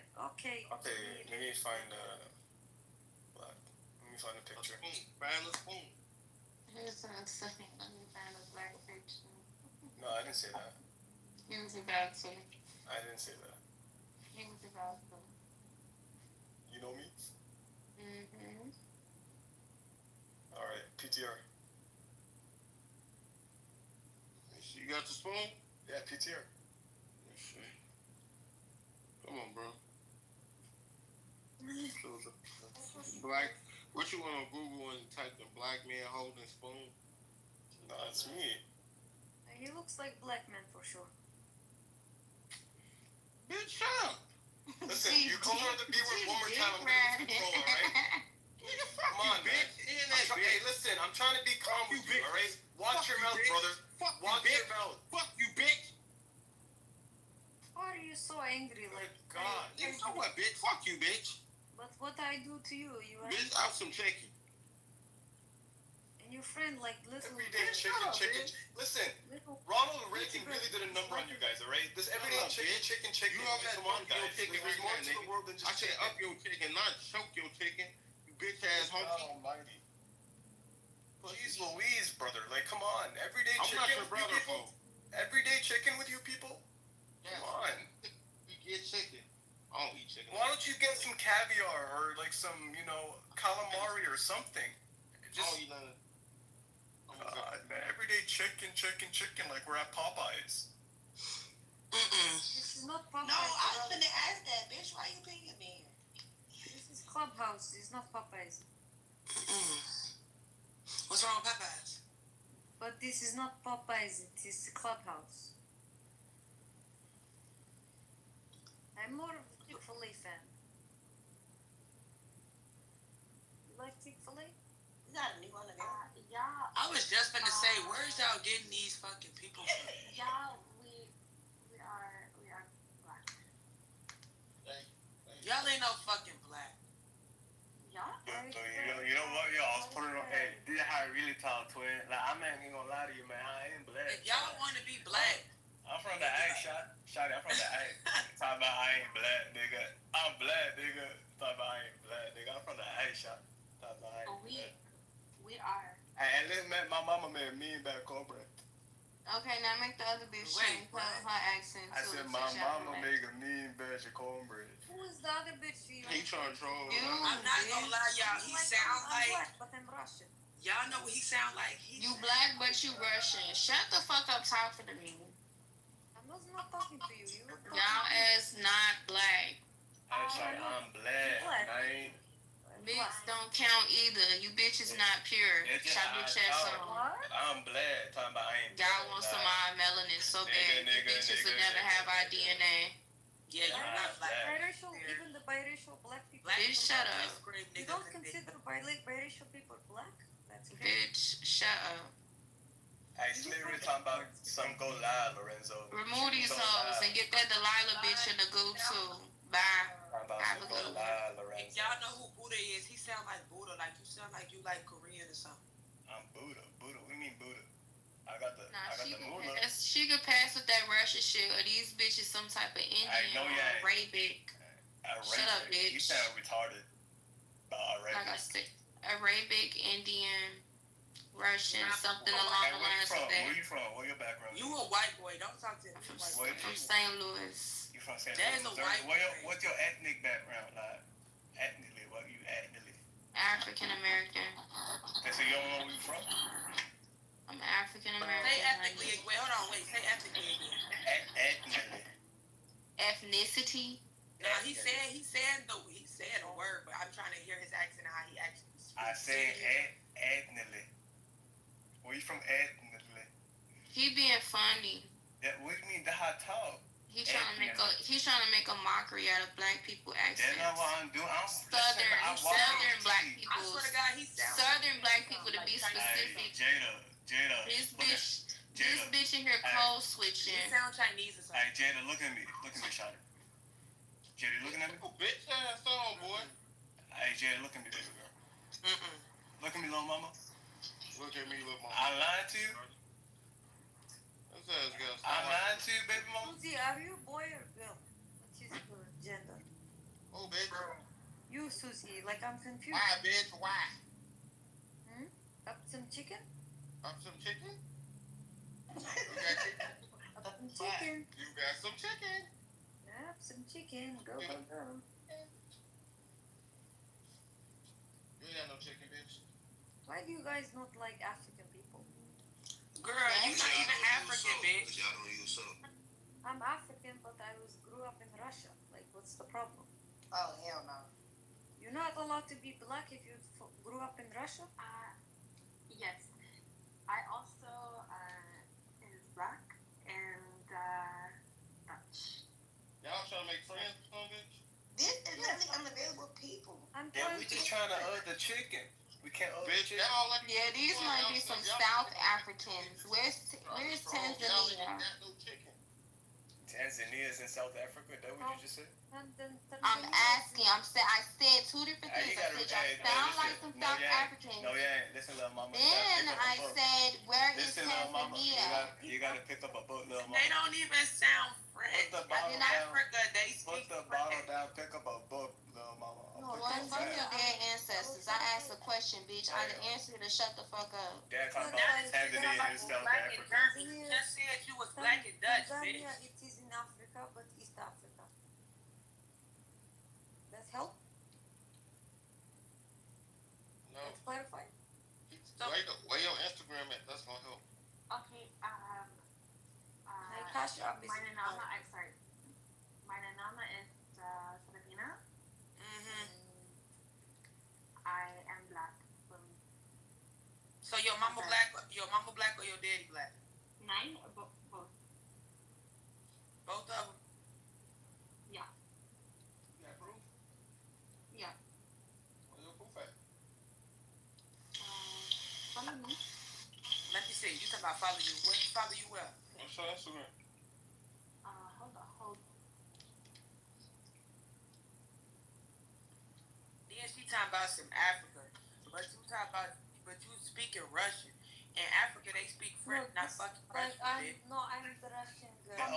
Hey, so you're telling me the whole continent of Africa, they only speak French? No, they don't only speak whatever language they got, but if in Africa, and you saying that you speak any other language besides African, it's probably 9 times out of 10 French. African is not a language. I mean, you know what I mean. You gotta pick up a book, Like, if you in Ghana, you speak whatever they speak in Ghana, and wherever you at, that's what you speak. So if they speak in their general language of wherever you at, then you probably speak French. You gotta pick up a book. You need to go to a cycle where you up in here code switching. You got 2 different accents. That's an imposter. What's wrong with this bitch? She said her name on Instagram, Piece of Pussy 69. My balls are itchy. Just to clarify, like Africa is not monolith. Not everybody speaks French. No, not everybody, but you talk about you Russian and like you met. Yeah, but you can't even put $signs in your Instagram name, but okay. But I grew up in Russia. But I'm black, like you. You are my people. No? I ain't your motherfucking people, girl. Why not? But you don't know many people here. It's I. Who want to look up and say cheese first? Hey, what Biggie said, if you don't know, cheese. Like you know, they gonna... Let's start with Delilah. She pinged y'all in here. Look up, say cheese, bad bitch. Who's Delilah? Who next? Me. Okay, it was nice talking to everybody. Ryan. No, you are a very mean girl. I don't Fuck you, bitch. Damn, why you guys bullying her? You finna be next. Shut the fuck up. Fuck.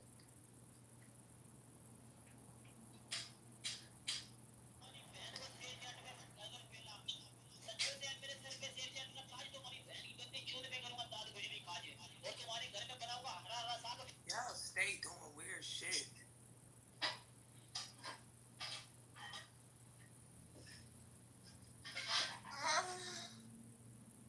Do that one more time. I needed that.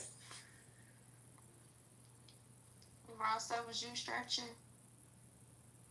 You get me?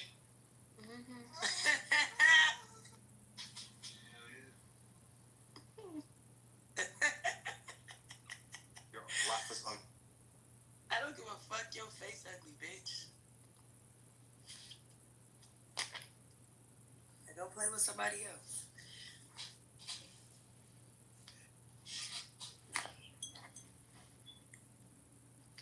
Yeah, this room get real strange around these hours. Hey Ross, they don't pay to be as lame as you, my nigga. I stamped it. Real nigga talk. Guess we're opening that can back up.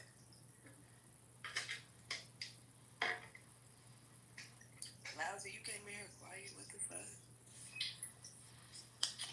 Hey, Mike, you look up to niggas like me, short.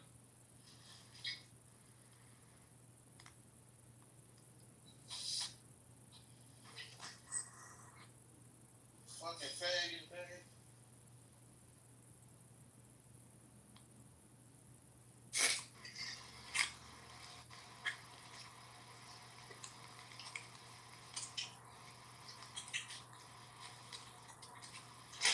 Hey Ross, my nigga, man. I wish you had something better to do, bro, but I guess it just ain't in you, bro. Man, shut up, bitch. I guess it just ain't. Damn, man, you come in and suck my dick every day, bro. I guess it just ain't in you. Ross, come on. Oh my dear. I guess it just ain't in you, man. That nigga suck my dick every day. Hey, you gotta stop repeating that, Ross. Oh, that nigga gay. Like, get off his knees and stop sucking dick. Hey, Ross, come on, what lotto got y'all calling these niggas brokey? Who broke me? Who broke me? Yeah. You wanna show some chick?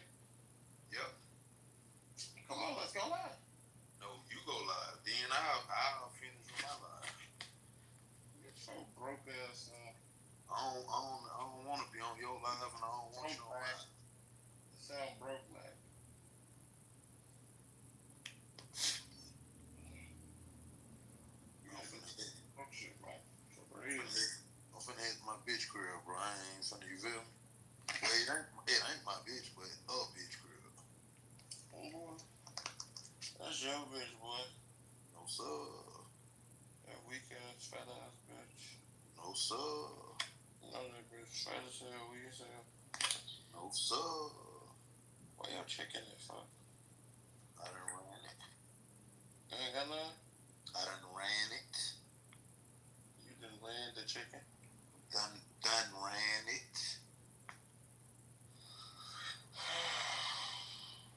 I hate broke people. Go out and pump your guns. Here you go, lather up some shaking. Niggas gloves on it, man. And you still acting hard, but you ran for Kitover though, bro. That's who you the kryptonite is. I ran from Kitover, bro. I mean, they said he pulled up and you some it called the police or something. Yeah, something like that. I mean, shit, motherfuckers just like you going about what they said when a nigga seen me in the casino. So shit. The facts in the pudding though. I mean, niggas don't see me. Niggas seen you. I mean, niggas seen me and I ain't do shit. No, they did something. They stepped to your ass and addressed you about some shit that was happening on club. So did they address me harmfully? Yes. So how was I harmed? Yeah, he put his hands on you. Okay. What was you talking about? Okay. Yeah, bro. Like, was it hard force? Yeah, nigga. Well, you niggas just be talking. It's like, gang. It's like, don't put your hands on me. I feel that, bro. Like, don't touch me, bro. Like, yeah, don't touch me, gang. I feel that, bro.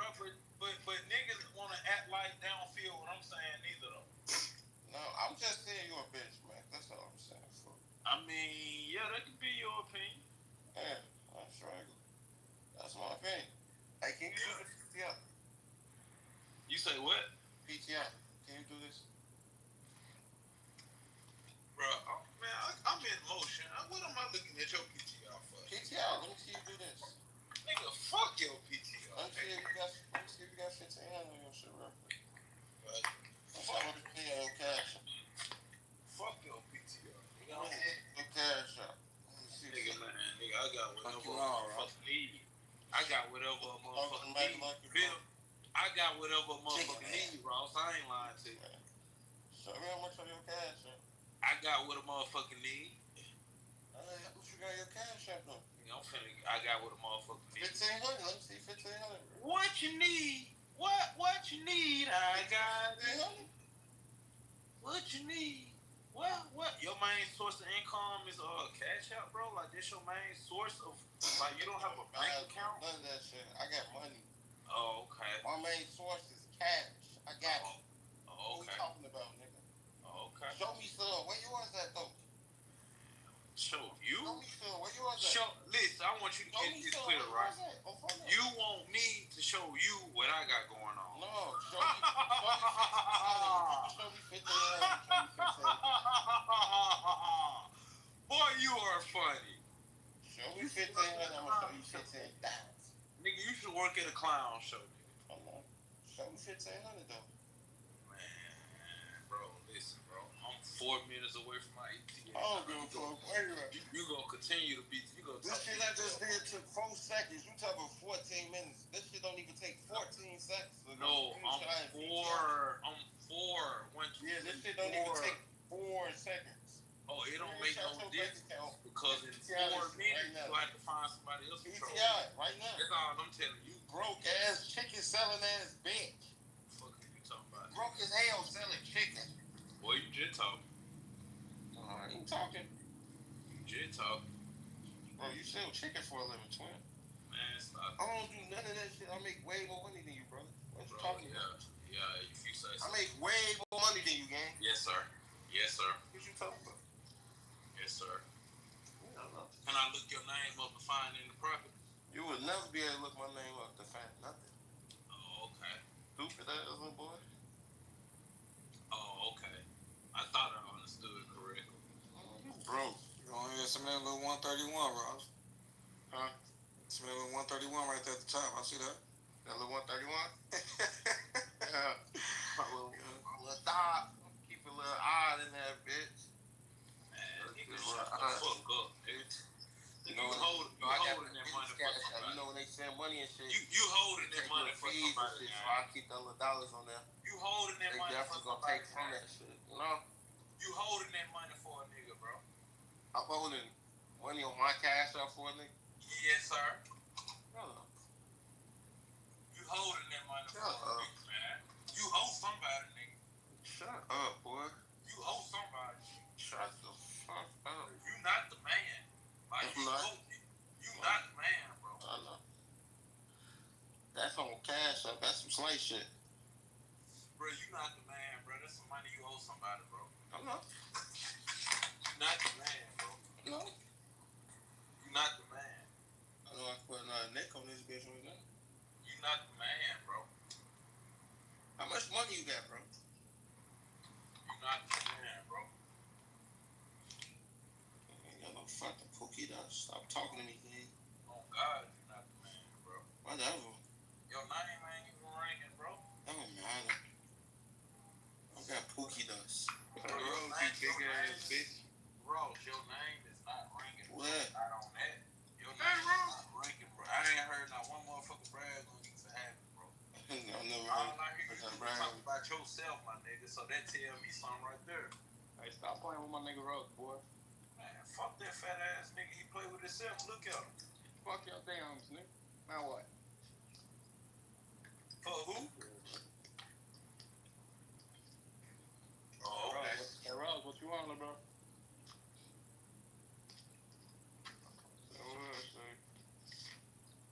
Go laugh, bump his gun. Can't go laugh. He said, he go laugh. Dog shit, rapper. She eat the dick for breakfast. Hey, Mac. So we used to have on your shit with that stupid ass hat on, Ralph. Hey, Mac, is that you? Some nigga. Is that me? What? That nigga had on all red. Who the fuck? PCI. Holding that nigga. Oh, I forgot that nigga name. Bro, is you looking that hard? You look like a bitch. I ain't lying. This nigga, look at this nigga jacket, bro. Hell yeah, shit. Bro, fuck you off his head again, shit, fuck nigga. Shit, what's going on, poor chop? What's up, bitch? Motherfucker chilling. Hell yeah, good morning, everybody. Shit. Hey, Rose, gang. What we learning? What we learning? Shit, these niggas can go laugh up chicken. Cool, nigga. Cool, let's get on their ass right now. Mac brokers. Hard. That nigga look broke because I'm like, we work hard as hell at work. I ain't like that. Hey, that jacket cost like $10, but who broke it there? I know you saying. That's a shirt that's $30. That little ass chain on your neck. Yeah, Mac, what's going on, man? Bro, just I'm trying to find You are goofy. You just that motherfucker just. I'm trying to find out what apartment. Hey, well, that was your bitch ass. Bro, niggas is just talking, bro, over the net, fool. This is what you do, my nigga. You do what you that. Okay.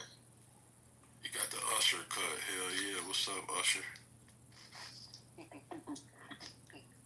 See, we got the Usher cut. Looks like I'm phony. 7 o'clock on the dot. I'm on the track. Man, that's a chili bug. Yeah.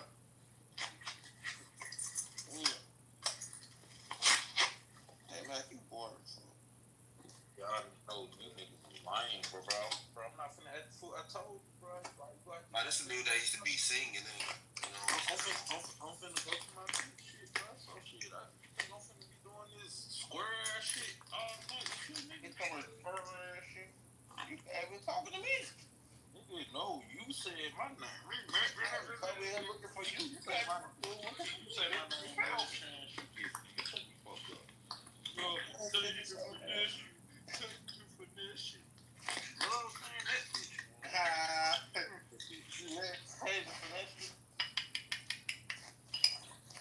You let us finesse you. You a goofy. I don't give a fuck, nigga. That was 7 years ago, nigga. Tell you what the fuck. Fuck your ass. I'm sitting right here looking at $600 right now, bro. Like, what are you saying? You looking at $600? Yeah. That's it. Hey man, let me get a corned beef sandwich, man. I got finesse for 600 when I'm sitting right here looking at it, bro. Let me see if PTI 600. No. PTI 600. Nothing. PTI, think I'm gonna give you $50 right now. Man, nigga, please, nigga. $50 right now if you can show me $600. You talking about some $6. Are you hungry?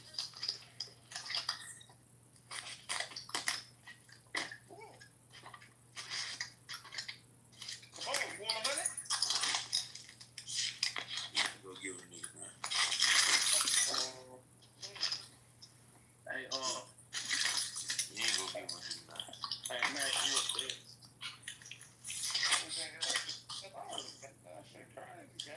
Hey, Max, boy, you a bitch, sir. Man, I'm gonna holler at y'all guys, man. That broke ass song, man. Oh, Have a good day at work, man. Have a good day at work, man. Nigga just Go make that money, man. Fucking feed that family. Shut your big ass up, nigga. Shut your bitch ass up, nigga. Fuck your damn. You gotta get that fucking felony expunge off your record so that way you can go to work, nigga. You gotta get that felony expunge off your record so that way you can go to work, nigga. You can feed your family instead of trying to get a clubhouse retirement, bitch. What? Tweaking with his ass. Yeah, nigga gotta get that record expunged, nigga. Alright, let me stop, bro. And when I come with this bitch, I be ripping it up. Don't get mad at me, nigga. I'm chill as fuck.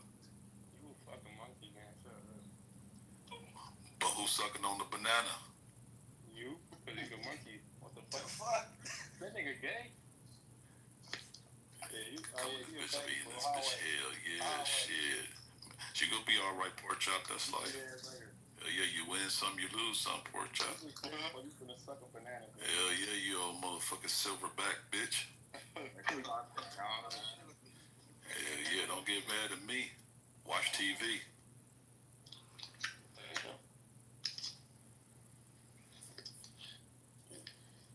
What color is your mama toenails? Shit.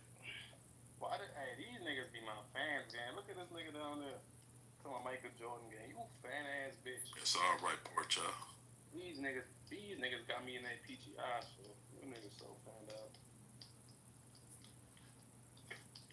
Oh, yeah, down. And you gotta stop acting like you entitled, bro. Shut up, dude. So nobody know you off a clubhouse, bro. You gotta stop acting like you entitled, bro. Damn. This nigga done. I mean, it's like sometimes a motherfucker be letting this app get to their head, bro. You letting this app get to your head, bro. Man, you ain't no celebrity on this bitch, nigga. No, nobody know you, bro. Damn. Alright, pork chop. You ain't nothing but a clubhouse user, pork chop. That's all you is. I don't care how many friends you got. I don't care who you associate with. Outside of this app, you nobody. So shut up, nigga. Damn. He talking to you? He talking to your ass. Motherfucker, I been this bitch. Hell yeah, motherfucker doing up shit. He ain't talking to me. Yes, he is, gang. You let him treat you too before he going on your ass. Yeah, fuck dude. It's just nobody know your ass in the real world, man. You say your ass a nobody. We all nobodies if you want to see it like that. Hell no, I'm a somebody, boy. I'm well known. Man, shut your fat ass up, dude. Gang, I'm known as fuck, nigga. You know no clubhouse, the fuck. Nigga, on Jarvisville grade, like I'm known in my city, Chicago. Man, shut your big ass up. Fuck is you talking about? The rack know me. These poppin' clubhouse knowing exactly who I am before I open my mouth, gang. You tweaking. I'm not no clubhouse nigga, boy. I'm just a nigga on Clubhouse. Fuck wrong with you? Hey, lousy gang. Where you at? Let me take that chain real quick. Let me see that shit. That shit look nice in my house. Can't fuck you right now. Yeah. What you say? Yeah. Fuck you. Can't fuck you right now. That's $1,000. Nigga, your mic is fucked up, dude. You can't suck this dick right now. Mike, bitch ass up. City geek. Who the fuck is this Asian nigga? Man, Yuck just treated the fuck out you for. Why you let Yuck treat you like that, game? I don't care. Shut the fuck up. Shut up. Look at him. Damn, bro, that nigga Yuck just talked to you. Hey, Rose, what you put? Oh, there he goes. There you go. You just let that nigga Yuck talk to you like a fucking goofy. I don't care, gang. The fuck. The nigga had a mic, gang. If I hit my mic, he ain't had no mic. That nigga. Alright, my shit, nigga's over with, nigga. Nigga, know how I'm coming. You just got trained by Yuck. I don't get no fuck. He just treated the fuck out you, bro. Hey, these niggas in the comments is gay, bro. You a lame though, for you talk about all other shit. You ain't talking about dude just treated you. I don't care, gang. You shut your big ass up or I'll get on your ass. Now you don't care because you got treated. You a goofy. Yeah. Nigga told you you gotta stop acting like you a celebrity. Nobody don't. I'm not gonna act like that. Cause you said somebody was fanning out, he went off on your dumb ass. He snapped on your ass. So. Oh, that was so fuck, dude. You just let him snap on your ass. So you a fucking goofy. Man. I think I found a picture, but let me see. But why you let him treat you like that? Nigga, fuck, dude, gang. What the fuck? No, you can't say that after you treat you and he left. You can't say fuck him now because you ain't say fuck him then. Hey, let me PTR something for you, bitch. I got something for you. Fuck that. You supposed to win on him. You win on your ass, folks. You a goofy, folks.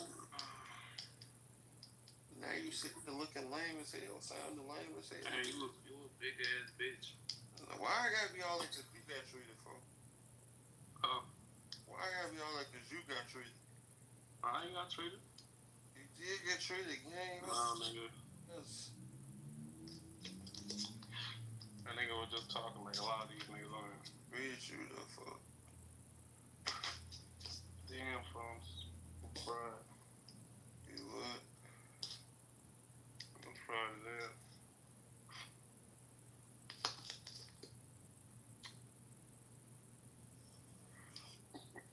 Where this nigga baby living at? Hey, Rob, okay? This nigga had me crying, fuck. Hey, how the fuck he survived that shit, though? Yeah. The nigga baby, yeah.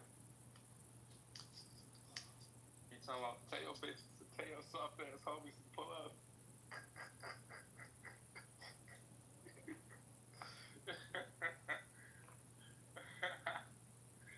Hey, I'm dead, fool. This nigga get that. What you running for?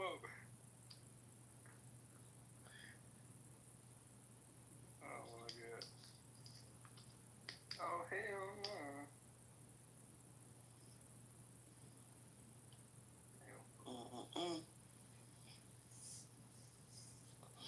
Hey, what's your name? What's your name, Mexican? What you mean, what's my name? Yeah, you know me. No, I don't know your real name, though. Fuck, I'm telling you my real name. Hey, what they call you in the streets? Oh, Lil Shiesty. Hey, your name Lil Shiesty. I'm dead ass. No, it's not, man. That is not, the fuck. Even on my club up, Lil Shiesty chick. Yeah, man. So I just think I got that shirt on, bitch. Yeah. T-shirt. Oh, they should say T, nigga, for trigger. Bitch. Trigger? Yeah. That's your deal, huh? Yeah. Say fuck that nigga, but look. Stop tweaking, bro. I said I ain't gonna say it. I was trying to show you some real shit, bro, but you blocked me, bro. No, I don't like you be calling me, bro. You weird. Dang. Who you up in here talking to? You was mad because I put you in anybody. Student. I'm talking to anybody, bro. Are we mad I put you in that group chat with Kiddo? I blocked the fuck out you for that. I ain't gonna answer no calls. What you mean, gang? I got on his ass though. Bro, that nigga scared me. He don't answer no calls to me and they goofy. Every time I call him for you answer. Yeah, but he not gonna answer while I'm on that like he didn't. Like I call that nigga phone regular. He don't pick up. Boy. You know what the fuck? Nigga scared of me. Fuck is you calling me on the phone? Wait a nigga, what's the nigga name again? The other nigga in the wheelchair. What's the nigga name? Where you at? You said who? What's his name? Bitch on, bro? What's the nigga's name? I used to get him through him, so. Yeah, Lil B. Where's Lil B at? Yeah, where you at? I don't know. Where is he?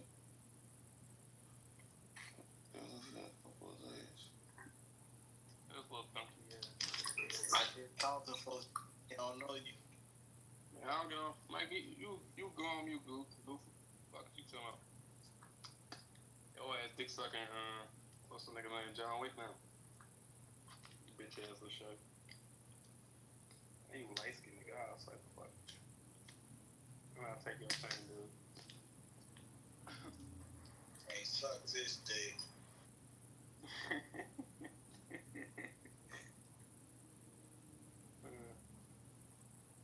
Want me to put my chain around your neck, fool? Yeah, I'm gonna take off then. I ain't gonna lie. You want me to put my chain around your neck? No, you don't need to. Fool. I'm gonna come grab it. You just like you want to see how my chain look on you? Yeah, I'll walk you down with Drake though, bitch. You want to see how my chain look on you? I know it look good on me. You want to look in the mirror with my chain on?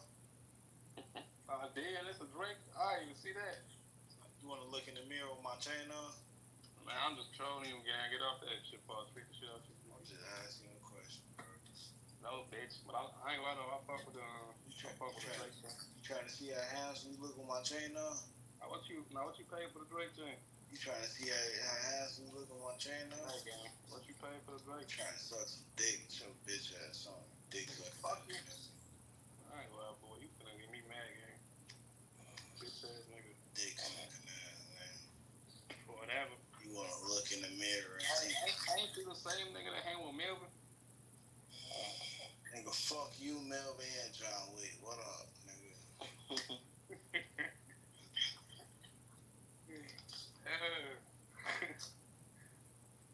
Hey, that shit crazy, bro. Yeah, nigga, cracking. Fuck every man for themselves. Fuck all you niggas. What up? Shut your bitch ass up, dude.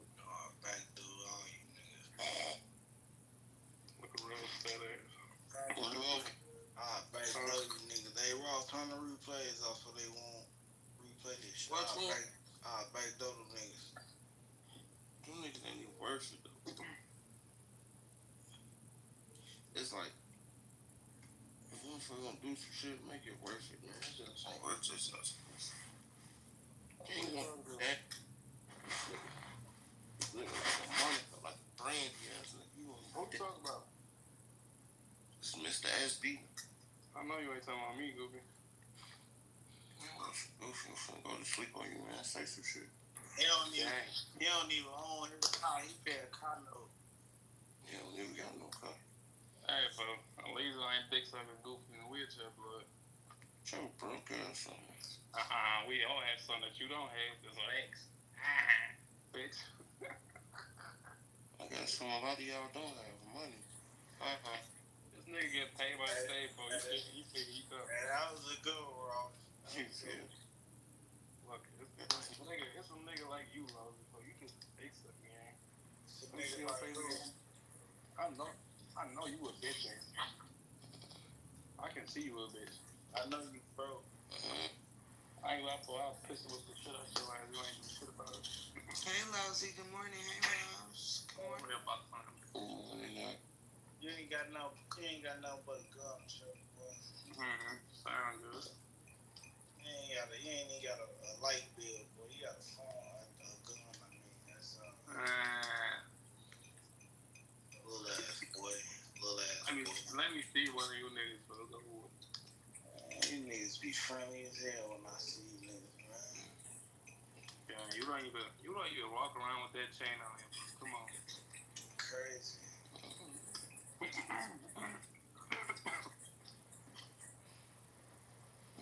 Crazy. I actually be playing on fire. Man, shut up, bitch. I actually gotta touch the stove to see if it's hot. I'm that type of guy. I'm the type of guy to see the stove on for 30 minutes and still want to touch it to see if it's hot. Torch.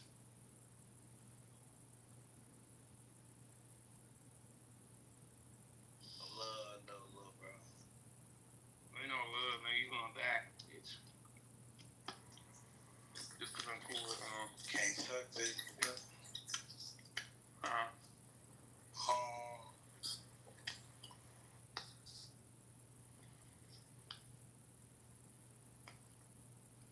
Maybe on a bike, shit.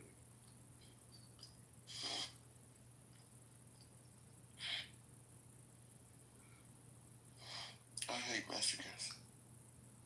I hate your big ass. You 800 pounds, you fat ass nigga. Oh, yeah, Mexican, bro. Yo, hey, your ass told, gang. Hey, Ron, Ain't that him on the PTR? Mm-hmm. Hey, you better not. Hey, gang, stay on mute before I treat the shit out you, bitch. I got a Jerry curl. You can't treat shit. Man, you got a wig on, you big booty ass bitch. Hey, Nate, when you come back out here, I'm waiting on you. Yeah, right. Stay on mute, bitch. You know. I'm finna come out there. I'm waiting on you.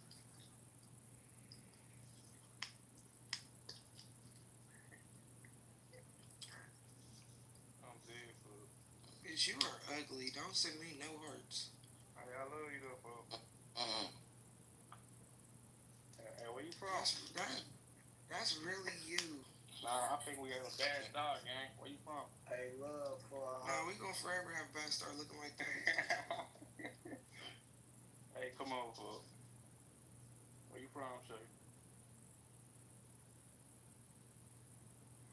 I said I don't like your hair. I don't give a fuck, gang. That's my haircut, ho. That's my culture, ho. Fuck is you talking about? Yeah, black man. He got a curly bob talking about that. I'm not black. Hello, gang. I'm black. Right. Bro, I've been doing this shit for a long time. Hello, again. Oh, you in traffic? Where you at? I ain't gonna lie, go watch my story, look, bro. I want all do it. Nigga, fuck your story, man. I don't know where you at. You see my PTR? You a big booty ass bitch. I want all do it for these little niggas. Crazy.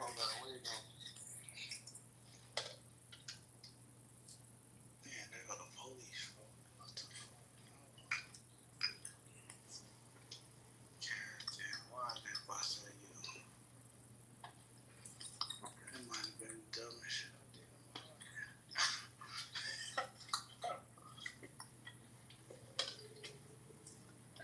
Hey, Ross, I did bust to you. Some of that might have been the dumbest shit I did in my life.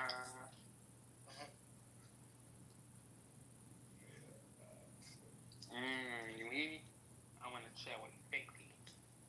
You don't even play with 50. Them bitch be jamming. Hey, Ross. Real? We don't play with 50s. Them bitch be jamming. We got stakes and standards. You a bitch. How about that? Okay.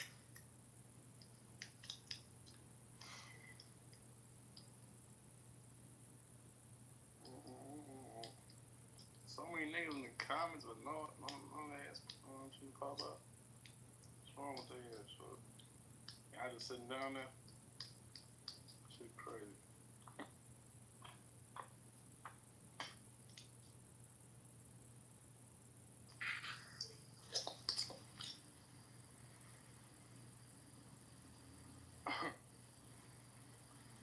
Damn.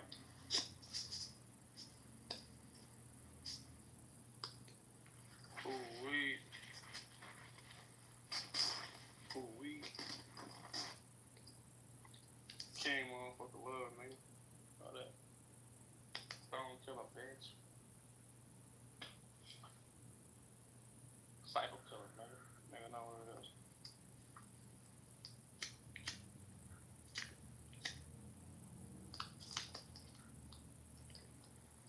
Yeah.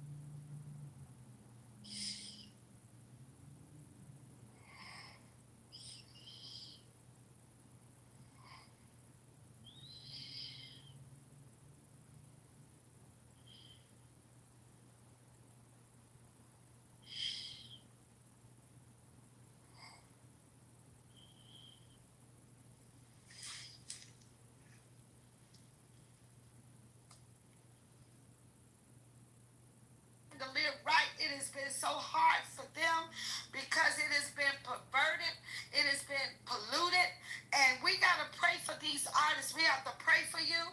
We have to intercede for you because you're on the front line. When they would go into battle, they said, put the worshipers in front.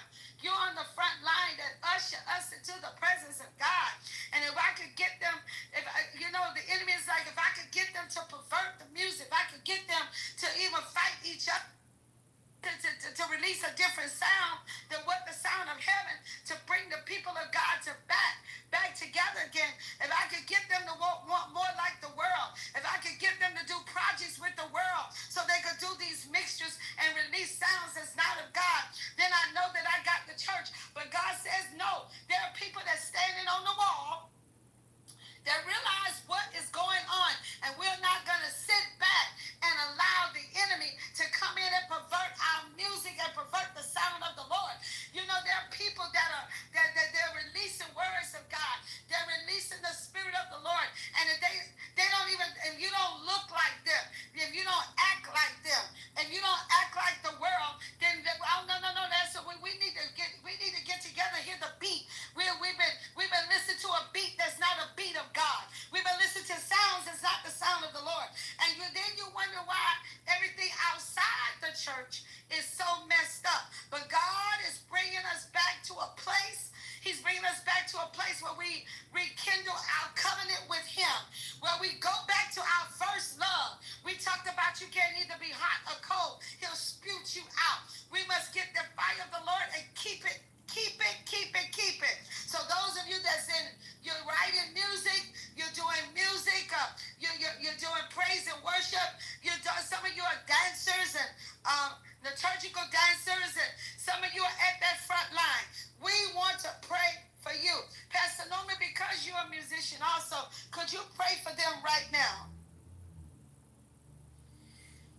One of the greatest things that I've ever been told concerning the music ministry is that your music should be that which speaks and echoes the sentiments of heaven. One preacher told me years ago, Michael, when you play, don't play what you know, play what you hear. There's a big difference between playing what you know, because that's demonstrating your skill set. But playing what you hear is the echo of the heavens, the echo of the Spirit of God. And so I want to challenge every songwriter, every musician, not to be so fixated on trending, but playing what the Spirit of the Lord gives to you, right as the Spirit of the Lord leads you, so that you become a scribe, so that your music might be as simple as ABC 1, 2, 3. But it's going to be so anointed that it's going to see success at a level that something that's more complex and more involved would never see. So again, I come against every spirit that would try to bring depression and anxiety to you as a songwriter because of your frustration. You're trying to move ahead. You're trying to advance your career. You're trying to advance your production, and it seems like you're running up against a brick wall. Listen, as said earlier, there are methods that are available to you. You don't have to sign your life away. You don't have to sign contracts with multinational record companies, sign your, and I mean literally sign it in blood to the point that you're doing. We saw just on the news just this week, the recording artist Lil Nas X. I don't know if you're familiar with him, but it basically, he literally signed his life away. And as you see, he's demonstrating behavior as though he's lost his mind. He's strung out on drugs. And so you don't have to go the traditional route. There are methods and means that are available to you that you don't have to sign your life to some man or some corporation to the point that you become enslaved to them. So I speak freedom. I speak the liberty of God. I declare that no weapon formed against you will prosper, that you will not succumb to depression and anxiety, that no one cares about your gift, that your gift will make room for you. In the name of Jesus, we declare it, and it is so. Amen. Amen. Well, we we cover the words that we're speaking today. And like I said, it's not to bring us into a spirit of fear, but God is always challenging us and quickening our spirit that we must stay pure before Him. Holiness without, come on, holiness is still around. It's not something that's outdated. God is still expecting us to present our bodies as a living sacrifice unto Him, so we yield ourselves to Him. And so let's get into this topic at hand. I want to give us, really go into this. When God began to speak to me, be still and know that I am God. Because when we look at everything that's around us, and we don't know the God that we serve, it will cause us to have fear. It will cause us to have breakdowns. It will cause us to say, who can we trust? And let's not be like Elijah under the tree, thinking that he's the only one that was living right. God had to remind him, I have people that you didn't even know about, that they did not bow down to Baal. And there are people all over the world that they're not caught up. And let me just tell you something. The job that Unique has got, we need to make it a point to intercede for her, because she's going into a territory that the enemy has occupied for so long. And we must cover her. Not just cover her in prayer, but we cover her in even in seeds. We need to give seeds because she's getting ready to travel and do things in other nations. When she was talking about what happened in Ghana and what happened in Africa, she gave the percentage of how many kids are snatched into human trafficking in minutes, by the seconds. And we got to support the people that are going into those territories. Some of you are not called to that assignment, but you surely can support it. All of her, everything that she's selling on her website is to help autistic kids, and also is helping her to do statistics and go into those areas. I'm telling you, now we can see, because Dr. Ferguson, when you prophesied to her about going into the political arena, she couldn't see it, but she see it now. Because I saw her going before Congress and giving a speech, telling them, y'all need to start looking at, she's going up against a stronghold, saints of God. And we got to cover her. We definitely have to cover her. And the people in Africa, they were bold enough to release this information. Because there are people that's not even talking about it, because the media won't let you do it, because in certain countries they're too involved in it. How could you sit up there and you have all these young girls in West Palm Beach being summoned to a man's house, talking about, and to make a little money while they grope them, they feel on them. And the parents are sitting back just saying nothing. You got to watch your children, what they're doing on the internet. What are they doing? Monitor them. Because this is so important. So let me just get into this. And the education system, we need people like, that's why Dr. Watkins gets so hit. The enemy try to hit him in his personal life, because he's making a difference. People don't want him in that position. He's spirit-filled. When you go into the bathroom, they say even at 3 and 4 years old, they're training the little kids how to recruit in the bathroom. That's why when Bryce is with me and my husband not around me, I don't care if he's 17 years old, he's going in the bathroom where I'm going, and I let him go in the stall where I stand in the front of him. Many people don't, see, Unique, tell them what happened when we went to England. When we were in the lounge, in the first class lounge, and she went to the restroom because she looks young. What did that lady do? What did that lady say to you? Yeah, she was actually one of the cleaning workers, and sizing me up, meaning she was seeing was I there alone? Who did I come up with? And she was like, your hair. She said, you're so beautiful, and she said, your hair is so gorgeous. She was sizing me up. It's like, man, I could get some money off of this this woman, and asking weird questions. How long you gonna be here? Were you traveling? Because they're everywhere. They work in airlines. They're cleaners. just FYI, so you definitely need to be vigilant. And I told my mom about it, and I was like, yeah, let's go let the staff and them know. My mom went to the lady, so y'all had Mama Bear went to everybody who would listen. But yes, so please be vigilant, especially when you're traveling overseas. Just in general, because they're everywhere in uncommon places that you can even imagine. And to be honest, they're your next door neighbors as well. Do you not know the lady was trying to recruit her in human trafficking? And so when she told me, I went to the bathroom where the lady was, and she was an older lady. And then I went to the staff of the airlines. We were in the UK. I went to the staff of the airlines. I told them about this lady. I went to the top people. I was so upset because she thought she was younger. So she was trying to recruit her into human trafficking so she could get some money. And so when I did that, a week later, Dr. Ferguson, they did a documentary in BBC and I don't know if Benaya saw it, where they were recruiting people in human trafficking in the bathroom at the airlines. And what they did was they had a panel in the back by the stall of the in the bathroom, and they will remove the panel and push you in it. There was a tunnel. They showed it on TV. There was a tunnel. And so when your kids went into the bathroom, they push them in the tunnel and then put the panel back on. And you can't find them because you're not thinking there is a wall that's connected to a tunnel with the panel hiding it.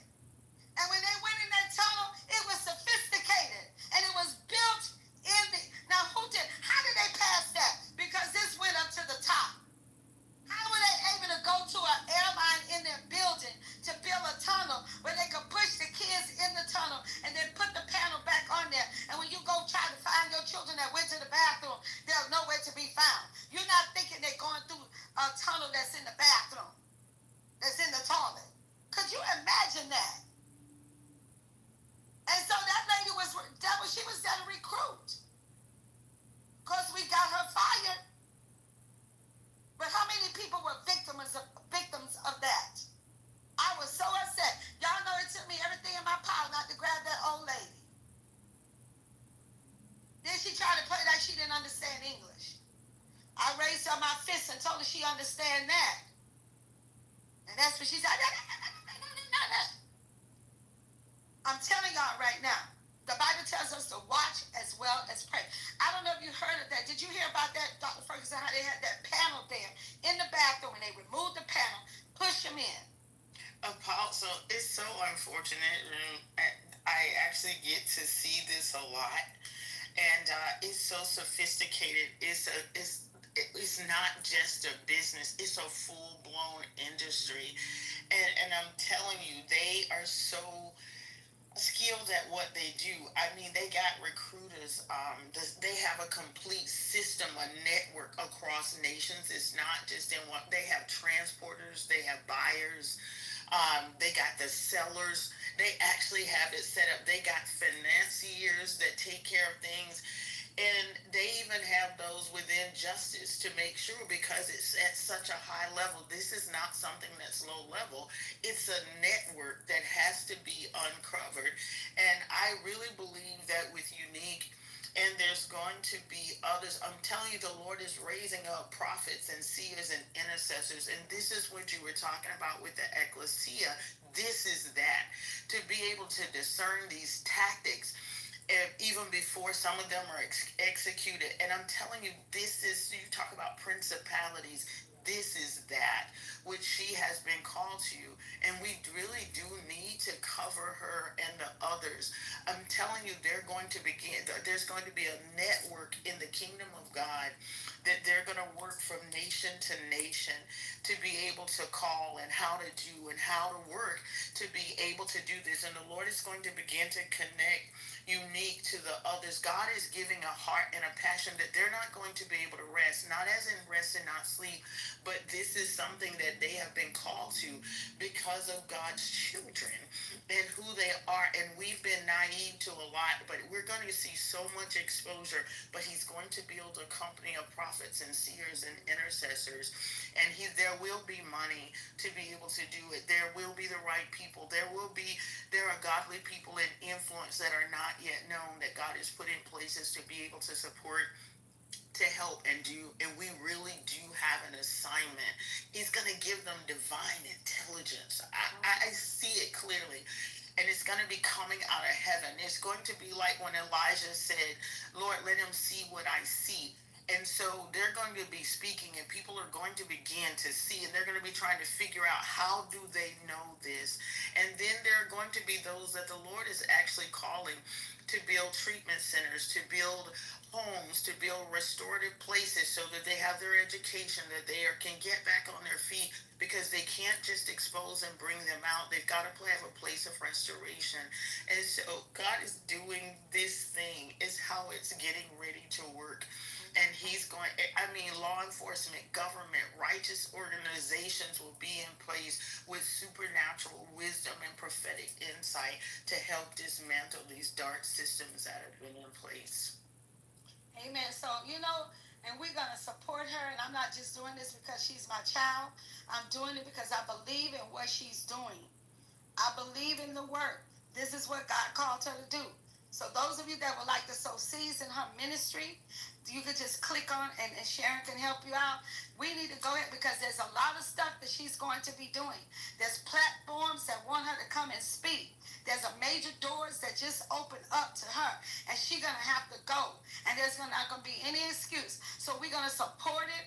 I want y'all to go ahead, whatever God is leading you, let's sow seeds into this ministry as she begin to go forth in it. She's been using her own money and trying to make sure that and let me tell you something, then we got to have a support system that when we get these people out of human trafficking, we got to have a support system that they could get counseling. And that's why it's a lot of people in this room, Dr. Ferguson, that I didn't even know that they specialize in mental health and they specialize in that counseling, because we got to be there to not just only pray for them. We got to put a system together that when they come out of this, being raped by men 10 and 12 at a time, and you were a child. There's someone, I just could not believe it. There's somebody I know that that came out of their own parents, put them in human trafficking. You think they had it in their home. The father was having sex, molesting them all their lives, and then when the sons got older, he had the sons molest them all their lives. This has to stop. And the child gets pregnant, and she don't even know the baby from the father or from the son. Don't you think that person is messed up? We got to be able to put them in position that they could get the counseling that they need. One young lady was in London, and she was working with me on my conference, and I found out that her daddy molested her all her life. And then when he died, she was falling all apart. She went to see him, and I was just looking at her, and she just said, but that's all I know. I didn't know what he was doing was wrong. I thought that he said that this is what fathers do to show their affection to their daughters. And so she had to get some counseling so she won't go and molest somebody else. And the church has not positioned themselves for counseling. Some of these men have molested these people in the church, and then they have nowhere to go, and then they end up molested, and then they keep the cycle going. And this has to stop. So y'all go ahead. We're gonna launch Unique. Some of you want to join effort with her. Send her an email. Some of you you have a passion for human trafficking, and y'all could collaborate. We're not trying to do this by ourselves. She need other people, other volunteers. That's why we're gonna deal with the state of the church for real. Y'all get ready to fly down to Miami. We're gonna give y'all the date, because we're going to deal with some issues for real. We're not sitting up there like having church. We're going to become the church. And we're going to cause this thing for us to be made whole. And so y'all can go ahead and do this. Let me go and do this right here. So when God spoke to me and said, be still and know that I am God, Now I see why he's telling us this. Because there's stuff that's coming, and we got to know who our God is. Be still and know that I am God is Psalm 46 and 10. Be still and know that I am God. Psalm 46 and 10 says, be still and know that I am God. I will exalt among the nations. I will exalt in the earth. So the Lord is saying, I know all this is going on, but I will still be exalted.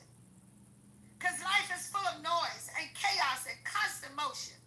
The psalmists remind us that in the midst of war, turmoil, and shaking, God is commanded. His command is not to fight harder, but to be still. Okay, we got to get our assignment. God's presence is the anchor when everything else is unstable. Let's look at the word be still. It's a call to silence and surrender so that we can hear God clearly in what it is that he wants us to do. Be still, and this is a Hebrew word. It means rapha. It means to let go, cease striving, relax, and sink down. So he's saying, let go all the stuff, all the cares. Let go of everything that's causing you problems. Cease striving. Don't do it in your own ability. Hold on. Don't do it in your own ability. Let go. Relax. Stillness is not in activity, but intentional trust. Exodus 13 through 14. The Lord will fight for you. You need only to be still. Sometimes the greatest act of faith is to stop trying to fix it and trust God to handle it. Like a child learning to swim, thrashing causes sinking, but resting in the parent's arms keeps them safe. Know that I am God. The call to revelation. Stillness leads to revelation. God says, know that I am God. Know me as what? Jehovah Shalom. Your peace in chaos. Jehovah Jireh. Your provider in lack. Jehovah Nissi. Your banner in battle. Jehovah Rapha. Your healer in sickness. Knowledge of God comes not only through study, but through encounters with stillness. In stillness, you move from knowing about God to truly knowing God. God will be exalted. The call to confidence. The outcome is clear. I will be exalted among the nations. I will be exalted in the earth. Your stillness doesn't just impact you. It testifies to others about who God is. When the world sees you unshaken in storms, they see the greatness of your God. Philippians 4 and 7. And the peace of God, which transcends all understanding, and guard your hearts and your minds in Christ Jesus. They probably wonder how Dr. Watkins is so calm in the midst of all the chaos that's going on in Jackson, Mississippi. How is it that many of you are so calm when all this stuff is going on? This is a season where God is saying, stop striving in your own strength. Let go of the battles you've been trying to fight in the flesh. Rest in my sovereignty. I am shifting things behind the scene. Be still and you will see my hand. Stillness is a prophetic position. It's a trusting that God of angels' armies is already at work. So we practice daily stillness. Start in your day with 10 minutes of quietness so God can speak to you. Release your control to God. Write down what you're holding on and surrender it in prayer. Trust in his timing. Remember, delays are not denials. They are divine alignments. So Lord, today, we release control to you. We choose to be still. We choose to know you as our God. We trust that you are exalted over our circumstances, over our families, over our finances, and over the nations. Our heart is still, and our eyes are on you. We're being still. It's a prophetic pause before movement. Be still is not just about silence. It's about divine alignment before breakthrough. God is saying, stop striving in the flesh so you can step into what I'm releasing in the spirit. This stillness is a spiritual reset, which heaven recalibrates you for the next season. Prophetic stillness represents ceasing warfare in your strength and letting God fight. Laying down your agenda to pick up his plan. Resting before the release. Know that I am God is a prophetic revelation of his nature. Prophetically, to know means to encounter. God is not just calling for head knowledge, but heart revelation. In stillness, he unveils himself. To the weary, he reveals himself as a restorer. To the fearful, he reveals himself as a protector. To the uncertain, he reveals himself as a guide. The prophetic meaning, when you stop, you see who he really is.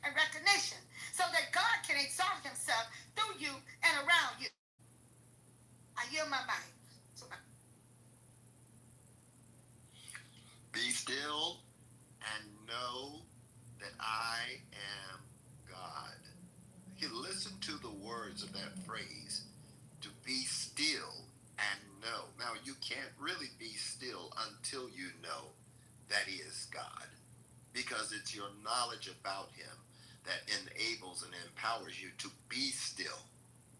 When the winds and waves are buffering you, when everything around you seems to be topsy-turvy, it's the knowledge that God is with you that allows you and affords you the power to be still, to not panic, not to react, but to respond in a way that in many cases will amaze those that are around you, in the same likeness as Christ was in the hull of the ship or the boat or whatever it was, that when the winds and the waves begin to buffet the ship, everybody around him was panicking. Everybody around him was alarmed, except him.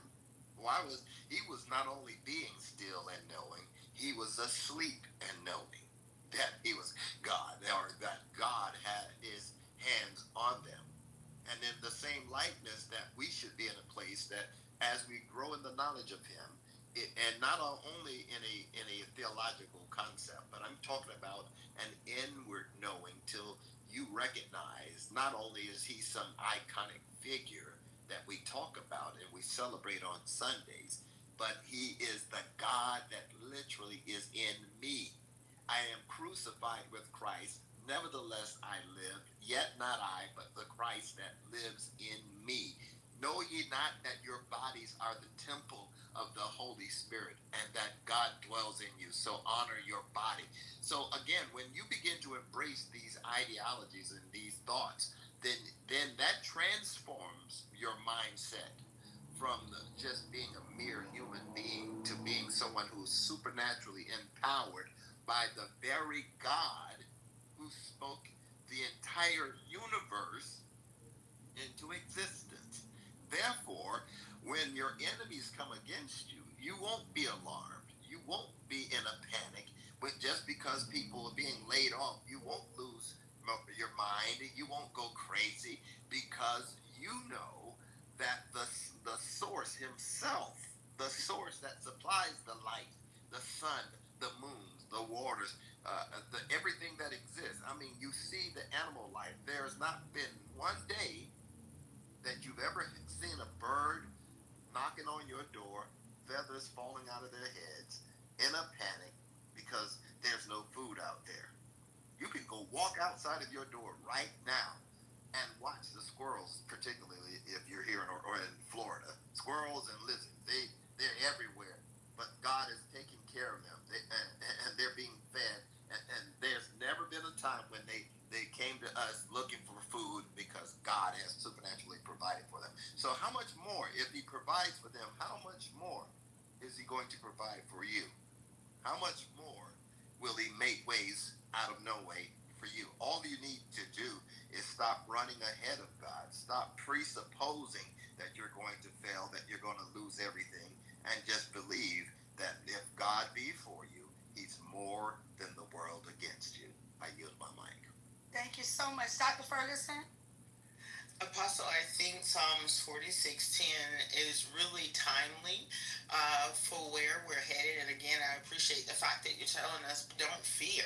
I'm trying to make you aware of what's going on. And I love the example that Pastor Mike actually used. And I really think we need to take the whole Psalms 46 with verse 10 being that key, because it really speaks to where we are right now with what's going on in the nations and everything being shaken. We hear all this loud noise everywhere. We see this chaos in politics, and the Lord is really saying to us, I really do have this.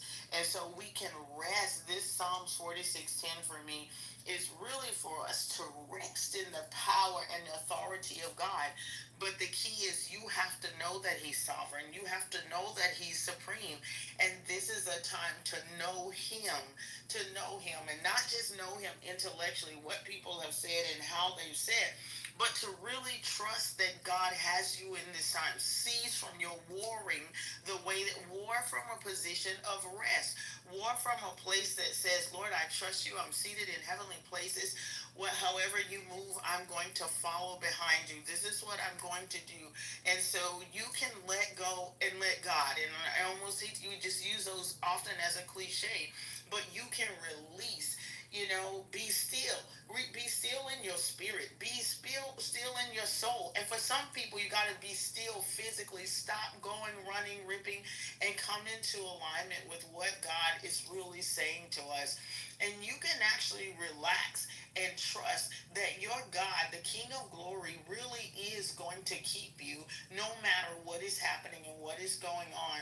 And you can really have the joy of the Lord, and your strength is in Him. You don't have to fear what the nations, the leaders, enemies are doing because they sound big. God, if He kicks Satan out of heaven, and heaven is darkness, loud is the head of all things, then God is greater than Satan. So anything in the earth, you're greater than that because you're seated in Him. So I too say, rest, be still, and know that He really is God, and He has you, and He's getting ready to actually perform and show you just who He is. And I yield the mic. Thank you so much. Be still means that you could fight and rest.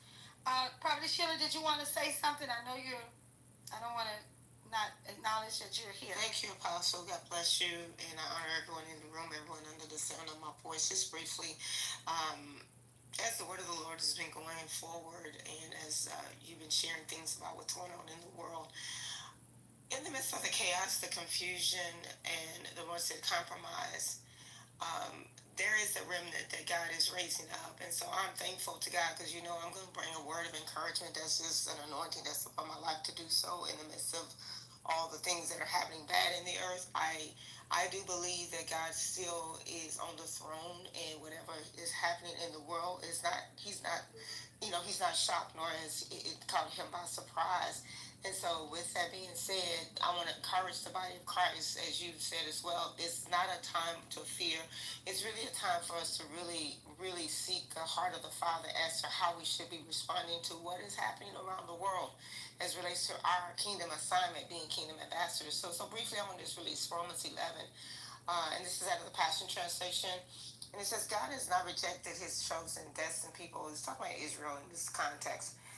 Haven't you heard Elijah's testimony in the scriptures and how he prays to God, agonizing over Israel? We can put ourselves in this context as we agonize over what's happening around the world with the human trafficking, with all the things that's happening in the body of Christ. We have a responsibility as the remnant, because even Elijah, he cried out. He said, Lord, they've murdered your prophets. They've demolished your altars. Now I'm the only one left, and they want to kill me. Well, he wasn't the only one left. Verse 4 says, but what was the revelation God spoke to him in response?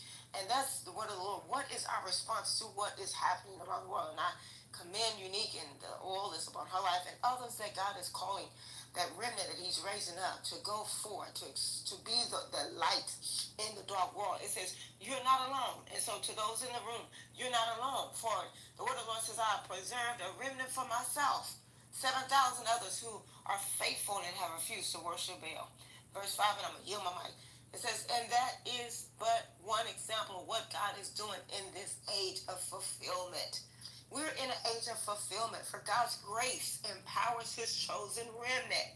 And verse 6 says, and since it is by God's grace, it can be a matter of their good works. Otherwise, it wouldn't be a gift of grace, but earned by human effort. And so I'm excited even in the midst of what is happening, because I know that in the end we win. We have the victory already as we continue to remain pure in our hearts.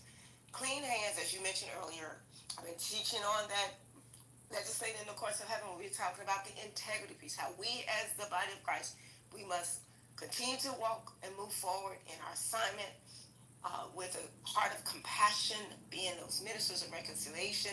Because when it all falls apart, who's going to be left to pick up the pieces? God's going to need us to be there, to stand in the gap. Everybody can't abandon ship. Glory be to God. Who's going to be there to be there to minister and to encourage those that have fallen? Glory be to God. So be encouraged, family. It's not over until God says it's over. I love you. I'm going to yield my mic. Thank you so much for allowing me to share. Apostle Francina, Pastor Michael, love you all. God bless. Thank you so much. Thank you. And that's one of the things that I love about this room, is that we brought balance. We talked about that. Elijah thought that he was the only one. And that's what I was saying, God told him, you ain't the only one. Okay, Dr. Watkins? Good morning, Apostle. I'm listening and receiving this morning. Okay. Now, Dirk, be mindful. We got to hurry up today. I'm going to yield the mic to you. Sure, I don't have much to say about it, but I do greet everybody in the name of Jesus from Accra, of course. I do want to say that, just say quickly, when it comes to being still and knowing God, a lot of things get activated when you be still. And that's the beauty of it, because the Bible says that grace and mercy shall follow you all the days of your life. So that when you be still and take the time to stop, the very thing that has been chasing you, the very thing that chases you all the days of your life catches up to you. So there's a grace and mercy that's activated and catches you by being still.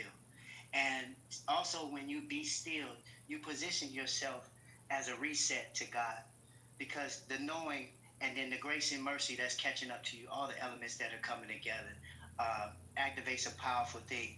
So those are the things that I would say about it. I could say more, but God bless us today. I hope that helps somebody. Amen. That really did. That's good. That's really good. Thank you, Dirk. We want to go to I was just trying to see who I have here. Okay. We want to go to Reese. Good morning, Apostle, and thank you and everyone else that shared on today. My ad will be, stillness is not the absence of movement, it's the presence of trust. When you are still, you make room for God to move. Thank you for allowing me to share. Amen. Thank y'all. So thank you for that, Reese. But Naya, just real briefly. Thank you, Apostle, for this room. I don't really have anything to add, to be honest, but I've been listening and taking down my notes, so I'll just yield my mic on that one. Thank you so much, Benaya. Pamela, did you want to say something? Good morning, Apostle, and everyone. I'll just share this one. Okay. Well, we just want to give y'all this opportunity, because this stillness that God is telling us is that we still war in stillness. And so God is just really trying to say to us, now all this stuff gonna come at you. Now, me being a prophet of nations, because I'm seeing the whole thing, I gave my son a prophetic word on yesterday about Kenya, and he was just weeping, because this conference that God has allowed me to be a part of, it is not, revival's about to break out in Kenya. And it's getting ready to change the whole trajectory. And he was telling me all the hell that he went through, wanted to give up, to not have this conference, which is going to be over 50,000 people coming from all over to be a part of this conference. Y'all need to understand that God is challenging us to do big works, to do greater works. When I'm mentoring, I'm listening, I'm looking at the people, and I'm saying greatness is in you. There's no way you're going to go through all the hell that you have gone through and not think that God is not going to get the glory out of what your assignment is. He is going to get the glory. You're going to come out smelling smoke free. You're going to come out on top. You're not going to come out on the bottom. It doesn't matter. A lot of people sitting back and say, yes, we are in the midst of chaos. We are in the midst of recession, and it's happening all over the world. But God says that he will supply all of our needs according to his riches and glory. We are connected to kingdom.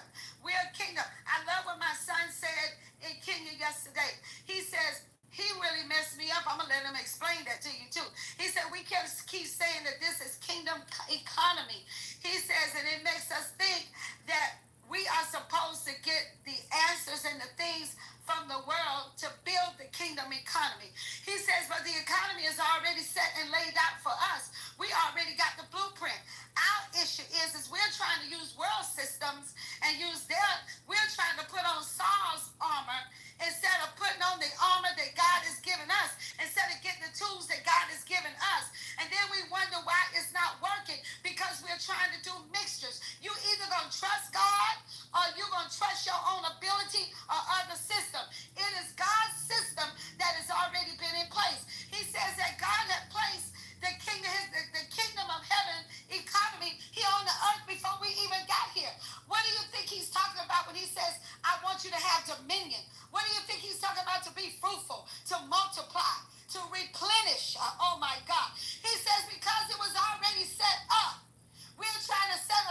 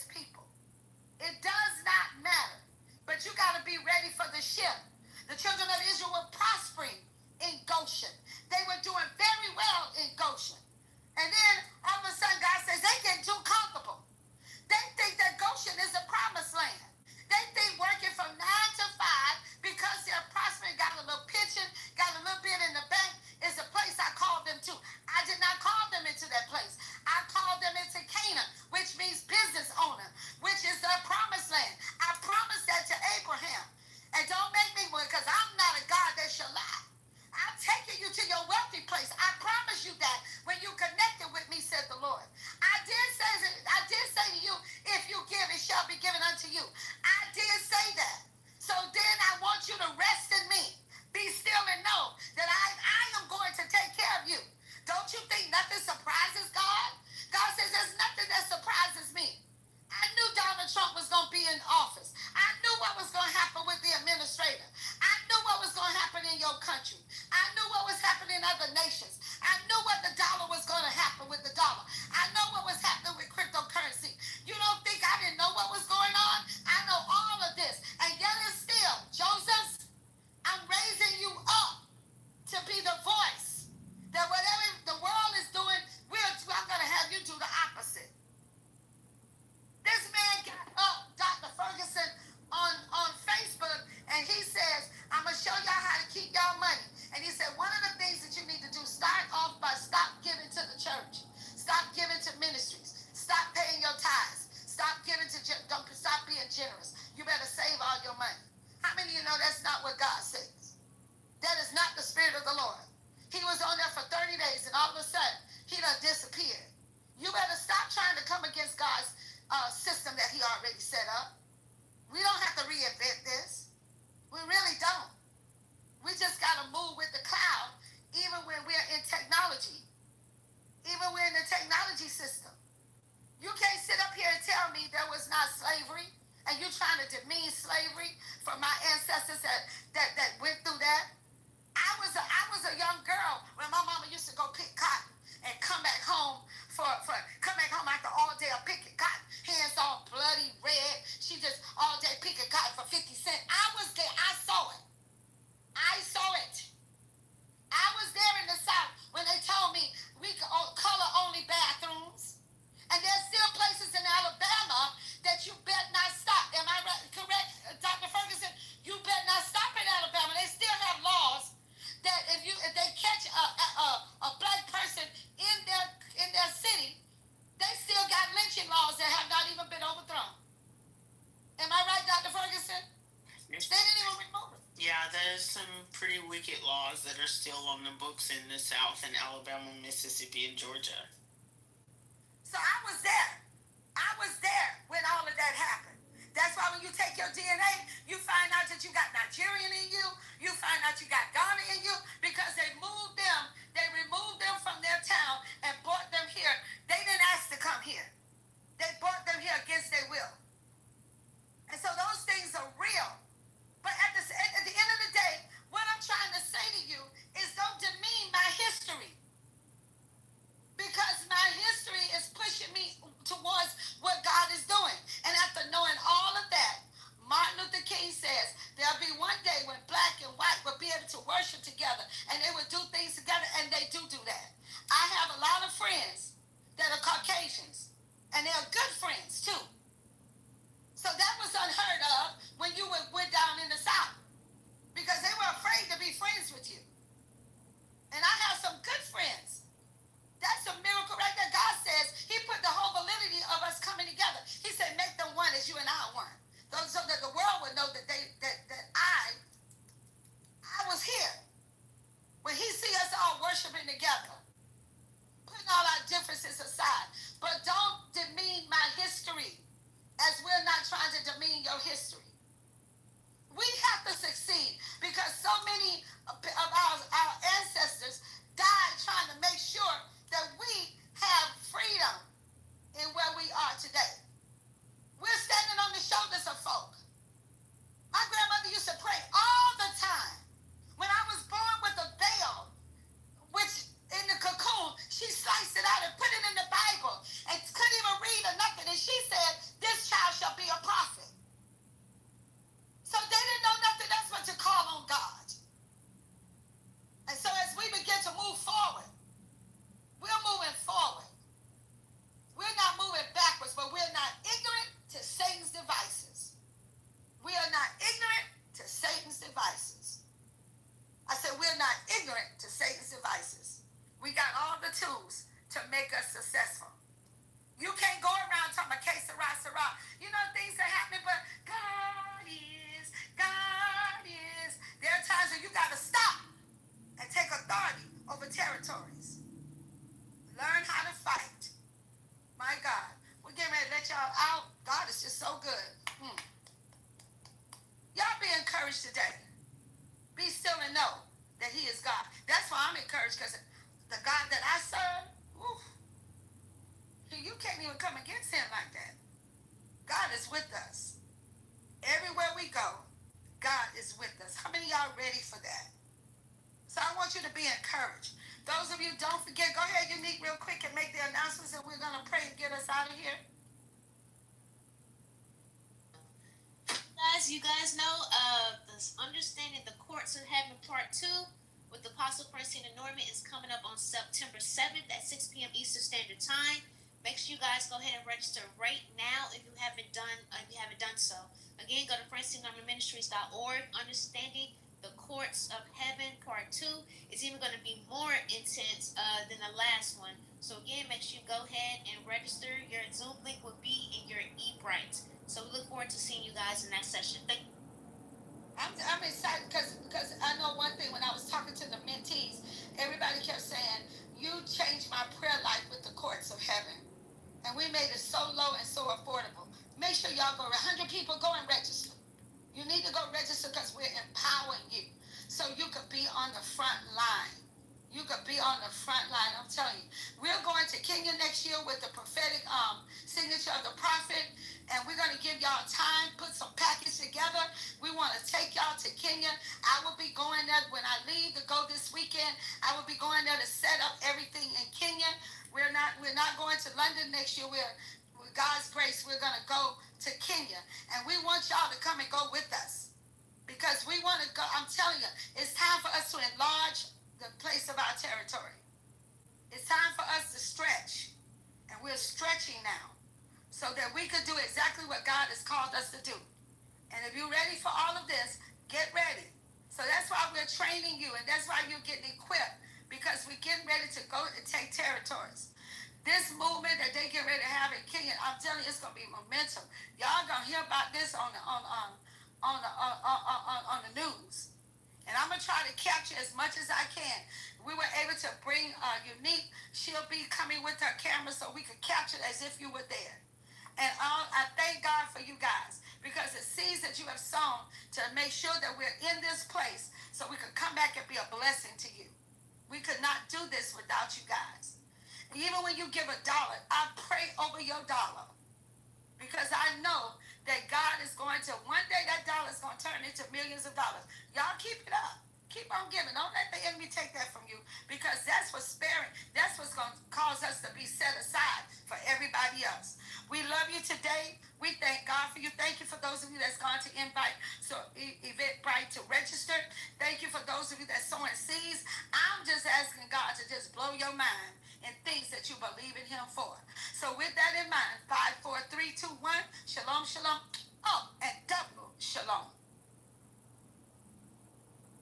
Is an inflated view of self that forgets dependence on God. If you need Bible for that, you can go read Deuteronomy chapter 8, verses 11 through 14.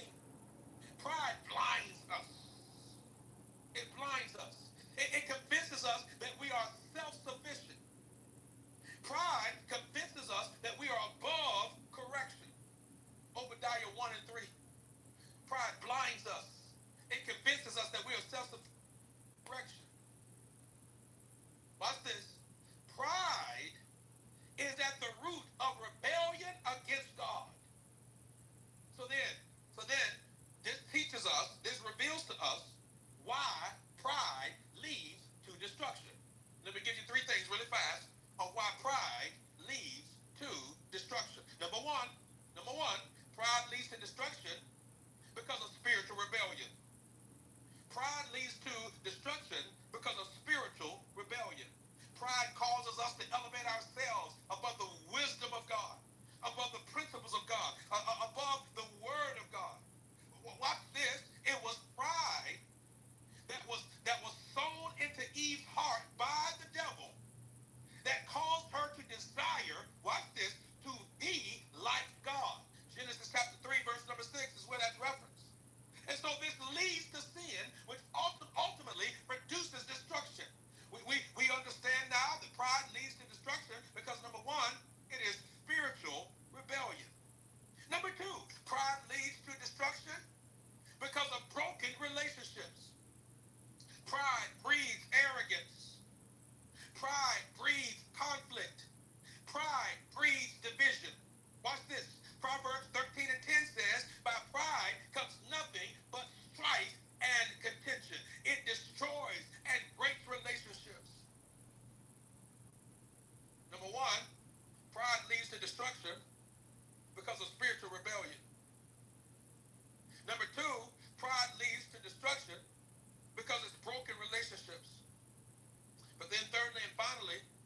pride leads to destruction because of false security. Because of false security. Pride creates overconfidence. Pride makes you think that you're going to always have it together. You won't ever need any help. And it blinds us to danger. 1 Corinthians chapter 10, verse 12 says, therefore let anyone who thinks he stand take heed lest he fall. And we see this pattern over and over again, not just in scripture in the Bible, but we also see it in life. Satan, Lucifer himself, wanted to be like God and led to his downfall. We see that in Isaiah 14, verse 12 through 15. Nebuchadnezzar, his pride and Babylon's greatness led to his humiliation until he acknowledged who God actually was. We see that in Daniel chapter 4, verse 28 through 37. Watch this. Even Peter, the disciple, the faithful, loved disciple of Jesus, his overconfidence in his loyalty to Jesus led to him denying Jesus 3 times. See that in Luke chapter 22. Brothers and sisters, we recognize that the student who won't study because they already know it all, eventually they're going to fail the exam. The driver who ignores the GPS on the signs on the road because they know the way is going to end up lost. The spouse, the parent, the adult, the child who refuses to apologize will eventually destroy the intimacy in the relationship. The leader who refuses accountability or thinks that they are above the law will end up in a disgrace. Those that rise quickly, fueled by pride, will fall due to scandal and addictions and unchecked egos.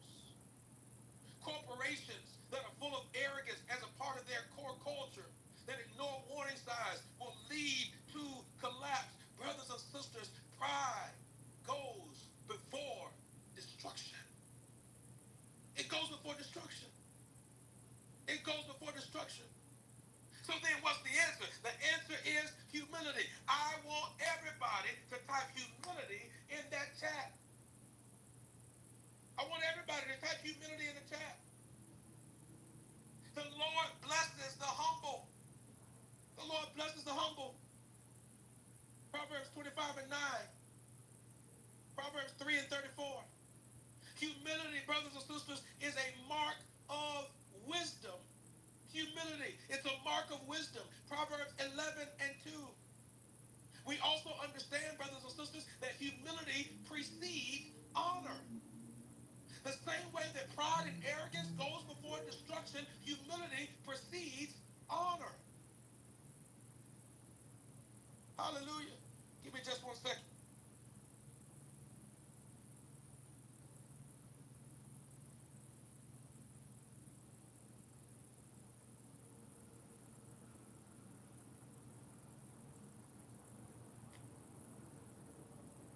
So we understand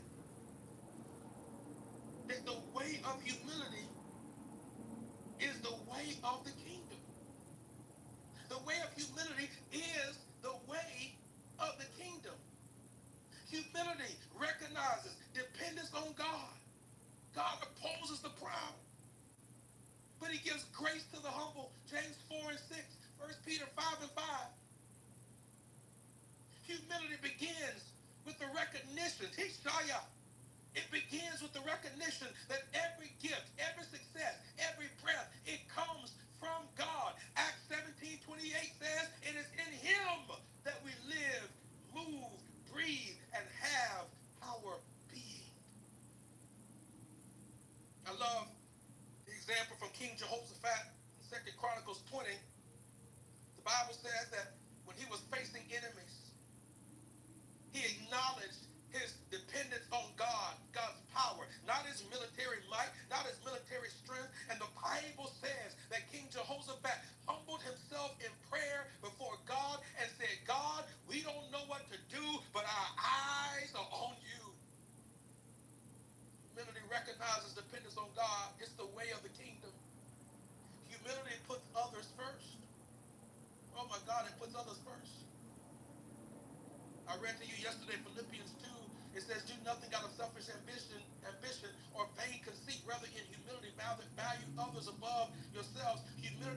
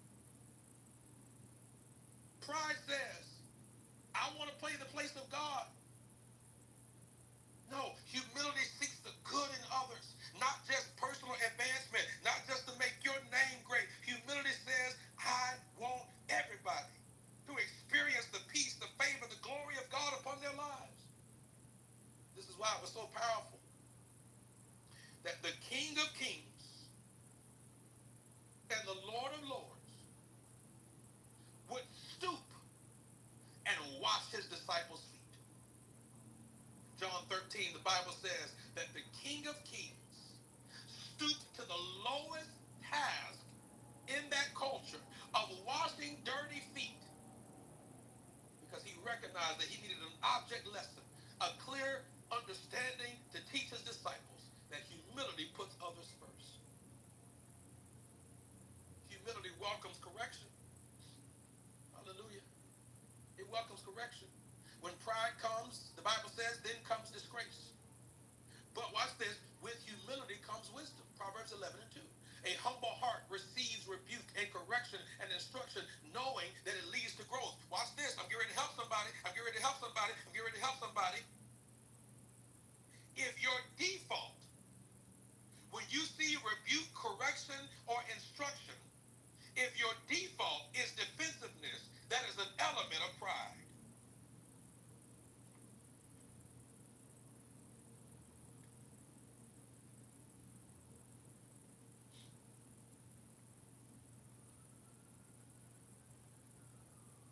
If your default is defensiveness, when you are corrected or receive instruction, there's an element of pride there.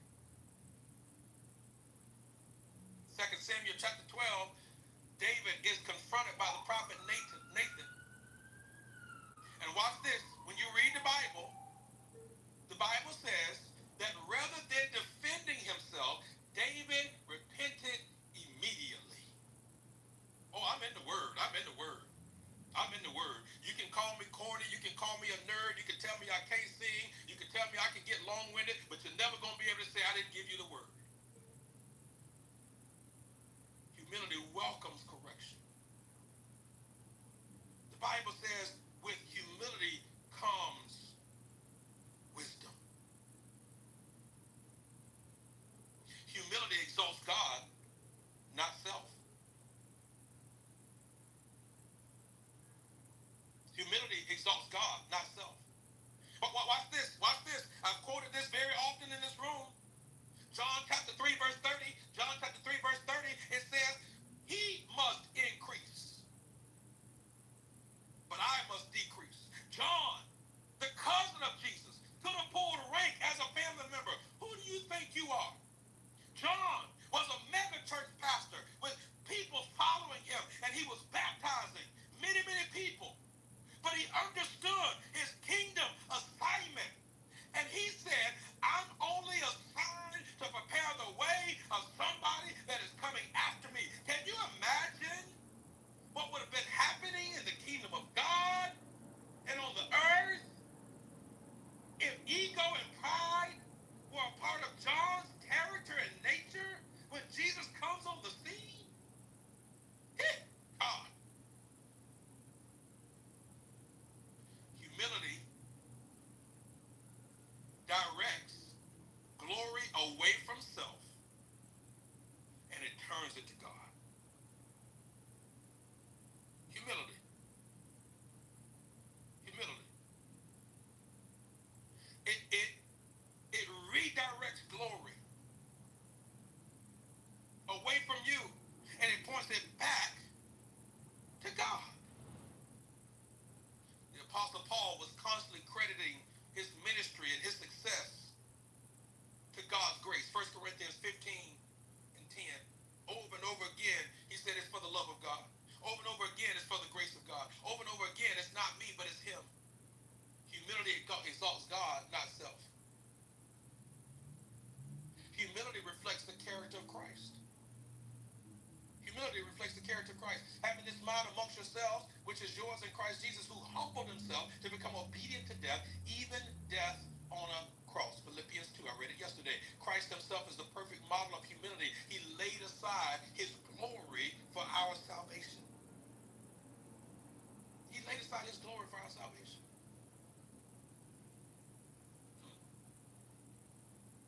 I'm out of time. I'm not out of word. I'm going to give you some more tomorrow about the way of humility. I'm going to give you some more tomorrow on the way of humility. We open up today by talking about the problem of human pride. I gave you lots and lots and lots and lots of scripture on that. We're landing the plane today talking about the way of humility. The problem of human pride versus the way of humility. Lord, thank you for your word. Lord, thank you for your word. I pray that you will allow your word to meet us all where we are.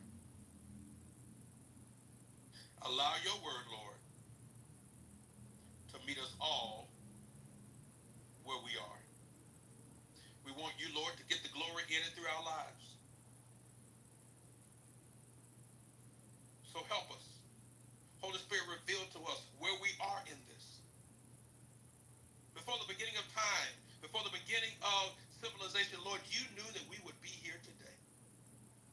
So I pray in Jesus' name that you would speak to us loudly and speak to us clearly.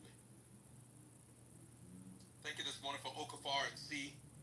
Thank you for Stara and Brandy, Denisha. Thank you this morning for Raina. Hopefully I'm saying that properly. Thank you for Chosen, for Sean. Thank you for Celeste this morning, Carol, Teresa, Malik. Thank you for Moses this morning, Skills, Stephanie, Cheryl. Thank you for Shay, Anand. Not sure what that symbol is. I can't pronounce that. Thank you for Jaden this morning, Carla, Brandy, Janice this morning. Thank you for Dorothy and Carla, Melinda and Kimberly, Victoria, Ahmed and Vincent. Thank you for Esley and Yvonne this morning. Thank you for T and Brenda. Thank you this morning for Samuel and Peggy, Apostle Chris this morning, Tiffany, Carolyn. Thank you for Nicole this morning, Lisa. Bless you, Lisa. Thank you for Liz this morning, Simone. Thank you for May and Michelle, Daniel, Dre and Mr. Leon, Yvonne this morning. Bless you, Yvonne. Thank you for Eunice and LaSonia, Julie B. and Thelma, Tina this morning, Lakeisha. Bless you. Thank you for Martha, Frederick this morning, Katrina. Thank you this morning for Loriana and Michael, Deborah, Debbie and Ashley, Tanya and Frida, Alicia, Lauren this morning, Marcia, Peggy, Cece, Rosetta, Natalie and Janine. Thank you for Teresa and Tonda, Tilia this morning, Tanya, Kenneth and Erica. Thank you for Alfred and John, Clyde this morning, Tanisha, Janine and Sheikah. Thank you for Sammy and Jocelyn, Tanja, Donna, Nancy and Miss Connie. Thank you for Ed Bennett this morning, Shonda, Miss B. Thank you for Preston and Brandy, LaShawn, Leonia, Carmel, the East family, Shonda, Telco, Paulette. Thank you for Ruth and Crystal, Deborah, Ernest, E-Boogie this morning, Monique. Thank you for Carolyn, Sharquilla, Letitia. Thank you for Jennifer this morning, Corey, Karen, Dwight, Charlene, Talia, Migdalia, Asia. Thank you for LaShawn, Sharon this morning. Thank you for Vivian and Kia, Aisha, Edwina, Rose, Kia. Pastor Terrell, bless you, brother. If you want to come up, you're welcome to. Flo this morning, Robin, Devin. Thank you for Raylene this morning, Vanessa, Tamira, Mary, Shantina. Thank you for Amicho, Denise, Pastor John, Paula this morning, Alicia, LaVacia, Sonia, Age. Thank you for Shonda this morning. Renee, Marlo, Rosalind, Tiffany, Terrace and Melissa, Krista and Dawn, Pauline. Thank you for Vaughn this morning. Bless you, sir. Thank you for Dale this morning. Jill, Deborah, Cedric and Savvy. Minister Ruth this morning. Sean, Kimberly, Brian. Thank you for Sherry and Rob, Camille and Denise, Tori and Austin. Dr. Shauna this morning. Bless you, Dr. Monique. Thank you for Afia and Deborah, Victory, Larry and Donna, Marcus and KS. Thank you for Pat, Keisha Mel, Jessica, Candace, Miss Lucille, Karen, Brandy, Gina, Kristen, Angelia this morning, the Prince, KJ, Kevin, Sonia, Chris. Thank you for DeAndrea, Barbara this morning. Sonia, thank you for Chris, Karan, Tarika, Sharice, Teresa, Nail. Thank you for Denise, Amelia, Marlon. Bless you, bro. Jesus, Yael. Thank you for Carrie and Angel, Nicole, Kifar and Agatha, Salome, Nadine, S. Smith. Thank you for Cleopatra, Key and Ada, Romario, Vandella, Shawayne, Liz. Thank you for Marsha this morning, Joella, Ebony, Keisha. Thank you for Kim, Loranda, Valerie this morning, Tracy, Teal. Thank you for Mick. Susan and Tracy, Mary, my mom Margaret, Evelyn, Catherine, Angie this morning, Natalie, Wilka, Charles, Unique, Dr. Z, D, Jennifer, LaShawn. Thank you for Shawanda and Tasha, Gridley, Regina, Phyllis, Miss Phyllis, Elise, Linda, Terrace, Josie, Elda, Brittany, Vicky. Thank you for Dawn and Tawana, Rosalar, Lori, Kim, Chelsea, Jessica, Chantel, Latanya, Q, Yeka, Tamisha. Thank you for Shira this morning, Miss Beverly, Carly, Crystal, Stephanie, Jacqueline. Thank you for Ashley and Sharon, Renetta, Cynthia, Shauna, Shanika, Mr. Jerry, Trey, Katie, Bishop House, bless you, Bishop, Carlene, Casey, Kendra, Stacy, thank you for Kavui, Tasia this morning, Melanie, Sharon, Tyrone, bless you, man, Dina, Gwen, Trina, Rashad, bless you, Shar this morning, thank you for Valeria, Star, Sabrina, Deborah, Jackie, thank you for Blair, Adolfo, Mike this morning, Ramona, Lawanda, Carmelita, King James, Magdalene, Ulani, Tina, Katrina, Krista, Karami, Heidi, Christina, Denise, Adeline, Janice, Madui, Sabrina, Charity. Thank you this morning for Pashawn and Clevon, Erica, Montreal, Crystal, Tish, Fuchsia, Danielle, Elaine, Roberta, Shamika, Alicia Joy, Marlena, Johnny, Concetta, Paul, Eureka, Philandra, Winter, Keisha, Olive, Bobby, Renee, Jackie, Tisha, Cheryl, Karen. Thank you for David, Mama Lisa, Janetta, Midland, Cherie, Tabria, Grateful, Patrice, Beverly, Janice, Thomas, Tanisha, Yocosta, Ebony, and Takoya. Thank you for Jonathan Dewan this morning, Dr. Angela, any other co-moderators that are not here. The grace, peace, and power of God be upon our lives today. And I pray, Lord, that pride would have no place in our lives. I pray, Lord, that pride would have no place in our lives. I want everybody to type in the chat, pride has no place in my life. I want everybody to type in the chat, pride has no place in my life. Pride has no place in my life. Holy Spirit, reveal to all of us when pride is showing up. Reveal to us, Lord, when pride is showing up. We love you today, Lord. We honor you today, Lord. In the amazing name of Jesus, Lord, I even lift up my brothers and sisters that may be listening in. I may not have called their name verbally out loud, but they're listening in on somebody else's profile. Or maybe they came in after I called names. I pray that they be covered today in Jesus' name as well. We love you, Lord. Y'all hang on for just 1 second. Don't move. I'm going to jump out of the room and jump right back in. The app is freezing up on me a little bit. Hold on.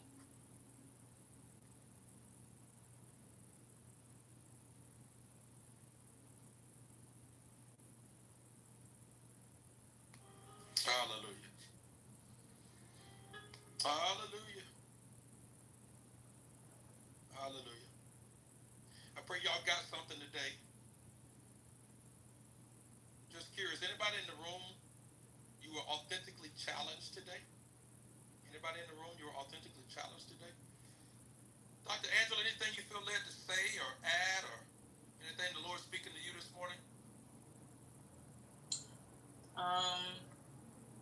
A couple of things stood out, and I'm not sure if I'm going to speak to it fully today, but this whole concept of overconfidence and its relationship to pride. There's a theory around overconfidence bias where basically we put too much confidence in our ability, skills, decision making that exceeds the true accuracy of those skills, abilities. And so I was just thinking about how that connects with pride. Like pride leads us into thinking that we can do more, be more than where we actually are. And your conversation around humility really speaks to how to counter overconfidence, but also the danger of that. And pride is that, yes, pride leads to destruction, but not your own, not only your own, but also those around you. And so we have to be very intentional about giving over to Christ so that we're in a place of humility in such a way that we're not causing harm to other people. And I'm sure we can identify many instances of that today. But that's just one thought, and the other thought is around false humility. And yeah, I'm just thinking that through and looking for scriptures around false humility. She dropped the mic and then said, yeah, that's about it. That's about it. I will leave you all with Colossians 2:18. You can go read it, but that speaks a little bit about false humility. But yeah, that's where I am. I love it. Amen. I love it. I love it. I love it. That's why she's a wisdom walker. Amen. That's why she's a wisdom walker. All right.